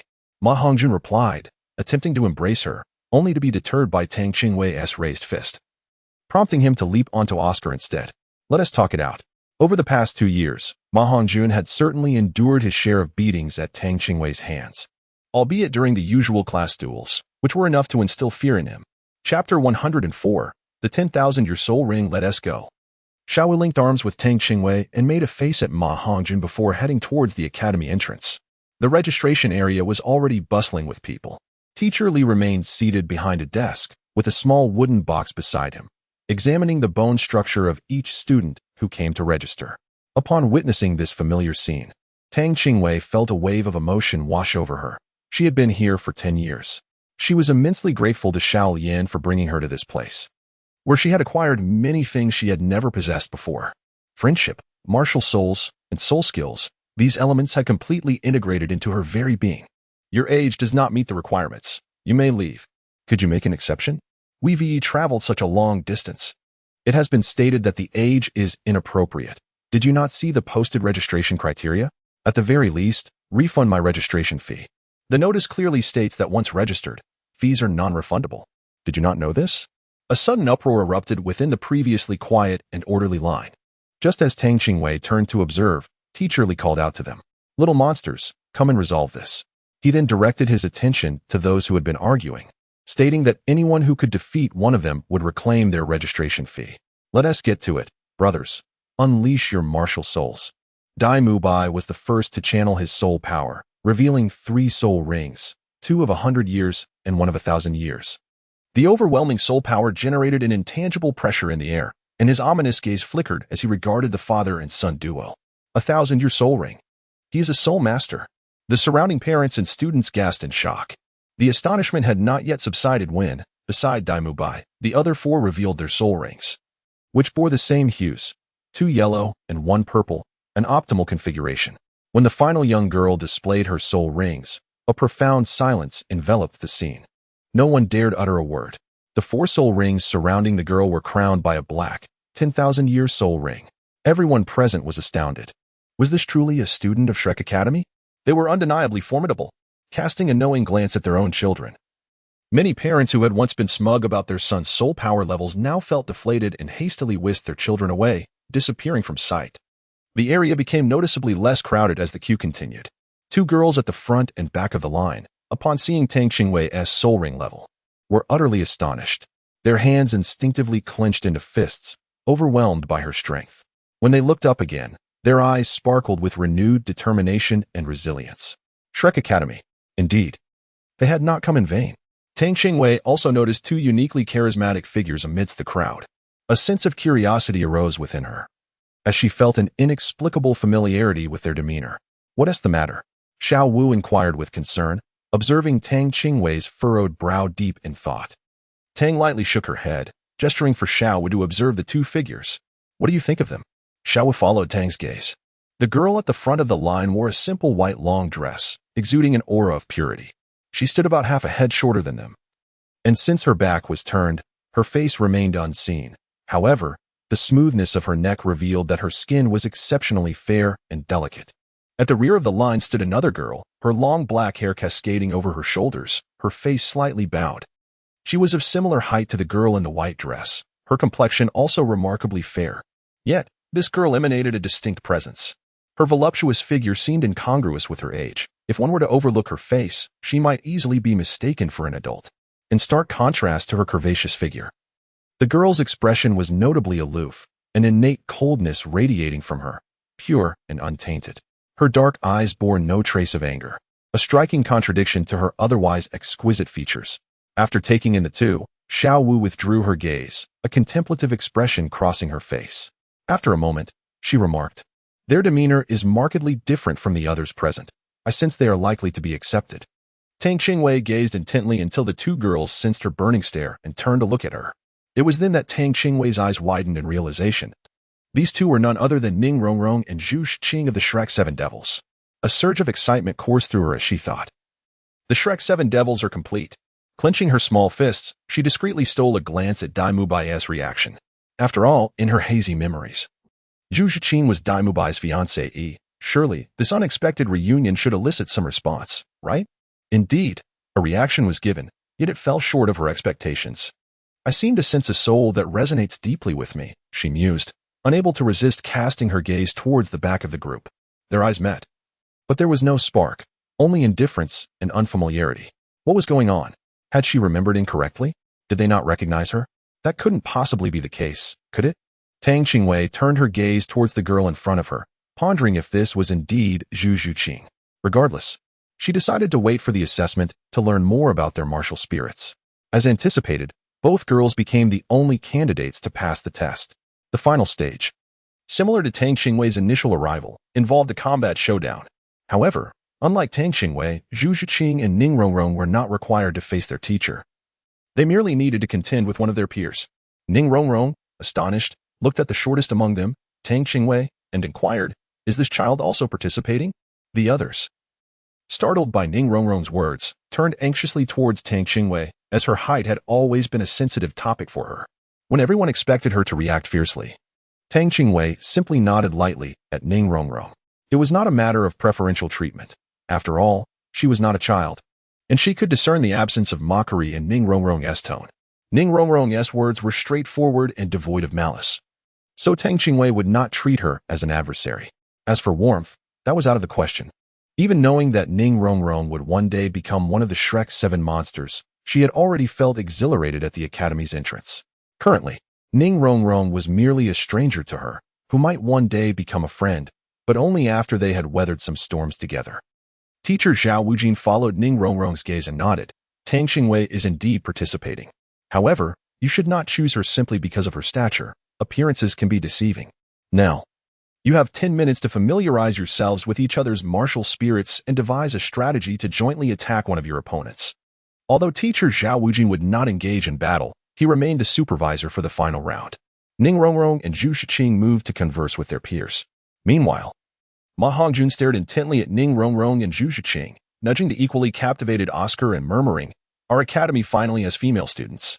Just as he finished speaking, he felt a chill run down his spine and turned to meet the fiery gazes of the two girls. "I didn't mean it that way," he exclaimed. leaping behind Dai Mubai. Big brother Dai, you know what I meant, right? Dai Mubai, feeling the pressure of their stares, decided to follow the adage of better them than me and push the chubby boy forward. I don't know. You explain it to them. Chapter 106, Phoenix versus Nether Spirit Cat. We've made our decision. Let's choose that chubby one. Ning Rongrong's voice rang melodiously, rescuing Ma Hongjun from his predicament. It's starting. Ma Hongjun exclaimed eagerly as he dashed to the center of the arena, facing off against Ning Rongrong and Zhu Qing. Let the battle commence, Zhao Wujin announced. And the ground beneath the three of them shimmered with vibrant soul rings. The appearance of Ma Hongjun's 3 soul rings was already anticipated by the 2 girls, as they had witnessed them at the academy's entrance. Before Ma Hongjun could make his move, Ning Rongrong acted first. 7 treasures glazed pagoda. Her body spun gracefully on the spot, releasing a dazzling spectrum of colors that coalesced into a resplendent 7-colored tower in her right palm. The light sparkled with an aura of nobility, and Ning Rongrong wore a serene smile, appearing ethereal. 2 yellow soul rings rose from her feet, swirling around her. The 7 treasures are renowned. The first grants strength. With a gesture from her left hand, a burst of colorful light enveloped Zhu Qing, filling her with a warm energy that surged through her limbs, invigorating her with newfound power. Remarkable. Is she from the 7 treasures glazed sect? The first auxiliary spirit holds true value. Be cautious, fatty, Zhao Wujin advised with keen interest. The second grants speed. Another radiant beam emanated from Ning Rongrong's second soul ring. The lightness of her body made Zhu Qing feel as though she had shed weight, and she silently marveled at the 7 treasures glazed pagoda's reputation, acknowledging it as the foremost support spirit. With a simultaneous increase in both speed and strength by 30%, Zhu Qing felt her power surging. At that moment, she sprang into action, crouching low before vanishing in an instant, leaving behind only a fading afterimage, showcasing her incredible speed as a swift attack spirit master. Her movements were so silent that those watching were left in awe. The most astonishing aspect was that every action of Zhu Qing was executed without a whisper, her figure darting forth silently, her strikes aimed with deadly precision. As her martial spirit manifested, her fingers transformed into claws akin to a cat's. Zhu Qing's eyes changed color. Her left eye became deep green while her right turned a clear blue. Her hair cascaded down her back gracefully, and as she moved, she left behind faint illusions that made it difficult to pinpoint her exact location. Her attacks were exceptionally sharp, targeting vital points with precision. Ma Hongjun, caught off guard, could only activate his second soul technique, Blazing Phoenix. This was the sole defensive skill he possessed among his soul techniques. At this moment, he began to take things seriously, immediately employing his first soul skill, the Phoenix Fire line, within the Blazing Phoenix, greatly amplifying its power severfold. Although this consumed a considerable amount of soul energy, the results were exceptional. In truth, Ma Hongjun had an even more potent third soul skill, yet he refrained from using it here, as this was merely a friendly competition, not a matter of life and death. Though Zhu Qing appeared flustered, she skillfully maneuvered through the air, narrowly evading the flames. However, Ma Hongjun's flames were adhesive and extremely hot, ultimately resulting in her sustaining burns. The ground beside Zhu Qing was marked with scorch grooves from the purple flames. Chapter 107. Passing the final assessment. Upon witnessing Zhu Qing's injury, Dai Mubai instinctively took a step forward, then, as if realizing something, retreated as if burned. What was happening to him? Why was he so anxious about her? Initially, at the entrance of the academy, Dai Mubai had not clearly seen that Zhu Qing was at the end of the line due to the crowd, which led to Tang Qingwei witnessing that moment. It was only when Zhu Qing approached that he recognized her as the second miss of the Zhu family, who had been betrothed to him since childhood. Despite their engagement, they had seldom met, as he had believed there was no hope and intentionally maintained a distance between them. Thus, their relationship resembled that of familiar strangers. The last time they had met was when he chose to flee like a coward. Surely she must have looked down upon him. At this thought, Dai Mubai's gaze darkened. Having been grazed by Ma Hongjun's flames, Zhu Qing disregarded her injuries. Her 2 yellow soul rings flared simultaneously, and her blue and green eyes transformed, with her pupils suddenly elongating. In an instant, she soared into the air, enveloped by her soul power, curling up and spinning rapidly toward Ma Hongjun with incredible speed. Within her swirling form, claw shadows emerged, representing her second soul skill, the Phantom Claw of the Underworld, utilizing her rapid rotation and the piercing attack of her cat-like claws. Zhu Qing unleashed a barrage of over 100 strikes upon Ma Hongjun in a remarkably brief time, each blow extraordinarily powerful. Faced with Zhu Zhuqing's fierce onslaught, Ma Hongjun found himself unable to evade in time and was directly struck by her assault. He had not anticipated Zhu Zhuqing would be so ruthless. Especially with the scorching phoenix fire enveloping her, she charged at him without a hint of hesitation. After landing a hit, Zhu Zhuqing quickly retreated, distancing herself from Ma Hongjun's attack range. A seasoned fighter accustomed to daily battles, Ma Hongjun would not allow Zhu Zhuqing to escape so easily and activated both his first and second soul skills simultaneously. The combined power of these techniques was formidable. The phoenix fire line erupted from Ma Hongjun's mouth, and under his control, it swept toward Zhu Zhuqing like a fiery whip. Conventionally, Ma Hongjun should have first targeted Ning Rongrong. However, given that this was an assessment, it was only fitting that both Zhu Zhuqing and the support-type Ning Rongrong were evaluated. Zhu Zhuqing was struck directly by the fiery whip, sending her body flying. A muffled groan escaped her lips as she coughed up blood in midair and fell unconscious. As a support-type soul master, Ning Rongrong lacked self-defense capabilities. Following Zhu Zhuqing's defeat, she was swiftly subdued by Ma Hongjun's strike. At this moment, Dai Mubai could no longer hold back. He leaped to catch the unconscious Zhu Zhuqing in the air. Before he could speak, Tang Qingwei stepped forward, raising her left hand to summon her martial soul. Two beams of white light emanated from the seven-colored flower, enveloping both individuals. In no time, Zhu Zhuqing opened her eyes, and the injuries of both were healed instantaneously.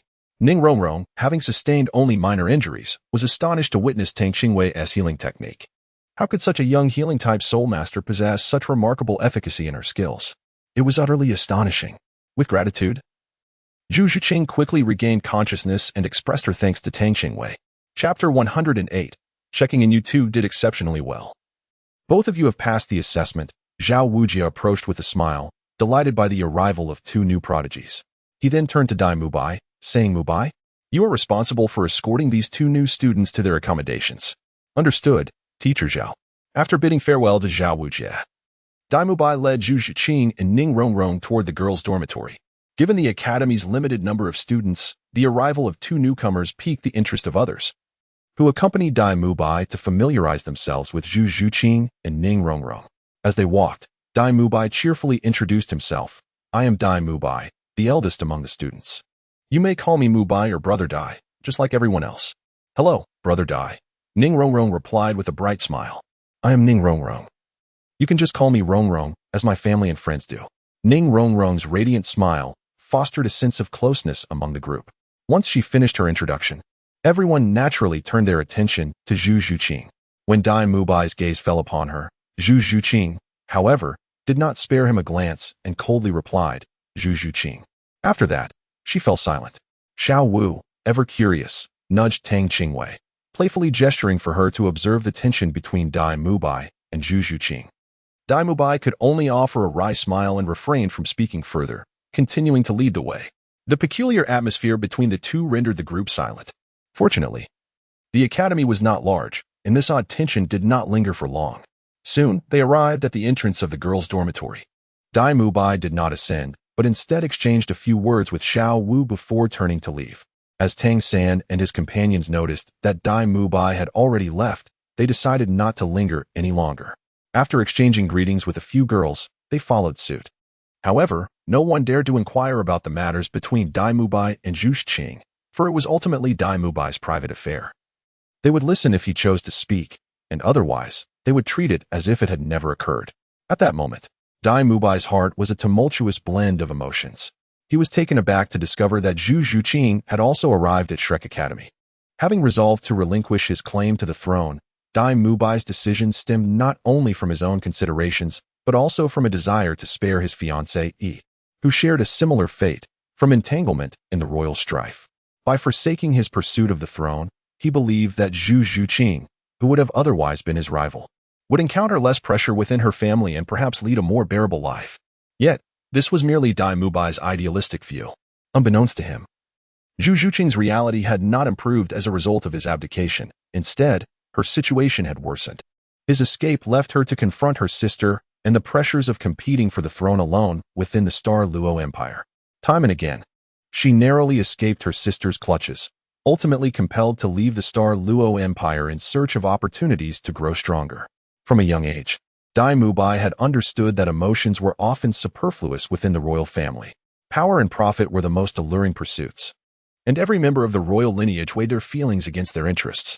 When familial bonds were pitted against the supremacy of power, how many could truly prioritize their emotions over ambition? With two elder brothers above him, the rules of the imperial competition dictated that he had no future. Thus, he wished to avoid any entanglements with Zhu Zhuqing, particularly under the knowledge that their relationship had no future. However, circumstances had changed. At Shrek Academy, he had formed bonds with a group of loyal friends, and his strength had significantly increased. This time, he would not shy away. Zhuqing, I am sorry. I will strive to make amends, and you shall witness my resolve, he vowed silently. On the playground, all the students of Shrek Academy, including the newcomers Ning Rongrong and Zhu Zhuqing, had gathered, except for one individual who was notably absent. Flander, arms crossed and tapping his fingers restlessly, remarked in a low tone, "Why is Mubai late today? Is there something amiss?" A man clad in a gray robe, hands clasped behind his back, responded calmly, "What is there to worry about? The children are not prone to idleness. Something must have delayed them. Let us wait a while longer." This man was the master, who had been persuaded by Flander to come to Shrek Academy shortly after Tang San and his friends had arrived. After so many years, it was rare to hear news of him. How could he allow his prized disciple to remain outside alone? As Ma Hongjun raised his hand to explain, he suddenly spotted Dai Mubai rushing towards them from the dormitory. However, instead of a look of panic for his tardiness, his face radiated excitement. "Mubai, has something happened?" Flander asked with concern. Since the arrival of the little monster Tang San and his peers, the students had not witnessed any laziness among their ranks. Dai Mubai shook his head, unable to suppress his joy. "No, Dean, you must listen to me. I have broken through. I have reached level 40. At that moment, Dai Mubai did not lower his voice, and every student present on the playground heard him clearly. What? Not only Flander, but everyone turned their astonished gazes towards Dai Mubai, including Zhu Zhuqing. They were incredulous that, after merely 2 years away, his spirit power had ascended so rapidly. Was Shrek Academy truly that formidable? As Zhu Zhuqing marveled inwardly, she could not help but feel a sense of relief. Indeed, she had made the right choice in coming here. Flander's eyes sparkled with excitement as he looked at Dai Mubai. "Excellent, excellent.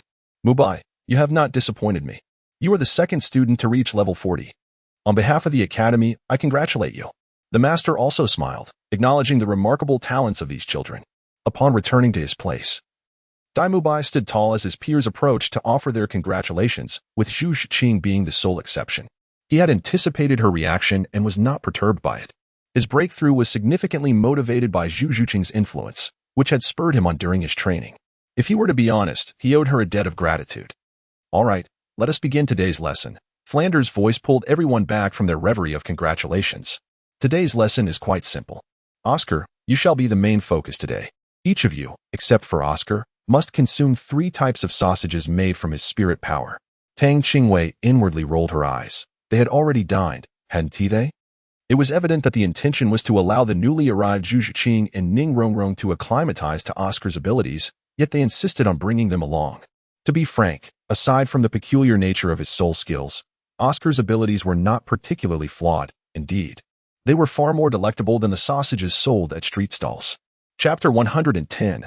Oscar's sausages. Zhu Zhuqing and Ning Rongrong wore expressions of utter bewilderment, unable to comprehend the implications of Dean Flander's words.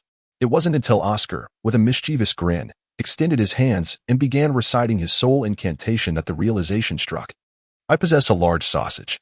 I possess a small sausage. I dream of a mushroom sausage." 3 sausages, each with a distinct flavor, materialized in Oscar's hands. He raised an eyebrow at the two, grinning as he inquired, "Who will be first?" Instantly, Zhu Zhuqing and Ning Rongrong's expressions darkened. It turned out that the dean's earlier insinuations were subtly alluding to Oscar's soul incantation. Tang lightly shook her head with a sigh reminiscent of a wise adult, deciding that she would take the lead. After all, it seemed a moral obligation to assist those who were strikingly attractive in their moments of difficulty. She swiftly approached Oscar, directly seizing 3 sausages and began to munch on them. Tang Qingwei's subtle actions left Ning Rongrong and Zhu Zhuqing utterly astonished. Following Tang Qingwei, Tang San and Dai Mubai, among others, calmly consumed Oscar's sausages without a hint of hesitation. Observing their nonchalant demeanor, the 2 women began to question whether their own thoughts were impure. As this realization struck them, their faces flushed crimson. Without further deliberation, Ning Rongrong, steeling herself as if facing death, seized a large sausage and took a hearty bite, devouring all three of Oscar's sausages in mere moments.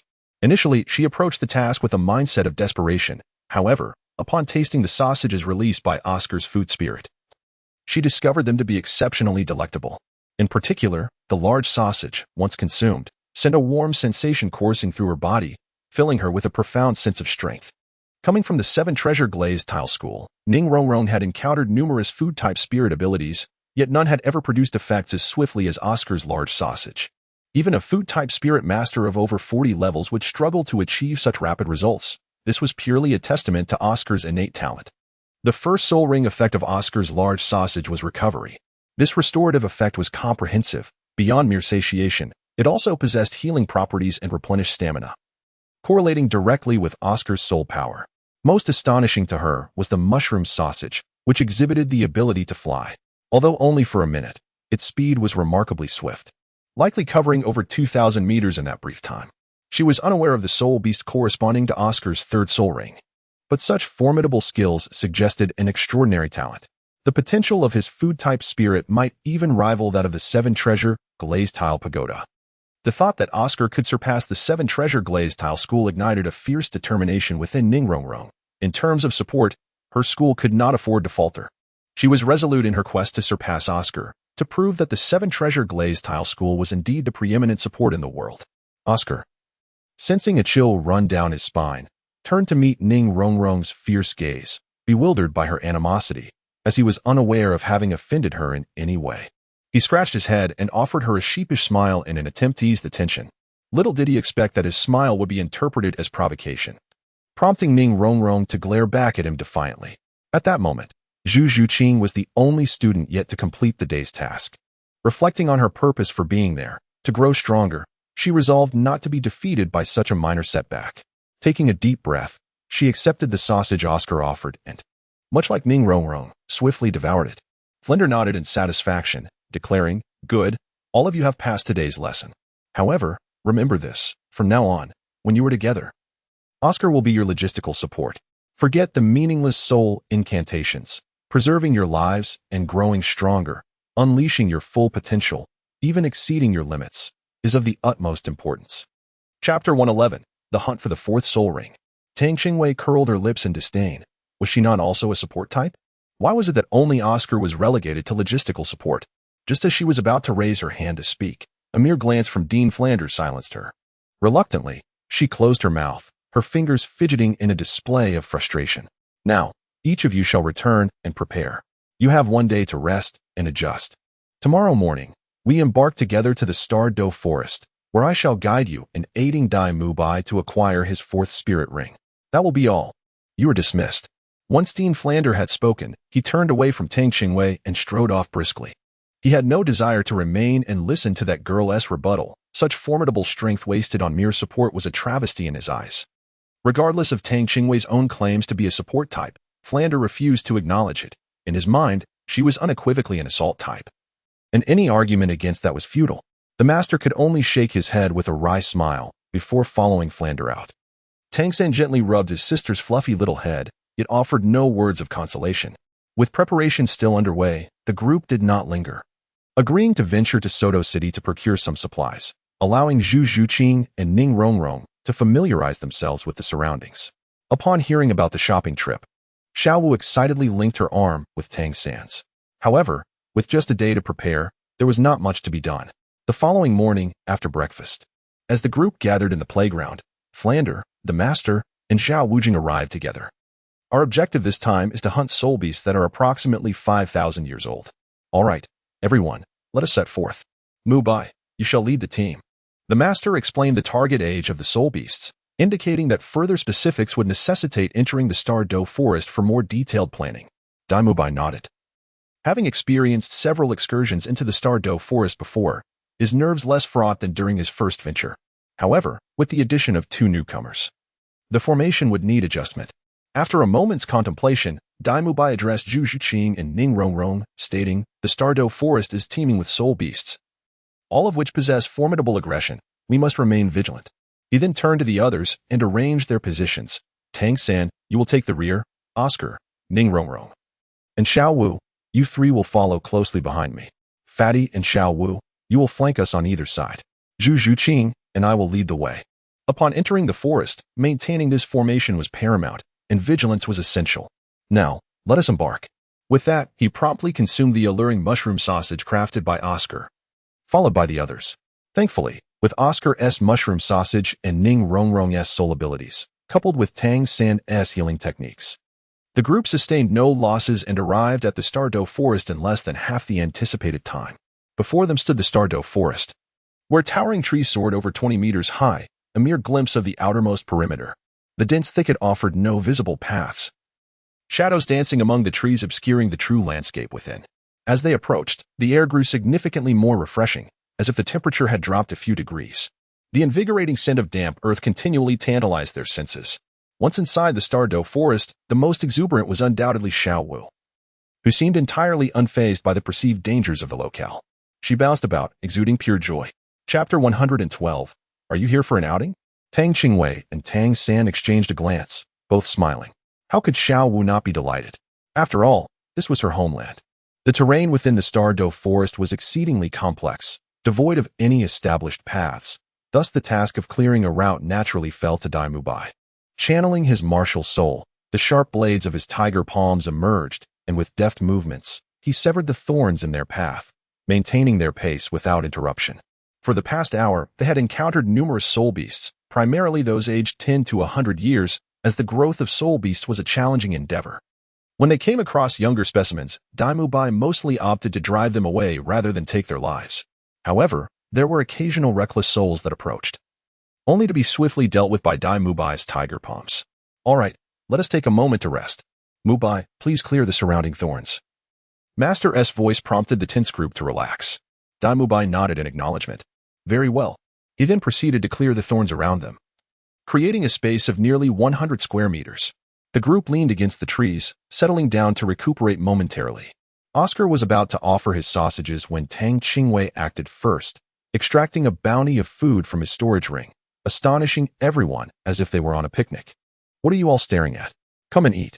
Tang Qingwei meticulously spread the tablecloth and arranged the food, allowing everyone to serve themselves. The more cumbersome items were left untouched, considering they were still in the wilderness.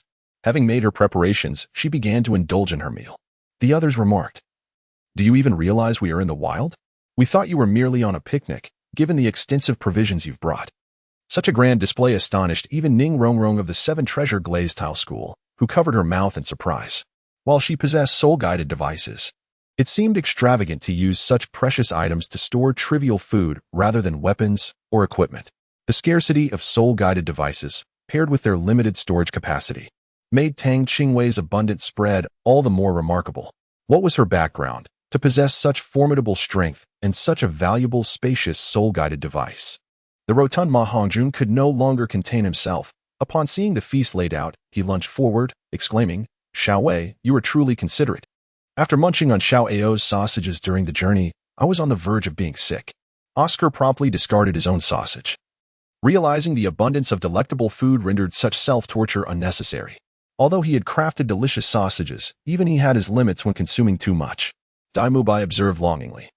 Yet being the eldest among the students, he sought the approval of the three teachers with a glance. Once they nodded in agreement, he addressed everyone. "Let us hasten to eat and replenish our strength."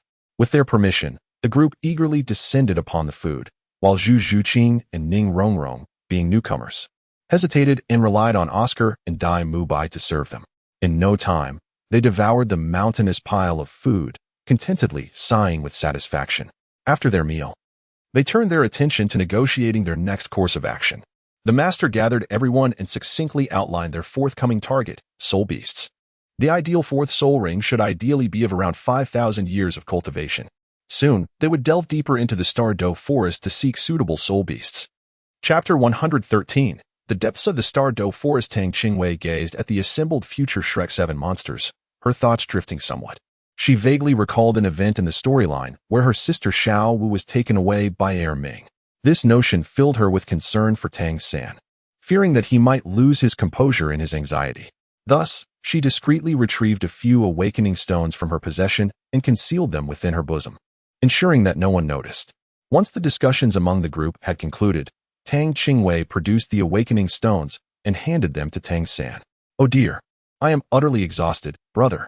Could you assist me by holding on to these awakening stones?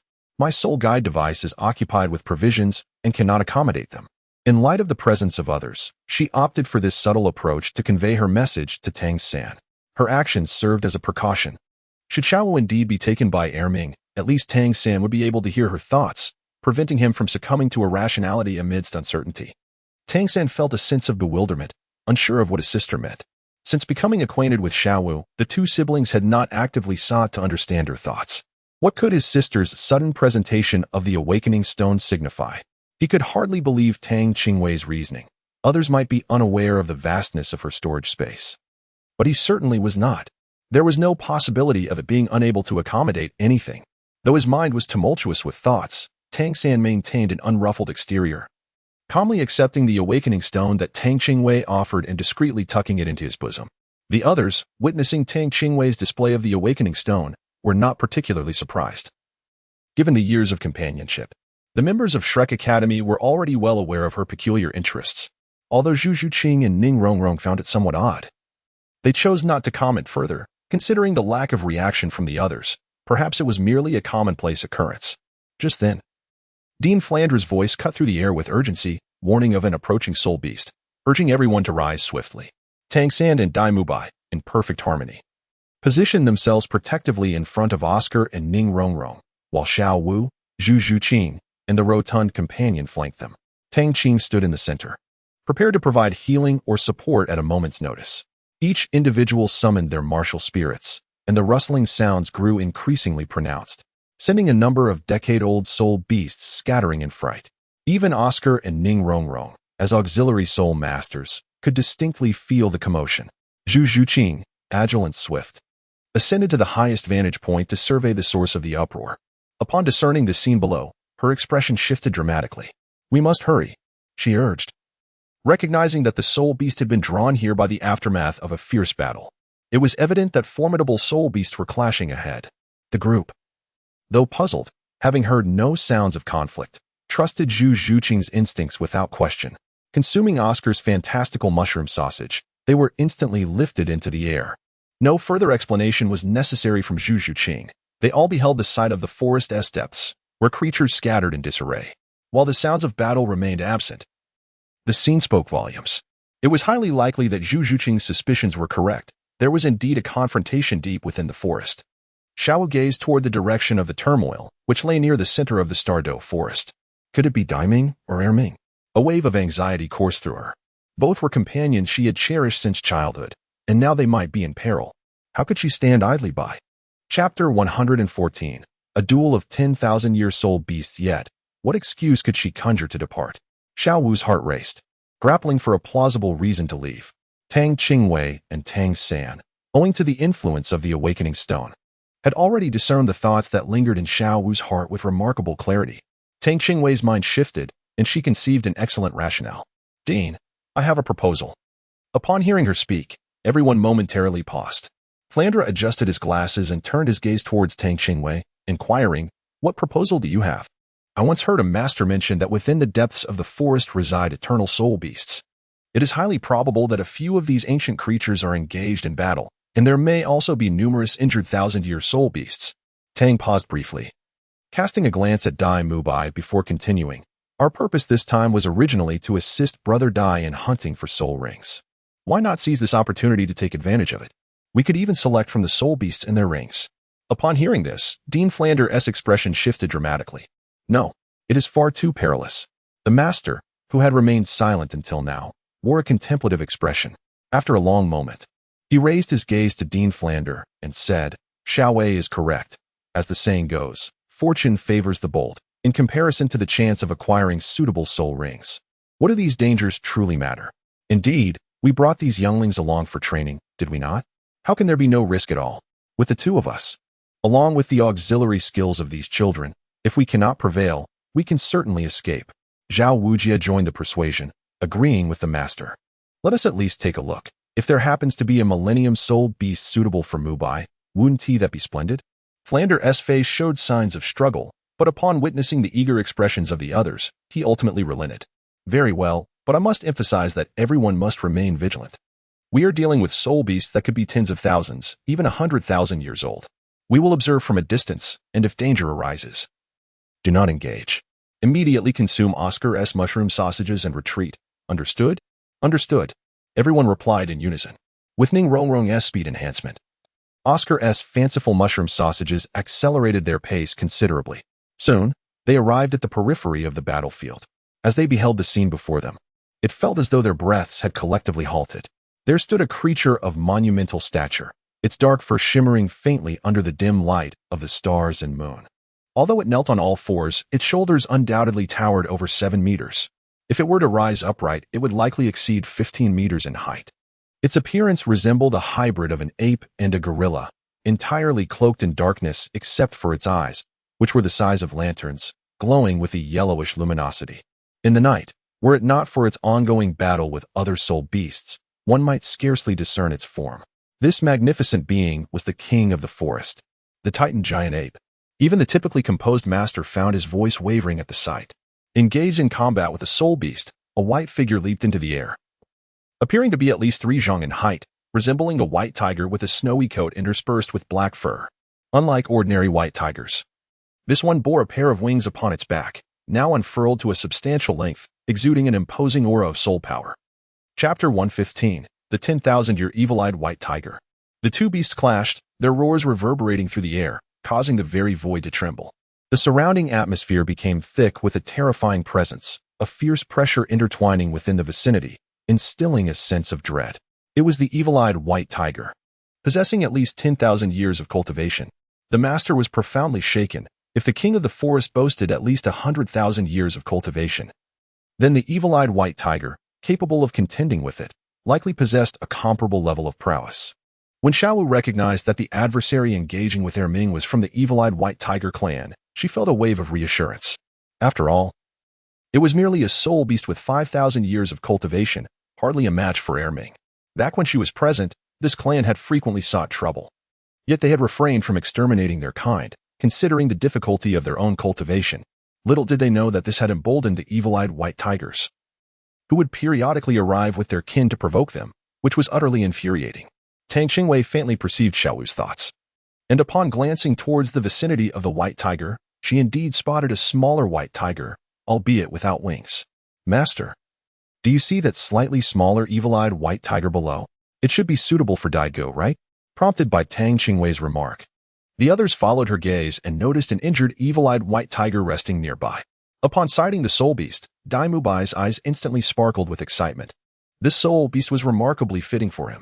Just a moment ago, he had been engrossed in watching the fierce battle between the ancient evil-eyed white tiger and the Titan giant ape. Although the white tiger was not as powerful as the Titan giant ape, the soul skills it employed were precisely what he yearned to acquire.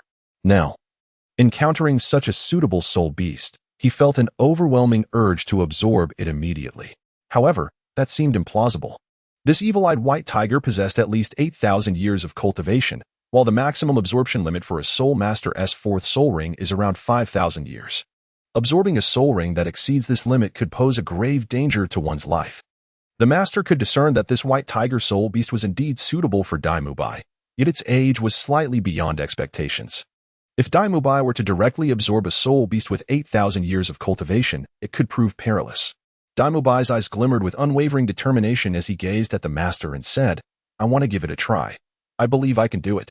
The master was about to offer further counsel when Tang Qingwei interjected, "Master, please allow Dai Ge to absorb it.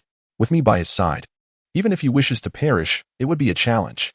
Tang Qingwei observed the two individuals, their expressions laden with concern, and felt compelled to remind them of her presence.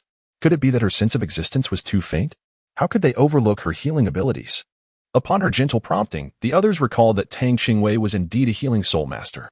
It was not that her presence was diminished, on the contrary. Her aura was exceedingly potent, so much so that it overshadowed her role as a support soul master.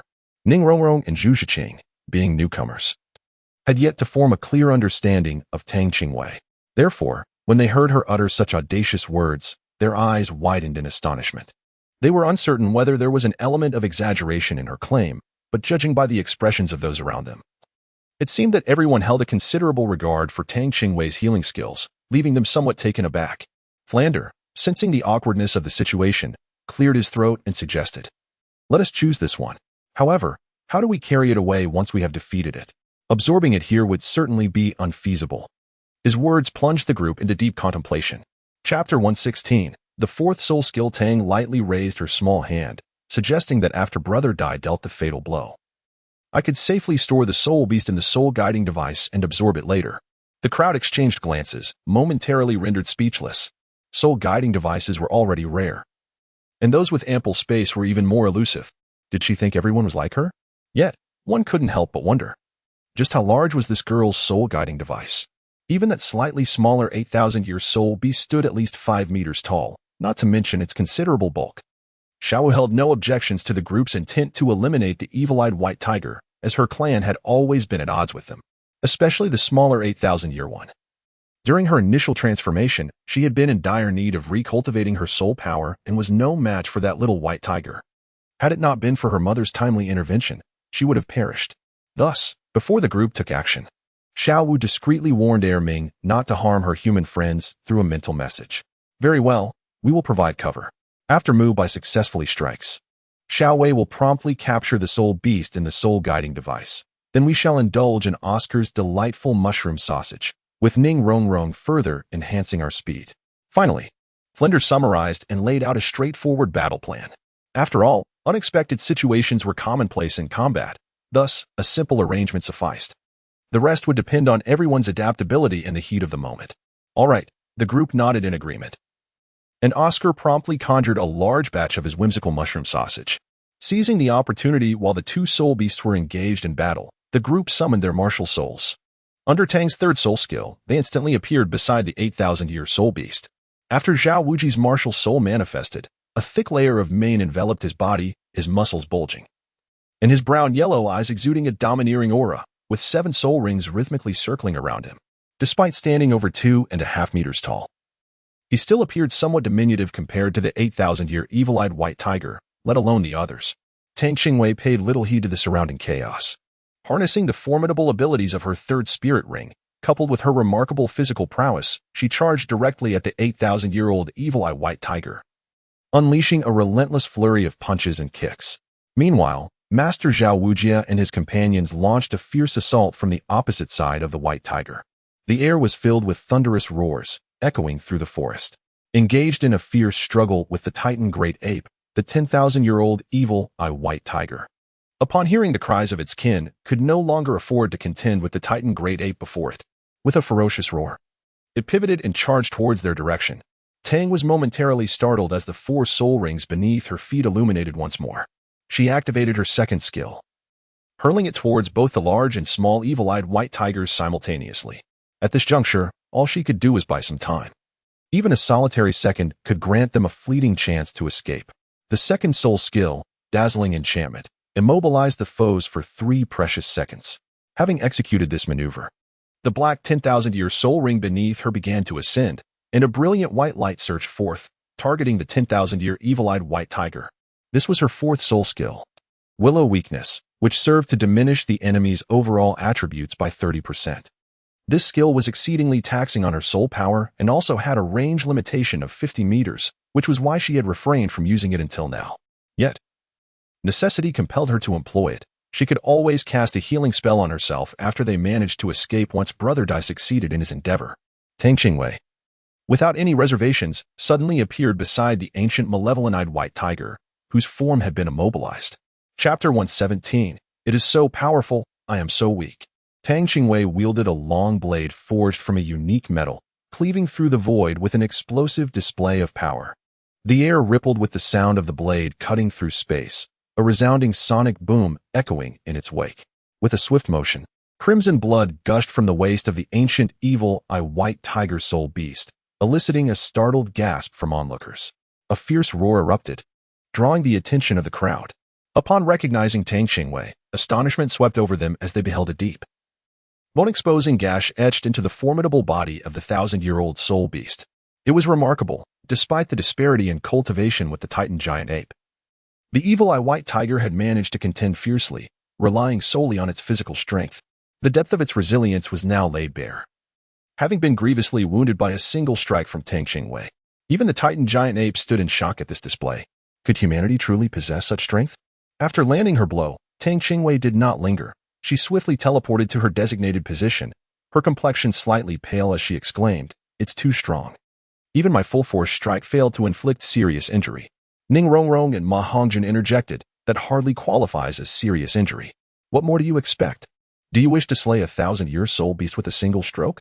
With your cultivation level at 46, you cannot seriously believe you would achieve such a feat." Flander and Zhao Wujia were momentarily stupefied, nearly forgetting their actions.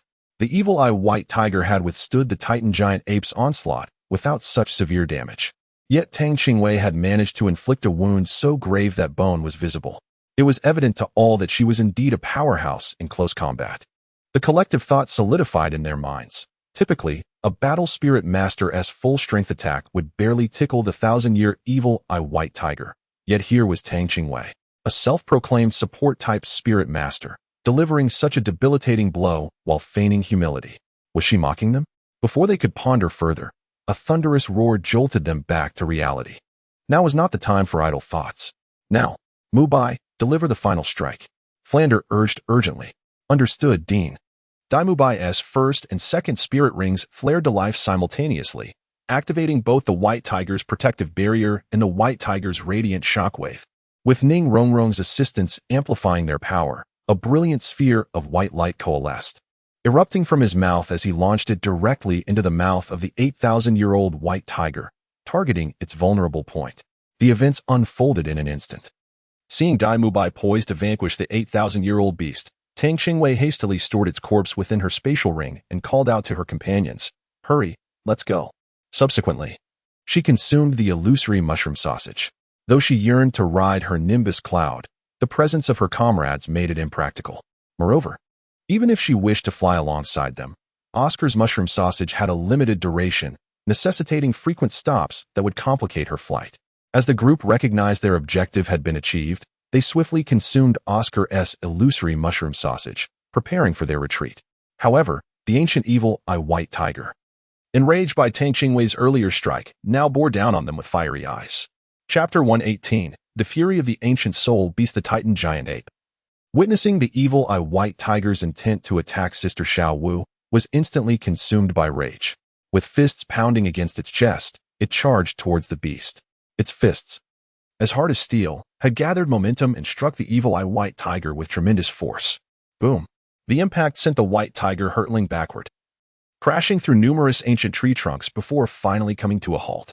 The force of the blow elicited a shrill, pained roar from the beast. In the next moment, a radiant glow enveloped it, and from its body, countless golden orbs, each the size of a fist, cascaded towards the group like a meteor shower. The ground trembled under the relentless barrage, creating numerous craters of varying sizes. Even the Titan giant ape was bent under the intensity of the assault.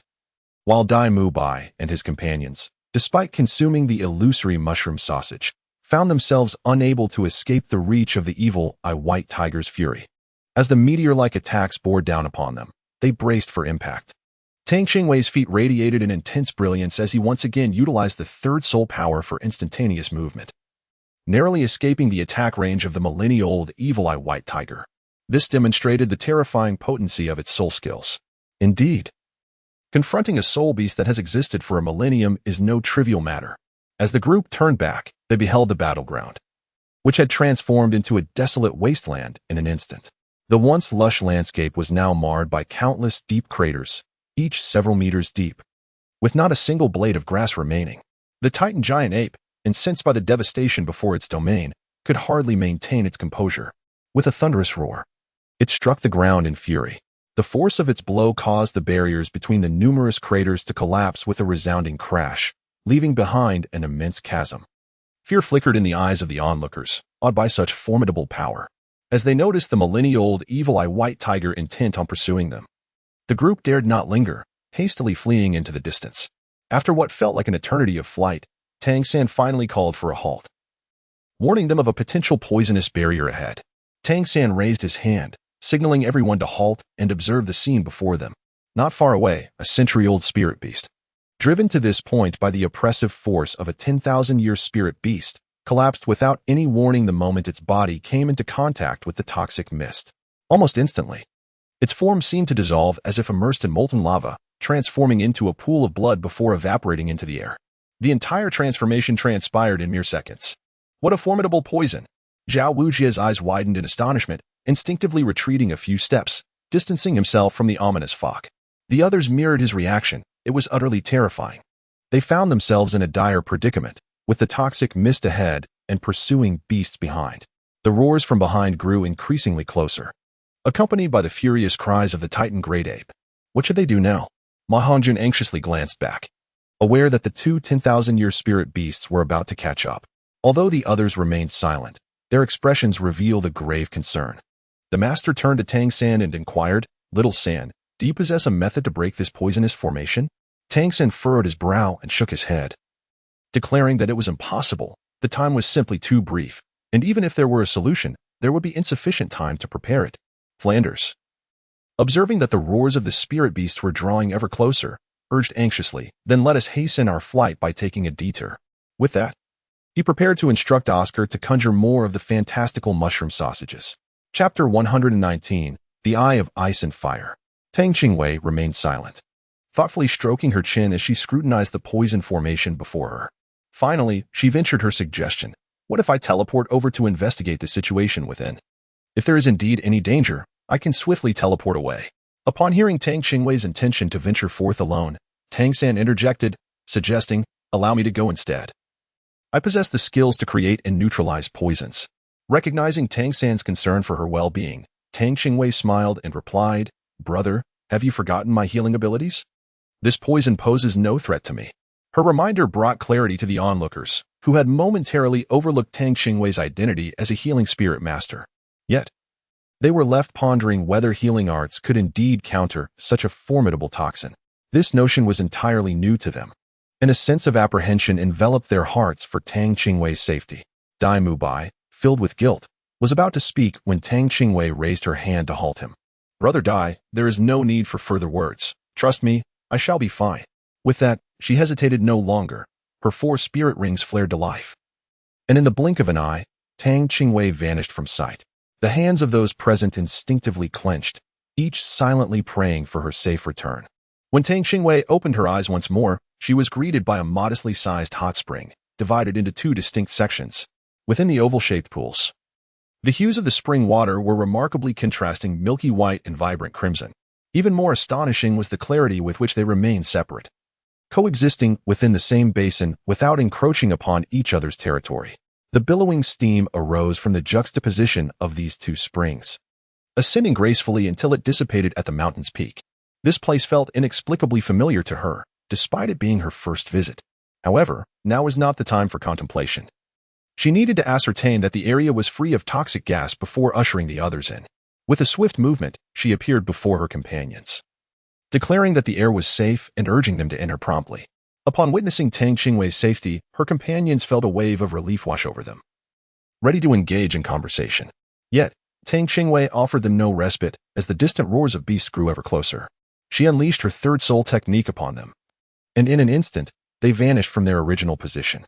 When they opened their eyes again, they found themselves as awestruck as Tang Qingwei had been upon her arrival, confronted by the extraordinary sights ensconced within the toxic mist. This was Tang San gazed at the scene before him, his body trembling involuntarily from excitement. "What's wrong, Sangu?" Xiaowu nervously steadied his arm. Although the others remained silent, their concerned glances were unmistakable.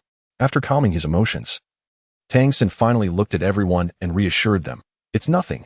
I am merely overwhelmed with excitement. I never expected that we would find ourselves at the Eye of Ice and Fire." "Sangu, what is the Eye of Ice and Fire?" Ma Hongjun inquired curiously, reaching out to touch a peculiar flower. The flower, radiant in its snowy whiteness, appeared as if each petal was about to drip with dew, its elongated, curved shape reminiscent of a swan's neck. "Don't touch that." Tang San anxiously unleashed the blue-silver grass, ensnaring Ma Hongjun and drawing him away from the recently bloomed, resplendent flower. Ma Hongjun and the others were taken aback by Tang San's impulsive reaction, turning their gaze towards him. Chapter 120, Successful Absorption. Upon seeing that the rotund fellow was unharmed, Tang San proceeded to elucidate to the gathered crowd that the herb known as snow-colored swan's kiss is inherently non-toxic. However, the unique characteristic of this mystical plant is its ability to stimulate. Even the slightest contact with it can cause any viruses in the vicinity to proliferate exponentially. Ma Hongjun, still appearing bewildered, asked, Brother San, if this herb is harmless, why are you so anxious? Before either the master or Tang San could respond, Oscar leapt in front of Ma Hongjun and gave his head a playful smack, exclaiming, Fool, how can you not understand this? Can you guarantee that you carry not even the slightest trace of a virus? Realizing the gravity of the situation, Ma Hongjun promptly retreated several paces, seeking refuge behind Daimubai, casting wary glances at the surrounding flora. Tang San found Ma Hongjun's exaggerated demeanor somewhat amusing, shaking his head as he continued, Just be mindful. Let us all proceed to that open area ahead to rest for a while. I will go over there to take a look. He paused, adding, however, We must depart swiftly. This place is encircled by a poison formation, evidently laid out by someone with intent. Staying here too long could pose a danger. The master sat cross-legged, nodding to remind Tang San. Yes, I understand, master. Tang Qingwei cast forth the 8,000-year-old malevolent white tiger spirit beast from his storage ring. Brother Dai, absorb it quickly, he urged. As he spoke, a dark purple soul ring, indicative of a millennium's worth of power, began to rise slowly above the lifeless body of the spirit beast. The emergence of this soul ring signified that the nearly 10,000-year-old soul beast had completely lost its life essence. Daimubai nodded, and Flanders turned to him with a serious expression, saying, Are you truly certain? You must comprehend the implications of such an absorption. Without hesitation, Daimubai replied, Director, I will undoubtedly succeed. Very well, your ambition is commendable. I wish you success. From Daimubai's eyes, Flanders perceived an unwavering determination. He recognized that further words would be futile at this juncture. Daimubai found a flat spot and sat cross-legged, commencing the absorption of his fourth soul ring. The moment the dark purple energy surged into his body from his right hand, he felt the light around him dim, as if he were submerged in a tumultuous sea. This was no exaggeration, the energy flooding into Daimubai's being filled every corner in an instant.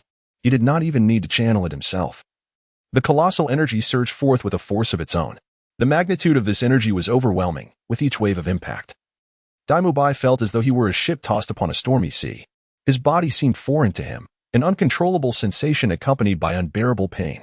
It was as if every part of him were on the verge of explosion. Outwardly, his form appeared unchanged, yet within, he distinctly sensed his body expanding like a massive balloon, teetering on the brink of rupture. Perhaps the external energy was too potent, as every bone tingled with a sensation akin to thousands of ants traversing his flesh. Observing the pain etched upon Daimubai's face, those around him broke into a cold sweat. Seconds turned into minutes, and after an hour had passed, at long last, in the face of Daimubai's resolute will, the energies within him began to relent, initiating a process of mutual absorption and transformation. Success! Ma Hongjun exclaimed excitedly. Flanders, too, wore a look of delight. Well done. You've made it. The most perilous moment has passed. Now begins the process of soul power transformation. When Daimubai opened his eyes once more, they sparkled with uncontainable joy. He seemed to have grown taller, exuding an aura that was both imposing and composed. His presence was reined in. And although the tangible essence of his soul power was not overtly palpable, everyone present knew that Daimubai's strength had undeniably increased significantly. This absorption has elevated my soul power by 2 levels, now reaching the formidable rank of 42, he stated, a hint of unmasked exhilaration in his tone. Daimubai surmised that this remarkable leap was due to the fact that the 4th soul ring he absorbed was nearly 10,000 years old, thus granting him such a substantial enhancement. Indeed, the age of the soul beast you absorbed far exceeds the typical limit for a 4th soul ring. So it's entirely natural for this to manifest as a considerable increase in your soul power, the master remarked, standing with hands clasped behind his back, a smile gracing his features. Tang San stepped into the eye of ice and fire, intending to observe this legendary treasure trove up close. To his astonishment, he beheld an elderly man with green hair, seemingly gravely injured, lying not far from the eye. Who goes there? The green-haired elder, hearing the voice, clutched his wounded abdomen and, with great effort, turned to look back in alertness. My apologies, we have been pursued by soul beasts and fled here, unaware that this was your domain. We beg your forgiveness for any offense caused. Tang San clasped his hands in greeting, and the moment he laid eyes on the green-haired elder, He understood that this venerable figure must indeed be the discoverer of the ice and fire yin-yang eyes. The term discoverer rather than possessor is employed here because the ice and fire yin-yang eyes are a naturally occurring phenomenon, not something that can be artificially constructed. Furthermore, the distinct aura emanating from this elder clearly indicated his proficiency in poison. Regrettably, his skill was insufficient, as he himself exhibited signs of poisoning. Fortunately, the presence of the ice and fire yin-yang eyes mitigated his toxic affliction, although such suppression is merely a temporary remedy rather than a permanent solution. Humph. Knowing this is my domain, why do you not leave at once? Douluo grimaced as he pressed on the wound at his waist, feeling an unusual agitation. Typically, in accordance with his usual temperament, any intruder into his territory would be met with immediate fatality. However, the young man had referred to us rather than me, leaving Douluo uncertain about the number of individuals who had arrived and their respective strengths. Having sustained severe injuries from the Chrysanthemum Pass, he was unable to unleash his former prowess. What troubled Douluo the most was that the perimeter here was fortified with his own poison formations, ensuring that all who entered would be afflicted by its deadly toxins. Yet, this group had somehow managed to infiltrate his domain unscathed, employing unknown methods to circumvent the dangers he had meticulously set up. These unforeseen threats rendered Douluo hesitant to act recklessly. I apologize, but we cannot depart just yet. My companion is currently absorbing a soul ring. You are injured. Perhaps I could send my ally to assist you in your treatment? Although Tang San spoke words of courteous politeness, the concealed weapon in his hand was already prepared, should the individual before him harbor any ill intentions. The soul-devouring dagger he wielded would amply suffice to deal with the gravely injured elder with green hair. He had not overlooked the fleeting glimmer of murderous intent that had flashed in the old man's eyes earlier. In the depths of Douluo's gaze, a flicker of unpredictable light danced. With no kin or ties, he could not believe that the other party would be so benevolent. No, he asserted. You must leave here promptly after absorbing the spirit rings. Chapter 122. The coxcomb phoenix sunflower, seeing that the other party seemed to harbor no intention of harming him. Tang San was poised to turn around and inform Dean Flinder. Suddenly, he heard a thud behind him. Hastily, Tang San turned back to glance, only to find Douluo had unexpectedly collapsed to the ground, clutching his head with both hands, his body convulsing, and his expression contorted in agony. Tang San was about to step forward to offer assistance, but was sternly halted by Douluo, who forbade him from approaching. Very well, I shall not advance. Yet your poison has already penetrated to the very marrow of your bones. If the antidote is not administered promptly, the symptoms within you will continue to intensify. In but a few years' time, even if the poison does not claim your life, the agony wrought by its backlash will surely lead to your demise.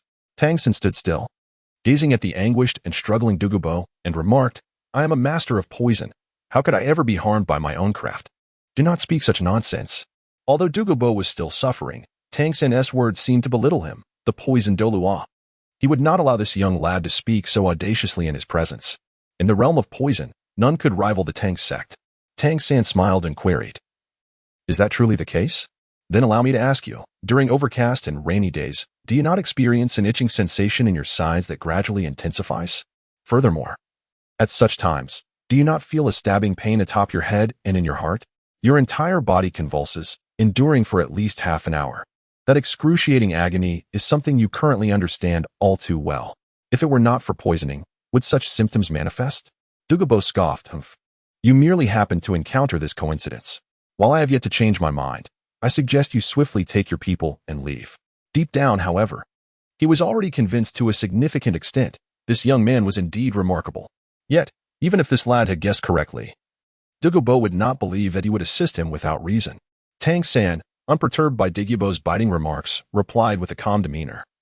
Do you not care that your poison might endanger future generations? What do you mean? Douluo's emotions surged, and he struggled to rise. If you were of an age to marry and have children, your grandchildren would be of a similar age to me, wouldn't they? In truth, Tang San was uncertain whether the elderly man before him had a family. He merely conjectured on a whim. However, upon observing Douluo's reaction, he realized his speculation was not unfounded. Tang San engaged in an extended conversation with Douluo, driven by ulterior motives.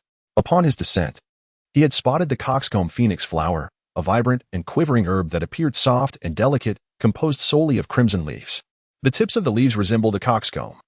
Yet upon closer examination, one could discern its uniqueness. The veins shimmered with a golden hue. This extraordinary herb could potentially remedy Ma Hongjuan's martial soul deficiency. Thus, he contemplated a transaction with Douluo, who happened to possess the antidote, while Ma Hongjuan was in urgent need of the coxcomb phoenix flower. At that moment, Douluo also required an antidote, making it a mutually beneficial arrangement. Can you cure the poison afflicting me?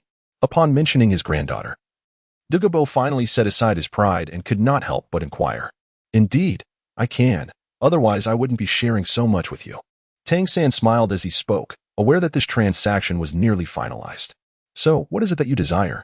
Douluo, never one to believe in fortuitous windfalls, suspected that this young man's apparent kindness concealed ulterior motives. Chapter 123. Reaching an agreement, I wish to obtain a medicinal herb from your esteemed collection.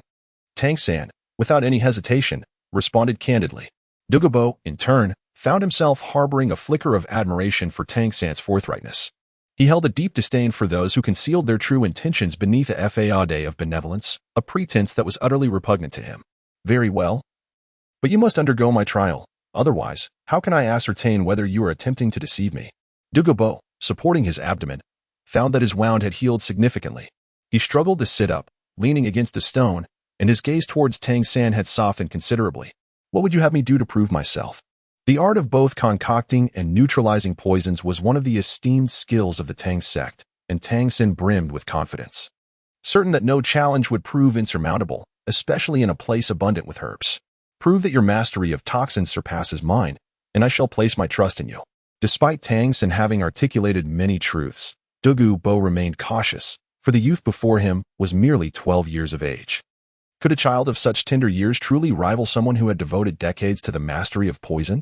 Yet, Tang San's recent assertion struck at the very core of Douluo's concerns, and his precise articulation of the symptoms he was experiencing compelled him to consider the matter further, particularly regarding his cherished granddaughter. Tang San lowered his head in contemplation for a moment before proposing, very well. Let us proceed this way. You shall provide me with a poison that even you cannot neutralize, and if I manage to decipher its antidote, it shall serve as proof of my superiority over you. However, I will require some of the herbs from your collection in the process.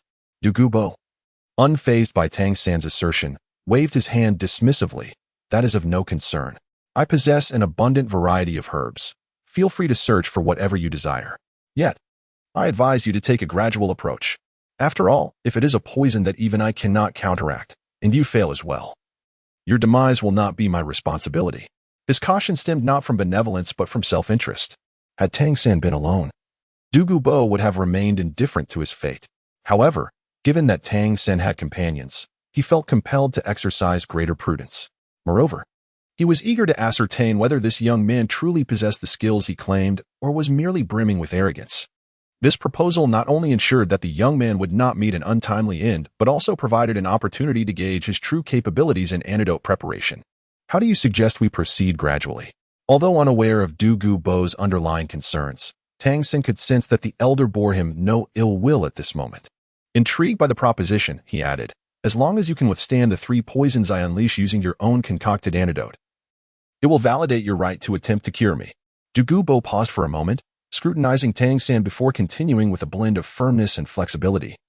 Should you truly succeed in neutralizing my poison, aside from the herbs I previously promised, you may freely take any other herbs from my collection. Upon hearing this, Tang San felt an exhilarating rush of joy. Having just spotted a 7-colored lotus, this celestial herb would undoubtedly be perfect for his sister, and the prospect of acquiring it heightened his resolve. Yet, maintaining a composed facade, he replied, very well, it is settled then. Humph, when I speak, I keep my word.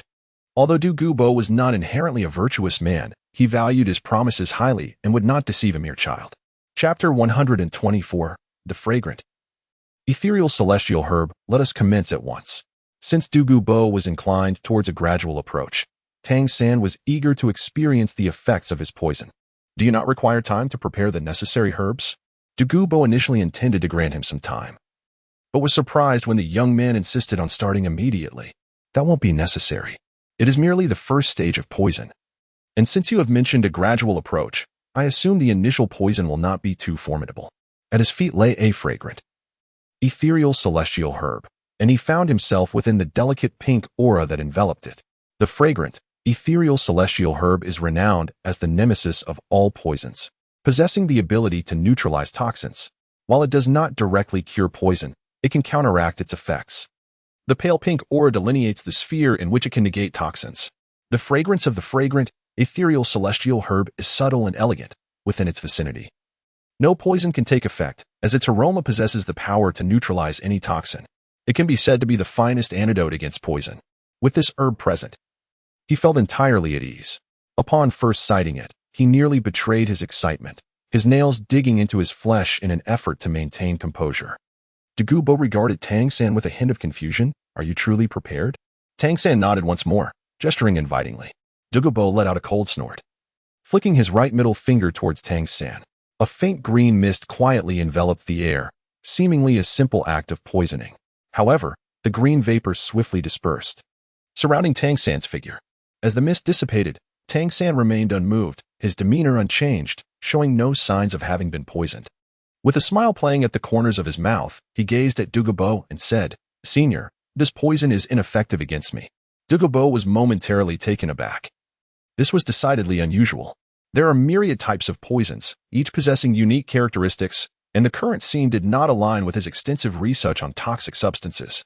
Tang San had not ingested any antidote, yet he stood there, unperturbed and able to converse with ease. "Well, you certainly possess some skill. Boy, what is your name?" Douluo's interest was thoroughly piqued. He had not anticipated that this young man had such a profound understanding of toxins. "I am called Tang San," came the reply from the younger generation. Tang San bowed respectfully and said, "You are quite remarkable. I have never encountered a junior with such mastery over poison. Remember, I am known as Douluo."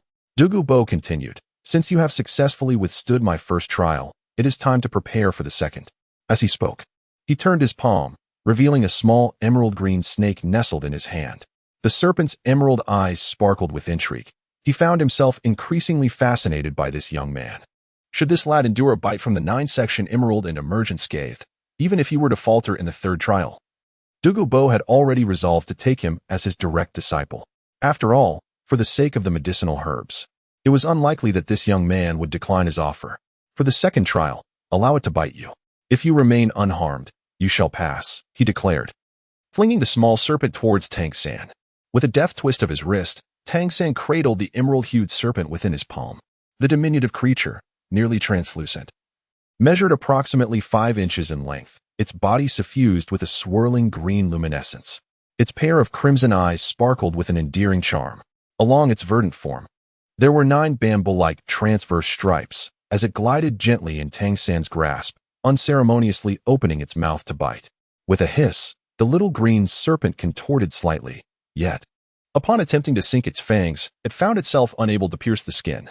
Although it was a venomous being, Tang San's mystic jade hands were specifically designed to counteract various poisons, proving far too resilient for the serpent's fangs to penetrate. Chapter 125, The 9-Sectioned Emerald. Tang San grasped the 7-inch body of the small green serpent delicately between 2 fingers, lifting it with ease. This was the finest specimen among the bamboo leaf green's 9-section emerald. Upon realizing what he held, Tang San was taken aback. He had not anticipated that Douluo would possess such a creature. Indeed, the venom of this serpent would render its victim into a pool of pus within the span of a mere quarter of an hour. Despite its diminutive size, it ranked among the most venomous of snakes, and its flesh was harder than tempered steel, impervious to sharp blades. Douluo nodded in approval at Tang San's keen perception. Yet he was astonished that Tang San could effortlessly lift his 9-section emerald. It was well known that the 9-section emerald was incredibly swift and possessed formidable offensive capabilities. It would be unreasonable for it not to strike if it fell into the hands of an unfamiliar person. Yet, this young man appeared completely unfazed. Little did Douluo know that upon entering the realm of fragrant and ethereal celestial goods, the serpent, being a venomous creature, was subject to the suppression of fragrant and ethereal celestial goods, thus its speed was entirely restrained. Coupled with Tang San's mystic jade hand, it was rendered harmless. Fortuitously, Douluo remained oblivious to the treasures he possessed. Otherwise, he would not have relied on Tang San for an antidote. It must be said that one must read extensively, for there are treasures hidden within books. Of course, besides extensive reading, luck holds significant importance as well. After all, Tang San's knowledge of poisons was not acquired in this world.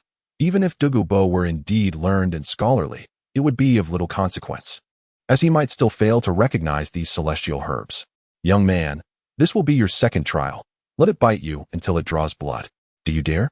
To others, the 9-section emerald appeared to be a venomous enigma, but for Douluo it was trivial. His martial spirit, the phosphorescent serpent, had reached the pinnacle of the phosphorescent serpent king, making him the progenitor of all serpents. Neutralizing the venom of the 9-section emerald was a simple feat for him. However, for Tang San, this venom would likely present a far more complex challenge. Very well, esteemed elder, please wait a moment while I gather some herbs. After all, the serpent's venom would directly infiltrate his bloodstream, rendering even the fragrant and ethereal celestial goods ineffective at this moment. Go ahead, Douluo replied, dismissing Tang San as he closed his eyes, sitting cross-legged to cultivate and recuperate.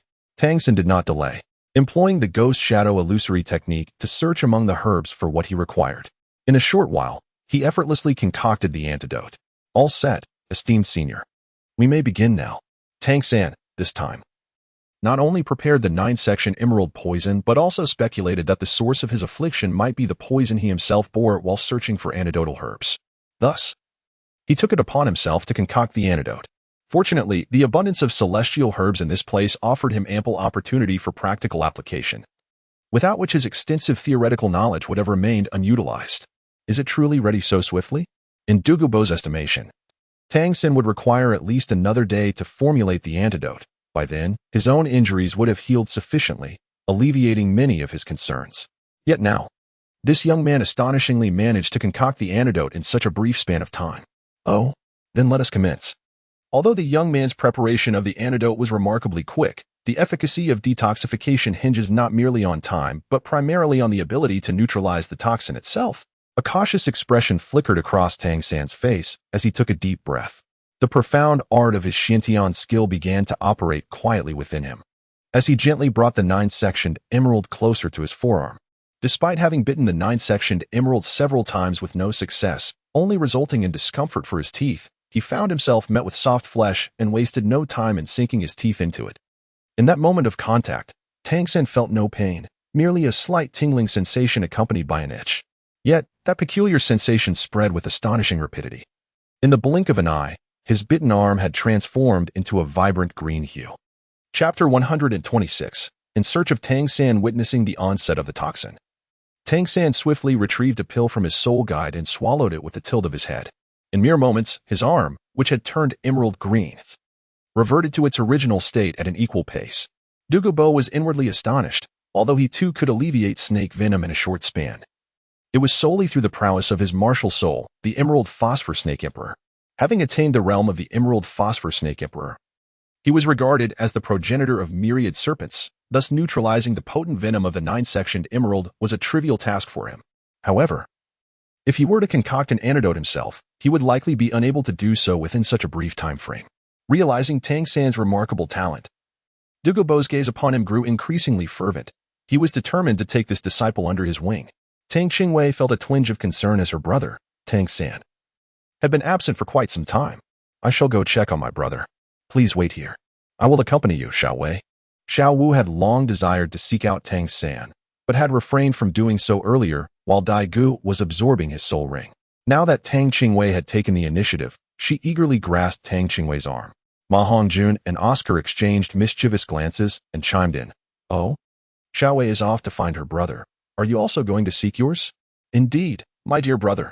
Oscar playfully cupped his cheeks and mimicked Xiao Wu's voice, causing her to flush with embarrassment and feign an attempt to strike the two of them. Laughter erupted among the group. Tang Qingwei observed a few individuals engaging in playful banter, which considerably uplifted her spirits. Presently, both Sister Xiao Wu and Tang San find themselves in a phase of subtle ambiguity. Although she is aware that the two will ultimately unite, she has no intention of assuming any role in their unfolding narrative. Instead, she wishes to remain an innocuous bystander, allowing their relationship to evolve unimpeded. Very well. Let us proceed. Tang Qingwei allowed little Dance to link her arm, chatting and laughing as they walked in the direction where Tang San had just departed. Before they approached, from a distance, Tang Qingwei could already hear voices emanating from the vicinity of the ice and fire yin-yang eyes. Tang Qingwei subtly gestured for Xiao Wu to be silent, then discreetly concealed herself behind a massive rock. Although Xiao Wu remained unaware of the unfolding situation, she grasped the significance of Qingwei's actions, realizing that there might be something amiss ahead. Ever since she had cultivated the refinement technique, Tang Qingwei's sensory acuity had escalated to an astonishing level. In terms of visual perception, she rivaled Tang San's purple extreme magic eyes. Tang Qingwei instructed Xiao Wu to hide well, while he peeked to observe the situation with Tang San. Before him stood a green-haired elder, seemingly poised to poison Tang San. Before Tang Qingwei could recover from his astonishment, the green-haired elder suddenly unleashed his soul power. A shimmering azure light flickered in his eyes as soul rings ascended from beneath his feet, 9 resplendent rings swirling around his form. Tang Qingwei's heart raced in shock. He was a titled Douluo. Gazing again at the green-haired elder, he noticed the nails on his palm elongating slowly, soon reaching a length of 3 inches, sharp as a spear, with a verdant glow adorned by a spectrum of hues. This was troublesome. Could it be that he had encountered Douluo? Tang Qingwei harbored a flurry of thoughts, yet dared not linger on them, scarcely having the time to convey anything to Xiao Wu. Without hesitation, he summoned his soul power and invoked his third soul skill, instantly materializing beside Tang San. Grasping the collar at the nape of Tang San's neck with a firm hand, he uttered not a word and teleported to Xiao Wu's location. Just as he was about to seize Xiao Wu by the nape of her neck with his other hand, Tang San, having quickly regained his composure, urgently interjected, "Xiao Wei. Wait." Chapter 127. Bargaining with a tiger. As Tang Qingwei executed a momentary teleportation, her body floated in the air, enabling her to grasp Tang San by the nape of his neck. However, upon Tang San calling for a halt, Tang Qingwei ceased her third soul skill, resulting in a rather different scene. Initially, she held Tang San aloft as if he were a mere chick, but upon halting her technique, her diminutive stature rendered her capable only of clutching the fabric at the back of his neck, effectively dangling from him. Xiao Wu, who had been shocked, now stifled laughter behind her hand. Although this predicament arose from her sister's intent to rescue her, Tang San could not help but chuckle at the sight. He gently lowered his sister, who still clung to his back, ruffling Tang Qingwei's hair as he explained with a smile, "Just now, brother was engaged in a wager with that esteemed senior. If I win, I shall have the liberty to harvest the herbs here. Moreover, I have just spotted a miraculous herb that could remedy Ma Hongjuan's martial soul deficiency, as well as a particularly suitable 7-colored lotus for you. Thus, I must triumph in this wager." Tang Qingwei was well aware of the significance of this herb, yet could anything be more crucial than life itself? She vaguely recalled that Douluo was far from a benevolent figure, and as a titled Douluo, taking their lives was a matter of mere moments. "Brother, you are courting disaster." Tang Qingwei, with a puffed-up face, spoke seriously. Among the 3 present, only Xiao Wu was unaware of the circumstances leading up to this moment. Upon hearing Tang Qingwei's words, she clenched her fists anxiously and cast a worried glance at Tang San. Tang San playfully pinched Tang Qingwei's cheek, chuckling, "Oh, this little girl still speaks so formally. It's all right. Although that senior may seem somewhat aloof at first, once you become familiar, they turn out to be quite amiable." Tang San's words are not entirely false. Indeed, at the outset, Douluo harbored intentions of killing him. However, as Douluo's exposure to Tang San's remarkable knowledge of poisons increased, his initial wariness transformed into a burgeoning camaraderie, even hinting at a friendship that transcends age. After all, individuals capable of engaging in meaningful conversation with Douluo are exceedingly rare, and Tang San's temperament aligns perfectly with his own. Although their relationship may not reach the profound intimacy of true friends, it has certainly evolved from their initial antagonism to a far more amicable rapport. Is that truly the case? While it is conceivable that Tang San could eventually forge a friendship with Douluo, the rapid shift to such warmth and friendliness seems implausible. Why does she remain so skeptical? Indeed, I implore you to return me. I am but one trial away from achieving success. Tang San nodded vigorously, endeavoring to persuade his younger sister. Tang Qingwei gazed intently at Tang San's expression for a while, confirming that he was not lying. Only then did she speak. "Please wait here. I will first escort Sister Xiao Wu back and inform the dean and the others, then I shall take you there." Although Xiao Wu was unaware of the specifics, she grasped the general situation from their conversation and had no objections to Tang Qingwei's plan. After all, if something were truly amiss, her presence might prove to be more of a burden than a help. Tang Qingwei swiftly appeared before the crowd alongside Xiao Wu. They found themselves in the domain of the titled Douluo, Douluo. At that moment, Tang San was engaged in a wager with him. Should he prevail, he would acquire the herbs needed to remedy Ma Hongjuan's martial soul deficiency. Initially, upon the sudden arrival of Tang Qingwei, Ma Hongjun had mistakenly perceived it as an enemy attack, his fist poised to strike, but he promptly halted upon realizing the situation. Hearing Tang Qingwei mention him and reference Tang San's gamble against the title Douluo, he could infer the gravity of the situation despite lacking the full context. A wave of emotion washed over him. Tang San had dared to confront the title Douluo for his sake, Xiaowei. As he lifted his head, intending to declare his desire to join, he discovered that Tang Qingwei had already vanished. Turning back to observe the others, he noted their grave expressions and could only sheepishly fall silent. Chapter 128. The Art of Coming and Going. Douluo, a title Douluo, posed a significant threat. Was Tang San not courting danger? We must hasten to his aid, exclaimed Flinder, preparing to unleash his martial soul, only to be halted by the master. Calm yourself. I have faith that Tang San knows what he is doing. His absence alongside Xiaowei indicates he possesses confidence. We must exercise patience. Though the master spoke these reassuring words, his hands, unconsciously clenched into fists behind his back, betrayed his anxiety. Zhao Wujie comforted the group, saying, "Fear not. With that girl present, she is far more capable than us old fellows." The efficacy of his words was palpable, as they conjured images of Tang Qingwei's fierce battle against the 10,000-year soul beast, prompting them to instinctively shield their waists. At that moment, Ning Rongrong found a moment to express her astonishment. Prior to Tang Qingwei's assault on the evil-eye white tiger, she had naively believed that Tang Qingwei, like herself, was merely a support-type soul master. However, witnessing her remarkable display of prowess left her utterly dumbfounded. Was she truly a support-type soul master? The Seven Treasure Glazed Tile School was a prestigious sect, and although she was still young, her knowledge was unparalleled among her peers. Yet, she had never encountered a support-type soul master capable of contending with a 10,000-year soul beast solely through physical strength. This revelation shattered her preconceived notions. Only then did Ning Rongrong recall the implication of Zhao's words during the final assessment at Shrek Academy. Indeed, one should not judge a book by its cover. She realized that she was still too young to grasp the treacherous nature of the world and resolved to temper her haughty demeanor. After all, she lacked the physical strength of a 10,000-year soul beast. Had Tang Qingwei been aware of the excessive assumptions made by the young princess of the Seven Treasure Glazed Tile School, she would have vehemently protested. Was she someone who struck women? Moreover, she was indeed a support-type soul master. Where was the deception in that?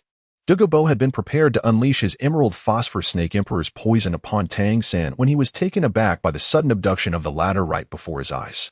Despite his current injuries, he was still a title Douluo.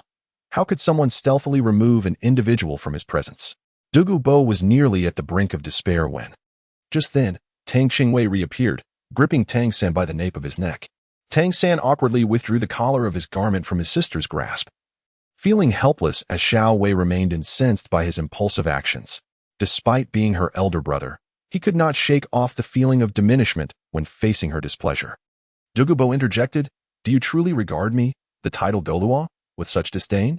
Do you think this is a place where you can come and go as you please?" Just as he was about to unleash his frustration, Tang San bowed in apology, saying, "I sincerely apologize. This is my sister, Tang Qingwei. Her actions stem from concern for me. I hope you can understand, and let us continue." "Very well, I shall overlook this incident this time," Douluo conceded, no longer holding a grudge against Tang San. Tang Qingwei stood expressionless, resembling a gatekeeper, though his stature was rather diminutive. Otherwise, he could have served as an enforcer. The two resumed the tense atmosphere reminiscent of their initial encounter.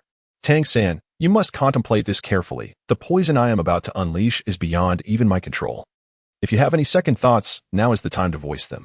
Observing the hand of Douluo, Tang San's expression grew grave, for he understood that the poison being wielded was Douluo's life-threatening venom, derived from the renowned green phosphor serpent king. Given his current state, it would indeed be arduous for him to withstand such a formidable toxin. Chapter 129. Will you be my disciple? Yet, Douluo's words ignited a flame of pride within Tang San. As a descendant of the Tang sect, could he truly cower in the face of his adversary's threat of poison? No. As a disciple of the Tang sect, if he could not surpass the poison, he would not be worthy of the surname Tang. With this resolve, Tang San raised his left arm and called out to Douluo, "Come forth." Douluo furrowed his brow, questioning, "Have you truly made up your mind?" Tang San nodded resolutely. In the depths of Douluo's eyes, a chilling glimmer flickered as he thought to himself, "Do you truly believe I am but a frail cat? Simply because I have not displayed my might. After years of mastering the most potent toxins, can I not subdue this mere junior?" With a deft flick of his finger, he pierced Tang San's arm. In an instant, a wave of dark energy surged from the wound, rapidly spreading as it ascended ominously. Upon witnessing the tense situation, Tang Qingwei approached Tang San, preparing to employ her healing arts, only to be halted by Tang San's firm grip on her wrist. He had promised his father that he would never allow his sister's healing abilities to be exposed before a tidal Douluo without first ensuring his own capacity for self-defense.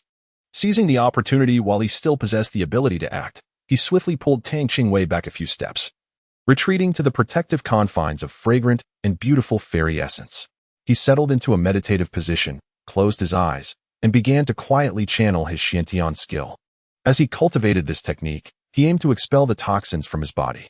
His mastery of the Xiantian skill had significantly improved, yet relying solely on it to eliminate the poison proved insufficient. He promptly ingested a pre-prepared detoxification pill. Douluo observed Tang San with quiet scrutiny, acutely aware that even he was uncertain of his ability to neutralize the venom of the Emerald Phosphor Serpent King. Seeing Tang San slumped in a haze of dark energy, he felt a pang of regret. After years of acclaim, why was he squabbling with a mere child? If Tang San were to perish, it would be a substantial loss. He had stumbled upon a junior who resonated with him so profoundly, and it would be a pity for such potential to be extinguished. Sighing, he pondered, I hope my girl's brother will be all right. At this moment, the only one he could inquire about Tang San's fate was the steadfast Tang Qingwei. Standing like a guardian deity, Tang Qingwei felt a sense of confusion. Could it be that Tang San possessed such an extraordinary charm? How swiftly had he managed to win over Douluo? Nevertheless, she reassured herself that all would be well soon. Despite her inner doubts, Tang Qingwei maintained a calm exterior and answered Douluo's inquiries truthfully. Knowing that Douluo no longer harbored any ill intentions towards Tang San brought her considerable peace of mind. As for the matter of poisoning, she held no concerns. In her view, Tang San would undoubtedly find a solution to the poison. Lost in her thoughts, Tang San finally spoke after successfully neutralizing the poison, asserting that it was time for Douluo to fulfill his promise. Although their acquaintance had been brief, the dynamics between them were intriguing, sometimes. An inexplicable synergy exists even among those who have just met. Had it not been for their wager, they might have already found common ground through their discussions on poison. Young man, would you consider taking me as your master? Should you choose to do so, you would have free access to the herbs here, Douluo remarked. His gaze towards Tang San now imbued with warmth. Perhaps not. I already have a master, and what could you possibly teach me about poison? To put it bluntly, my skills in poison manipulation far exceed yours, Tang San replied. Douluo, taken aback, retorted, Do I not have any pride? I am back, came the concluding remark. With a radiant smile, Tang San approached the crowd, proclaiming, I have brought each of you a celestial herb, which is immensely beneficial for enhancing soul power. Oh? The master gazed at Tang San in surprise, intrigued by the prospect of rare treasures. Could it possibly be some form of medicinal herb? For a long time, the reliance had been on the innate strength of soul masters, achieved through relentless effort. Even the master, well-versed in martial souls, had never discovered a shortcut. Chapter 130. The consumption of celestial herbs. How could Tang San's words not pique his interest? Yet, a moment's reflection led him to voice his concerns. Might the use of such substances to augment strength come with adverse effects? There have been instances where soul masters pursued similar paths, but the outcomes were often unfortunate. You are already prodigies in your own right. There is no need to take such shortcuts. If one were to hasten growth artificially, it could lead to detrimental consequences. Rest assured, Master, I will tailor the usage of these herbs to suit each individual's unique characteristics, ensuring that there will be no side effects whatsoever. In his previous life, Tang San, a member of the Tang sect, was certainly well versed in the properties of these herbs. He possessed an intimate understanding of the unique characteristics of these celestial plants. Upon hearing Tang San's assertion that they could enhance soul power without any side effects, the crowd's eyes shimmered with curiosity, eager to uncover the nature of what he had brought back. After a moment of contemplation, the master reluctantly nodded and said, Very well. His agreement came only after careful deliberation, for the master recognized that Tang San was by no means a reckless individual. Otherwise, he would not have so readily acquiesced. Tang San first handed the phantasmagoric phoenix flower to Ma Hongjun, saying, Fatty, I have carefully contemplated the nature of your malevolent fire. While this mutated malevolent fire possesses immense power, it incessantly erodes your body. The root of this issue lies in the impure nature of your phoenix flames, and this celestial herb can remedy your predicament. Ma Hongjun felt deeply moved. It was for his sake that San had risked his life to wager against the title Douluo. He silently vowed that should San ever require his assistance, he would not hesitate to brave any peril. The others also received celestial herbs suited to their needs. When Ning Rongrong and Zhu Zhuqing received the celestial herbs gifted by Tang San, they were profoundly touched. They had not anticipated receiving such gifts, especially as they were new members. However, as the little princess of the Seven Treasures Glazed Tile School and a noble of the Star Luo Empire, they were acutely aware of the herb's worth. Their understanding of the value only intensified their astonishment and gratitude, seeing everyone with their appropriate celestial herbs. Tang Qingwei felt relieved that her presence had not deprived the others of their original fortunes. This was her sole thought at that moment. She genuinely feared that her inclusion might rob the original Shrek 7 monsters of their opportunities, leaving her burdened with a sense of guilt she would not know how to amend. Xiaowei, this is the 7-colored lotus I found here. It should suit you well. The 7-colored lotus shimmered with a resplendent array of colors, as its name suggested. It felt cool to the touch, its texture reminiscent not of flora, but of jade. Tang Qingwei held it delicately, fearing that she might inadvertently crush it. Do I need to consume this? I suddenly feel a twinge of pain in my teeth. What should I do?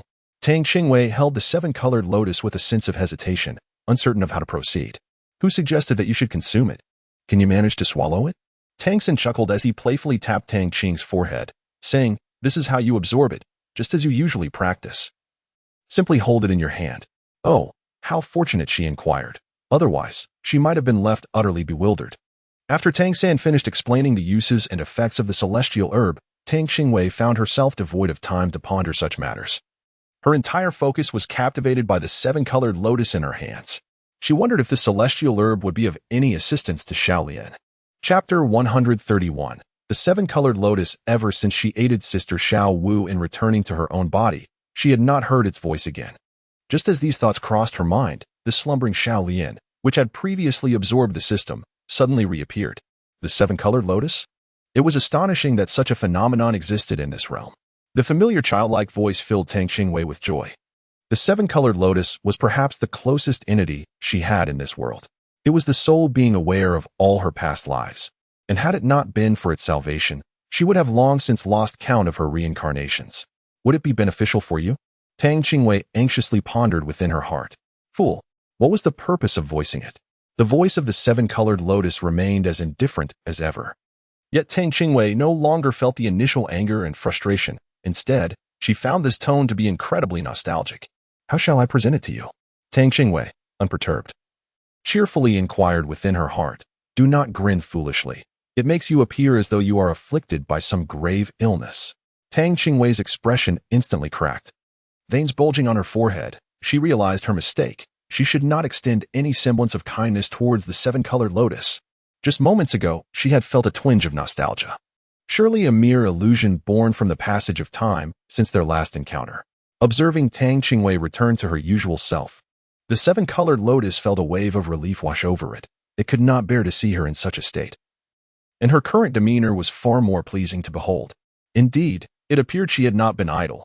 Her entire skeletal structure was nearly refined and strengthened, with only her meridians and flesh remaining to be perfected. The 7-colored lotus sensed the transformation in Tang Qingwei's physique and silently nodded in approval. As long as Tang Qingwei remained diligent in her training, continuing to cultivate until she reached the pinnacle of her potential, it was likely that no force in this world would ever be able to harm her again. Tang San observed that everyone had begun to absorb the celestial herbs, except for Tang Qingwei, who held the 7-colored lotus with an expression of indignation. Puzzled, she inquired, Xiaowei, is there anything you do not understand? No, I will find a place to absorb it now. Time slipped by, minute by minute. In the blink of an eye, 3 hours had passed. As the effects of the celestial grade herbs took hold, each individual exhibited varying degrees of transformation. Daimubai, who had consumed the miraculous fungi and celestial chrysanthemum, found himself adorned with a layer of white fur, reminiscent of his white tiger manifestation during martial spirit possession. Once seated in a meditative position, he now lay sprawled on the ground, his limbs visibly swollen to more than twice their original size, accompanied by the sound of cracking bones. The 4 soul rings around him shimmered with astonishing brilliance, while low growls, akin to thunder, erupted from his throat, his entire being vibrating with a unique rhythm. Oscar remained the most composed among them, calmly seated while emanating a distinct fragrance from the 8-patterned fairy orchid. A delicate white mist enveloped his form, creating a serene ambience. Being the most handsome among the Shrek 7 devils, he appeared even more ethereal under the veil of mist, exuding an otherworldly nobility. In stark contrast, Ma Hongjun exhibited a temperamental demeanor. His upper garments had turned to ash, revealing his plump, crimson body.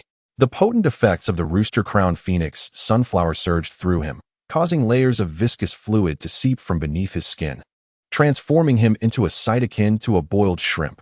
Even his hair had taken on a fiery hue. Oddly enough, each time a layer of black fluid oozed from him, his flesh would visibly contract. Ning Rongrong's transformation was the most resplendent. The 7-colored halo of the 7 treasures glazed tower floated gracefully before her, its 3 rings pulsating with a rich golden light emanating from her very essence. Infused with the aroma of tulips, the interplay of golden radiance and Oscar's white mist created an enchanting blend, their fragrances merging into a delightful aroma that enveloped the air. After consuming the water fairy jade skin bone, Zhu Shiqing radiated with a subtle jade hue, while Dai Mubai's white tiger brilliance harmonized with the black spirit cat aura surrounding Zhu Shiqing. Their breathing synchronized in a rhythmic dance. Meanwhile, the master remained tranquil on the other side, exuding a faint purple glow, though not as tempestuous as Ma Hongjun. He too was exuding thin layers of black fluid. Tang San himself showed minimal reaction, a soft crimson gold glow enveloping his head as golden strands coalesced towards his eyes. Xiao Wu, having ingested the 10,000-year second-grade ginseng king, did not exhibit as much commotion as those around her, only surrounded by a gentle pink mist. Dean Flender had been observing from the sidelines and, upon seeing Oscar awaken first, immediately inquired, "How do you feel? Has your soul power increased?" Oscar chuckled, extending a hand to Flender. 5 levels. My soul power has risen by 5 levels. It's simply unbelievable. I am now at level 38. Though they had anticipated the remarkable effects of the celestial herbs provided by Tang San, hearing it confirmed by Oscar was a different experience altogether. The 8-patterned fairy orchid had indeed helped Oscar ascend 5 levels in soul power. Ning Rongrong, filled with joy, felt the golden light around her intensify. The 7 treasures glazed tower she cradled had transformed into the 9 treasures glazed tower, subtly highlighted by a halo resembling tulip petals. It was only upon hearing Oscar's voice that she snapped back to reality. 9 layers. The 9 treasures glazed tower. The change in the tower made her forget the fact that her soul power had also increased by 6 levels. A surge of exhilaration coursed through her, causing her voice to tremble. The transformation of the 7 treasures glazed tower into the 9 treasures glazed tower was monumental, representing not just her achievement but the lifelong aspiration of her father, Ning Fingxi, the sect leader of the 7 treasures glazed sect. Only the direct descendants of the sect understood the significance of the 9 treasures glazed tower. It was of paramount importance to the entire sect. After a brief moment of euphoria, Ning Rongrong gradually regained her composure, though her hand still trembled slightly as she held the 9 treasures glazed tower. She recognized that Tang San's kindness extended beyond her. It was a blessing for the entire 7 treasures glazed sect. It seemed she would need to make time for a visit home. At this moment, Xiao had also completed her absorption, gaining 5 levels in soul power, bringing her total to 40. Has everyone finished absorbing? Upon hearing Tang San's voice, Ning Rongrong quickly turned, a fresh wave of excitement washing over her. Third brother. My 7 treasures glazed tower has transformed into the 9 treasures glazed tower. Thank you. I am truly grateful. Though somewhat spoiled by her family, she was not naive. She understood that Tang San regarded her as a companion, which was why he helped her. If she were to offer a reward, it would seem too distant. However, her gratitude for Tang San was sincere. After the battle in the Stardow Forest, she felt a deeper sense of belonging to Shrek Academy. Tang San waved his hand, smiling as he remarked, "We are partners. Why say such things?" As he spoke, he raised his gaze to locate Tang Qingwei. In the midst of their conversation, Xiao Wu, Zhu Shiqing, and Dai Mubai approached one by one, each wearing a smile. "Yuqing, how much has your strength improved?" Ning Rongrong inquired, feeling a natural closeness to Zhu Shiqing, despite her usual aloofness, since they had entered the academy together. Today, for the first time, there was a flicker of emotion in Zhu Shiqing's typically calm eyes. "I have advanced by 7 levels. I am now at level 34. She could scarcely believe it. She had entered Shrek Academy and achieved a 7-level increase in her soul power without even obtaining a soul ring. Had she absorbed a soul beast with a lifespan exceeding 5,000 years, as Daimubai had, she too would have experienced a further enhancement in her soul power. She could not fathom that what Daimubai had accomplished was beyond her reach. Meanwhile, Daimubai was unaware of Zhu Zhuqing's thoughts. Completely absorbed in the euphoric sensation of his own enhanced soul power, an achievement so extraordinary that even in his wildest dreams, he had never dared to imagine it. Remarkably, he had risen 6 levels in a single day, now standing at level 46, nearly surpassing Tang Qingwei. As the group reveled in the transformations brought about by the consumption of the celestial herbs, a resounding phoenix cry pierced the air, rivaling the earlier roar of Daimubai's tiger. Golden red flames erupted from Ma Hongjun, soaring into the sky. His physique unfurled amidst the flames, although he still appeared plump. The excess fat had noticeably diminished. Did you feel the power of my flames? They have become richer than ever, all thanks to Brother San. From now on, with just a word from you, I will gladly face any peril, Ma Hongjun pledged, his right fist thumping against his shoulder in earnest. Daimubai placed his hand on the chubby man's shoulder, nodding in agreement. Indeed, it is all thanks to Xiao San. Whenever you need me, just say the word.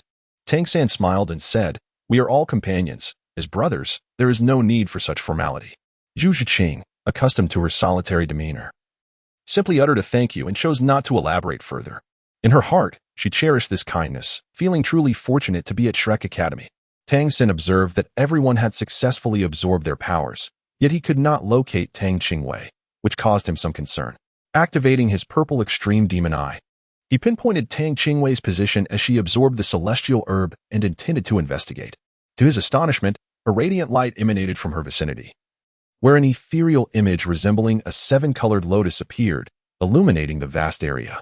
Shortly thereafter, 4 soul rings, 2 yellow, 1 purple, and 1 black, began to spiral upwards from beneath Tang Qingwei. Suddenly, these 4 soul rings collided and began to merge with one another. Chapter 134. The reappearance of the Millennium Soul Rings. Witnessing this scene, the onlookers couldn't help but have their pupils constrict in disbelief, momentarily stunned. What was happening? Noticing the pain etched on Tang Qingwei's face, Tang San's heart raced with anxiety, yet he dared not interrupt his sister during this critical absorption.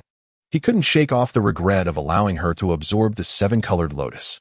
After a considerable time had elapsed, under the watchful eyes of the concerned crowd, the previously merged soul rings transformed into a singular black hue, only to swiftly separate into 4 black Millennium Soul Rings.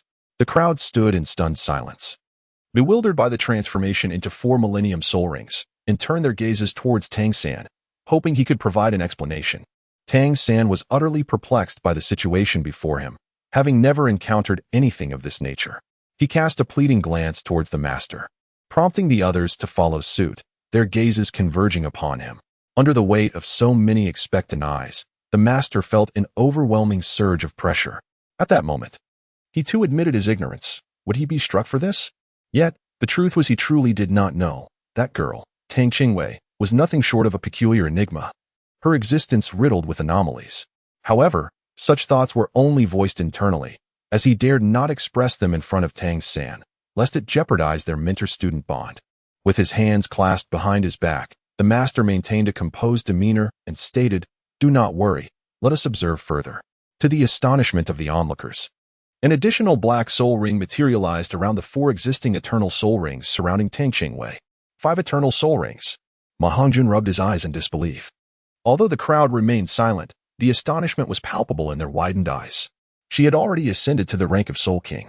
Daimubai, with a rueful smile, felt the excitement of having leveled up 6 ranks in a single day dissipate instantly. He had thought he had finally surpassed Tang Qingwei, only to realize he had been overly ambitious. He needed to strive even harder in his training. Frand and Zhao Wujia, regaining their composure, were filled with exhilaration. A Soul King at the tender age of 10. Where else in this continent could such a phenomenon be found?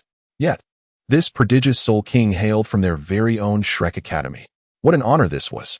Tang San, however, did not share the same excitement as the others. Noticing that his sister had yet to open her eyes, he felt a surge of tension and clenched his fists.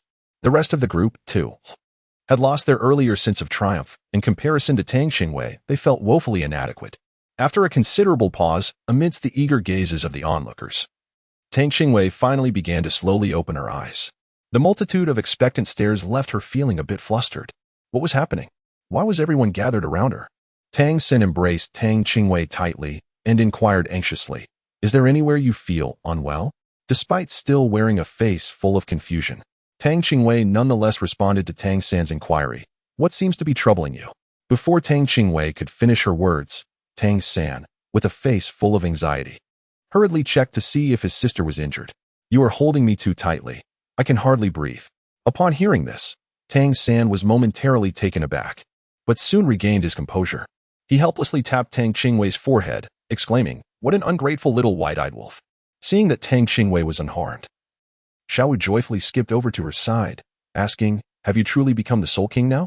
Tang Qing smiled gently, nodding as he observed the curious expressions of those around him.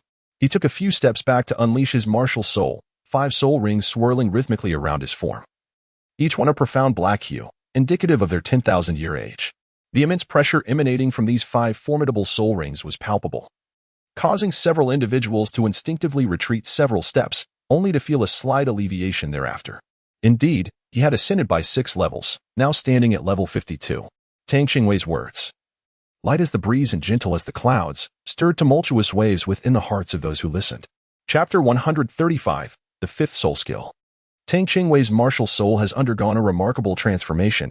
It is no longer the inconspicuous form it once possessed, but has now taken on the shape of a lotus flower, resplendent and translucent. This exquisite bloom features only 5 petals, each radiating a spectrum of vibrant colors. Xiaowei, your previous soul rings have changed color. Have your soul skills undergone any new developments? Ma Hongjun gazed enviously at Tang Qingwei's 5 black soul rings, tears of admiration welling at the corners of his mouth. He could hardly contain his eagerness to witness the changes brought forth by the 10,000-year soul ring. Oscar, sharing a similar expression, stood beside the rotund figure, nodding his head fervently like a chick pecking at grains, his eyes sparkling so brightly they seemed perilously blinding to Tang Qingwei. Tang Qingwei appeared to be less excited than everyone had imagined. Instead, she seemed somewhat dispirited. From the very beginning, she had sensed the transformation brought about by the 10,000-year soul ring. According to Xiaoyan, this 7-colored lotus possessed the ability to induce a second awakening of her martial soul, the 7-colored flower. The most immediate manifestation of this was the transformation of her martial soul into a lotus, as opposed to its previous inconspicuous form. The emergence of the 10,000-year soul ring was merely a corresponding change based on her physical constitution and soul power level. Following this second awakening of her martial soul, all her soul rings would evolve in tandem with the enhancement of her physique and soul power. When she ultimately reached the capacity to bear a 100,000-year soul ring, it would be an unprecedented spectacle. One could imagine the scene when Tang Qingwei's 2 martial souls appeared simultaneously, each adorned with a swirling array of 100,000-year soul rings. At that moment, there would be little need for her to engage in battle, as few would dare to resist the presence of such formidable soul rings. Initially, upon learning of her martial soul's second awakening, Tang Qingwei was filled with immense excitement, her mind already conjuring images of her slender limbs and elegant figure. Was she finally about to begin her growth?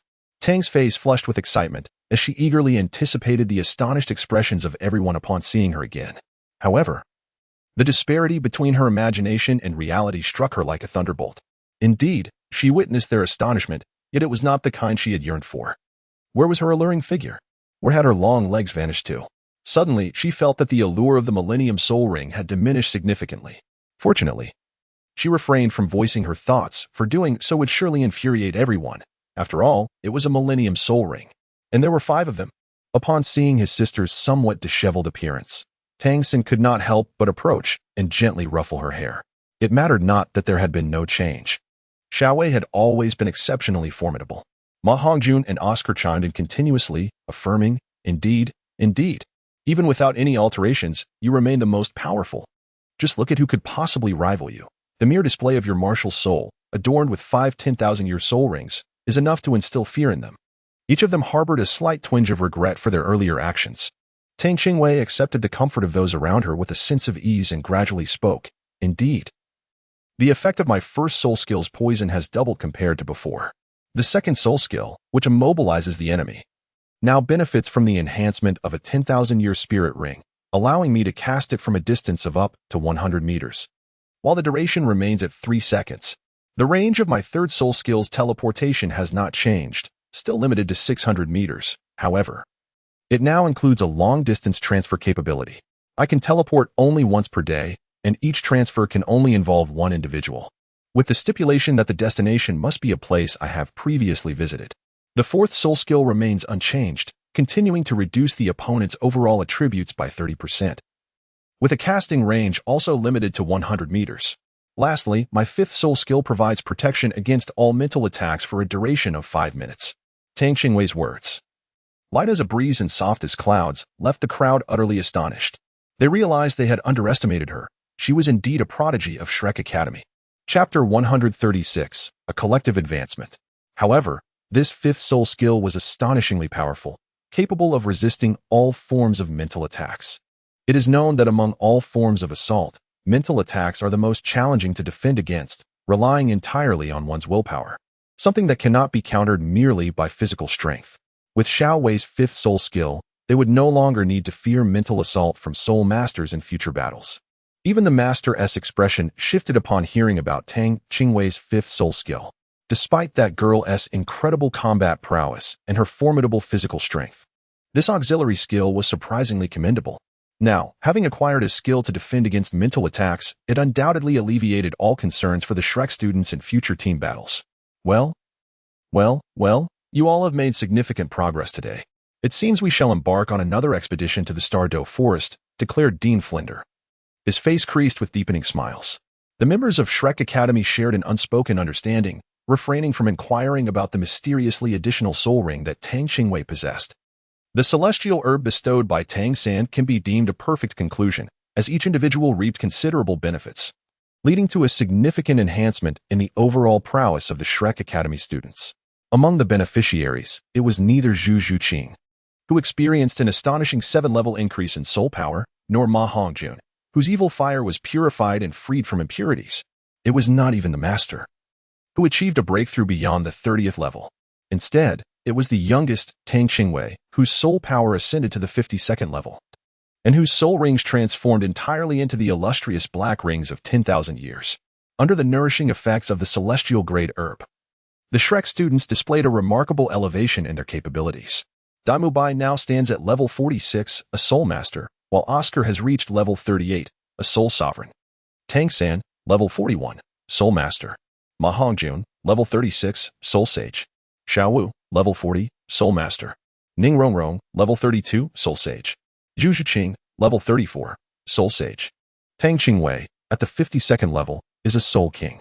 Ning Rongrong felt a bittersweet sensation in her heart, not out of jealousy towards her companions, but rather due to the realization that she had been pampered in the past, believing herself to possess extraordinary talent. Upon arriving at Shrek Academy, she discovered that compared to her peers, she was merely at the bottom. Resolving silently within herself, she vowed to diligently cultivate her abilities, determined not to fall far behind her companions. Although she had only recently joined Shrek Academy, she had already developed a profound affection for this group of friends. As the group finished their rest and prepared to depart, Tang San stood up and waved to the others, saying, "You may go ahead. I have some matters to attend to and will remain here for a while before returning to the academy." "Is that title Douluo threatening you?" Ma Hongjun, having lost considerable weight and appearing considerably more handsome, still retained his ever-impulsive temperament, rolling up his sleeves as if ready to confront someone. While the others were not as rash as Ma Hongjun, they too exhibited a readiness to spring into action at a moment's notice. Tang San, feeling a stir in his heart, smiled and waved his hand, saying, "I have a good rapport with Senior Douluo. He wishes to impart some knowledge about toxins to me, and I will learn from him for a while before returning." Only Tang Qingwei understood the circumstances and, seeing Tang San's determination, did not hinder him further. The others, reassured by Tang Qingwei's silence, felt that there was no imminent danger. The master patted Tang San on the shoulder, advising him to stay safe. After bidding farewell to the group, Tang San proceeded to Douluo's side, ready to begin the process of detoxification. Chapter 137. Commencing a new course. It had been half a month since several individuals had obtained their soul rings. During this time, Zhu Zhuqing had absorbed her soul ring, elevating her strength by 2 levels, now standing at the 37th level soul master. Meanwhile, Ning Rongrong, whose innate talent was already commendable, had made significant progress in her cultivation after her resolute decision to train diligently, also reaching the 37th level soul master. While the group was searching for soul beasts for Xiao Wu, she suddenly went missing. Except for Tang Qingwei, who knew her whereabouts, the others frantically searched. Fortunately, Xiao Wu eventually reappeared, having fortuitously encountered a soul beast and absorbing it, resulting in her soul power soaring to the 41st level. Shrek Academy. At last, they had returned. Due to consuming celestial herbs and battling soul beasts in the Douluo forest over the past half-month, Ma Hongjun had shed his excess weight and transformed remarkably. Though he could not rival Oscar or Dai Mubai in appearance, he had become a charming young man with a sunny demeanor. Everyone was fatigued, and starting tomorrow, they would have a 2-day break to rest properly. Following that, they would commence new lessons. The master nodded in satisfaction as he watched the group of young people chatting and laughing together. During their half-month in the Douluo forest, they had shared meals, lived together, and hunted ferocious beasts. Now, Ning Rongrong and Zhu Zhuqing had fostered much better relationships with the group, proving that overcoming challenges together indeed strengthens bonds. In battles against soul beasts, the most essential quality among partners is trust. It is this mutual trust that allows them to confidently rely on each other. In this regard, the students of Shrek Academy did not disappoint him. The 2 days of rest swiftly passed, and it was once again time to attend classes. After breakfast, as the familiar class bell rang, Tang Qingwei and the others arrived punctually at the playground. Tang San, whose return was unbeknownst to anyone, now stood in the center of the playground, his gaze sparkling with a smile as he looked upon the crowd. Tang Qingwei was the first to rush to Tang San's side. Tang San gently pinched her cheek and sighed, "You've lost weight. You haven't been eating properly, have you?" In that moment, Tang San bore an uncanny resemblance to her mother from her past life. There exists a kind of thinness that only an elder brother perceives, instantly dissipating the joy of their reunion. Tang Qingwei, I pouted slightly, wondering if he was truly seizing the opportunity to pinch her cheek. The others, upon seeing Tang San, eagerly gathered around him. The master merely stood to the side with his arms crossed, silently observing the playful antics of the group, a smile dancing in his eyes. It was only when Tang San reminded them that they returned to their respective positions, standing at attention. Tang San stepped forward and bowed respectfully. "Teacher, I have returned." "Ah, it is good that you have returned. It seems your soul power has significantly increased. Which soul beast did you select for your 4th spirit ring?" As he sensed the soul power radiating from Tang San, it appeared to be more profound than before, suggesting a notable enhancement in his soul power level. "Teacher, I chose the 10,000-year earth spider." Upon hearing this, the master's expression changed dramatically. "Are you not aware that if a soul beast exceeds the acceptable age limit for a soul master, it could result in catastrophic consequences?" He then anxiously placed a hand on Tang San's shoulder, checking for any injuries. "I am fine, teacher. My current soul power level has reached level 45. Tang San waved his hand and smiled. Upon hearing that Tang San's 4th spirit ring was derived from a 10,000-year spirit beast, the others were taken aback. However, they quickly accepted the reason for his rapid elevation in rank. They had previously heard from Xiao Wu that when a 10,000-year spirit beast perishes, residual soul vibrations remain. If the spiritual realm is disrupted by these vibrations, it could render one a fool. Chapter 138, A Thorough Transformation. Yet, observing Tang San's vibrant demeanor, which did not resemble that of someone whose spirit had suffered grievous harm, the group felt a sense of reassurance. Knowing that Tang San was unharmed, they turned their attention to other matters. "Xiao San, what is your 4th soul skill?" "Show us," said Oscar, who had somehow found his way to Tang San's side, playfully nudging him with his shoulder. Tang San chuckled, "It's nothing much, merely akin to the skills exhibited by the cave spider demon. Allow us to witness its power. After all, you are the second among us to possess a 10,000-year soul ring." Ma Hongjun, captivated by their conversation, turned his curious gaze towards Tang San. It wasn't just the two of them.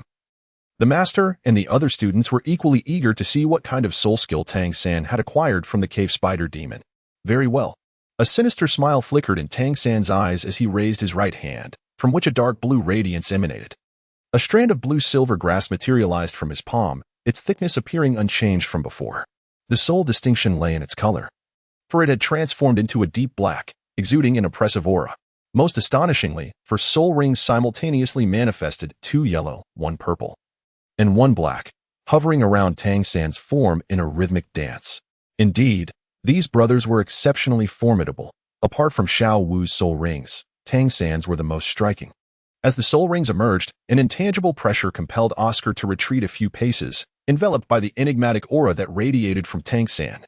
Before anyone could fully comprehend the significance of the 10,000-year soul ring, it unexpectedly glimmered with a profound stillness, contrasting sharply with the vibrant hues of the 1,000-year rings.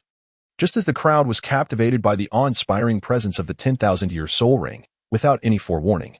16 ebony strands of blue-silver grass surged forth from the ground surrounding Oscar, converging above his head to form a singular prison.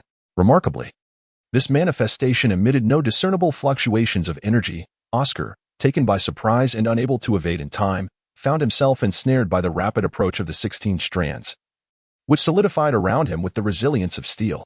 This is my fourth soul skill, derived from the web of the abyssal spider. Since my cage is crafted from blue-silver grass, I have named it the blue-silver cage. Trapped within the confines of the blue-silver grass, Oscar lay pitifully against the bars, pleading, "Let me out." Tang Qingwei gazed at the imprisoned Oscar, a mischievous smile playing upon her lips. She produced a handkerchief from seemingly nowhere, theatrically dabbing at her eyes. "You must strive for reform within these confines and earn your release as soon as possible. As for the hidden stash of money you concealed on the roof of the cafeteria, rest assured, we shall ensure it finds a proper home." Oscar replied, "How did you know my secret stash was hidden there?" The group, caught in a playful spirit, began their own performances. The master did not intervene in their frolics. Instead, he appeared contemplative, raising a hand to flick at the dark blue-silver grass. A resonant sound emanated from it as the supple blue-silver grass transformed under the influence of his soul skill, becoming as resilient as steel. "Mubai, come and test the durability of this prison," he commanded. Dai Mubai ceased his teasing of Oscar, nodded towards the master, and took a deep breath. With a loud shout, he unleashed his martial soul, his right fist radiating a brilliant white light. Concentrating his soul power, he struck one of the 16 strands of blue-silver grass. With a thunderous crash, fine cracks appeared on the strand, and with an additional blow, it shattered, dissipating into a faint black glow.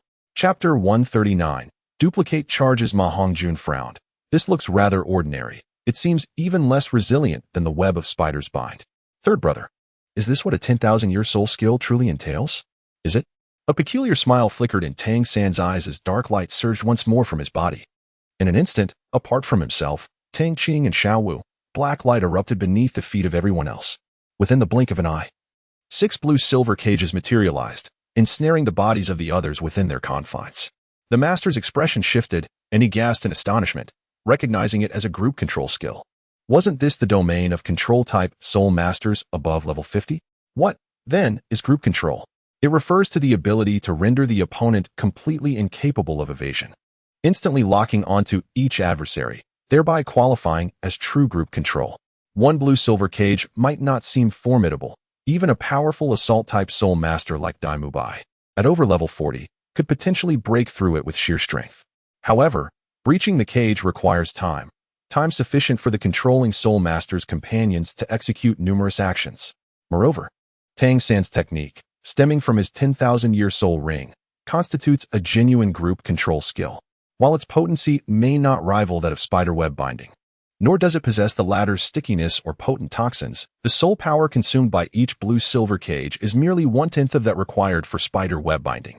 With a swift motion of his right hand, Tang San retracted the brilliance of his fourth spirit ring, causing all the black blue-silver grasses to vanish into the ground, as if they had never existed at all. Truly, as expected of a 10,000-year spirit ring, this spirit ability is undoubtedly the finest for a control-type spirit master. Even now, Master S' surging emotions had finally begun to settle. Observing the 8 individuals who had taken their places, he smiled with satisfaction. His gaze swept across the group, just in time to see Xiao San return. "For the upcoming period, your place of instruction will be the Soto Great Soul Arena. There will be no time constraints for this training. The training will conclude only when you obtain the Silver Soul Badge." Among the students, Tang Qingwei appeared the most disheartened. Could she truly not escape this recurring fee-based endeavor? Tang Qingwei's delicate face instantly fell, and she lost the desire to continue listening to what the master had to say. Previously, Dean Flander had adopted a similar teaching approach, but after witnessing Tang Qingwei's consecutive 7 victories, he hesitated to allow her to continue competing. He feared that if she continued her winning streak, her reputation would soon soar, and such notoriety at a young age was not necessarily advantageous. A talent that stands out will inevitably attract the winds of adversity. To elevate the Iron Soul Badge to the Copper Soul Badge, one requires 100 points.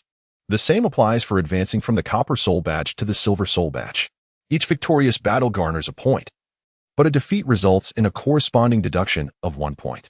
The hierarchy of badges is determined by the quality of minerals, ranging from the lowest, the iron badge, to copper, silver, gold, purple gold, sapphire, ruby, and diamond, totaling 8 levels. If one achieves more than 5 consecutive victories, each additional win will increase the points by 10. And if the streak exceeds 10 victories, each subsequent win will add 100 points. Observing Tang Qingwei's ease in combat, it appeared unlikely that she would encounter a formidable opponent, leaving Dean Flander reluctant to take a risk. Thus, the requirement for Tang Qingwei to don a mask to conceal her identity and re-register for the Soul Battle competition arose. However, the rules of the Grand Soul Arena stipulated that re-registration necessitated an additional payment of 10 gold soul coins. Tang Qingwei was unwilling to part with this amount. Even if she had the funds, she found it unreasonable to squander 10 gold soul coins on what felt like a redundant fee. Tang Qingwei exhibited an unwavering stubbornness when it came to financial matters, to the extent that not even 10 oxen could sway her resolve. Regardless of who attempted to persuade her, including Tang San offering to cover the 10 gold soul coins, she remained adamant, firmly believing that repeated project fees constituted a loss on her part. Chapter 140, Training at the Great Soul Arena. Eventually, Dean Flander found himself at a loss, allowing Tang Qingwei to make her own decisions. After all, given her current strength, her participation in the individual soul battles had become inconsequential. Master disregarded the expressions of the others and continued, stating that during this period, he would arrange for them to stay at the inn closest to the Great Soul Arena, with all expenses for food and lodging to be borne by themselves. Should they possess the requisite skill, the income from the Great Soul Arena would be quite substantial. This situation was unavoidable, as the academy remained perpetually impoverished. After a brief pause, Master elaborated on his requirements, distinguishing them from previous ones. This time, he insisted that they compete under the banner of the Shrek 8 monsters.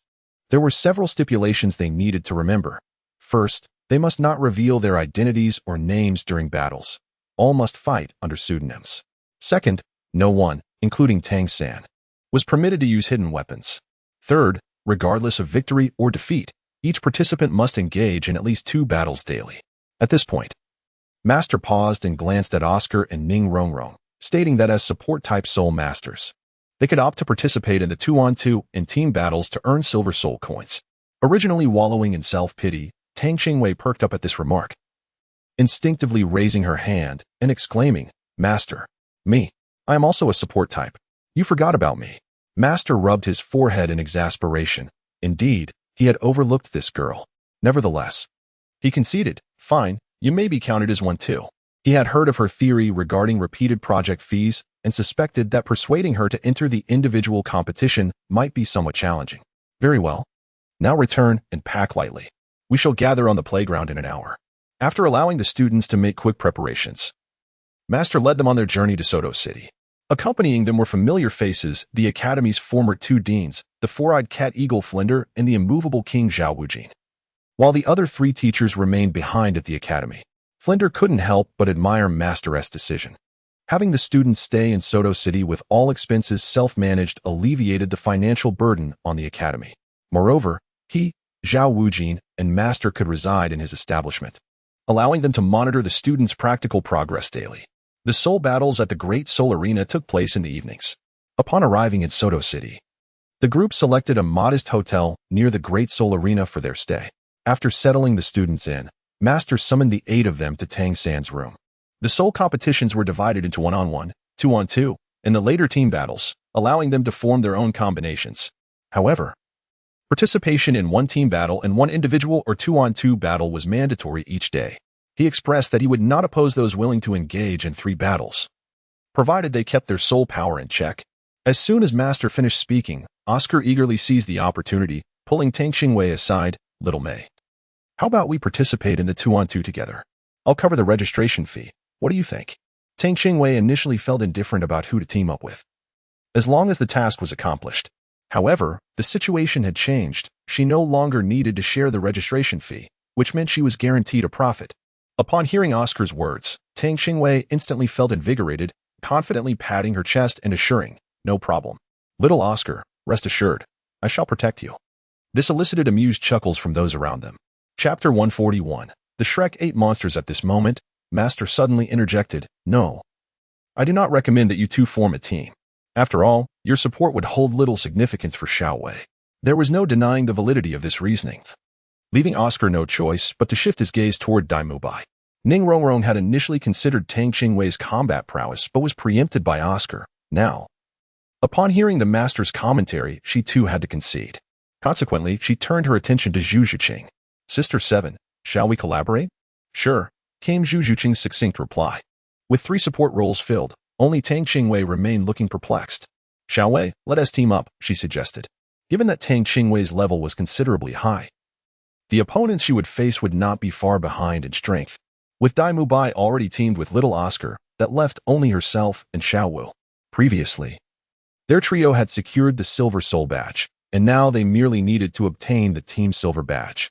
Tang San gently tousled Tang Qing's hair and raised his gaze to the crowd before finally settling his eyes on the master. Indeed, your soul power has now reached level 45. Apart from Mubai, your soul power level is the closest to Xiao Wei's, making you a suitable partner for her. However, the soul masters you will face are at least level 50, ranking as soul kings. Should the need arise, do not hesitate to utilize your soul bone. The master nodded in affirmation of Tang San's words, adding further insights. Soul bone? Ning Rongrong exclaimed, astonished. That is an extraordinarily rare and precious entity. Each piece, even the most mundane, commands an exorbitant price. To think that this pair of siblings possesses such wealth, one with a valuable soul bone and the other with an extraordinarily spacious rare soul guide. What kind of lineage do they hail from? The Tang family? Could they be from the Haotian sect? No, their martial spirits are clearly incompatible. Tang San turned his gaze towards Ning Rongrong and Zhu Zhuqing. After receiving a nod of approval from the master, he began to elucidate. The soul bone my teacher referred to was an unexpected acquisition during my hunt for the 3rd soul ring. It was quite fortuitous, as it was obtained from vanquishing a 2,000-year-old humanoid spider. Ning Rongrong gasped in astonishment, covering her mouth. The maximum soul power absorption for a soul master's 3rd soul ring can reach over 1,700 years. One can only imagine the excruciating danger of absorbing a soul beast that exceeds this limit. Although Zhu Zhuqing did not express her surprise as vocally as Ning Rongrong, she too looked up at Tang San with a sense of shock. Indeed, it is an external soul bone, she remarked as she began to channel her soul power. Accompanied by the pronounced bulges on her back, the purple glow emerging from Tang San intensified. Suddenly, as Tang San's body quivered, the 8 bulges burst forth, rapidly extending into 8 robust purple columns from his back. Their entire form gleamed with a radiant purple hue, shimmering under the lights. This was the external soul bone. The 8 spider lances. Very well, retract them, Master instructed, as he retrieved 8 pre-prepared masks from his soul guiding bracelet. How you wish to participate in the soul battles is up to you. Here, each of you shall have one. Wear them during the battles. Additionally, while on stage, speak less and strive to keep your ages concealed from your opponents. The masks were familiar to everyone, bearing the emblem of Shrek Academy, featuring the green, grotesque visage of the Shrek monster. Dai Mubai took one of the masks and placed it over his face. Although the craftsmanship was rather ordinary once fitted, it did not hinder the visibility of his eyes, mouth, and nose. Chapter 142. Brother, you must accompany me during team battles. You shall form as the Shrek 8 monsters. When participating in individual soul battles, you may create your own titles for the 2-on-2 matches. For the 1-on-1 contests, I have devised a nickname for each of you. When the time comes, use these nicknames for the competitions. Simply mention them at registration, and your real name shall remain undisclosed in the arena. The group understood the master's intentions. After all, they were still quite young, especially someone like Tang San, who had reached the Soul King realm at merely 10 years old, an unprecedented feat. Tang San and Xiao Wu, having reached the formidable level of a soul master at the tender age of 12, are nothing short of extraordinary in the realm of soul masters. Among them, even the least accomplished has attained the rank of soul elder. Should they gain recognition in the Grand Soul Arena, it is likely that the Spirit Hall would be the first to seek them out. Dai Mubai inquired curiously, what shall we use for our titles? The master, with a smile, replied, Mubai, you shall retain your original title of the Evil Eye White Tiger. Xiao Ao, you may continue with your sausage specialty. As for Xiao Wei, let us call you the Violent Support. Upon hearing this, everyone unanimously nodded in agreement, as it was a most fitting title for Tang Qingwei. Tang Qingwei pouted in displeasure. The title was rather unflattering. She was still an adorable little girl. After all, how could such a harsh appellation be used? Just as she was about to voice her objection, the master turned his attention to Tang San, ignoring her. As for the little third, let us call him Qinshuo Chao. What do you think? That's not suitable. Let us choose another, Xiao Wu interjected promptly. It's not impressive at all. Yin Chao sounds rather unpleasant. The master glanced at Tang San, who remained silent, a hint of a smile gracing his face. He had always held a great satisfaction for this disciple. So, what do you suggest it should be called? Daimu Bai remarked, though Xiao San appears honest, when he truly unleashes his fury, his murderous aura surpasses ours. I propose we call him Qinshuo Sholuo. Sholuo signifies a demon of slaughter, which could instill a sense of intimidation in adversaries. The master turned to Tang San, inquiring, what is your opinion? Brother, I think this name is excellent. It sounds far more appealing than mine, Tang Qingwei said, tilting her head to gaze at Tang San. Having witnessed the birth of the Shrek 8 monsters, the fact that she was part of it filled Tang Qingwei with an exhilarating sense of excitement. Excellent. Tang San affectionately ruffled Tang Qingwei's hair and raised his gaze towards the master, saying, Teacher, this one will suffice. I find it quite appealing. The master nodded and then turned to Ma Hongjun, stating, Hongjun, I have also devised a title for you. How about Evil Fire Phoenix? The portly fellow chuckled. Thank you, master. That suits me well, for I too am a phoenix. At that moment, Xiao Wu approached the master, adopting a pitiful expression, and inquired, Master, what shall my name be? Please grant me a melodious one. The master replied with a smile, You employ soft techniques. Your entire being is as supple as if devoid of bones. Coupled with your rabbit spirit and enchanting abilities, I suggest Graceful Bone Enchantress Rabbit. The name sounded quite delightful. Upon receiving the desired title, Xiao Wu's face instantly blossomed with joy. After bestowing names upon everyone, the master finally turned his attention to Ning Rongrong and Zhu Zhuqing. Rongrong, your spirit is the 9 treasures glazed tower. Nothing could better encapsulate you. As for Zhuqing, her spirit name is most fitting. Ethereal Spirit Cat is indeed a commendable title. Thus, the Shrek 8 monsters finally acquired their respective titles. Violent Supporter Tang Qingwei, Evil Eye White Tiger Daimu Bai, Sausage Specialist Oscar, Thousand-Handed Shura Tang San. Evil Fire Phoenix Ma Hongjun, Graceful Bone Enchantress Rabbit Xiao Wu, 9 Treasures Glazed Tower Ning Rongrong, and Ethereal Spirit Cat Zhu Zhuqing. Chapter 143. The Tang Tang Duo. Unbeknownst to anyone, the Shrek 8 monsters, destined to make a name for themselves in the world of Soul Masters, had established their lifelong titles within this unassuming inn. It was from this day that the Shrek 8 monsters truly came together as a cohesive team. Brother, what shall our duo be called? The Tang Tang Duo? The Sanwei Duo? Or perhaps, Ma Hongjun interjected. Unable to bear the sight of Tang Qingwei's struggle with naming, forget it, Xiao Wei, I see you have a knack for poor naming. Just take a look at the titles you've come up with. Tang San remained silent, his lips curled into a gentle smile as he gazed at his sister. The accusation that she was inept at naming stung Tang Qingwei, for she had labored intensely to devise this name. No. Today, she was determined to use this chosen name. Brother, which name do you prefer? Although Tang San found the name somewhat peculiar, he deemed it appropriate since it was his sister's creation. Whatever Xiao Wei decides is fine. He thought. After all, their appearances would not be seen by anyone, so did it truly matter what they were called? Receiving Tang San's affirmation, Tang Qingwei raised her eyebrows at Ma Hongjun with pride. Then we shall be the Sugar Duo. How adorably sweet. With the name established, it was time to register it. The master had not participated in the naming of the free teams at all. As night fell, the Soto Great Soul Arena thrummed with its usual liveliness, with throngs of people converging from all directions. As the most traditional and beloved form of entertainment, it attracted a multitude of spectators daily. The time for the customary soul battles was fast approaching. At that moment, a team of 11 caught the attention of those preparing to enter the arena. Among these 11, 8 wore identical masks. The green masks appeared somewhat comical, yet their attire varied greatly. Some were extravagant while others were plain.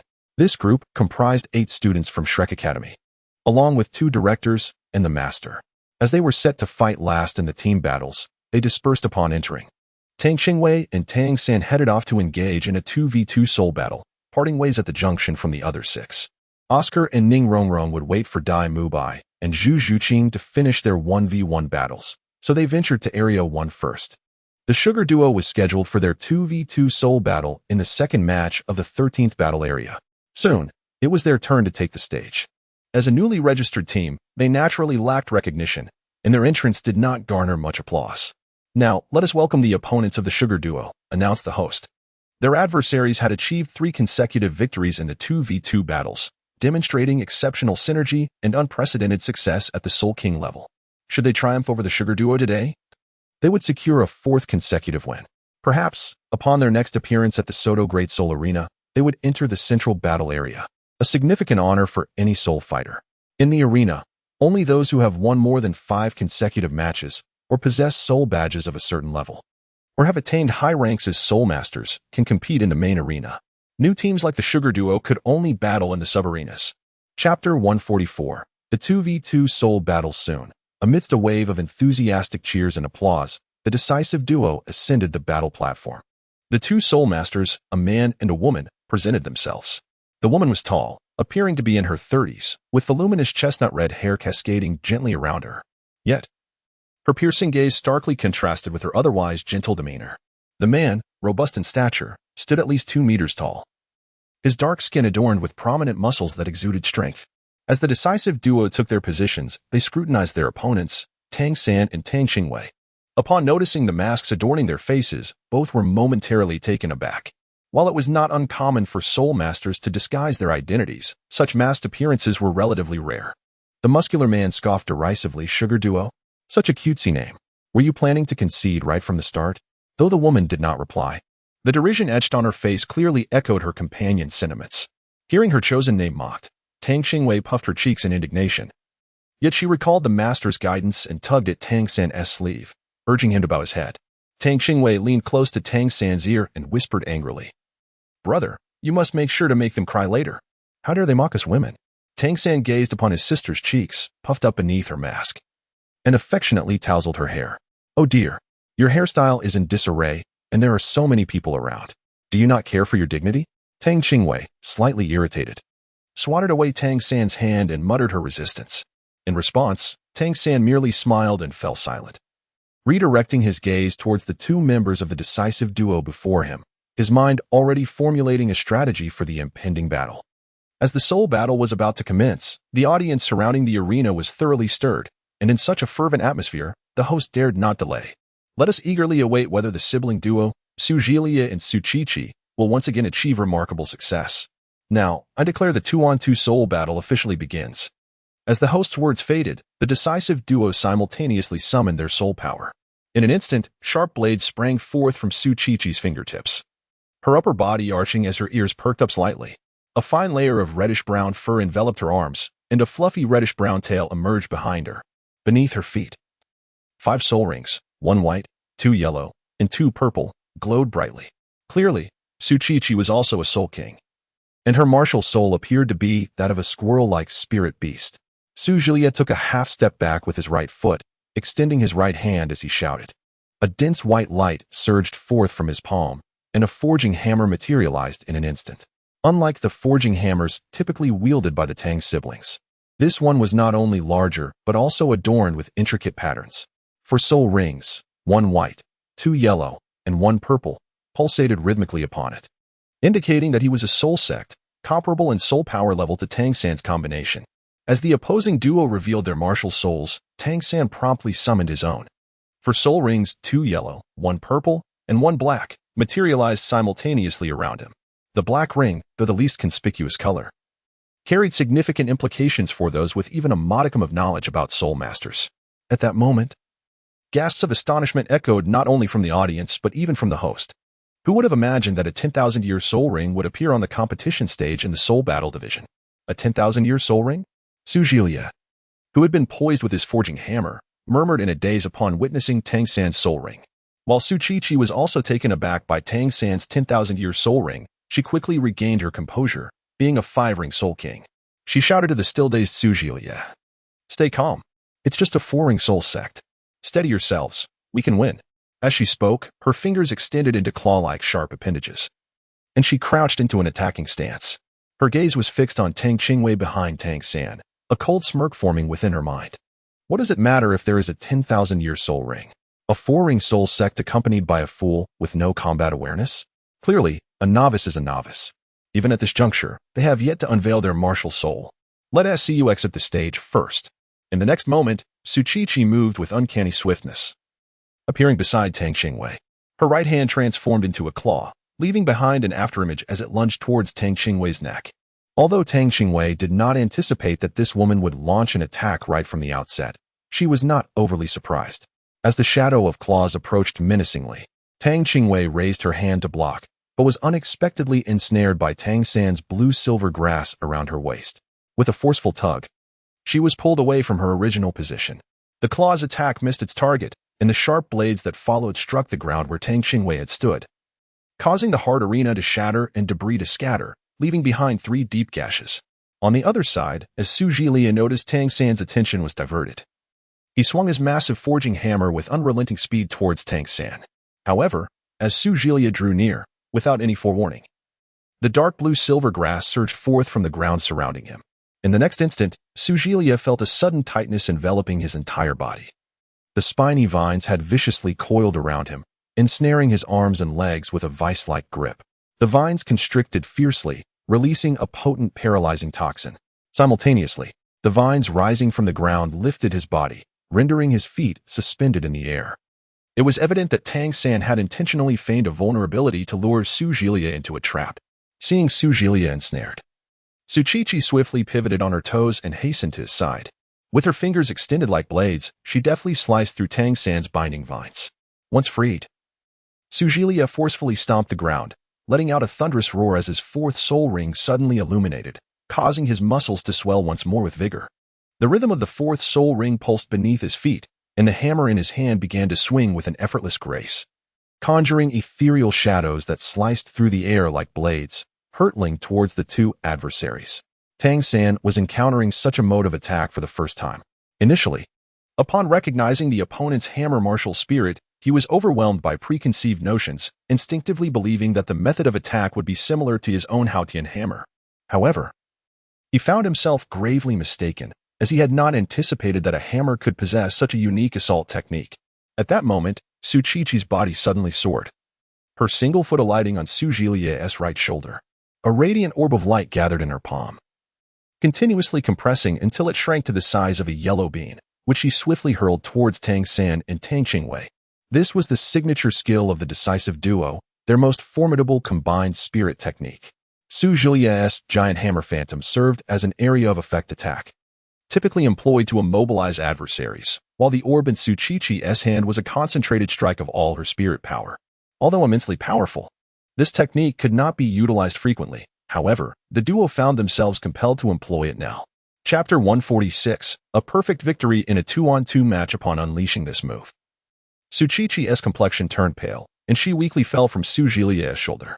He rushed to support her, but with a ghastly pallor on her face. She gazed at Tang Qingwei and Tang San, who stood frozen in place, and with a feeble yet sardonic smile, declared, "Until now, no one has ever escaped from the combined spirit technique of us siblings. You are destined to lose." Yet, before she could finish her statement, the 2, who were on the verge of being struck, suddenly vanished from sight. Before Su Qiqi and her brother could react, they felt a sharp pain in their chest and abdomens, and in an instant, they were kicked off the stage. How could this be? A piercing cry of disbelief rang out. Su Qiqi could hardly fathom that their all-out attack had been so easily thwarted. Everything transpired too swiftly. Before anyone could comprehend the situation, the match had concluded. When the spectators finally looked at the 2 figures on the stage, they beheld Tang Qingwei, the shortest among them, surrounded by swirling, subdued black spirit rings. The crowd, including the siblings who had been knocked off the stage, found themselves momentarily stunned, their pupils dilating in shock. The arena, filled with hundreds of thousands, fell into a profound silence. Even the host was left speechless. With a resounding thud, the microphone clattered to the ground, emitting a piercing electrical sound, jolting the host back to reality. In the stands, as the audience regained their senses, a cacophony erupted. What is that? 1, 2, 5. Could it truly be 5 10,000-year spirit rings? The host rubbed his eyes in disbelief, stammering, "Is this 10,000-year spirit rings? 5 of them? How is this even conceivable?" Below the stage, supported by Su Zhilia, Su Qiqi managed a weak smile, saying, "We cannot claim our loss was unjust. Let us depart." Ironically, she had initially thought their opponents were inexperienced novices. Su Zhilia offered no reply, merely nodding as he assisted his sister away from the arena. "Shouldn't the results of this battle be announced now?" Tang San glanced at the already dazed host and spoke up to remind him. The host, As if awakening from a dream, hurriedly announced, in the 2-on-2 soul battle, the Tang Tang duo emerges victorious. It was only at this moment that the audience erupted in cheers once more.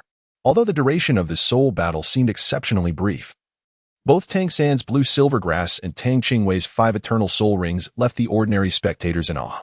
The audience was fair-minded and did not hesitate to bestow their applause. The Tang Tang duo quietly descended from the stage amidst the resounding cheers. Awaiting them was yet another team battle. Perhaps due to their remarkable prowess, the Shrek 8 monsters achieved victory in the subsequent soul battles. Among them, Oscar and Dai Mubai formed a duo they named the Twin Wings White Tiger, signifying that under Xiao Ao's assistance, the Evil Eye White Tiger soared to new heights. They faced a combination of offensive and defensive soul masters, and with Oscar's mushroom sausage aiding him, Dai Mubai's speed shortcomings were entirely compensated. Coupled with their flying ability, they swiftly sent one opponent off the soul battle platform, leaving no suspense for the remainder of the match.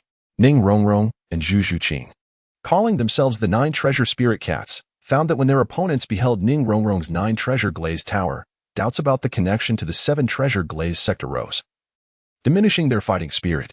After all, as one of the 7 major sects of Soul Masters, the 7 Treasure Glazed sect was not one that ordinary Soul Masters would dare to offend. Thus, the 2 Soul Masters, both in their 30s, faced the sudden 30% increase in speed and strength from Zhu Zhuqing. With the assistance of the 9 Treasure Glazed Tower, Zhu Zhuqing's strength had surpassed the 40th level. With lightning-like speed, she dispatched her opponent with minimal effort. Chapter 147. Remarkable results. The flawless conclusion of the 1-on-1 and 2-on-2 soul battles marked a perfect beginning to the Shrek 8 monsters' journey in the soul battles. Of course, their day of battles was not yet over, as one final team battle awaited their completion. Tang Qingwei summoned her martial soul, casting a healing spell upon herself and everyone present. The effects were remarkable. Fatigue vanished in an instant, and their bodies brimmed with renewed vigor. Each time Xiao Wei employed her healing arts, it felt nothing short of miraculous. In addition to physical restoration, it remarkably revitalized both soul power and mental energy to their original state. Ma Hongjun stretched his arms, a look of deep contemplation on his face. Well then, we must prepare ourselves. The team battle is about to commence. Tang San gently draped his arm over Ma Hongjun's shoulder, leading him away from Tang Qingwei. The uniqueness of Qingwei's healing abilities had sparked speculation among the others, including the dean, although they refrained from voicing their thoughts, respecting her silence. The master, with a look of satisfaction, addressed the group. It is time to participate in the team battle. Remember, within the opposing team, there is at least one soul master above level 50. Team battles differ significantly from 1-on-1 or 2-on-2 confrontations. The importance of cooperation surpasses the potency of individual prowess. Tang Qingwei faintly heard these words, her expression betraying a sense of guilt. After all, it was her inclusion in the group battle that compelled everyone to confront soul masters of level 50 and above. The master, who had been observing the expressions of the others, immediately discerned her thoughts upon witnessing Tang Qingwei's demeanor.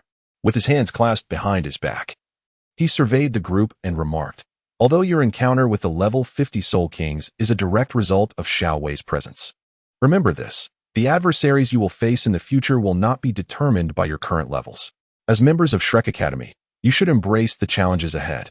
The group, which had been engaged in playful banter, found themselves momentarily perplexed by the master's grave admonition.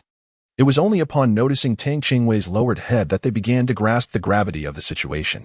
Dai Mubai placed a hand on Tang Qingwei's shoulder, his tone teasing yet encouraging. "This isn't like you at all. It's merely a team of level 50 soul masters. We are not lacking either. Just look at me.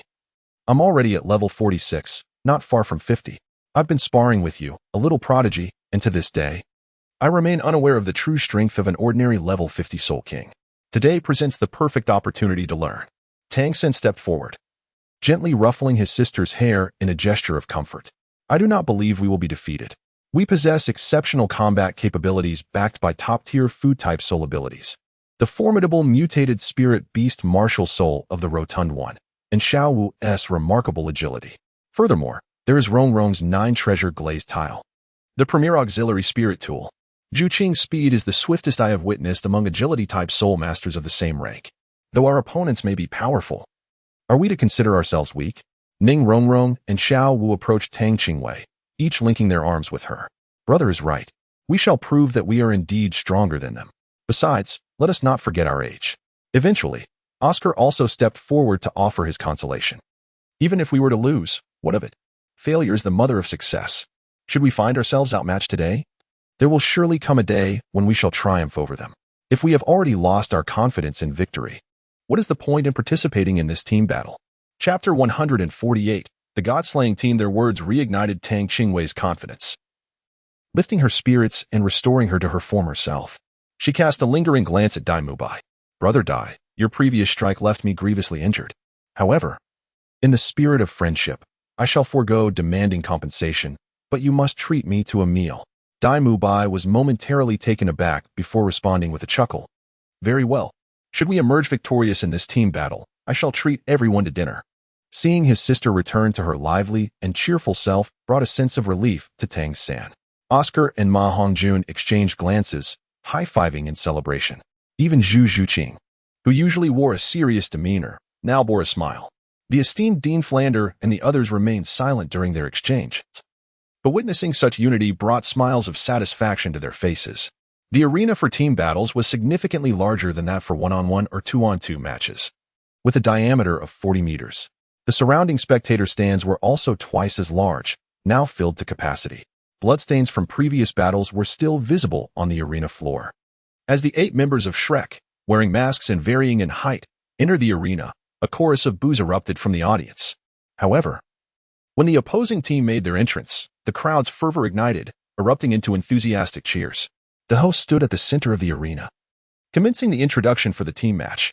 In this 5th round, we have a team battle featuring the God-slaying team against the Shrek 8 monsters. The God-slaying team requires no extensive introduction, having achieved an impressive 6 consecutive victories. If they continue their valiant performance in the upcoming matches, they may very well set a record for the fastest ascent to the Copper Spirit Arena in Soto.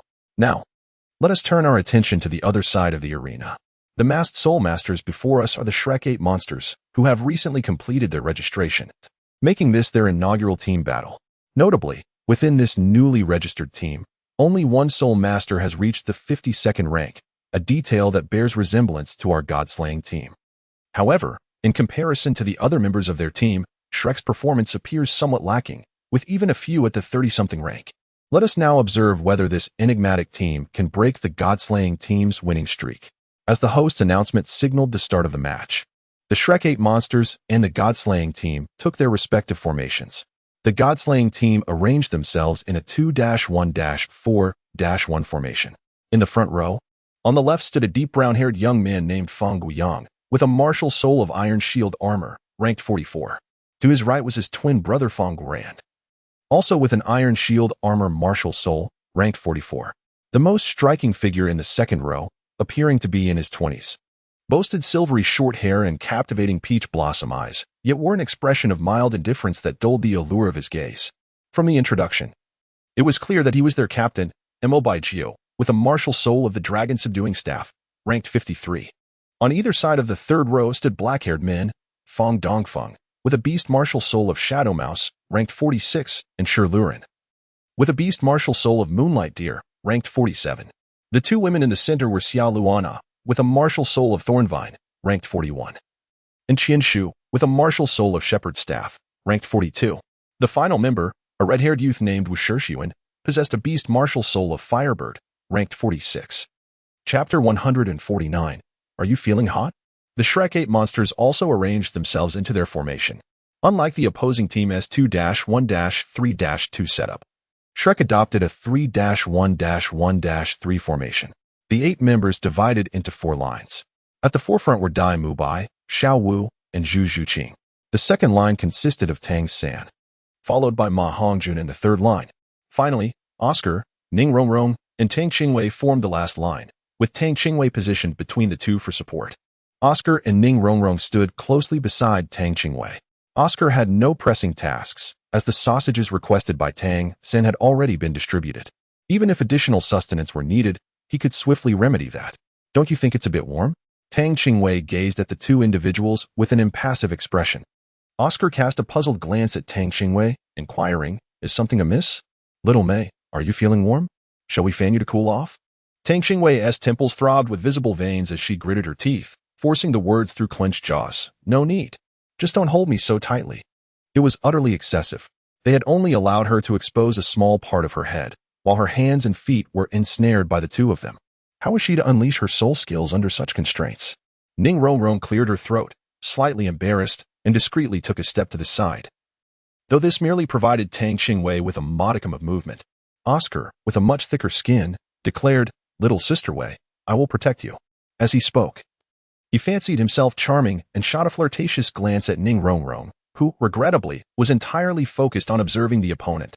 The host inquired of both sides whether they were prepared, and as team captain, Dai Mubai nodded in affirmation alongside his rival, Mo Baijio, indicating readiness. The countdown commenced. 5, 4, 3, 2, 1. The team battle, the 5th round, begins. This countdown, absent in one-on-one and two-on-two matches, was designed to allow soul masters sufficient time to release their martial souls. Consequently, during the team battle, it mitigated the risk of any errors arising from delayed soul releases that could hinder performance. Additionally, for the Grand Spirit Arena, it served to enhance the spectacle of the battles, captivating the audience. Mo Baijio, captain of the god-slaying team, was the first to reveal his martial soul, beneath which lay 5 soul rings, 2 yellow, 2 purple, and 1 black. The audience erupted in a frenzy, exclaiming, 10,000-year soul rings. They had anticipated this moment for so long. This was one of the reasons why the god-slaying team had achieved 6 consecutive victories in team battles despite having only one member at level 50. More importantly, the other members possessed the optimal soul ring configuration, 2 yellow and 2 purple. Instantly, the atmosphere ignited the entire viewing area. At this moment, Tang Qingwei finally comprehended why the audience was so enamored with team battles in the arena. The sheer spectacle of the opening scene was incomparable to the other 2 forms of combat. One must ask, how magnificent is it when a dozen soul masters unleash their martial souls, their resplendent soul rings illuminating the arena simultaneously? Upon discerning the configuration of their opponent's soul rings, the expressions of a few individuals grew solemn. "Brothers, unleash your martial souls." Dai Mubai bellowed, his aura surging dramatically.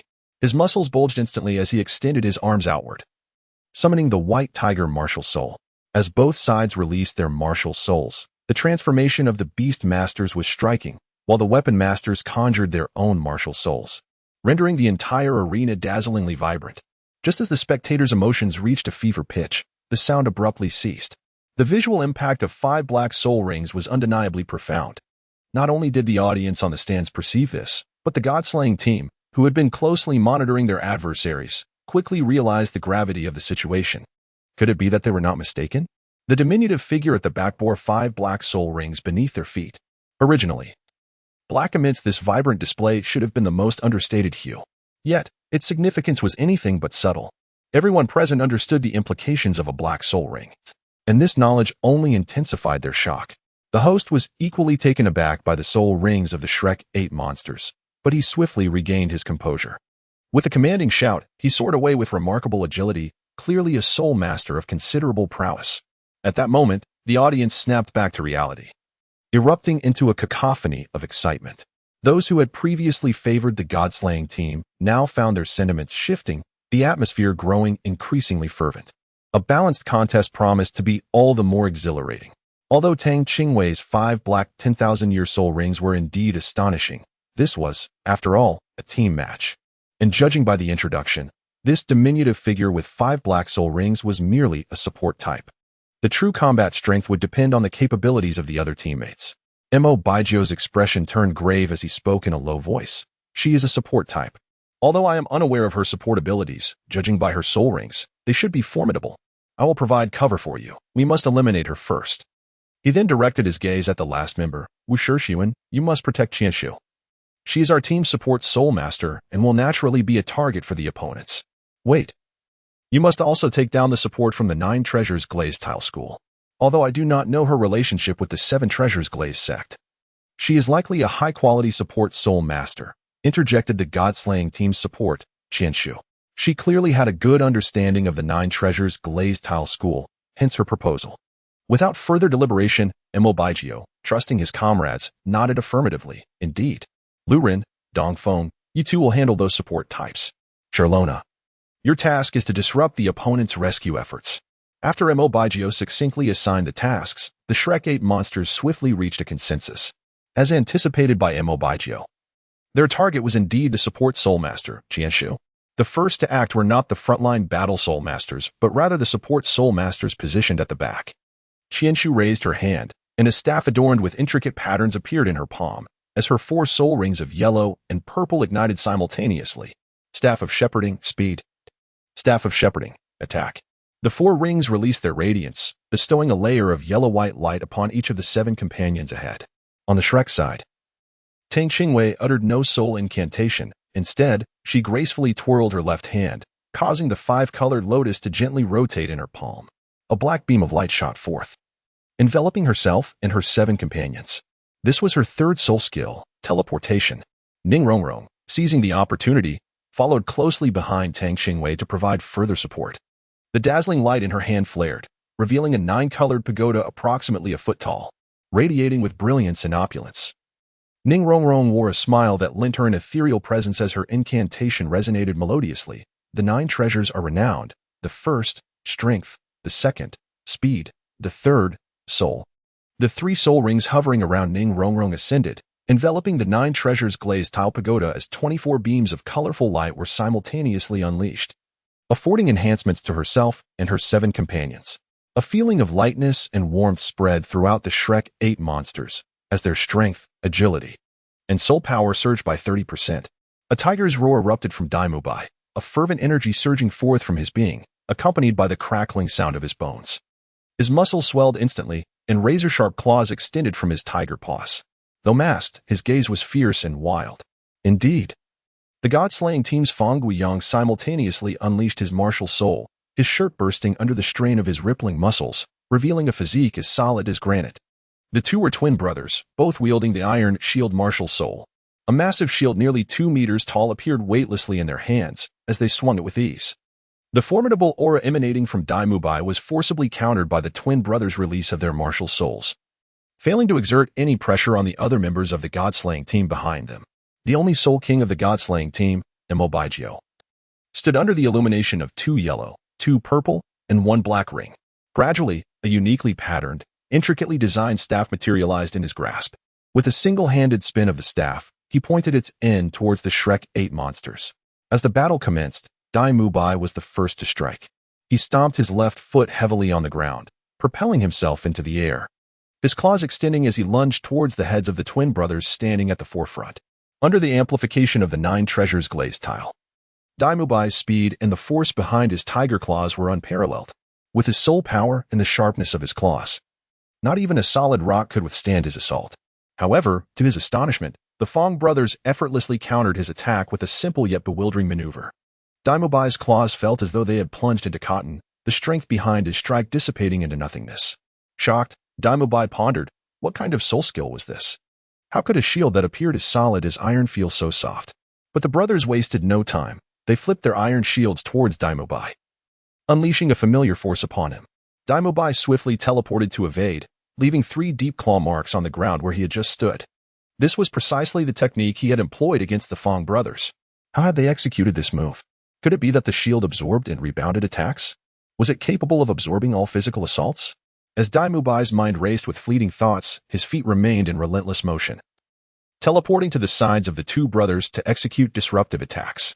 An idea began to take shape in his mind, but it required validation before it could be confirmed. Indeed, after a series of assaults, he discerned certain clues. The brothers' iron shields were not capable of absorbing counterattacks indefinitely. Rather, after a certain number of uses, they could no longer be employed. A 3-minute wait was necessary before they could be activated again, but upon reuse, the power absorbed was significantly inferior to the strength of the initial counterattack. Simultaneously, as Daimubai launched his offensive, Xiaowu and Zhu Zhuqing also surged forward, flanking the brothers and racing towards the rear of the God Layer team. Fang Dongfeng and Shiluren, who had initially intended to assault Ning Rongrong and Tang Qingwei, instantly grasped their adversary's intent and chose to refrain from entanglement. Although the 2 were vastly outmatched in terms of soul power, under Ning Rongrong's various enhancements, Xiaowu and Zhu Zhuqing held their ground admirably. Chapter 152. Group Control. As Daimubai prepared to strike again, he noticed that the brothers' peculiar soul skills had been diminished, signaling that his opportunity had arrived. Drawing a deep breath, he planted his left foot firmly on the ground and unleashed a powerful sweeping kick. The brothers hastily raised their iron shields to defend, but this time, the impact was far from the ease of their previous defenses, forcing them to stagger back several paces before regaining their footing. Just as Dai Mubai was poised to press his advantage, he became aware of Captain Mo Baijio, who had stealthily approached from behind, brandishing the Fulong staff infused with an icy aura, aimed directly at Dai Mubai's back. "Be cautious, Dai," as Tang San sought to ensnare Dai Mubai. The latter had ventured too deep into enemy territory, leaving no time for the vines to entwine him. The timing of the opponent's attack was fortuitous. The brief duration of Tang's teleportation had elapsed, compelling Dai Mubai to rely solely on his own abilities to narrowly evade the strike. A resounding crash echoed through the arena.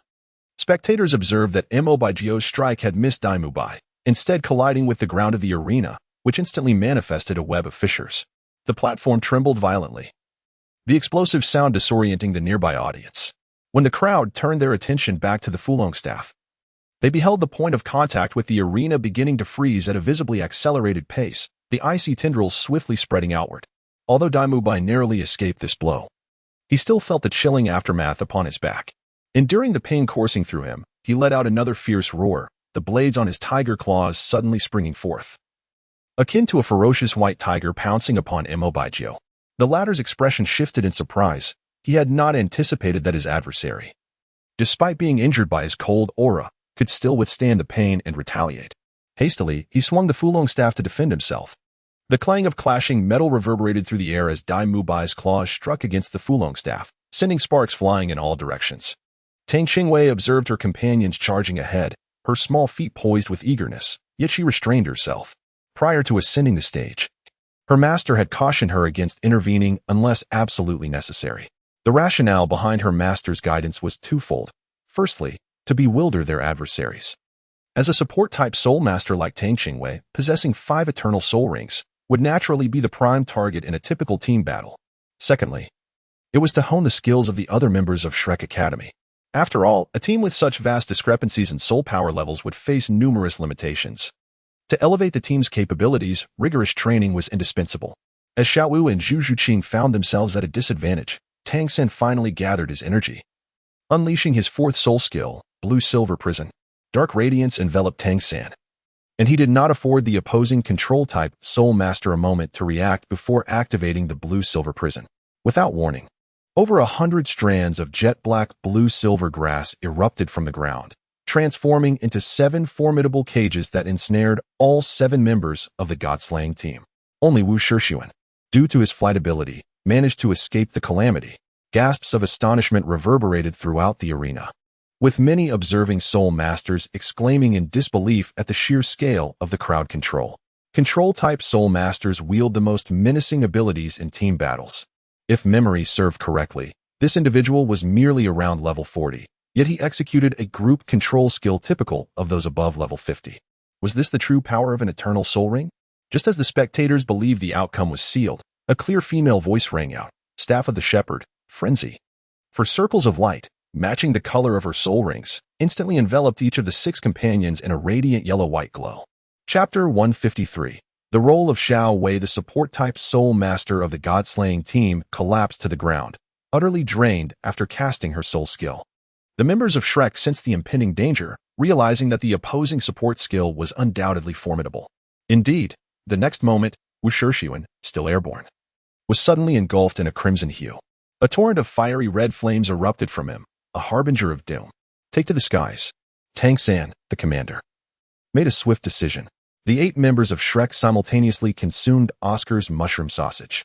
Their bodies felt lighter as ethereal wings materialized behind them, allowing them to soar 20 meters into the air. Just as Shrek's team anticipated an attack akin to Ma Hongjuan's techniques, they were left astounded by the next scene. With the simultaneous illumination of Wu Shixuan's 4 soul rings, a flame as thick as a thigh surged forth, hurtling towards their teammates ensnared by the blue-silver prison. Has he lost his mind? Why attack his own comrades? Xiaowu exclaimed in disbelief, while the expressions of the Shrek members turned grave, uncertain of the rationale behind Wu Shixuan's actions. In the next instant, not only the audience, but even the members of Shrek were left dumbfounded. The flame struck, yet no injuries were inflicted. Only Tang San's blue-silver grass was incinerated, while the God-slaying team emerged invigorated, their soul power surging even more robustly than before. Tang San was astonished. What kind of flame was this? His blue-silver grass, which had now become impervious to fire, was unexpectedly incinerated in a single strike. Once the flames extinguished, the god-slaying battle team had completely escaped from the blue-silver cage. The two teams once again assumed a standoff position, one hovering in the air, while the other remained on the arena. Tang Qingwei always kept her responsibilities in mind. A 5-colored lotus flower appeared in her hand, and 8 beams of white light shot forth, enveloping 8 individuals, including herself. The injury on Dai Mubai's back, inflicted by Mo Baijiu, was instantaneously healed within the radiant white light released by Tang Qingwei. Although the other 7 members of Shrek were uninjured, their consumed soul power and stamina were swiftly restored in the presence of such brilliance. What should we do now, little 3? The mushroom sausages can only allow us to fly for a minute. Oscar can barely manage half a minute. Despite Dai Mubai's fearlessness against their adversaries, witnessing the Shura team, all of whom were soul masters exceeding level 40, significantly enhancing their strength, he could not help but feel a sense of helplessness. Let us descend and engage. You all have recovered now, and I will use my 4th soul skill to weaken their attributes by 30%. By then, we should be evenly matched in strength. Tang Qingwei faintly overheard a few individuals engaged in conversation, idly picking at her own nails as she interjected. It could be said that during this team battle, she had been the most unoccupied, experiencing almost no exertion at all. However, as soon as she finished speaking, the previously animated discussion among the others came to an abrupt halt. Tang Qingwei heard no response. She raised her head to see that everyone was gazing at her with fervent intensity, their eyes shimmering with the brilliance of having discovered a treasure. Tang San was overwhelmed with emotion as he embraced his younger sister. It was indeed his oversight, for he had utterly failed to harness Xiao Wei's potential, nearly leading to the defeat of their team in battle. Although the teacher had advised against her involvement, that pertained to her combat prowess, not her supportive capabilities. The other members of Shrek had evidently overlooked Xiao Wei's significance as well. At this moment, Tang's gentle reminder sparked an epiphany within them, instantly boosting their confidence. And they were eager to leap into the fray against the god-slaying team. Chapter 154.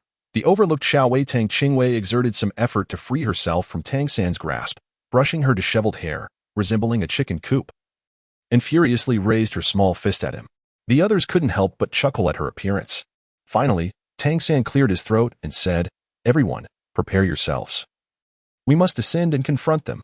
"All right." The group responded in unison. In the next moment, 5 black soul rings suddenly illuminated beneath Tang Qingwei, causing the audience to erupt in excitement once more. With the emergence of the black soul rings, 8 beams of white light surged toward the god-slaying team on the arena. This was her 4th soul skill, weakening. Initially, the god-slaying team on the platform appeared anxious, attempting to evade, but Tang Qingwei's strike was exceedingly swift, and they were caught off guard, struck by the light. Subsequently, their soul power and physical strength seemed to be significantly diminished, and the enhancements provided by their teammates vanished completely. Meanwhile, the 8 from Shrek had already landed on the arena. Under Tang San's command, Zhu Zhuqing, Xiao Wu, and Dai Mubai charged forward simultaneously. Dai Mubai barreled straight toward the Fong brothers, while Xiao Wu and Zhu Zhuqing flanked them, heading directly for the rear of the god-slaying team, with Tang San standing resolutely at the center of the arena. After a brief moment of disorientation, the Fong brothers and Shirlu Rin sprang into action, refraining from releasing their soul skills initially, opting instead to engage in a direct melee. Dai Mubai propelled himself into the air, launching an assault on the Fong brothers, while Tang San unleashed his 1st soul skill, Bind, targeting Shirlu Rin. Just as Dai Mubai surged forward, the leader of the god-slaying team, Mo Baijiu, suddenly sprang into action. Using the towering forms of the Fong brothers as cover to leap into the air, his 1st soul ring glinting ominously, the Fulong stick in his hand emanating a chilling aura as he swung it directly at Dai Mubai. The impact of this strike was so potent that it caused the surrounding air to condense instantly. With the Fulong stick approaching rapidly, even if Dai Mubai attempted to retreat, he would be left with no choice but to block the blow with his arm, which would undoubtedly place him at a disadvantage should Mo Baijiu's strike connect. Combined with his teammates' efforts, the scales of victory would tilt decisively in favor of the god-slaying team. However, at that moment, Dai Mubai vanished unexpectedly. Even Mo Baijiu, who had maintained his composure, momentarily froze in surprise. Another teleportation? When did he execute it? As thoughts raced through his mind, his peripheral vision caught sight of Dai Mubai being pulled back to the ground by Tang San's blue-silver grass, the stick barely grazing the top of Dai Mubai's head. Once he landed, Dai Mubai wasted no time. He extended his left foot and swept his right leg out, aiming at the legs of the Fong brothers. Seeing Imobaijio strike miss, he quickly reacted, stepping onto the shield of the Fong brothers, accelerating toward Tang Qingwei, his Fulong stick poised to strike again, this time targeting her. From his position, Ma Hongjun observed as Imobaijio swung the Fulong stick toward him, with a booming sound. Accompanied by the brilliance of his second soul ring, surging crimson flames erupted into the air. Following this, a fiery line shot forth, aimed directly at Imobaijio. Ever since consuming the celestial herb coxcomb phoenix sunflower, Ma Hongjuan's phoenix power had been thoroughly refined, making him the most formidable in terms of explosive power among the Shrek 8 monsters. Excluding the truly powerful yet deceptively supportive Tang Qingwei. Chapter 155, cast aside Imobaijio, unable to evade, was forced to confront the attack head-on. He swung the Fulong stick, releasing an icy blue light that collided directly with Ma Hongjuan's fiery line. The clash of ice and fire in midair resulted in a spectacular explosion, scattering countless purple flames that danced like blooming fireworks. Although Imobaijio had only utilized his first soul skill, his soul power far surpassed that of Ma Hongjun, effortlessly shattering the attack with a single strike of the Fulong stick.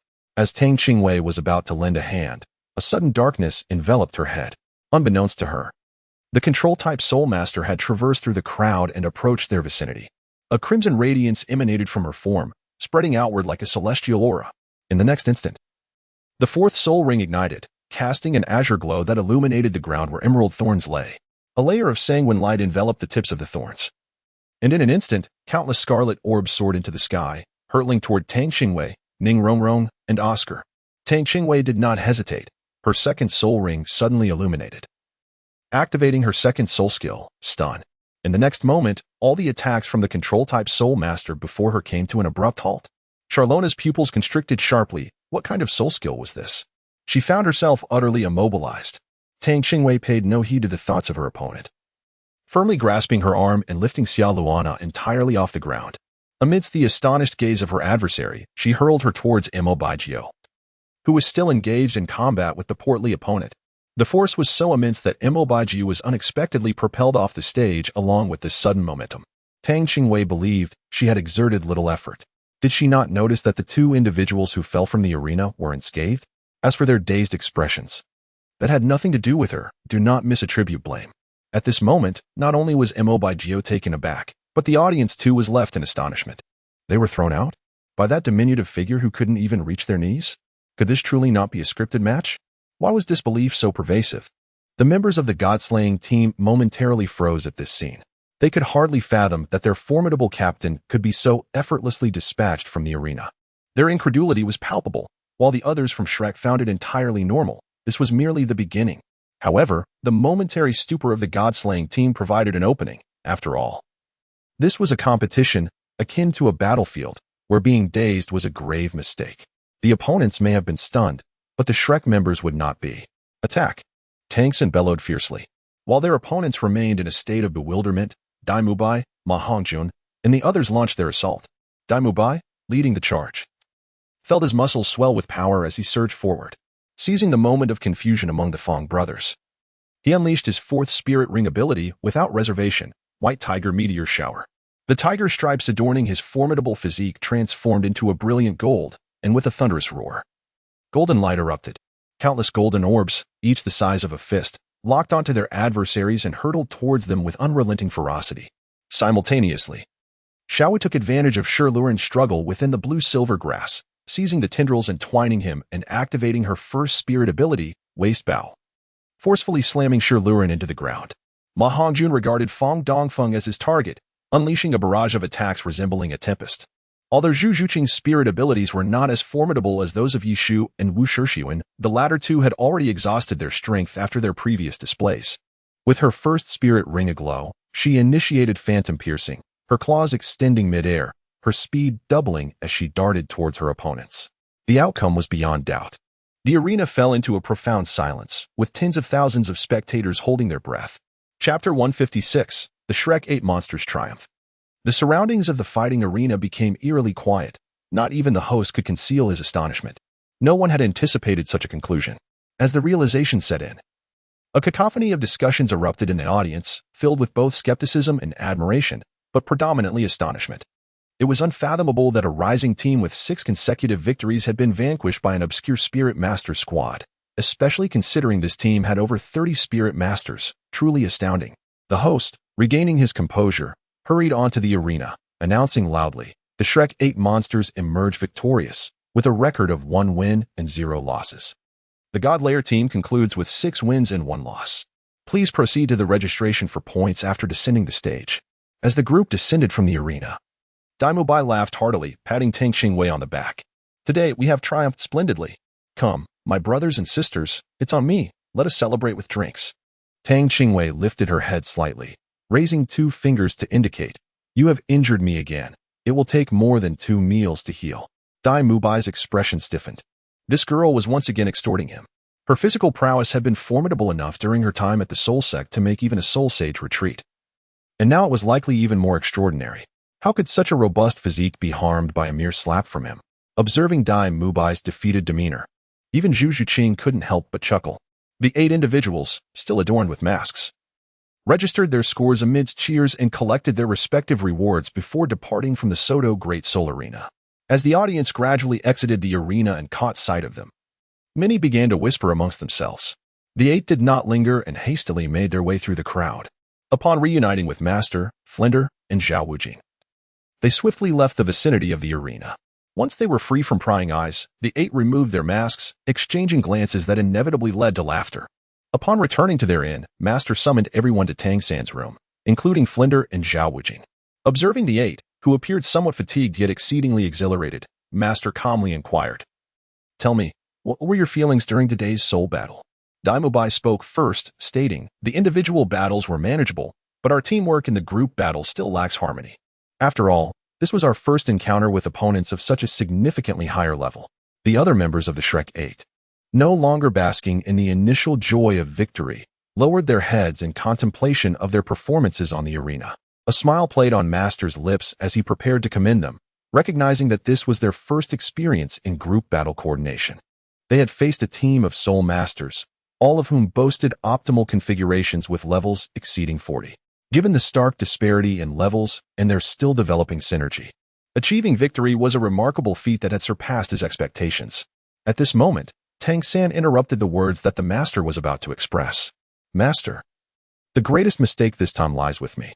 Had I not forgotten Xiao Wei's support skills, we would have emerged victorious much earlier, and the injury sustained by Brother Dai would not have occurred." The thought of the recent team battle, which almost led to a complete defeat due to his oversight, filled Tang San with a profound sense of guilt. Daimubai chuckled nonchalantly, patting Tang San on the shoulder as he said, "Do not be so hard on yourself. Even we forgot that Xiao Wei is a support soul master, ha ha ha." The others gathered around, expressing that the burden of responsibility was not solely his to bear. Only the master wore a frozen smile, relieved that he had refrained from praising her out loud, for he too had nearly forgotten the girl's supportive capabilities. Chapter 157. Quite good. The master stood with his hands clasped behind his back, his gaze sweeping over the group before finally settling on Tang San. "I am pleased to see that you can recognize your mistakes. In team battles, as the control-type commander, it is your duty to fully leverage the strengths of your teammates." "Master, I understand." Tang San nodded, acknowledging that this time the fault was indeed his own. Having addressed the shortcomings, he continued, "Now, I wish to express my feelings. You all performed admirably today, and I am thoroughly satisfied. Although your coordination was not entirely seamless, facing a team of soul masters with higher soul power, achieving what you did today despite this lack of perfect synergy has truly exceeded my expectations." The Shrek 8 monsters were taken aback. The usually strict master was showering them with such affectionate praise, leaving them somewhat astonished. After all, the master had always been regarded as a rigorous mentor with high standards. At this moment, excitement ignited in their eyes. Even the most composed Tang San and the aloof Zhu Zhuqing were not immune to the exhilaration. To bolster their confidence, the master went on to commend each of their strengths individually. When it came to Xiao Wei, he paused for a moment before finally managing to utter, "Xiao Wei, yes. Quite good." Tang looked at the master with eager anticipation, nodding his head like a chick pecking at grains, and asked, "And then?" The master replied, "Tang Qingwei." After staring at each other for quite some time, Tang Qingwei finally came to the startling realization and asked incredulously, "Is that all you have to say?" The master, feeling somewhat awkward, scratched his head. He thought to himself that Yu Xiaojiang was indeed an eloquent individual. Yet today he found himself at a loss in front of this little girl. How was he to praise her? Should he commend her for having a rather low presence as a support-type soul master, or should he laud her for her formidable offensive capabilities? He feared that if he voiced such sentiments, the girl might immediately don a displeased expression. Tang felt a tinge of unhappiness. Among the Shrek 8 monsters, each person's praise lasted at least a minute, yet when it came to her, it was reduced to a mere 3 words. Did that mean she was unworthy? Tang Qingwei intended to say something further, but was interrupted by the other members of the Shrek 8 monsters. Xiaowei, aren't we going out for a meal? Let us hurry. I'm starving, Dai Mubai remarked, rubbing his belly and feigning a state of hunger.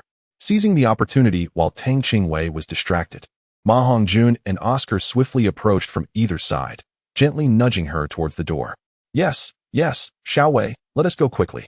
Thus, Tang Qingwei was surrounded and ushered out of the room, while the master cast a grateful glance at Dai Mubai. Dai Mubai merely smiled and nodded, exchanging pleasantries with the several deans before departing. Before leaving, Tang San looked at the master with an apologetic expression. Teacher, Xiaowei is still quite childlike. She will likely forget all about this once she finishes her dinner. Please don't take her earlier behavior to heart. The master waved his hand, acknowledging that the fault lay with him. He bore no grievance. Once outside the room, the Shrek 8 monsters felt a newfound freedom. Dai Mubai, recalling his earlier promise, did not stray far and ordered a sumptuous feast in the hotel restaurant, accompanied by 2 barrels of fine wheat beer, inviting everyone to partake. Raising his glass, Dai Mubai toasted to our victory in today's first team battle. The others lifted their glasses in response, while Tang San adeptly retrieved juice from his soul guide, snatching the wine glass from Tang Qingwei's hand. Children shouldn't drink alcohol. You should have this instead. Chapter 158. Do you want me to send you? Tang Qingwei pouted in indignation, yet she dared not voice her discontent. With a face full of frustration, she accepted the juice from Tang San's hand. After all, she was merely 2 years younger. Did that not qualify her as a child? In her previous life, adulthood was attained at 18, thus, this group of youngsters were all still minors. The onlookers could not help but chuckle as they witnessed Tang Qingwei's predicament. It seemed her elder brother was the only one capable of keeping her in check. As for alcohol, it had a peculiar effect. One drink led to another, spiraling into a revelry that lasted a full 2 hours before it finally concluded. Luckily, they were soul masters, endowed with physical capabilities far exceeding that of ordinary individuals. Otherwise, rising the following day would have been a daunting challenge. To Tang Qingwei's astonishment, the first to succumb to the effects of the drink was none other than Ma Hongjun, followed by Oscar, and then Xiao Wu. The eldest among them, Dai Mubai, fell forth, while Zhu Zhuqing and Tang San collapsed simultaneously. Remarkably, the last one remaining upright was Ning Rongrong. Tang was slightly taken aback, her mouth agape. Rongrong, do you often indulge in alcohol at home? Ning Rongrong felt a flush of embarrassment from Tang's gaze. No, this is actually my first time drinking. One must admit that consuming alcohol seems to require a certain aptitude. Surprisingly, Ma Hongjun, who frequently dines out, was the first to succumb. Although Dai Mubai was not the first to fall, his tolerance paled in comparison to that of Zhu Zhuqing and Ning Rongrong. What shall we do about them? Ning Rongrong pointed to the several individuals sprawled haphazardly across the table and floor. Tang Qingwei let out a light sigh of resignation. Allow me to assist. Please keep an eye on things while I escort Sister Xiaowu and Zhuqing back. With that, she lifted Zhu Zhuqing onto her back and cradled Xiaowu in her arms, making her way toward their residence. Ning Rongrong could hardly believe her eyes, rubbing them in disbelief. Is Xiaowei truly this strong? How is she managing to carry Xiaowu so effortlessly? Just as Ning Rongrong was lost in astonishment, Tang Qingwei returned. This time with Tang San on her back and her right hand grasping the waistband of Ma Hongjuan's attire, effortlessly leading them away. Passers-by at the hotel, upon witnessing Tang Qingwei's formidable stature, instinctively stepped aside in awe. Subsequently, Dai Mubai and Oscar were treated similarly, as Tang Qingwei hoisted them back to their rooms with the same ease. Once she had completed her tasks, she approached Ning Rongrong and inquired, "What about you? Shall I escort you as well?" Startled, Ning Rongrong quickly shook her head, exclaiming, No, I wouldn't want to trouble you. I can return on my own." With that, she dashed away like a gust of wind, disappearing from sight. Tang Qingwei was filled with confusion, pondering the situation. Was she truly that terrifying? The soul fighting continued unabated. and during the ensuing month, the Shrek 8 monsters thrived in the Soto Great Soul Arena's sub-venue.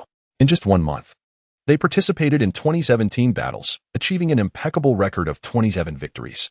With the support of Tang Qingwei, Ning Rongrong, and Oscar, they found themselves invincible within the ranks of level 50. In individual competitions, the Sugar Duo also secured an impressive 27 consecutive wins, with Tang Qingwei's formidable support skills allowing Tang San to truly appreciate her strength. Their harmonious collaboration and powerful soul techniques left their opponents helpless. The other members of the Shrek 8 monsters also attained commendable results.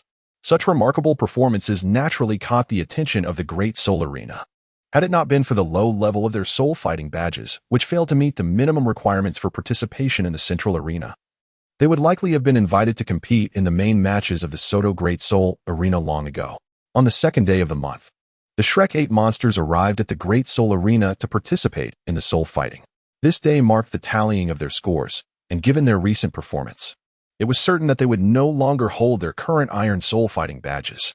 Over the past month, both Ning Rongrong and Zhu Qing had made significant progress, each surpassing level 40 in soul power. Their diligent efforts over the month were evident to all, as they nearly sacrificed all their sleep to cultivate, hastily consuming meals before rushing back to continue their training. Their recent advancements in soul power were a natural outcome of their hard work. The others who did not break through were not lacking in dedication. Rather, the higher the level, the greater the difficulty in advancement. Initially, it was expected that Ning Rongrong and Zhu Qing would hunt soul beasts together upon reaching level 40. However, today was the day for score calculation, which brought them to the Soto Great Soul Arena. Upon seeing their dual score lists and the silver badges presented on the tray, they exchanged glances and couldn't help but smile. As Zhu Qing and Ning Rongrong needed to hunt for soul rings, the Shrek 8 monsters had not planned to linger. They collected their silver soul fighting badges and departed. Early the next morning, after breakfast, the Shrek 8 monsters were already prepared with their gear and luggage, without needing Principal Flinder's reminder. As the familiar school bell rang, Tang San and the others assembled on the playground punctually. The master had arrived even earlier, standing with his arms crossed, awaiting the 8 to stand in formation. It seemed they were all aware of their purpose this time. Indeed, they were to accompany Zhu Qing and Ning Rongrong to hunt for soul rings.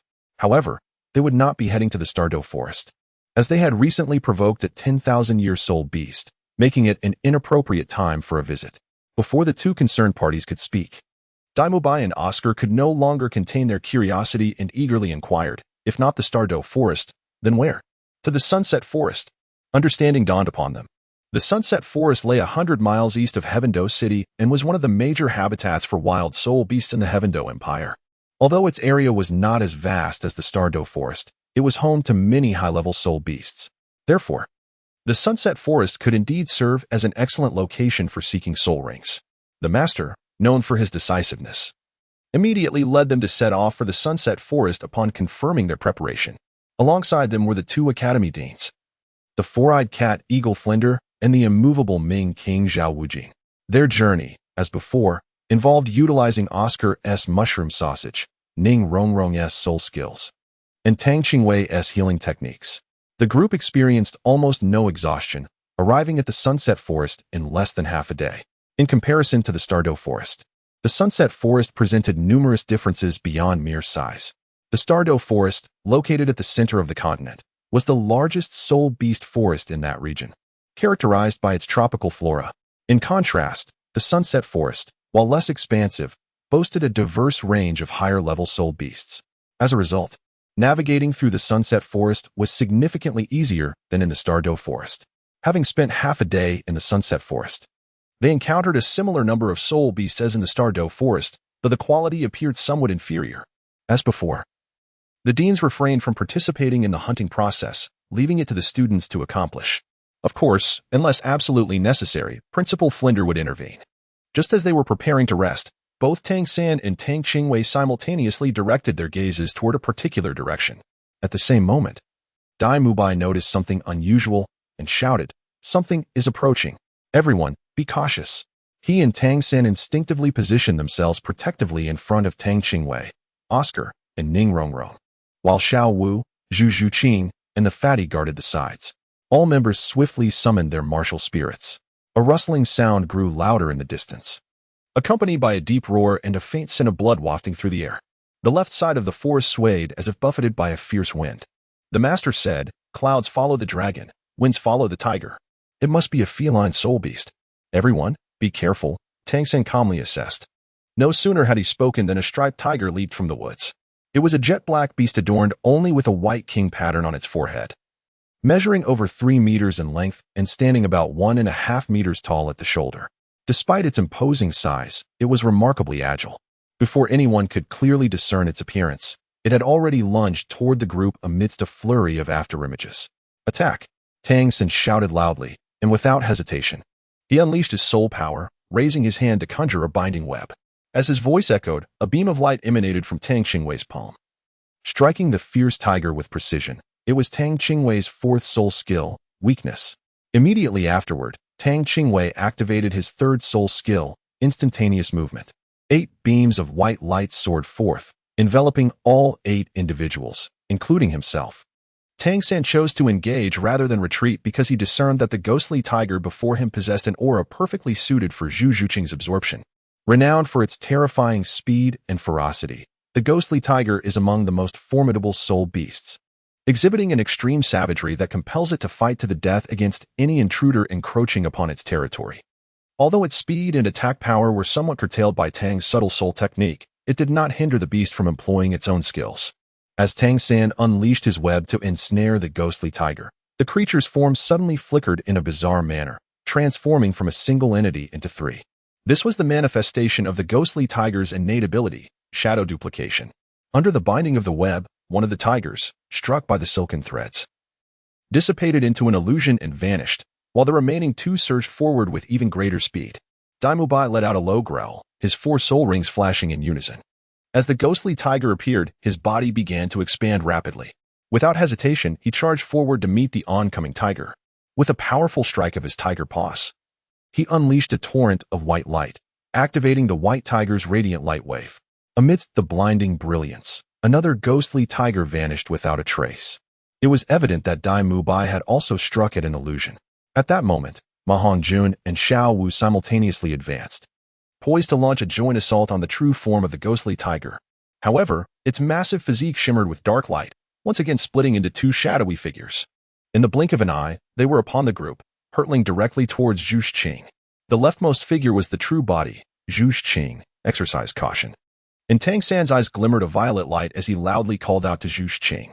Chapter 161. Facing challenges head-on. Confronted with the true form of the ghost tiger, Zhu Zhuqing chose not to evade with her instantaneous movement, but instead opted for a direct confrontation. This ghost tiger was evidently one of the soul beasts that Master had once mentioned as suitable for her absorption. In a swift motion, she arrived at the side of the ghost tiger. The Shrekade had worked in unison for so long that their rapport had reached a remarkable level.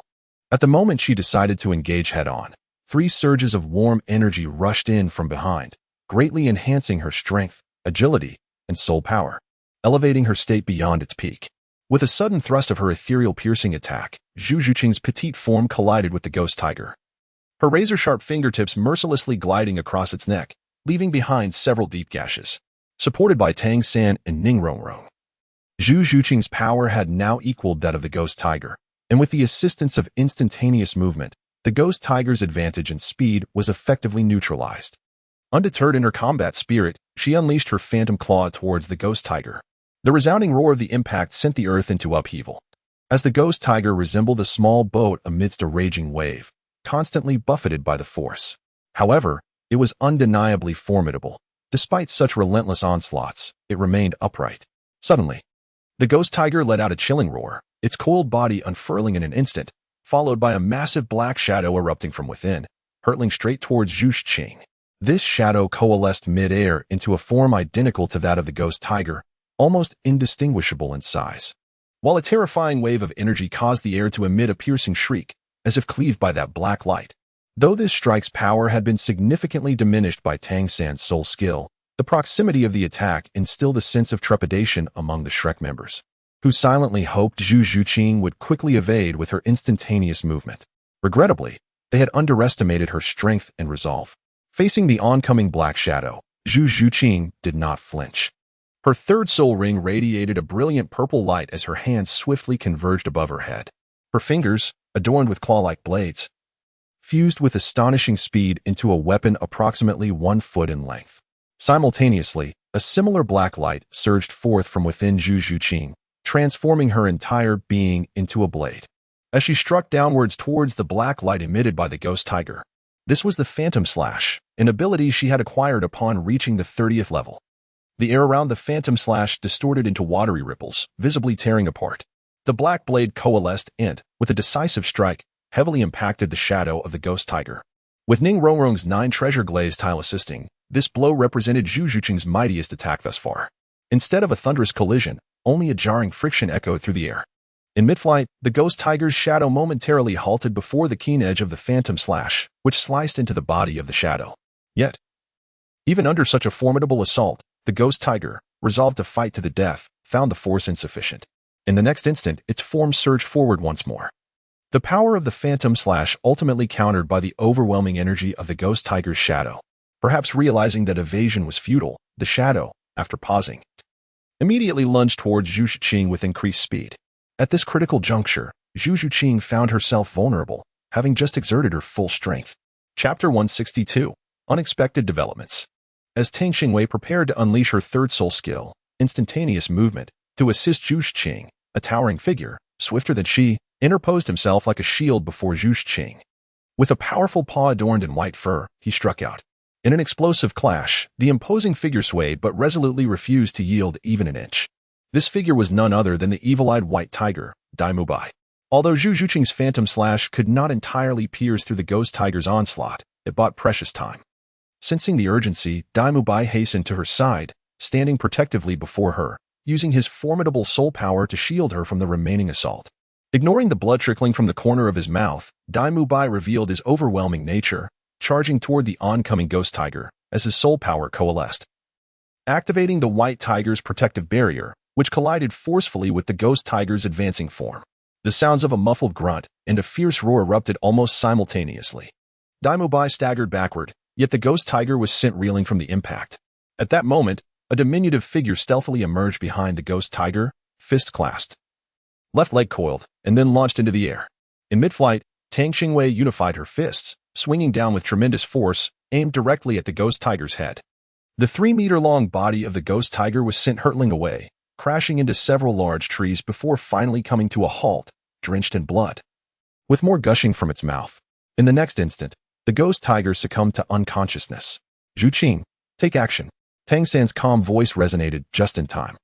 As Zhu Zhuqing was about to strike, a crisp and authoritative shout rang out, commanding her to halt. Accompanying the voice was a colossal ancient tree trunk, swiftly followed by 2 figures that emerged from the direction of the ghost tiger, appearing before the crowd. These 2 sudden arrivals stood upon the recently cast tree trunk, gazing down upon everyone. One was a beautiful woman appearing to be in her 30s, clad in a simple azure dress that could hardly conceal her elegance.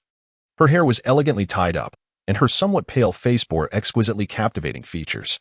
Beside her stood a youth, perhaps in his teenage years, whose deep-set eyes and pronounced dark circles lent him a rather somber demeanor. The appearance of these 2 individuals startled the crowd. But the sight of the woman adorned with 8 soul rings instilled even greater trepidation. The profound black 10,000-year soul rings starkly displayed their formidable power, concealed in the shadows. Flander and the master trembled upon hearing that voice. Zhao Wujie, who had intended to inquire about what to do next, noticed the peculiar expressions on Flander and the master's faces, his heart racing with alarm.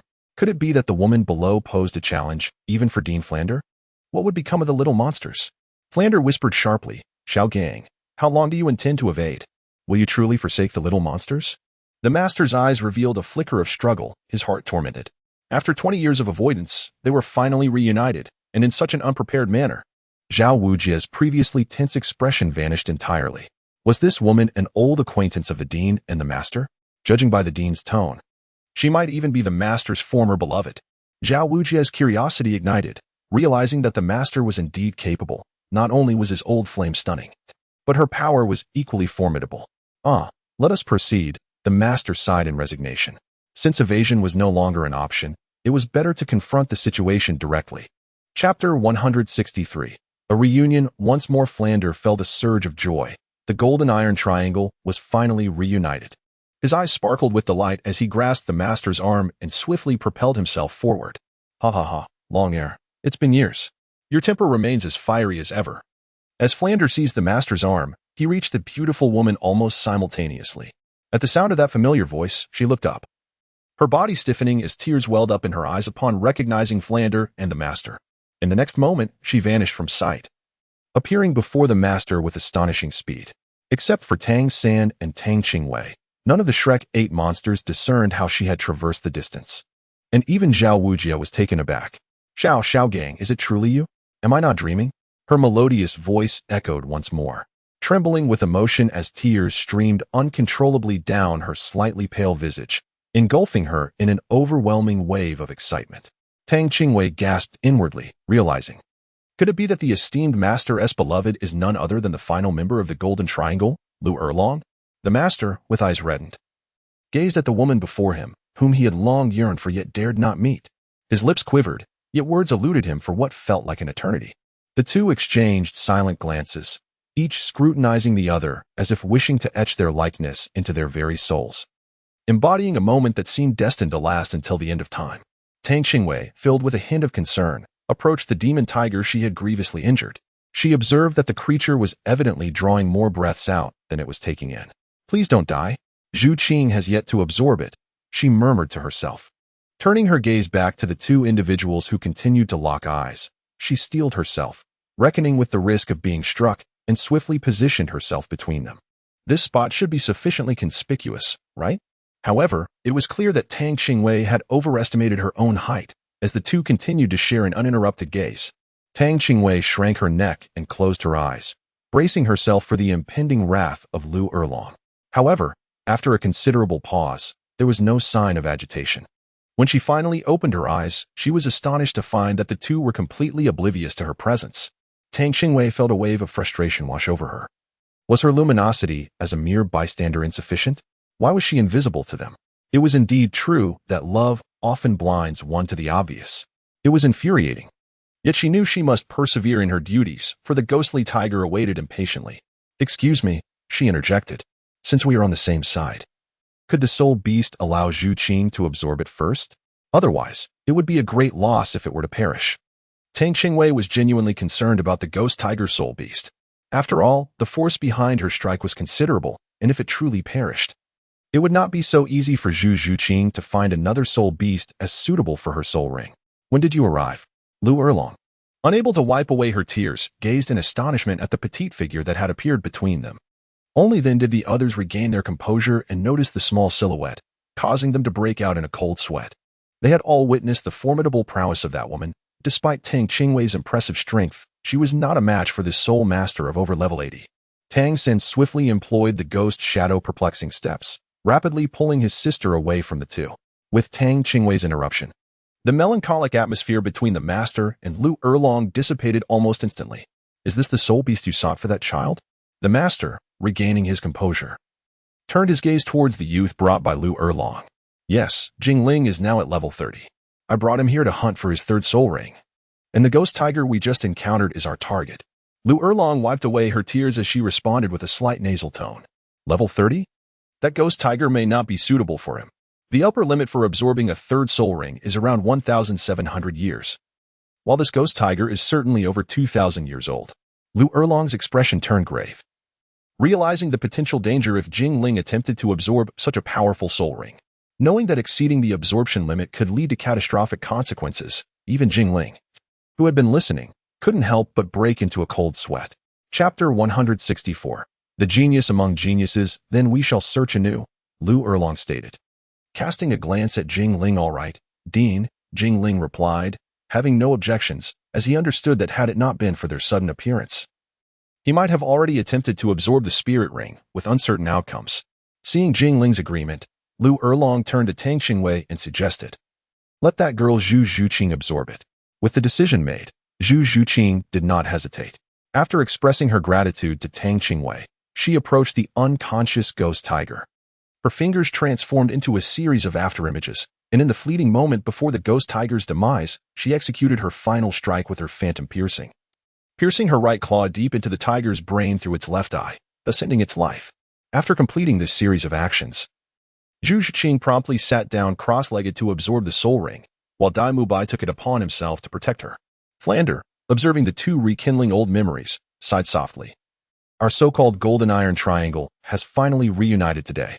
Erlong, it's been years. How have you fared? He too felt a pang of nostalgia. As her eyes still reflected only Xiaogang, the beautiful woman reluctantly shifted her gaze to Flander, her eyes betraying a sense of longing. Flander, after all these years, you remain unchanged. Flander chuckled bitterly. I have aged, yet you still radiate the same charm. Come, allow me to introduce you to my students from Shrek Academy.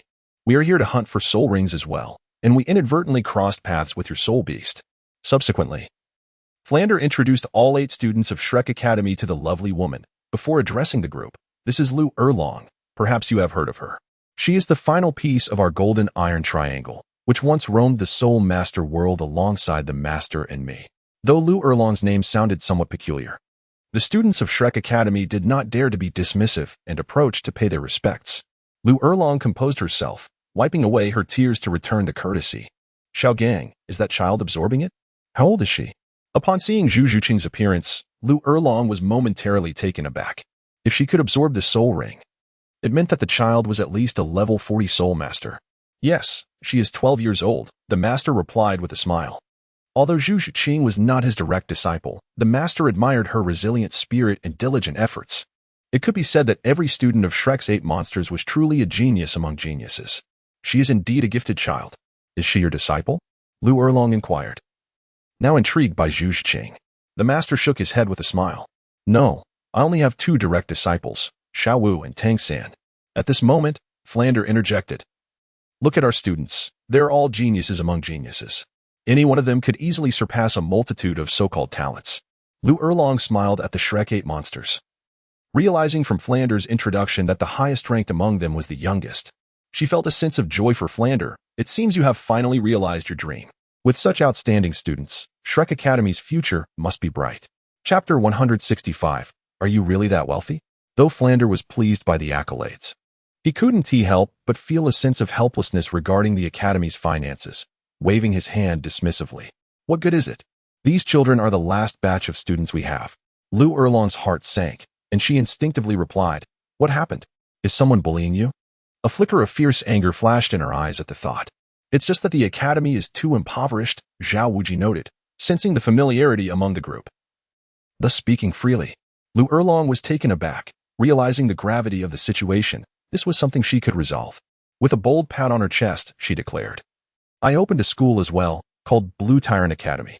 Why not come to mine instead? Erlong, I appreciate your goodwill, but Shrek is the culmination of my efforts over the past 20 years. I cannot abandon it. Flander gestured to decline, yet Lu Erlong remained undeterred. That is simple. I'll just change the name of the school. What do you mean? Flander was baffled, unable to comprehend her meaning. Seeing his confusion, Lu Erlong continued, Flander, you are the true leader of our golden iron triangle. This school was merely a pastime for me, and your acceptance would greatly assist me. I'll notify the entire faculty and student body upon my return, and the academy will be renamed Shrek, allowing me to bask in the glory of your esteemed institution. That is out of the question. No, I cannot take advantage of you.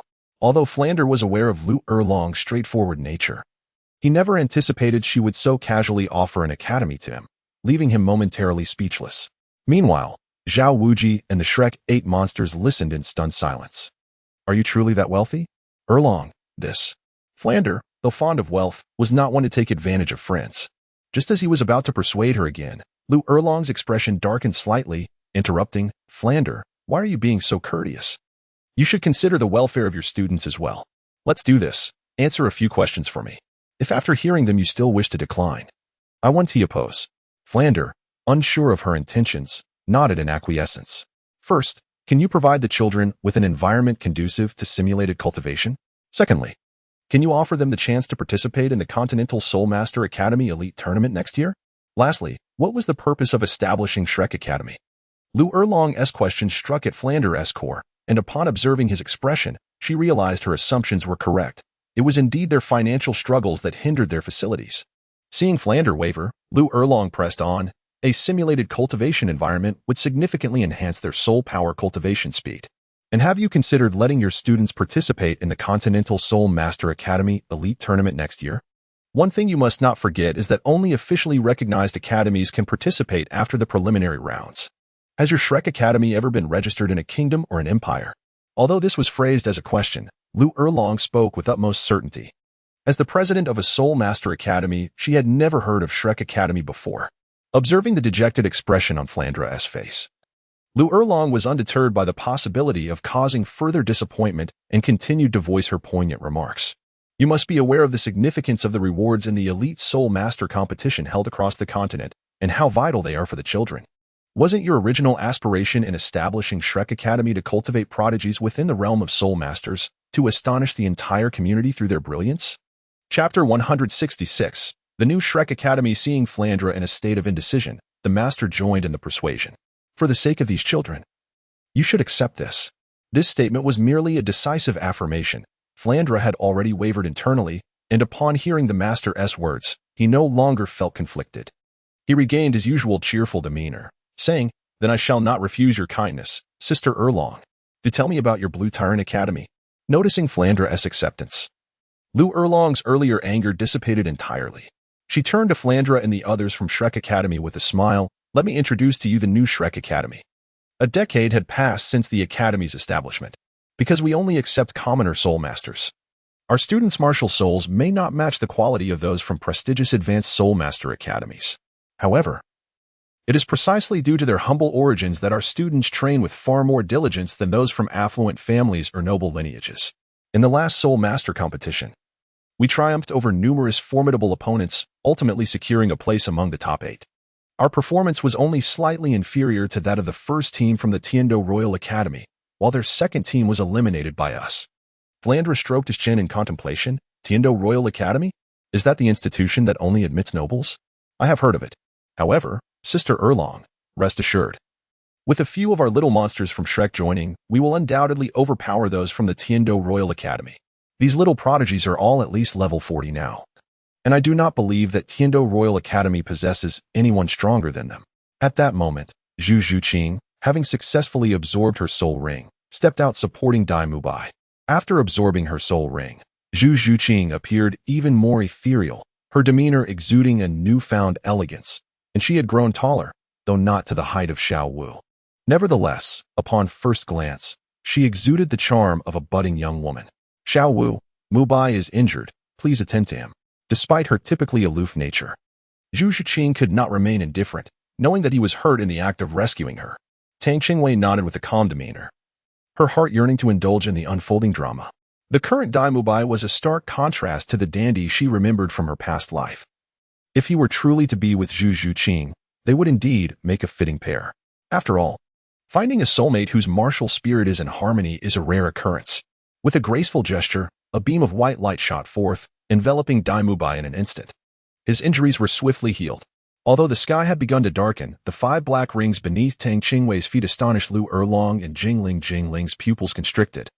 Overwhelmed by disbelief, this child, younger than him, had already attained the rank of Soul King. Previously, upon learning that Zhu Zhuqing was absorbing the Ghost Tiger's spirit ring, he had been shocked yet able to accept it, as this world was replete with prodigies. However, Tang Qingwei's 5 black soul rings transcended his comprehension entirely. Was it not said that absorbing spirit rings beyond one's limits could lead to fatal consequences? How could Tang Qingwei not only be a soul king but also possess 5 10,000-year spirit rings? Was it possible that he had been woefully ignorant? Old master, is that child truly only 10 years old? The tremor in Lu Erlong's voice revealed his astonishment, though he had long known she possessed the highest soul power. No one had clarified that the highest referred to having 5 10,000-year spirit rings. Chapter 167. Children should not look. The master, aware of Lu Erlong's concerns, made the first affectionate gesture since their reunion by placing a hand on Lu Erlong's shoulder, subtly shaking his head. Despite the years apart, their silent understanding allowed Lu Erlong to grasp the master's intent. He wisely chose to remain silent thereafter. The commotion on their side did not disturb the small creatures nearby, who were huddled together, examining Zhu Zhuqing as 4th soul skill. Now that she has successfully absorbed it, let us hasten to find the next spirit beast, Zhao Wujie called to the others, ready to set off. Everyone nodded in agreement, and Oscar, filled with curiosity, asked, "Master, What kind of spirit beast does Rongrong intend to choose for her fourth spirit ring? After a moment of contemplation, the master replied, Rongrong's first three skills enhance speed, strength, and soul power. Thus, for her fourth soul skill, it should focus on enhancing defense. I discovered a scale armor beast when I arrived, which should possess adequate defensive capabilities. Upon hearing that they were seeking a defensive spirit beast, Lu Erlong immediately recalled the scale armor beast he had seen earlier, a perfect match for their needs. Let us go see it at once, he urged. Dean Flander, unable to contain his excitement, reminded them that spirit beasts could escape quickly, and they should act swiftly to secure their prize. In no time, they reached the location Lu Erlong had indicated. There it is, the Shrek members exclaimed, pointing in the direction Lu Erlong indicated. Before them lay a beast resembling a crocodile, its size modest, approximately 5 meters long, with 4 eyes and limbs as thick as barrels. Its most striking feature was the layer of black armor encasing its body, each plate about the size of a palm, exuding an aura of resilience. Impressive. It appears to have a cultivation level of around 4,000 years. Erlong, you may proceed, the master instructed, allowing Lu Erlong to take the lead in the hunt for the spirit beast. After all, Rongrong was a support-type soul master, and combat was not her primary concern. Moreover, as night approached, safety within the depths of the forest became a pressing issue. Acquiring the soul ring swiftly would alleviate their worries. Understood. The unspoken understanding between them required no further elaboration. In the blink of an eye, Lu Erlong was beside the scale armor beast, his hands deftly reaching out to grasp, then throw the creature with seamless precision. The members of Shrek Academy watched in awe, feeling a shiver down their spines as they envisioned a future version of Xiaowei. In unison, they turned to gaze at Tang Qingwei, who, with tightly clenched fists and a flushed face, looked on with sparkling eyes directed at her teacher, Lu Erlong. Tang San's expression darkened instantly. Was she enamored? He reached out to shield her eyes. At the moment when Tang Qingwei was fully engrossed, a pair of hands kept waving in front of her, and to her astonishment, they eventually dared to cover her eyes. This was exceedingly infuriating, and without a moment's thought, Tang Qingwei swiftly swatted them away. The crisp sound of impact finally jolted her back to reality, and alarm bells began ringing in her mind. Whose hand had she just struck? Suddenly, she felt a twinge of apprehension about looking, for aside from her brother, who else would dare to obstruct her vision? Though she wished to feign ignorance, Tang San had no intention of letting her off the hook, his piercing dark eyes fixed intently upon her. Tang's mind was racing with thoughts, and finally, a brilliant idea struck her. Brother, children should not be exposed to such gruesome scenes. How could you not protect me? She exclaimed, her anger palpable as she tugged at the slightly reddened hand she had struck, covering her eyes with a flourish. Her movements were fluid and confident. Leaving the onlookers in a state of astonishment, they had never witnessed such unabashed audacity before. Tang San was both amused and exasperated by his sister Tang Qingwei's antics, ultimately resigning himself to her playful ignorance. What could he do about his own sister? Chapter 168, The Pinnacle of Power with a Thunderous Crash.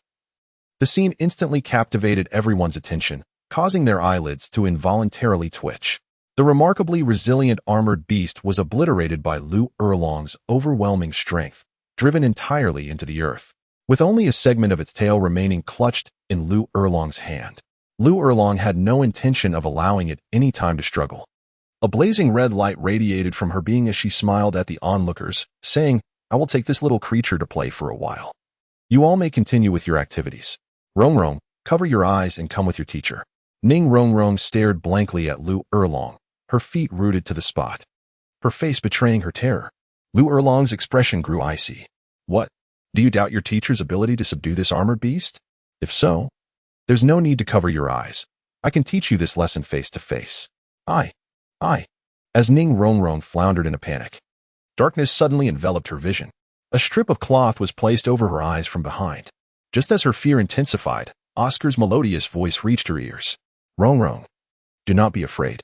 Teacher Erlong means well, and I will accompany you. With me here, nothing will go awry. Teacher Erlong, may I join her? Lu Erlong glanced at Oscar and nodded, then come along. But as a man, you need not cover your eyes. It is beneficial to witness more. As she spoke, she swung the now-revived armored beast into unconsciousness once again. Oscar took Ning Rongrong's hand and followed suit, as she clung to him as if he were a lifeline. Flender shook his head in resignation, bemused by Oscar's unexpected bravery and disapproving of Lu Erlong's escalating recklessness over the years. His gaze then shifted to the master. filled with reproach. Though Tang Qingwei was blindfolded and unable to see, her heart was stirred by the immense commotion around her. This was the epitome of power, truly exhilarating. She wondered if, upon mastering her own cultivation techniques in the future, she would also attain such prowess. The thought made her giddy with excitement. Yet, she reminded herself that she was a support-type soul master, not an offensive one. However, it was undeniably cool. And she mused that being a little formidable wasn't such a bad thing. Being a support type did not equate to lacking the ability to defend oneself. After all, one must safeguard their own well-being before aiding others. Thus, she resolved to refrain from shopping for a while and dedicate herself to her training. Having completed the forging of her bones, the next step was to refine her meridians. After a night of diligent work, as dawn broke, all including Jingling had successfully absorbed their suitable soul rings. Despite the group having endured a nearly sleepless night under Tang Qingwei's healing techniques, they bore no signs of fatigue. Of course, Oscar was not among them. It was not that Tang Qingwei had neglected his treatment, but rather that his psychological trauma lay beyond her healing capabilities. Seeing Oscar's pale visage, Tang Qingwei felt a pang of sympathy and applied additional mental healing. However, the haunting memories would not simply dissipate, leaving Oscar to adapt on his own. Ning Rongrong's complexion, in contrast, was not as ashen as Oscar's. During the time Lu Erlong had severely injured the Linjia beast, Oscar had remained by her side, shielding her eyes and offering constant comfort until she began to absorb her soul ring, after which he retreated to Hev and Wretch. Following that, he had tidied up the terrifying scene created by Lu Erlong. Consequently, Ning Rongrong, upon absorbing her soul ring, had not witnessed any repulsive sights, her situation proving far better than Oscar's. Chapter 169, 2 months of rest Erlong. We should first take these children back to Shrek to gather their belongings and then return with the entire faculty and students to seek you out. This journey to hunt soul beasts not only yielded suitable soul rings but also reunited them with Lu Erlong after many years at this moment. The wrinkles on Flander's face deepened with joy. I will accompany you, Lu Erlong declared, turning to the master and Xiao Gang. This time, I shall not allow you to escape my grasp. The master stammered, eager to explain, yet the two did not afford him the opportunity to speak. Flander jovially interjected, Excellent. Excellent. Then let us go together. Once the arrangements were made, they lingered no longer, departing as swiftly as they had arrived. On their return, they relied on Oscar's flying mushroom and the support of Ning Rongrong and Tang Qingwei, swiftly reaching Shrek Academy. Upon returning to the familiar little village, the sense of home enveloped them warmly. For the 8 Shrek monsters, Shrek Academy had long since become a sanctuary. Throughout the journey, apart from the master, Lu Erlong engaged in lively conversation with everyone, gleaning insights into the master's circumstances over the years. She was taken aback to learn that he had secluded himself in such a remote town as a teacher. Had it not been for Tang San's arrival, would he have chosen to exile himself there, living out his days in solitude? While Lu Erlong felt a deep sorrow, she also felt immensely fortunate. Her gaze towards Tang San and Xiao was softening considerably. As Oscar returned to his dormitory, he collapsed onto his bed, exclaiming, it's so comfortable to be back. Xiao San, don't call for me. I'm going to sleep deeply, waking only when I naturally awaken. Tang San observed Oscar sprawled out in a starfish position on the bed, and couldn't help but chuckle and shake his head. This time had indeed been arduous, not in a physical sense, but rather mentally taxing. Unexpectedly, he found that he was quite attentive to Ning Rongrong. Despite being frightened to such an extent, she still managed to suppress her feelings of nausea and fear to tidy up the scene. The conclusion reached by Dean Flinder and teacher Lu Erlong was that the members of Shrek Academy would relocate to a new campus in 2 months. After all, having spent such a considerable time at Shrek Academy, there were numerous follow-up matters that required resolution. The master was not in haste to commence lessons. He assigned a simple task to the Shrek 8 monsters. During these 2 months, they were to thoroughly digest and assimilate the practical combat experience gained in the previous month at the Soul Arena. Additionally, these 2 months would serve as a period of soul power training. The master mandated that, aside from essential matters, each individual must concentrate their efforts on cultivating their soul power. Oscar soon drifted into a peaceful slumber, while Tang San found himself preoccupied with his own thoughts. With only 2 months remaining, he needed to address certain matters.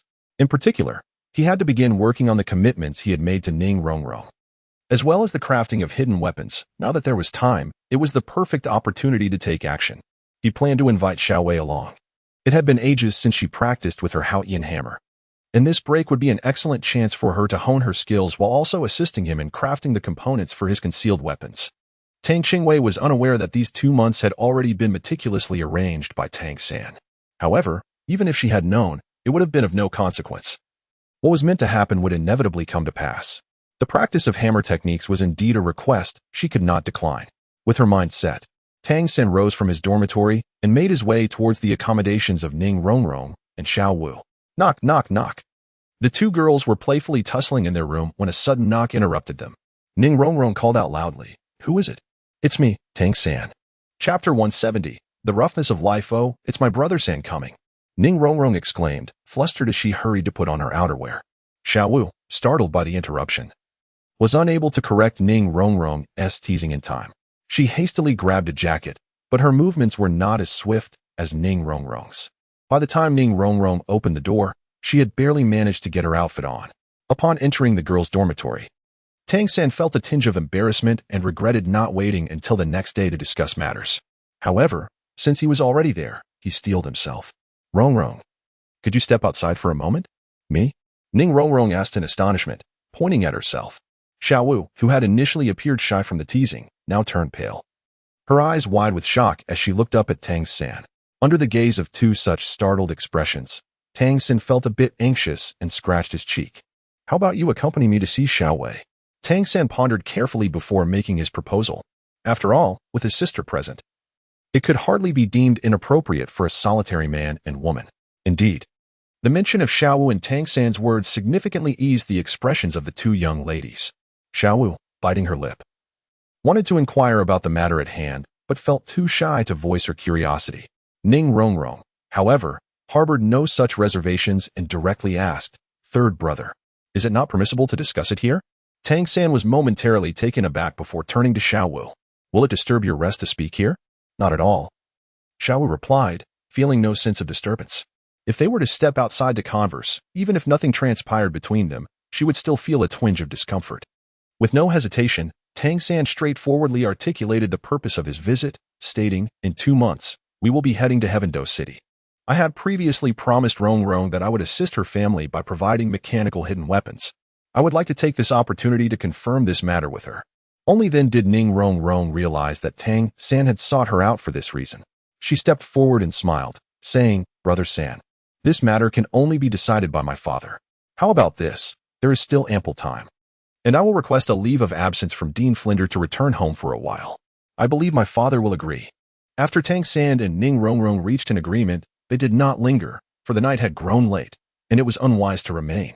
The following morning, as Tang Qingwei enjoyed a large steamed bun, Tang San casually remarked from his seat, "After you finish breakfast, accompany me for a while."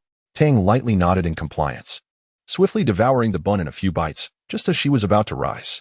Tang San could no longer bear to watch and handed over a handkerchief, urging, "Wipe your mouth quickly, you still have breakfast to finish. I haven't rushed you, so take your time. What if you choke? Have a sip of water first." The familiar tone of maternal concern resonated with him. During this period, he had been engrossed in his cultivation, and it had been a considerable time since he had last experienced such affectionate nagging. He found himself feeling quite nostalgic. Tang lightly accepted the handkerchief that Tang San had handed over, casually wiped it, and then tossed it back. Tang San shook his head in resignation, meticulously folding the cloth and placing it back into the soul guide. This girl lived too carelessly, lacking any semblance of delicacy befitting a young lady. Sigh. He truly worried for her future. Well, enough of that. He would let it be. As long as his sister was happy, that was all that mattered. The rest could be addressed in due time. Even if his sister never married, could he not provide for her as her brother? After leaving the cafeteria, Tang San finally shared his plans with Tang Qingwei once more. Tang lightly pouted, wondering if the creation of concealed weapon accessories was truly a mere sideline. Wasn't practicing the hammer technique the actual afterthought? Chapter 171. Return to the Sacred Soul Village. Having had his secret thoughts uncovered, Tang San coughed discreetly into his hand to redirect the conversation. "I have already spoken to the teacher. Now, let us return home for a while." "Oh, then let us be off." Tang Qingwei, noticing that everything had been meticulously arranged by Tang San, refrained from further inquiries. After summoning the Nimbus Cloud, the two returned to the quaint little village where they had resided for 6 years. They did not disturb any of the villagers and made their way directly to the blacksmith's shop. The door remained ajar, just as they had left it, a habit of Tang Hao's, considering there was little of value to be stolen. However, upon their return, they were met not with the anticipated sight of dust-laden furniture, but rather a scene of utter disarray. They exchanged glances, both filled with astonishment. Evidence of a struggle lingered in the air, though the intruders had not lingered long. The scattered debris and damage on the floor spoke volumes. Let us hurry and check on your mother. At this moment, Tang Qingwei's mind was flooded with myriad thoughts. The only plausible explanation she could conceive was that the people from the spirit hall had discovered this place. A sense of unease gripped her heart. Although her recollection of the original narrative had become somewhat hazy, she was acutely aware that the spirit hall had not located Tang Hao. Rather, it was Tang Hao himself who had chosen to reveal his presence. Now, upon witnessing the scene before her, uncertainty clouded her judgment, and her immediate thoughts turned to the nearby Ayin. At this moment, Tang San's expression turned ashen. The mere thought of his mother being caught in the chaos of battle was too dreadful to contemplate. Let us go. When Tang San's words emerged from his parched throat, both individuals were taken aback. Tang Qingwei said no more and swiftly summoned the fastest mode of transportation, the Nimbus. In the blink of an eye, they arrived at the location where Ayin cultivated her plants. The area had now transformed into a battlefield, as far as the eye could see. Apart from a yin's rooted position, the surroundings lay desolate. In the sky, two figures were engaged in a fierce struggle, and at that moment, Tang Hao appeared to be at a disadvantage. This was not due to the overwhelming strength of his opponent. Rather, it was Tang Hao's hesitance in contrast to his adversary's reckless abandon. Although darkness had fallen, Tang Qingwei's vision remained unaffected, clear as ever.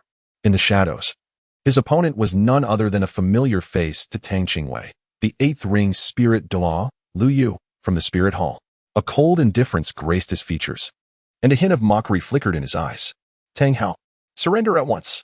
Should you persist in your stubborn resistance, do not blame me for being harsh towards the blue-silver emperor behind you. Tang Hao's intention of protection was so evident that he immediately surmised it was the blue-silver emperor, whom they had once believed to be sacrificed and perished. This matter must certainly be reported to the Elder Hall upon his return. As he stepped into the void, Liu instantaneously vanished from his original position. Reappearing before Tang Hao appeared entirely unfazed, having been well prepared for this moment.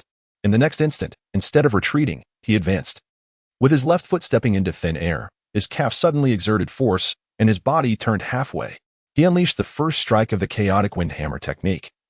A blow infused with all of Tang Hao's internal energy. The Haotian Hammer, gleaming with a crimson radiance, although seemingly massive and unwieldy, was wielded with astonishing swiftness, slicing through the air as it aimed directly at his opponent's midsection. Bang! The strike did not connect, for Lu Yu contorted his body into an extraordinary posture, deftly evading the powerful blow.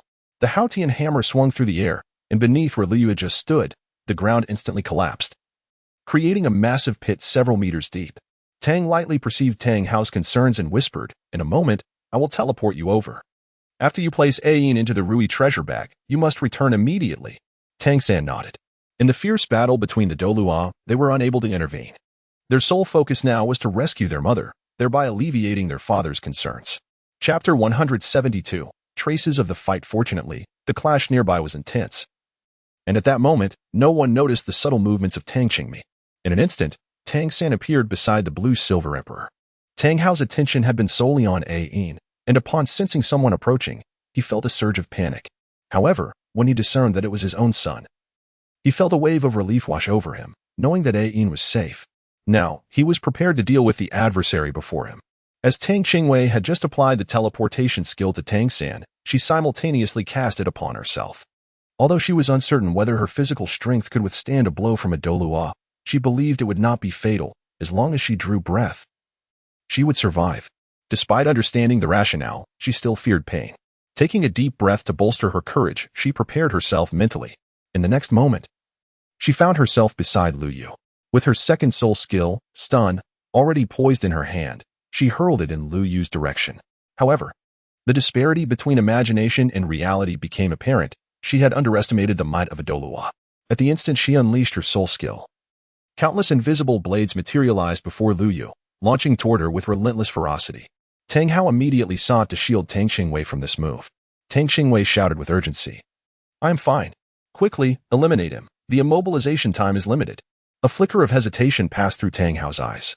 Yet he ultimately chose to place his trust in Tang Qingwei. The individuals before him from the spirit hall could not be spared. In an instant, murderous intent erupted. The blood-red Haotian Hammer, under the influence of the god of slaughter's domain, harmonized perfectly. With a full-force strike, he brought down the hammer, obliterating the motionless Liu Yu on the spot. Moments later, the ground where Liu Yu had stood erupted with countless geysers of blood. What had once been an intact head was now reduced to a puddle of flesh, violently ejected by the force of the blood geysers, instantly scattering across the ground. Under the invisible blade, Tang Qingwei found herself unable to utilize her teleportation, as if she were ensnared, left with no choice but to endure the impending strike.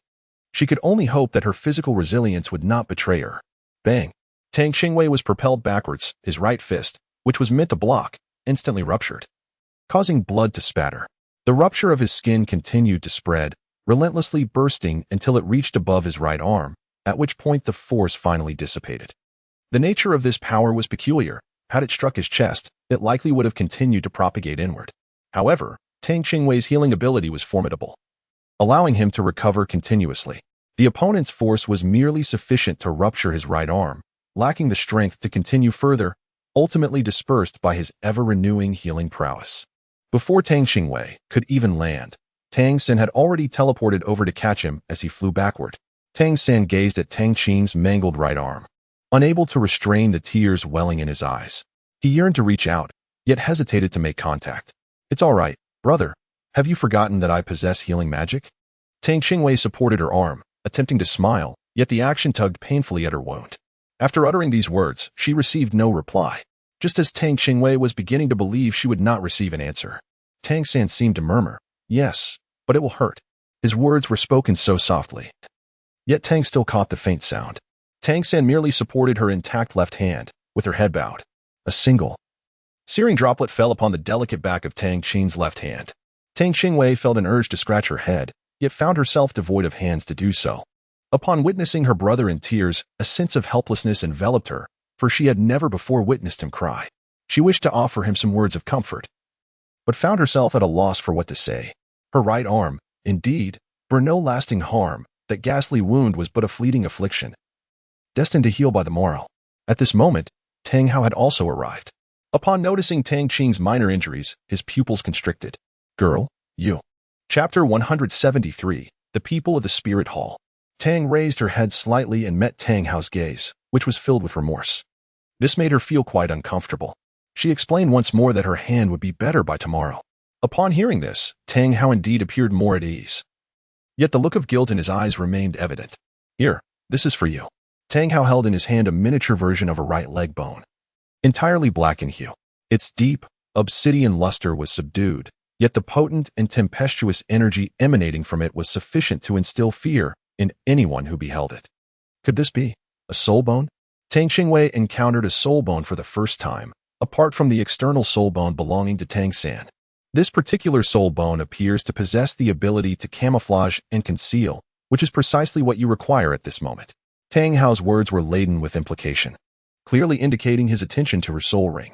Originally, Tang Qingwei had already practiced the refinement technique and held little regard for such external trinkets, as these abilities could easily be usurped by others. After all, nothing surpassed the strength of one's own innate power. However, the circumstances had shifted. If this soul bone possessed the capability of disguise and concealment, it could indeed spare her considerable trouble. With this thought in mind, she dispensed with all pretense and directly accepted the soul bone from Tang Hao's hand. Taking a deep breath, Tang Qingwei pressed it against her right leg. A low hum resonated, and she felt a slight tremor in her leg, followed by a fierce aura insidiously infiltrating her limb from all directions. Within her mental realm, a colossal mutated lizard emerged, poised to launch a lethal assault on Tang Qingwei. Suddenly, a small hammer materialized out of thin air, descending with astonishing speed. And with a resounding crash, it obliterated the creature without hesitation. Bang! The mutated lizard's head exploded, and its spectral form vanished without a trace. The absorption process was remarkably smooth, apart from a moment of intensity when Tang Qingwei furrowed her brow and unleashed a powerful psychic wave. There was no further disturbance. Tang Hao stood anxiously by the side, observing as the young girl successfully absorbed the energy. His taut nerves finally began to relax. Unexpectedly, he found that there was no need for his intervention. The young girl managed to resolve the situation on her own. The young Tang San wore a sullen expression. After inquiring about the whereabouts of the corpse of the individual from the spirit hall, he did not return. Let him vent his frustrations. It is better for him to realize his own weaknesses early on, as this will enable him to set a steadfast goal for the journey ahead without arrogance or impatience. The girl, Xiaowei, has indeed grown considerably stronger in the years since we last met. Once timid and lazy, it is unclear what experiences have shaped her into the resilient individual she has become today. Tang Hao felt an overwhelming sense of guilt, recognizing his inadequacies as a father, a failure to his clan, and a disappointment to his kin. 3 days later, Tang Qingwei gradually regained consciousness, her eyes fluttering open to behold 2 pairs of concerned gazes. Xiaowei, how do you feel? Despite the complete healing of her right arm, Tang San remained hesitant to make contact, instead pacing anxiously in circles beside her. I feel much better. After absorbing the soul bone, she sensed a notable enhancement in her soul power. Furthermore, it appeared that she could now manipulate the external manifestation of her soul rings at will. As she contemplated this, Tang Qingwei summoned her soul power, and 3 rings, 1 white and 2 yellow, ascended from her feet, swirling gracefully around her form. Is this the ability granted to you by the right leg bone you just absorbed? Tang San was not surprised. Long before Tang Qingwei began absorbing the soul bone, Tang Hao had already informed him of this matter. The emergence of this soul bone was quite timely, as the Soul Master competition was approaching. Xiaowei's 5 10,000-year soul rings would undoubtedly attract attention, particularly with the presence of individuals from the Spirit Hall. Given their domineering style, it was certain they would resort to ruthless measures if they failed to recruit her. Now that Xiaowei possessed this camouflage ability, he felt considerably more at ease about the upcoming competition. Chapter 174. Unable to ride the cloud well. Now that you have absorbed it, let us depart. Tang Hao, who had remained silent, felt a weight lift from his heart upon ensuring the safety of both individuals. Returning to his usual aloof demeanor. At that moment, a peculiar scene unfolded. From the blue silver grass, a few of the longest blades began to sway gently. One entwined itself around Tang Hao's hand, while another wrapped around the fingers of Tang San and Tang Qingwei. An exceptionally gentle mental fluctuation emerged quietly, far more intense than that of ordinary blue-silver grass, as if it were conveying the most affectionate thoughts. Feeling the sudden wave of gentle mental energy, Tang Qingwei found herself somewhat unaccustomed to it. The mental energies she had encountered since her arrival had rarely been so amicable. Gazing at the swaying blue-silver emperor, she suddenly recalled the ice and fire yin-yang eye, which was indeed the fabled location within the original narrative where the blue-silver emperor rapidly flourished. Brother, Mother has lost her 100,000-year cultivation and needs to regrow. Wouldn't the ice and fire yin-yang eye be more suitable for her accelerated growth, given Tang Qingwei's current capabilities? Reviving Yin seemed quite challenging. However, the ice and fire yin-yang eye was the most fitting place for her at this moment. The ice and fire yin-yang eye. Tang Hao, always particularly attentive to matters concerning Yin, was briefly astonished. He then sighed, reflecting. Only after a millennium of cultivation can one attain true wisdom, and it takes 100,000 years to reshape one's form. In my lifetime, I shall never witness it. Prompted by his sister's reminder, Tang San's expression suddenly ignited with excitement. No, father, please listen to me. The place Xiaowei mentioned can enable plants to grow hundreds of times faster. Perhaps there is a possibility for Mother to recover? After all, she once cultivated to the 100,000-year level. Even if she were to start anew, she should be different from ordinary plants. Hundreds of times?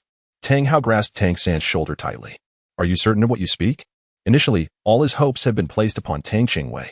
Thus, when he first beheld her 5 10,000-year soul rings, he felt immense joy. With Tang Qingwei's innate talent, he believed that in a mere few years, she could possess her own 100,000-year soul ring, at which point Yin might be healed. Yet, whether this could truly succeed remained uncertain in Tang Hao's heart.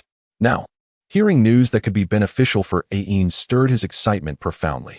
Tang San, experiencing a painful pinch on his shoulder, remained silent, yet he enthusiastically nodded in affirmation, stating, "It is true, Xiaowei has also been there." Tang Hao's previously tranquil eyes began to exhibit a glimmer of fervor. The death of his wife was the most profound blow he had ever endured. If only she could be resurrected. Even if it were merely to see her once before he departed from this world, he would desire nothing more. Tang Hao's eyes instantly brimmed with tears as he gazed upon the flourishing blue-silver grass. Ian, did you hear that? Our son says there may be a way to restore you. Do you have any idea how much I long to hear your voice once more? Tang San, brimming with excitement, grasped his father's hand and exclaimed, Father, what are we waiting for? Let us embark on our journey at once. He then urged Qiaowei, quickly, summon the magic cloud. At that moment, Tang San's spirit soared, akin to a child joyfully taken on a family trip, his face illuminated by a broad smile. Tang slightly shook his head. How could that be? Just moments ago, they had only spoken halfway when Tang San suddenly recalled and sheepishly fell silent. How could he have forgotten? His father could not ride the Nimbus cloud, which had previously caused him considerable frustration. Chapter 175. You are also my kin, haha. Then shall we go there directly by car? Tang San chuckled, a twinge of regret stirring within him for his earlier moment of unrestrained pride. Tang Hao, with a darkened expression, chose not to engage further with the two younger individuals. He believed that the girl's Nimbus cloud was intentionally sidelining him. After all, he was quite innocent, having eyes only for Ayin. Wait, your mother has left something for you. Since you have decided to depart, you ought to collect your belongings. Despite feeling somewhat displeased at being misunderstood, he did not forget the important tasks at hand. Ayin seemed to perceive the conversation between the two, as she used her vines to present a dark object, which she placed in Tang San's hands. Let us take a look. Tang San nodded, carefully examining the black box in his hands, which felt surprisingly heavy. A light tap with his finger produced a muffled sound. Due to his experience in crafting concealed weapons, Tang San had some knowledge of metals, and he was astonished to discover that this elongated black box was made of lead. The box bore no lock, and he placed it on his lap, slowly prying it open. However, as soon as he created a small opening, his movements froze. From the mere crack of the lead box, an unparalleled surge of energy erupted forth. Inside lay a soul bone for the right leg, which, among the 6 primary soul bones, was undoubtedly ranked lower. Yet, this particular right leg bone appeared strikingly unique. It was suffused with a translucent blue-gold hue, as if tiny stars were twinkling within.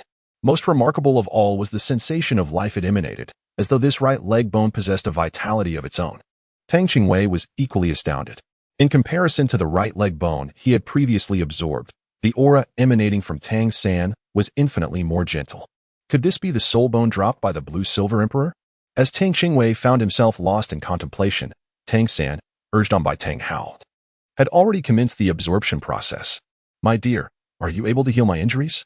Tang Hao appeared to have made a resolute decision. His eyes filled entirely with an unwavering determination. Tang Qingwei's heart skipped a beat as she suddenly realized that Tang Hao seemed to be contemplating something.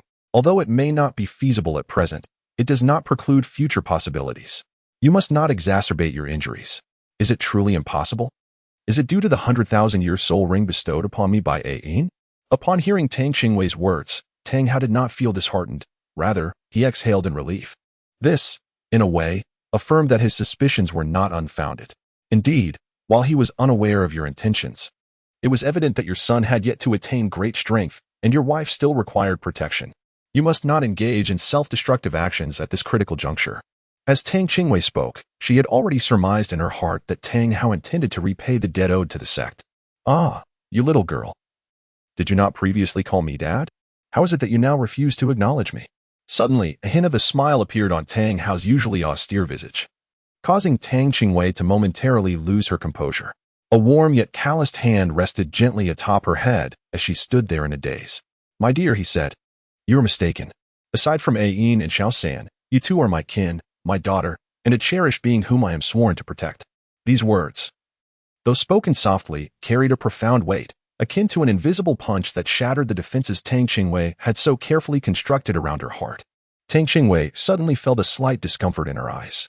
Over the years, she had lived with clarity yet remained somewhat muddled.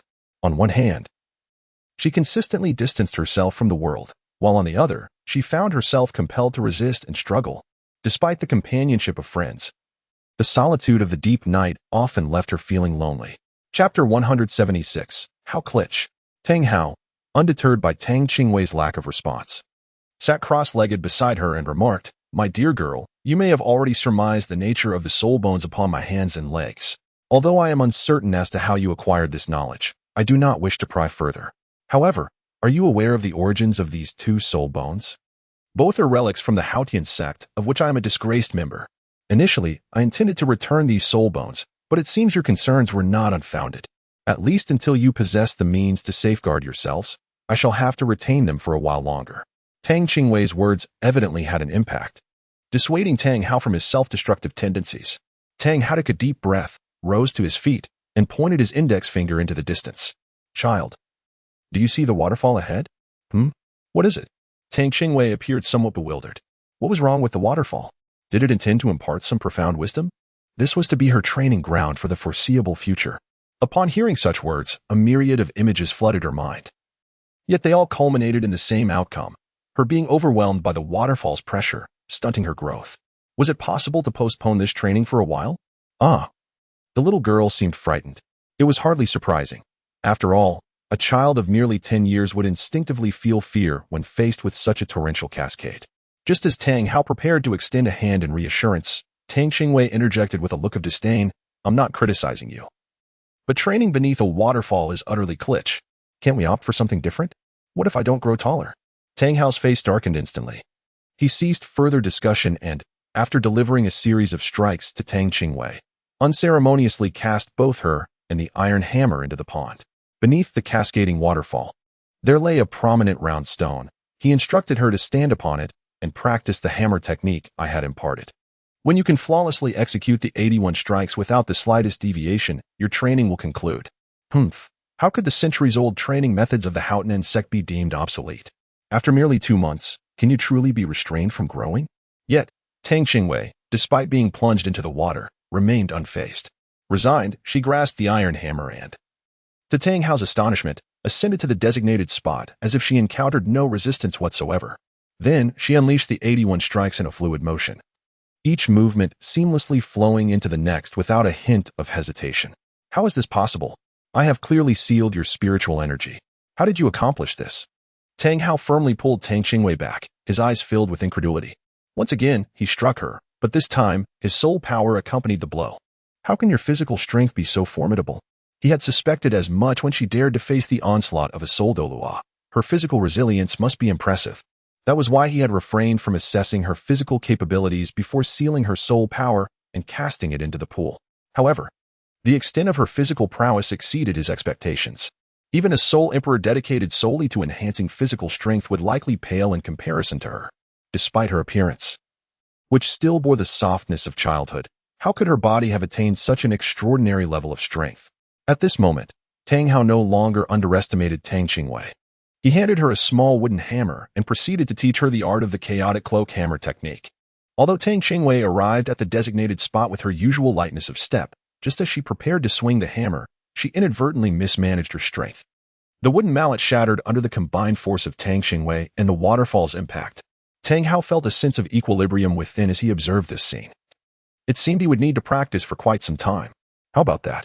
One can no longer underestimate the training methods left behind by the ancestors. Chapter 177. Why it is different. Tang San's absorption of the soul bone was remarkably smooth this time.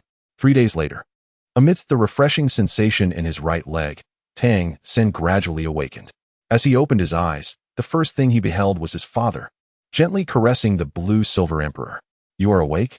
Tang Hao smiled as he looked at his son. The situation regarding Ayin had already filled him with hope, and there was no longer a need to maintain his former stern demeanor. Father, where is Xiaowei? As Tang San uttered these words, he was suddenly overcome by a sense of discomfort. Lowering his gaze, he discovered a thin, viscous layer coating his skin, exhibiting a faint gray hue. Let us go. It is just right. Your body is covered in grime and requires cleansing. Xiaowei has already commenced her practice, so you should hasten to join her. Tang San did not fully comprehend the meaning behind his father's words, yet he refrained from inquiring further, for he had already caught sight of that petite figure beneath the waterfall. What is this? Turning around, she turned her back to me. Tang Hao did not offer an explanation to Tang San. He merely instructed him to follow his words. As Tang San observed that his father had no intention of speaking further, he refrained from pressing the matter and promptly complied with his instructions. Just as he turned around, a pair of strong hands rested upon his shoulders. In the next instant, Tang San felt 2 surges of warmth coursing through his body from those somewhat calloused hands. With 2 resounding thuds, Tang Hao raised his hands and brought them down upon Tang San's back. Your physique surpasses my expectations, although it pales in comparison to Xiaowei.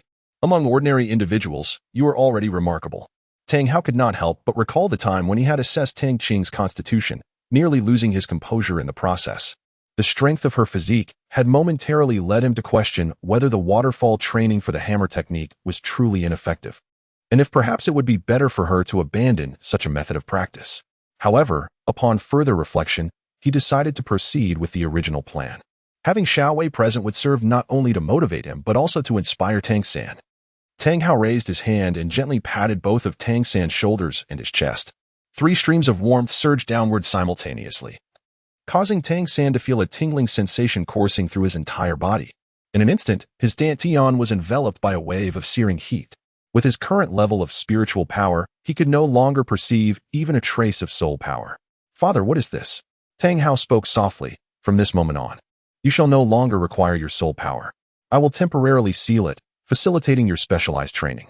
With a flick of his wrist, a forging hammer appeared in his hand, adorned with patches of rust, identical to the one that Tang San had once used at home. "Take it." Tang San took the forging hammer. Gazing at his father with a look of bewilderment, Tang Hao pointed towards the waterfall at the opposite end of the pond and swam over. Beneath the cascade, there lay a prominent round stone where he stood, practicing the hammer technique I had taught him alongside Xiaowei. Tang San's gaze involuntarily shifted towards the waterfall, where Tang Qing was currently practicing, striking with a hammer, one blow after another. "Father, why does Xiaowei use a wooden hammer?" Tang Hao cast him a sidelong glance and said coolly, "If you wish to use it, I have no objections." Tang San was rendered speechless, hesitating to inquire further. "When you can complete the 81 strikes without faltering, the first phase of your specialized training will come to an end. Now proceed." In Tang San's eyes, a resolute glimmer emerged. With a splash, he leapt into the pool, wielding his forging hammer as he swam downstream towards the waterfall. Without the support of soul power, he found himself utterly immobilized beneath the immense water pressure. Beneath him lay the smooth stones polished by the cascading waterfall, making it exceedingly difficult to maintain his footing without external assistance. Chapter 178. Arrival at the destination. Splash. Tang San could scarcely recall how many times he had been thrown into the water pool, gazing at the unwavering figure of his sister standing resolutely. He was suddenly overcome with an overwhelming sense of defeat. In comparison to her, he felt woefully inadequate, pondering when he might have the opportunity to protect her. Xiaowei had no idea how many strikes she had delivered, yet he struggled even to maintain his footing. At this rate, how long would it take him to catch up to her? Determined, Tang San began to strategize, meticulously observing the impact points of the waterfall, assessing the smoothness of each stone, and gauging the force of the water's flow. He sought the optimal entry point to stand upon the stones, diligently working to evade the onslaught of the current. Utilizing every part of his body to absorb the impact, he found that the heavy forging hammer was indeed a boon. The greater his own weight, the less susceptible he was to being swept away into the depths. A month later, Tang Qingwei, after skillfully crafting the concealed weapon components according to the blueprint, let out a helpless sigh. Should I have not completed my training so early? Now, the responsibility of forging all the concealed weapon components, which were originally meant to be a collective effort, has fallen solely upon my shoulders, imposing a weight of pressure upon one so young that is far beyond what one of my age should bear. Tang Hao cast a sidelong glance at Tang Qingwei. Feeling a twinge of guilt, "I sincerely apologize. The waterfall training was far too simplistic, allowing you to complete it with such ease." At this moment, Tang Hao felt an overwhelming sense of frustration. It had taken him several years to master this training, and yet this girl accomplished it in just a month. Now, she lamented whether it was too early for her to finish, which was exceedingly vexing. Little did he know that Tang Qingwei's swift progress stemmed from her cultivation technique, which was fundamentally different from those prevalent in this realm. The refining technique specifically targeted the physical body, making her resilient to the impact of the waterfall. While they conversed, Tang San joyfully approached them. "I can now strike the stones beneath the waterfall more than 50 times. Although his progress remained gradual, the fruits of his labor brought him delight, and he rushed to share this exciting news with the two of them. Tang Hao suddenly felt disinclined to pay attention to this foolish son of his. It was one thing to endure disappointment from his daughter, but now his son was adding to the burden. What is so remarkable about him? No matter how formidable he may be, he is still their father." Tang San, noticing his father's indifference, gazed innocently at Xiaowei. "Well, it's acceptable, though it pales in comparison to my own abilities." Indeed, he should not have harbored hopes for Xiaowei. Ever since he entrusted her with the task of preparing hidden weapon components, His once adorable sister had transformed. Not only did she constantly undermine him, but she also occasionally delivered metaphorical stabs to his heart. Nevertheless, it was precisely her critiques that fueled Tang San's relentless determination, propelling him to surpass his physical limits time and again. The day of their departure to the city of Tiando was fast approaching. On this day, Tang Hao refrained from having his son practice the hammer techniques, instructing Tang San to simply pack up and prepare for their journey to the so-called Eye of Ice and Fire. As they traveled in the carriage, Tang San observed his father's pensive demeanor and offered reassurance. "Father, rest assured, that place is shrouded in a poison formation, making it exceedingly difficult for both humans and soul beasts to enter. It's far safer than where Mother previously resided." The soul guide bag containing the blue silver emperor was clutched tightly in Tang Hao's hand.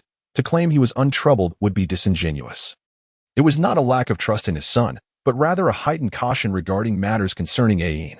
Only upon arriving at the Eye of Ice and Fire and planting the blue silver emperor did Tang Hao finally feel a sense of relief. Watching the blue silver emperor sway joyfully and grow at a remarkable pace, Tang Hao's eyes brimmed with tears of excitement as he embraced both Tang San and Tang Qingwei. "Thank you both. Your mother would have adored this place." Chapter 179. A collective breakthrough to Soul Sage Father. "Will you stay here with Mother?" Tang San inquired, concerned about his father's well-being in such an inhospitable environment for long-term habitation. "I have matters to attend to. Once I have resolved them, I shall return to accompany your mother." In Tang Hao's gaze lingered a sense of reluctance as he tenderly caressed the leaves of the blue silver emperor. Ayin, seemingly mirroring Tang Hao's sentiment, allowed the ethereal blue vines to gently entwine around his wrist.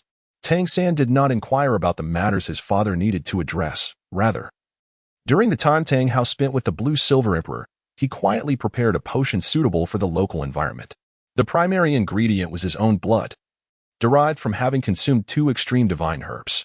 The effects of these herbs had long since fused within Tang San's body, making his blood undoubtedly the finest catalyst.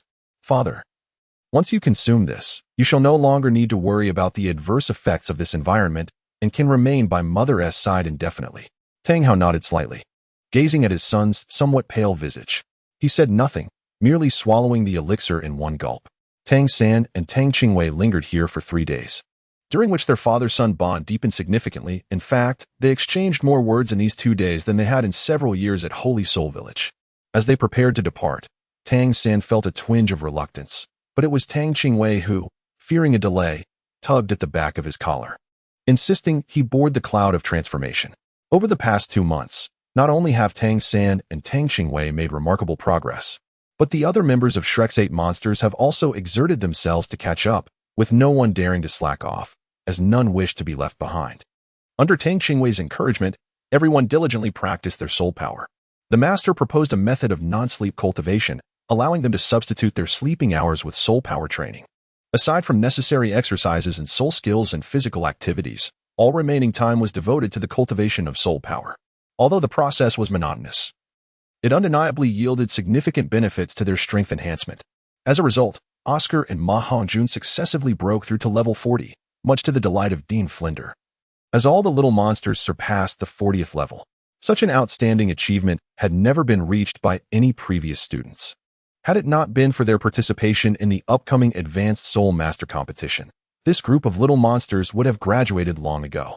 At present, the soul power levels of Shrek's 8 monsters are as follows. Daimubai, the Evil Eye White Tiger, level 47, 4-ring Battle Soul Master. Oscar, the Sausage Specialist, level 41, 4-ring Tool Soul Master. Tang San, the Thousand-Hand Azura, level 46, 4-ring Battle Soul Master. Ma Hongjun, the Evil Fire Phoenix, level 41, 4-ring Battle Soul Master. Xiao Wu, the Soft Bone Charm Rabbit, level 43, 4-ring Battle Soul Master. Ning Rongrong, the 9-treasured Glazed Tile, level 40, 4-ring Tool Soul Master.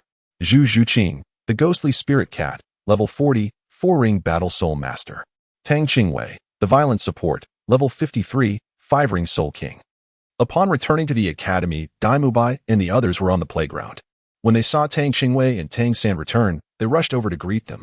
Daimubai clapped Tang San on the shoulder, laughing. "Where have you two been in special training? You've only just returned now." Tang San smiled faintly without responding, simply retrieving the concealed weapon he had assembled just the day before from his soul guide device. the Zhuge divine crossbow. Ma Hongjun and Oscar curiously gathered around him, inquiring, "Third brother, what marvel is this? Have you been working on this for some time?" Tang Qingwei stood to the side, arms crossed, with a cold smirk, puffing. That would require him to possess the time for it. The others were taken aback by Tang Qingwei's demeanor, exchanging glances that silently inquired what was amiss with Tang San. Chapter 180, The Life and Death Arena Battle Ahem. This was not crafted by me. I merely handled the assembly. It is thanks to our little way during this period that we were able to create these concealed weapons. Tang San rested one hand on his sister's shoulder, smiling broadly as he addressed the crowd. As he spoke, he continually exchanged knowing glances with those around him. At that moment, it became clear to several individuals that flattering words were flowing freely, as if they were of no cost at all. Despite Tang Qingwei's lingering grievances, they faded into oblivion amidst the fervent adulation of the crowd. Cheerfully, she embraced the compliments showered upon her. Observing that Tang Qingwei had finally regained her composure, Tang San proceeded to demonstrate the usage of the Zhuge divine crossbow, which inevitably elicited gasps of admiration for its exquisite craftsmanship and innovative design. The following morning, under the directive of Flander, everyone busily packed their belongings in preparation for their journey to Heaven Do City. The day was resplendent, with a gentle breeze and a clear sky. Flander, having been captivated by Lu Erlong's vivid descriptions of the future Shrek Academy, felt a surge of excitement. Departing with remarkable decisiveness, he exhibited no signs of sorrow for leaving his home of over 20 years. He urged everyone to quicken their pace, wishing they could instantaneously teleport to their new abode. However, the journey required traversing the entirety of the Sylvis Kingdom, situated to the north of the Barak Kingdom, before they could enter the imperial city of the Heaven Do Empire. The Shrek 8 monsters possessed storage soul tools, as did most of the teachers, allowing them to travel without the burden of carrying excessive items. Prior to their departure, they had stored provisions and fresh water within their soul tools, sufficient to last them for 10 days even without resupply. As they journeyed, they relied on Oscar's flying mushroom sausages, along with the supportive abilities of Ning Rongrong and Tang Qingwei. Yet, upon passing through the Sylvis Kingdom, they were halted by the master. The group, puzzled by the master's intentions, complied and found a discreet spot to land. "You have not engaged in practical combat for 2 months, the master remarked. "There is a grand battle arena in Sylvis City. You should take the opportunity to practice there tomorrow. A team battle in the name of the Shrek 8 monsters." After surveying the group, he continued, "Under normal circumstances, without this high-level soul master competition, you would all be graduating. Today serves as my final lesson for you." The mention of graduation left the group momentarily dazed. Had it truly been such a short time since they had come together? Tears began to well in the eyes of several girls, while the boys fell into a contemplative silence, their expressions laden with complex emotions. Flander shot a reproachful glance at the master, questioning why he would bring this up. He quickly reassured the group, "You still have the Soul Master competition ahead. Graduation does not mean you will cease to be friends. Should you wish to remain at the academy after graduation, I would welcome you anytime."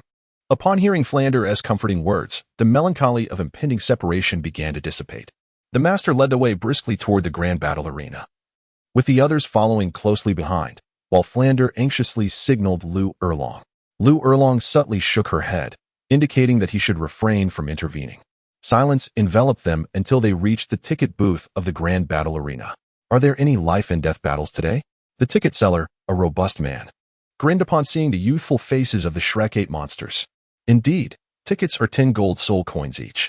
The master did not intend to pay for the tickets himself, but stepped aside to allow the Shrek 8 monsters to approach. One by one, they dutifully paid their fare. The seller confirmed the coins and nodded, "You may enter." Upon entering, the Shrek 8 monsters exchanged glances, their eyes reflecting confusion and uncertainty. They had sensed Flander's agitation, the master's cold demeanor, and Lu Erlong's serious expression, all indicating that something was amiss. Furthermore, they had just purchased tickets for a life and death arena. What connection did this have to their current lessons? Gradually, as they traversed the expansive hall, they were met with a cacophony of noise and fervent cheers. Realization dawned upon the Shrek 8 monsters, and Daimu Bai stepped forward to inquire softly, "Master, are we to have our lesson here? Is this where we will confront our opponents?" "Essentially, yes," the master replied. "Yet, there is something even more significant at hand." As they moved forward, the volume of the cheers intensified. "Kill him! Kill him! Useless fool, get up and smash that guy's head." The boys furrowed their brows. Was this the atmosphere of a life and death arena? The hostility permeated not only the stage, but also the stands. The master spoke calmly. You will not be competing today. For now, observe, witness the bloodshed, and grow accustomed to it. Familiarize yourselves with the reality of life and death battles, so that when the time comes, you won't falter at the sight of death. The girls' faces paled at the mention of death. Tang Qingwei held no particular opinion on the matter and continued to act as she usually did. Such demeanor would normally raise no eyebrows, but in this moment, surrounded by the master and several teachers, they exchanged astonished glances at Tang Qingwei. Had she witnessed blood before? When had that transpired? This was the unvoiced thought shared among the gathered assembly. As for Tang San, his expression remained unchanged, devoid of any discomfort. The teachers exchanged knowing looks, and an understanding dawned upon them. Without uttering a word, they followed the master into the venue. Upon entering, an intense atmosphere enveloped them. The layout was unchanged, with stands surrounding a central arena. The audience was plentiful, comprising individuals of all ages, their cacophony filling the air. In the arena, 2 men were engaged in combat. To say they were merely sparring would be a misnomer, as one had already been brought to the ground. At that instant, as the spectators entered, the standing fighter suddenly aimed a kick at the fallen opponent's head. A chorus of cheers erupted from the crowd. Aside from Douluo, who barely held on, the other 5 could scarcely suppress their retching. The master, maintaining his composure, instructed them to endure. This is the life and death arena. Death is the norm here. Your task today is to observe the match with a tranquil heart, to remain unperturbed even in the face of brutality. That is the goal. Steady yourselves. If ordinary people can withstand this, so can you. And do not let the atmosphere affect you. The audience was frenzied, some with reddened eyes shouting, inciting the surrounding crowd to join in the uproar. Unfazed by the tumult, the master observed Ningrong, who had lowered her gaze and suddenly frowned, saying, Look, are you unable to endure even this? Oscar, suppressing his nausea, wished to speak on behalf of Ningrong but was interrupted by Lu Erlong, who remarked, If you truly care for her, let her face this alone. Ningrong's face was pale, yet she stood firm, suppressing her disgust and trembling as she lifted her gaze to the arena. In contrast, Tang Qingwei did not exhibit the same trepidation as Ningrong and the others. After all, she had taken lives before. As for Tang San, he had encountered death in his previous life. Though Douluo had never personally killed, his royal upbringing had exposed him to such darkness. Chapter 182. You 3 follow me at present.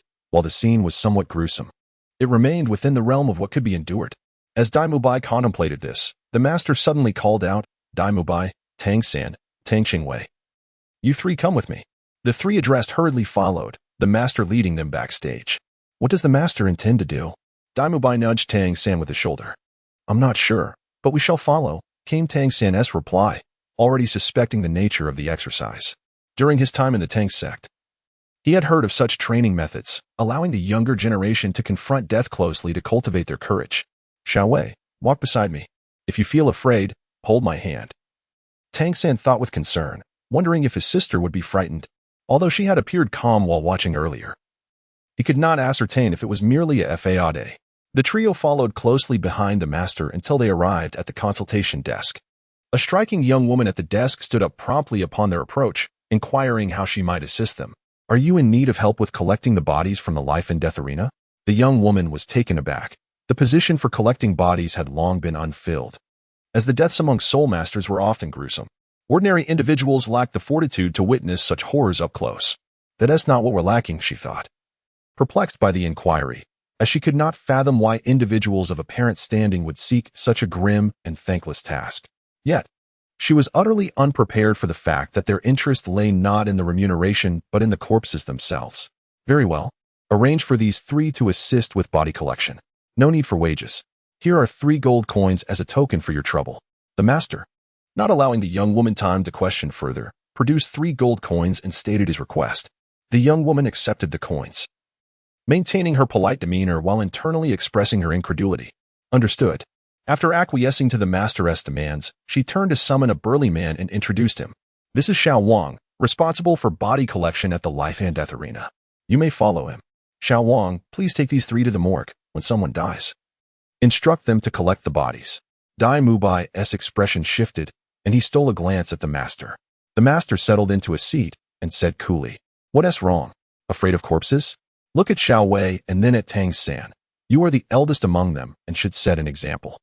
Faced with the two younger Tang siblings, Dai Mubai found himself at a loss for words.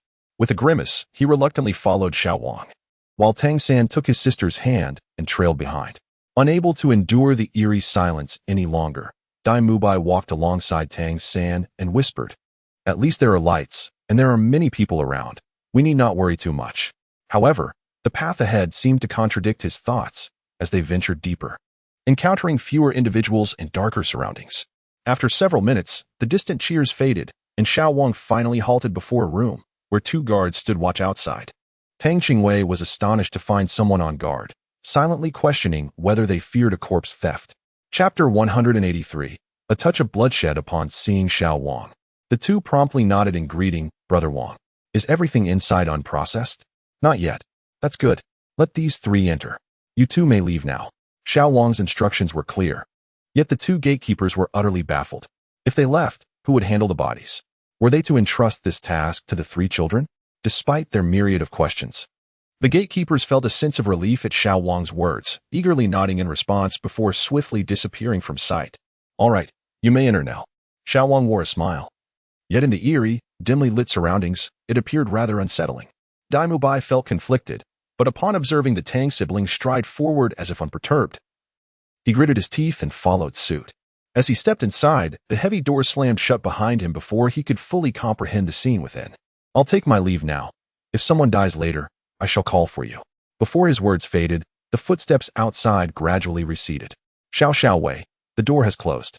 At that moment, Dai Mubai was perplexed, choosing not to seek out Tang San, instead gravitating towards the smallest, Xiaowei, subconsciously feeling a greater sense of security near her. Grasping Xiaowei's sleeve, Dai Mubai finally took the opportunity to survey the room's layout. The space was modest, approximately 30 square meters. There were 5 single beds, and at that moment, each was occupied by a lifeless body.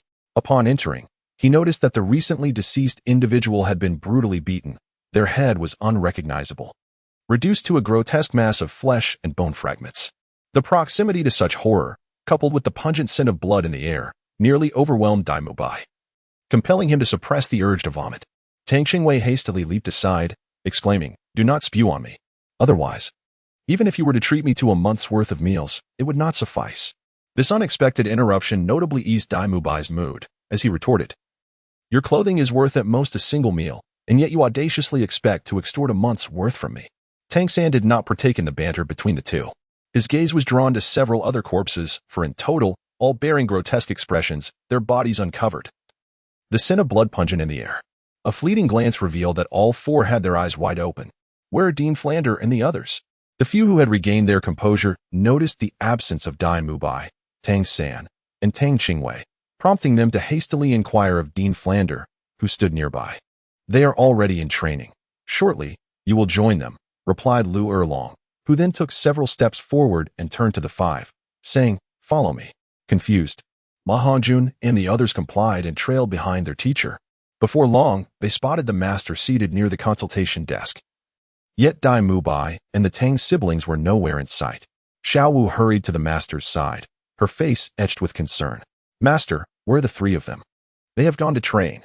You will see them once your training concludes," the master replied before stepping to the front desk and handing over 5 gold soul coins. Without needing further instruction, the attendant summoned Xiaowang. "Will they still be sent to that location?" "No, this time the 5 will individually visit a morgue." The Shrek 5 exchanged glances, bewildered. "A morgue?" "Yes, Dai Mubai, Xiao San, and Xiao Wei are already there," the master stated, standing with his hands clasped behind him, his expression as serene as ever. Chapter 184. Aren't you going to eat? Initially, the group wore expressions of sheer terror. But upon hearing the names of Dai Mubai and the others, they fell silent. This is the most crucial lesson of your lives. Though it may seem harsh now, your innate talents assure that your futures will not be ordinary. Battles among soul masters extend beyond mere sparring in arenas. They often involve life and death struggles.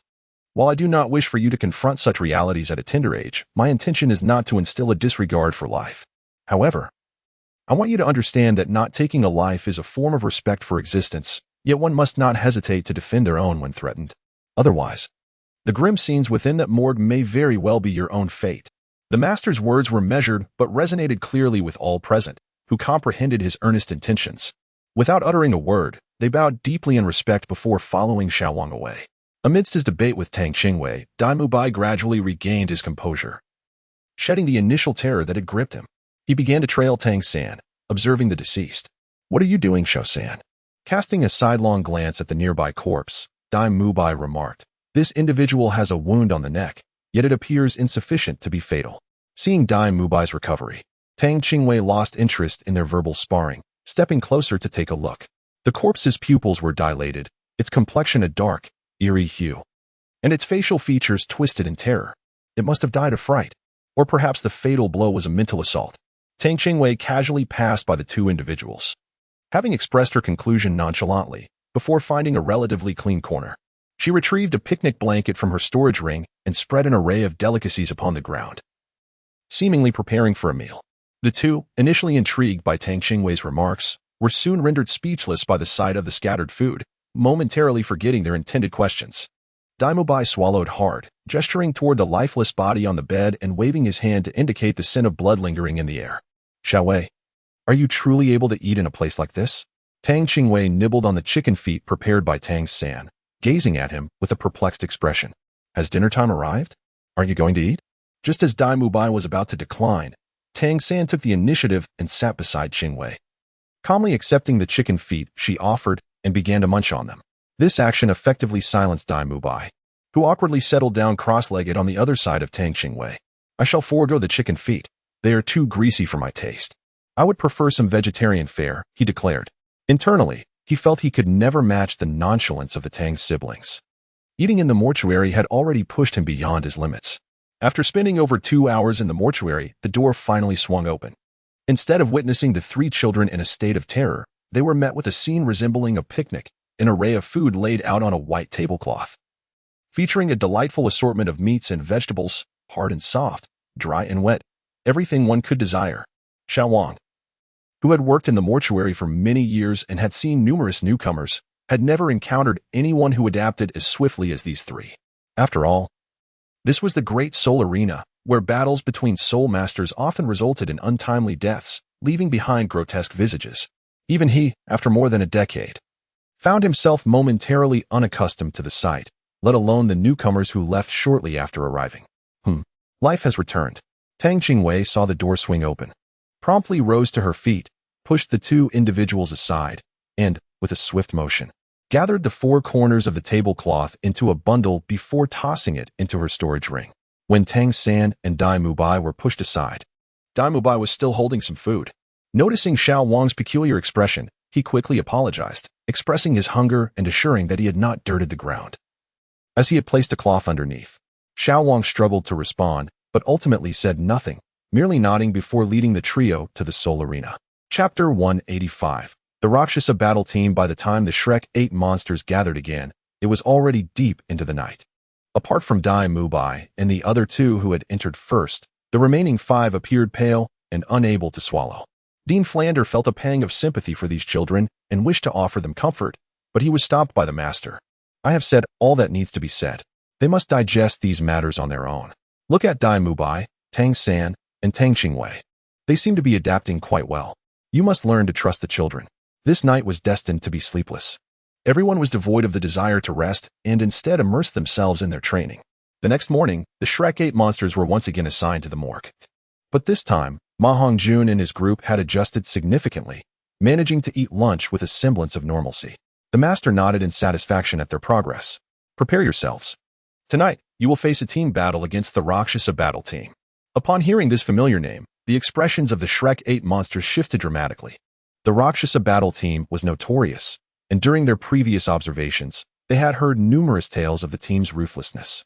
Not only were their tactics exceptionally brutal, but they also denied their opponents the chance to concede. Their captain had participated in several death matches, displaying a bloodthirsty ferocity that left all opponents in a tragic state.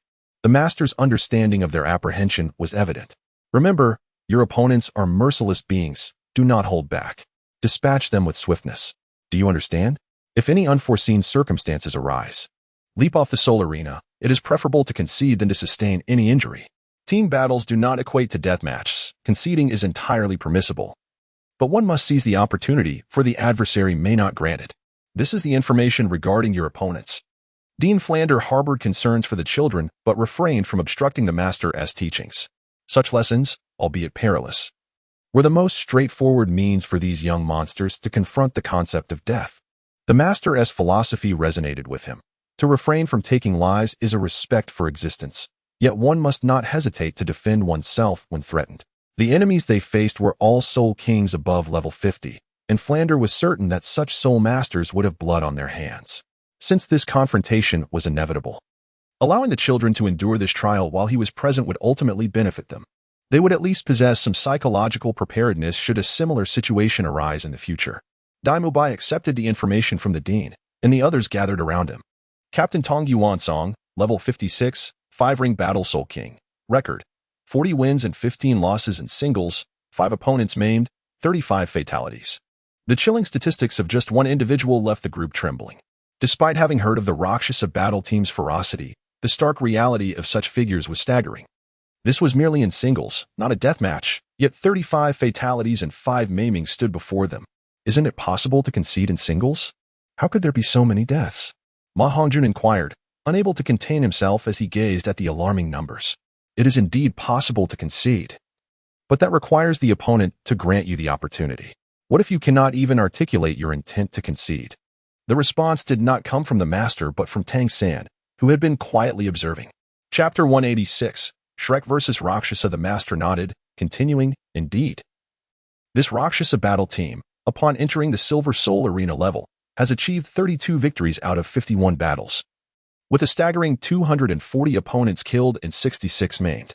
For every match they win, their strikes are invariably lethal, even in defeat. They inflict injuries and deaths upon their adversaries. They are considered a weapon among the Silver Soul teams at level 50, although only half of them have reached level 50. Most Silver Soul teams are reluctant to face them. You may choose not to fight. Neither the Dean nor I will object. After all, acknowledging your own limitations and choosing not to engage against a formidable opponent reflects sound self-awareness.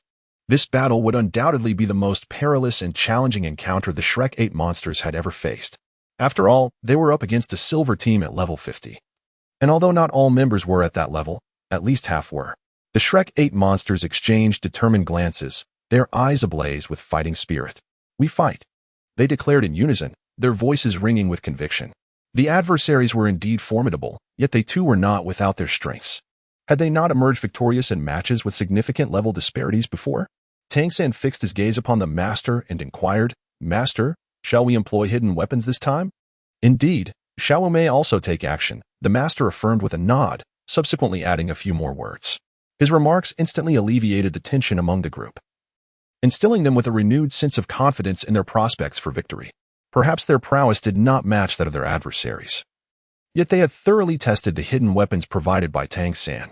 Notably, the formidable Zhuge Divine crossbow promised to deliver an element of surprise in the forthcoming battle.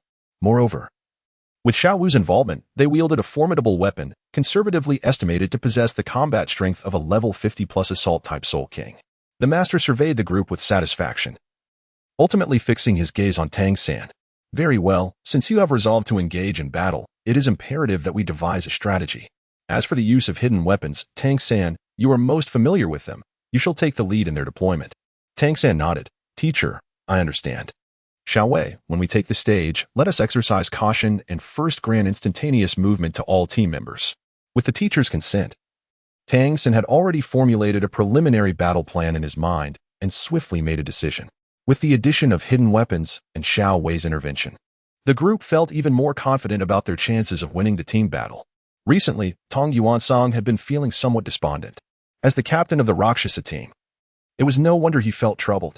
The Rakshasa team had not participated in a team battle for over half a month. The reason for their absence was quite simple. They faced collective resistance from all 50-level Silver Soul fighting teams, who were reluctant to engage them in combat. Since its establishment, the Rakshasa team had fully embraced a brutal strategy, and Captain Tong Yuansong had always upheld a philosophy of overwhelming ferocity. In previous team battles, regardless of the opponents they faced, the Rakshasa team, under his leadership, would launch frenzied assaults, often inflicting serious injuries or even death upon their adversaries, regardless of the outcome. Over time, whenever the Rakshasa team entered a team battle, opponents would be mentally subdued by their sheer ferocity, making it difficult to triumph even when they possess superior strength. As a result of their excessively ruthless demeanor, all Silver Soul fighting teams had refused to engage them. Tang Yuansong had even contemplated leaving Silva City for another grand arena.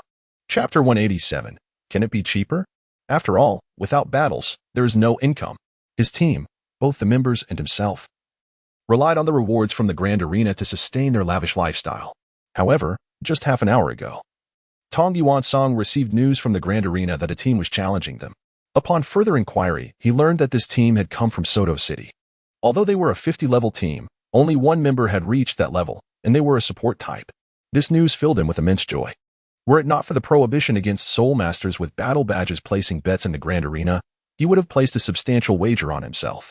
Tang Yuansong quickly gathered all his team members to rush to the grand arena, eager for their first income in half a month. Beyond income, it was also an opportunity for release. The members of the Rakshasa team were all around 40 years old and had consistently followed a path of brutality. Their sole purpose in coming together to form a team was to earn money, indulge in pleasure, and vent their frustrations. For him and his fierce companions, killing, especially slaying soul masters, was a form of catharsis and enjoyment. Had they not resided within the sphere of influence of the grand arena, they might have faced death at the hands of stronger soul masters countless times. Before taking the stage, Tang Qingwei approached Dean Flander, presenting all her savings. She tossed a large sack of gold soul coins before him, not out of disrespect, but rather because the sheer volume was too cumbersome for him to hold. Xiaowei, why don't you get a card? Observing the massive sack of gold soul coins, Dean Flander suddenly felt a rush of blood to his head. This little wealthy girl had so much money yet was typically so frugal. It seemed like it was time to treat this young lady to a feast. After all, a card could not compare to a whole bag of gold soul coins. And besides, my soul guide device could accommodate it. Tang lightly waved her small hand, showing indifference. She preferred tangible gold soul coins over a flimsy card. Flanders rubbed his face, realizing how he had overlooked the fact that this girl possessed a soul guide with an exceptionally vast space. Well, as long as she was happy. However, this time, in addition to the usual profit sharing, a storage fee of 10 gold soul coins would be required. The cunning merchant Flanders was back in action. Why?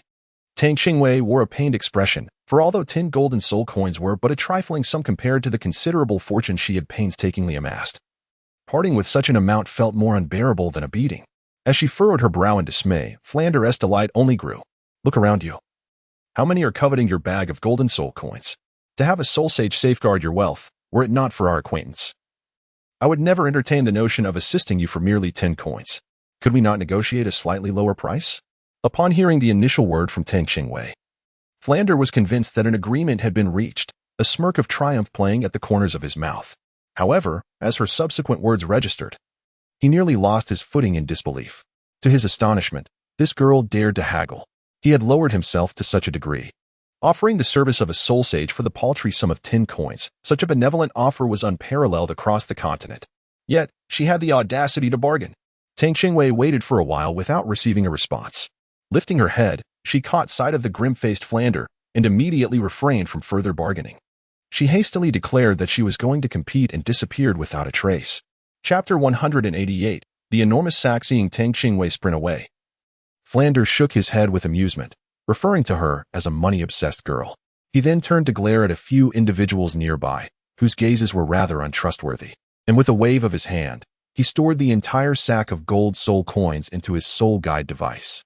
This girl occupies such a large space with her belongings. Perhaps I should ask her for a venue rental fee later, he mused, feeling somewhat vexed as his possessions were cramped into a small corner of the device by the weighty sack.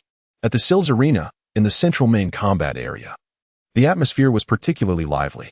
Although the news had only circulated an hour prior, it was reported that the Rorschach team surprisingly had a new challenger.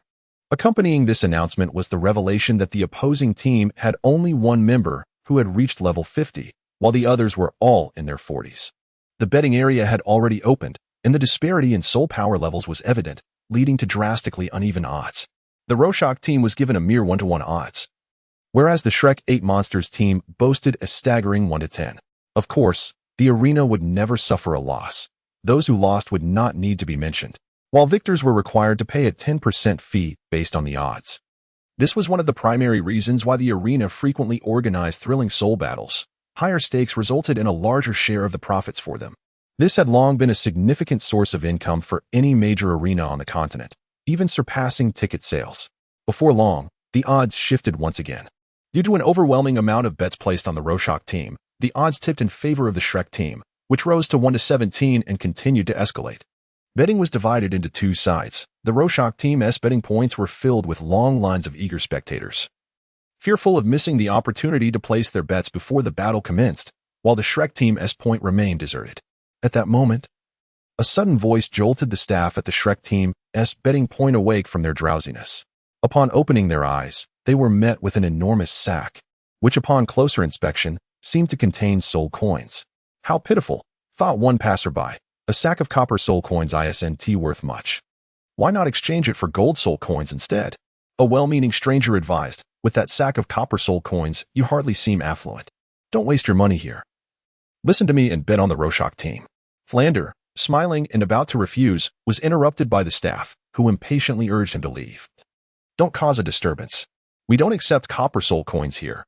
Go exchange them first and return. With a flourish, Flander poured out the entire sack of gold soul coins. The sound of the coins clattering brought a momentary silence to the bustling betting area.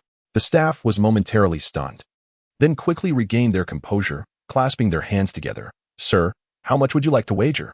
Everything in this sack, plus an additional 30,000 gold soul coins from this card, he replied. Despite the Sylphs arena being the largest in the Sylphs kingdom, a wager exceeding 30,000 gold soul coins was exceedingly rare. Naturally, Flander did not possess all of the 30,000 coins himself. A portion included the private funds of Master and several other instructors. Are you certain? The staff asked, swallowing nervously. Flander frowned, growing impatient. Yes, I'm certain. Now please. While speaking, he produced several gold coin value cards to place his bets. On the other side, the audience lining up to bet on the Rorschach team, after a brief moment of astonishment, began to chuckle, casting looks at Flander as if he were foolish. Flander paid no mind to their derisive gazes. Fools, let them laugh. They will be the ones crying once the results are in. Chapter 189. Is a white soul ring embarrassing? As Flander confidently returned to the arena, the Shrek 8 Monsters team had already prepared for their team battle. Meanwhile, the betting points outside ceased to accept further wagers. As time progressed, the final team battle of the day was about to commence at the Sylphs arena. Master habitually guided the Shrek 8 Monsters to the entrance of the main combat area, offering a final reminder. Remember, your lives are paramount. If any unforeseen circumstances arise, use teleportation to leave the fighting platform immediately. Tang Qingwei nodded slightly to the master, assuring him, rest assured, I shall employ teleportation as soon as I take the stage. Under the guidance of the staff, a group of 8 strode purposefully towards the main battle arena. Upon ascending the arena, the Shrek 8 immediately beheld their adversaries, though the fight had yet to commence. The fierce aura exuding from their opponents hit them like a wave. The members of the Rakshasa team were all formidable in stature, each towering at least 2 meters. Their bare arms showcasing a web of sinewy muscles. Their eyes glinted with menacing intent as they directed their gaze towards the Shrek 8, while their mouths emitted unsettling cackles. Hey there, little lady, quite the figure you've got. Why hide your face? Let your elder brother take a look. If you're pleasing to the eye, perhaps you might consider joining us. I could spare your life later. The speaker was none other than Tong Yuansong, the captain of the Rakshasa team, and the object of his taunts was Zhu Zhuqing, the most striking of the 4 girls in the Shrek 8. Despite her youth, Zhu Zhuqing's development had incited envy among the other girls. With her face masked, it was almost impossible to discern that she was merely 12 years old. At that moment, on the arena, conversation was impractical. Zhu Zhuqing merely clenched her fists tightly, perhaps sensing the brutal energy radiating from the Rakshasa team. The audience concealed within the VIP stands erupted into a cacophony of cheers, amplified by specialized speakers that reverberated throughout the arena. Tear them apart. Kill them. The fervent shouts only served to heighten the menacing atmosphere of the Rakshasa team. As the host announced the commencement of the match, both teams unleashed their martial spirits, instantly transforming the arena into a dazzling spectacle. Prepare yourselves, they were instructed. Tang San's words were laden with double meanings, serving as a prearranged signal before their entrance. The Shrek 8 monsters simultaneously flipped their wrists, each retrieving an inconspicuous black box, approximately a foot long, from their soul-guiding devices or from within their garments. One end of the black boxes was quietly aimed at their adversaries, perhaps due to the notorious reputation of the Rakshasa team.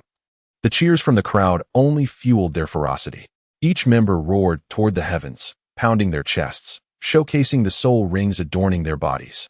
Entirely oblivious to the subtle actions of the Shrek 8 monsters. In the Grand Soul Arena, the use of weapons was not prohibited, however. They were generally considered burdensome for soul masters, leading to their rare utilization. Is this Shrek 8 monsters team truly so weak? The soul level 50 soul master boasts such a pitiful display, for yellow and 1 purple soul rings. Exclaimed a spectator. Oh, there is indeed a 10,000-year soul ring. But with only 4 soul rings, how could they stand a chance against the Rakshasa team? As the audience scrutinized the soul rings of the Shrek 8 monsters, they couldn't help but voice their disdain. With such meager strength, what audacity did they possess to challenge the Rakshasa team? As Xiaowei revealed her soul rings, even the other members of Shrek were momentarily taken aback. Was Xiaowei merely playing the role of a Na'vi underdog? Chapter 190. The outcome of the team battle. Upon witnessing Tang Qingwei's soul rings, the captain of the Rakshasa team unleashed a wave of brazen mockery. 400-year soul rings. This is a first for me. How could one possibly cultivate the Soul King with such pitiful luck? Unfazed by the opinions of others, Tang Qingwei remained focused on her task. With a mere flick of her wrist, 8 beams of white light simultaneously erupted, enveloping the Shrek 8 monsters. Simultaneously, the Rakshasa team sprang into action, moving with a speed that belied their physique, swiftly closing the distance to the Shrek team. The first to confront them was Tang San, who faced off against the captain of the Rakshasa team, Tang Yuansong. Without a word, Tang swung his battle axe down toward Tang San with ferocious intent. In the face of such a direct assault, Tang San exhibited not a hint of panic. He pivoted on his toes, deftly striking the axe blade, using the momentum to leap forward. In an instant, he transitioned from facing Tang Yuansong to landing behind him.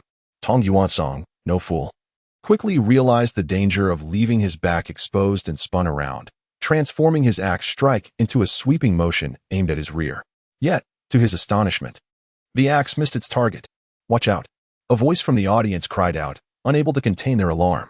Just as Tang Yuansong turned in confusion, Tang San, like a specter, had already moved back to his front. As Tang Yuansong swept his axe horizontally, its momentum carried him in that direction. In a moment that seemed to defy reality, he heard a peculiar sound, akin to metal clashing. Suddenly, dozens of arrows from the Zhuge crossbow left trails in the air, piercing directly into Tang Yuansong's chest. A splatter of crimson blood erupted forth, and with a thud, he collapsed.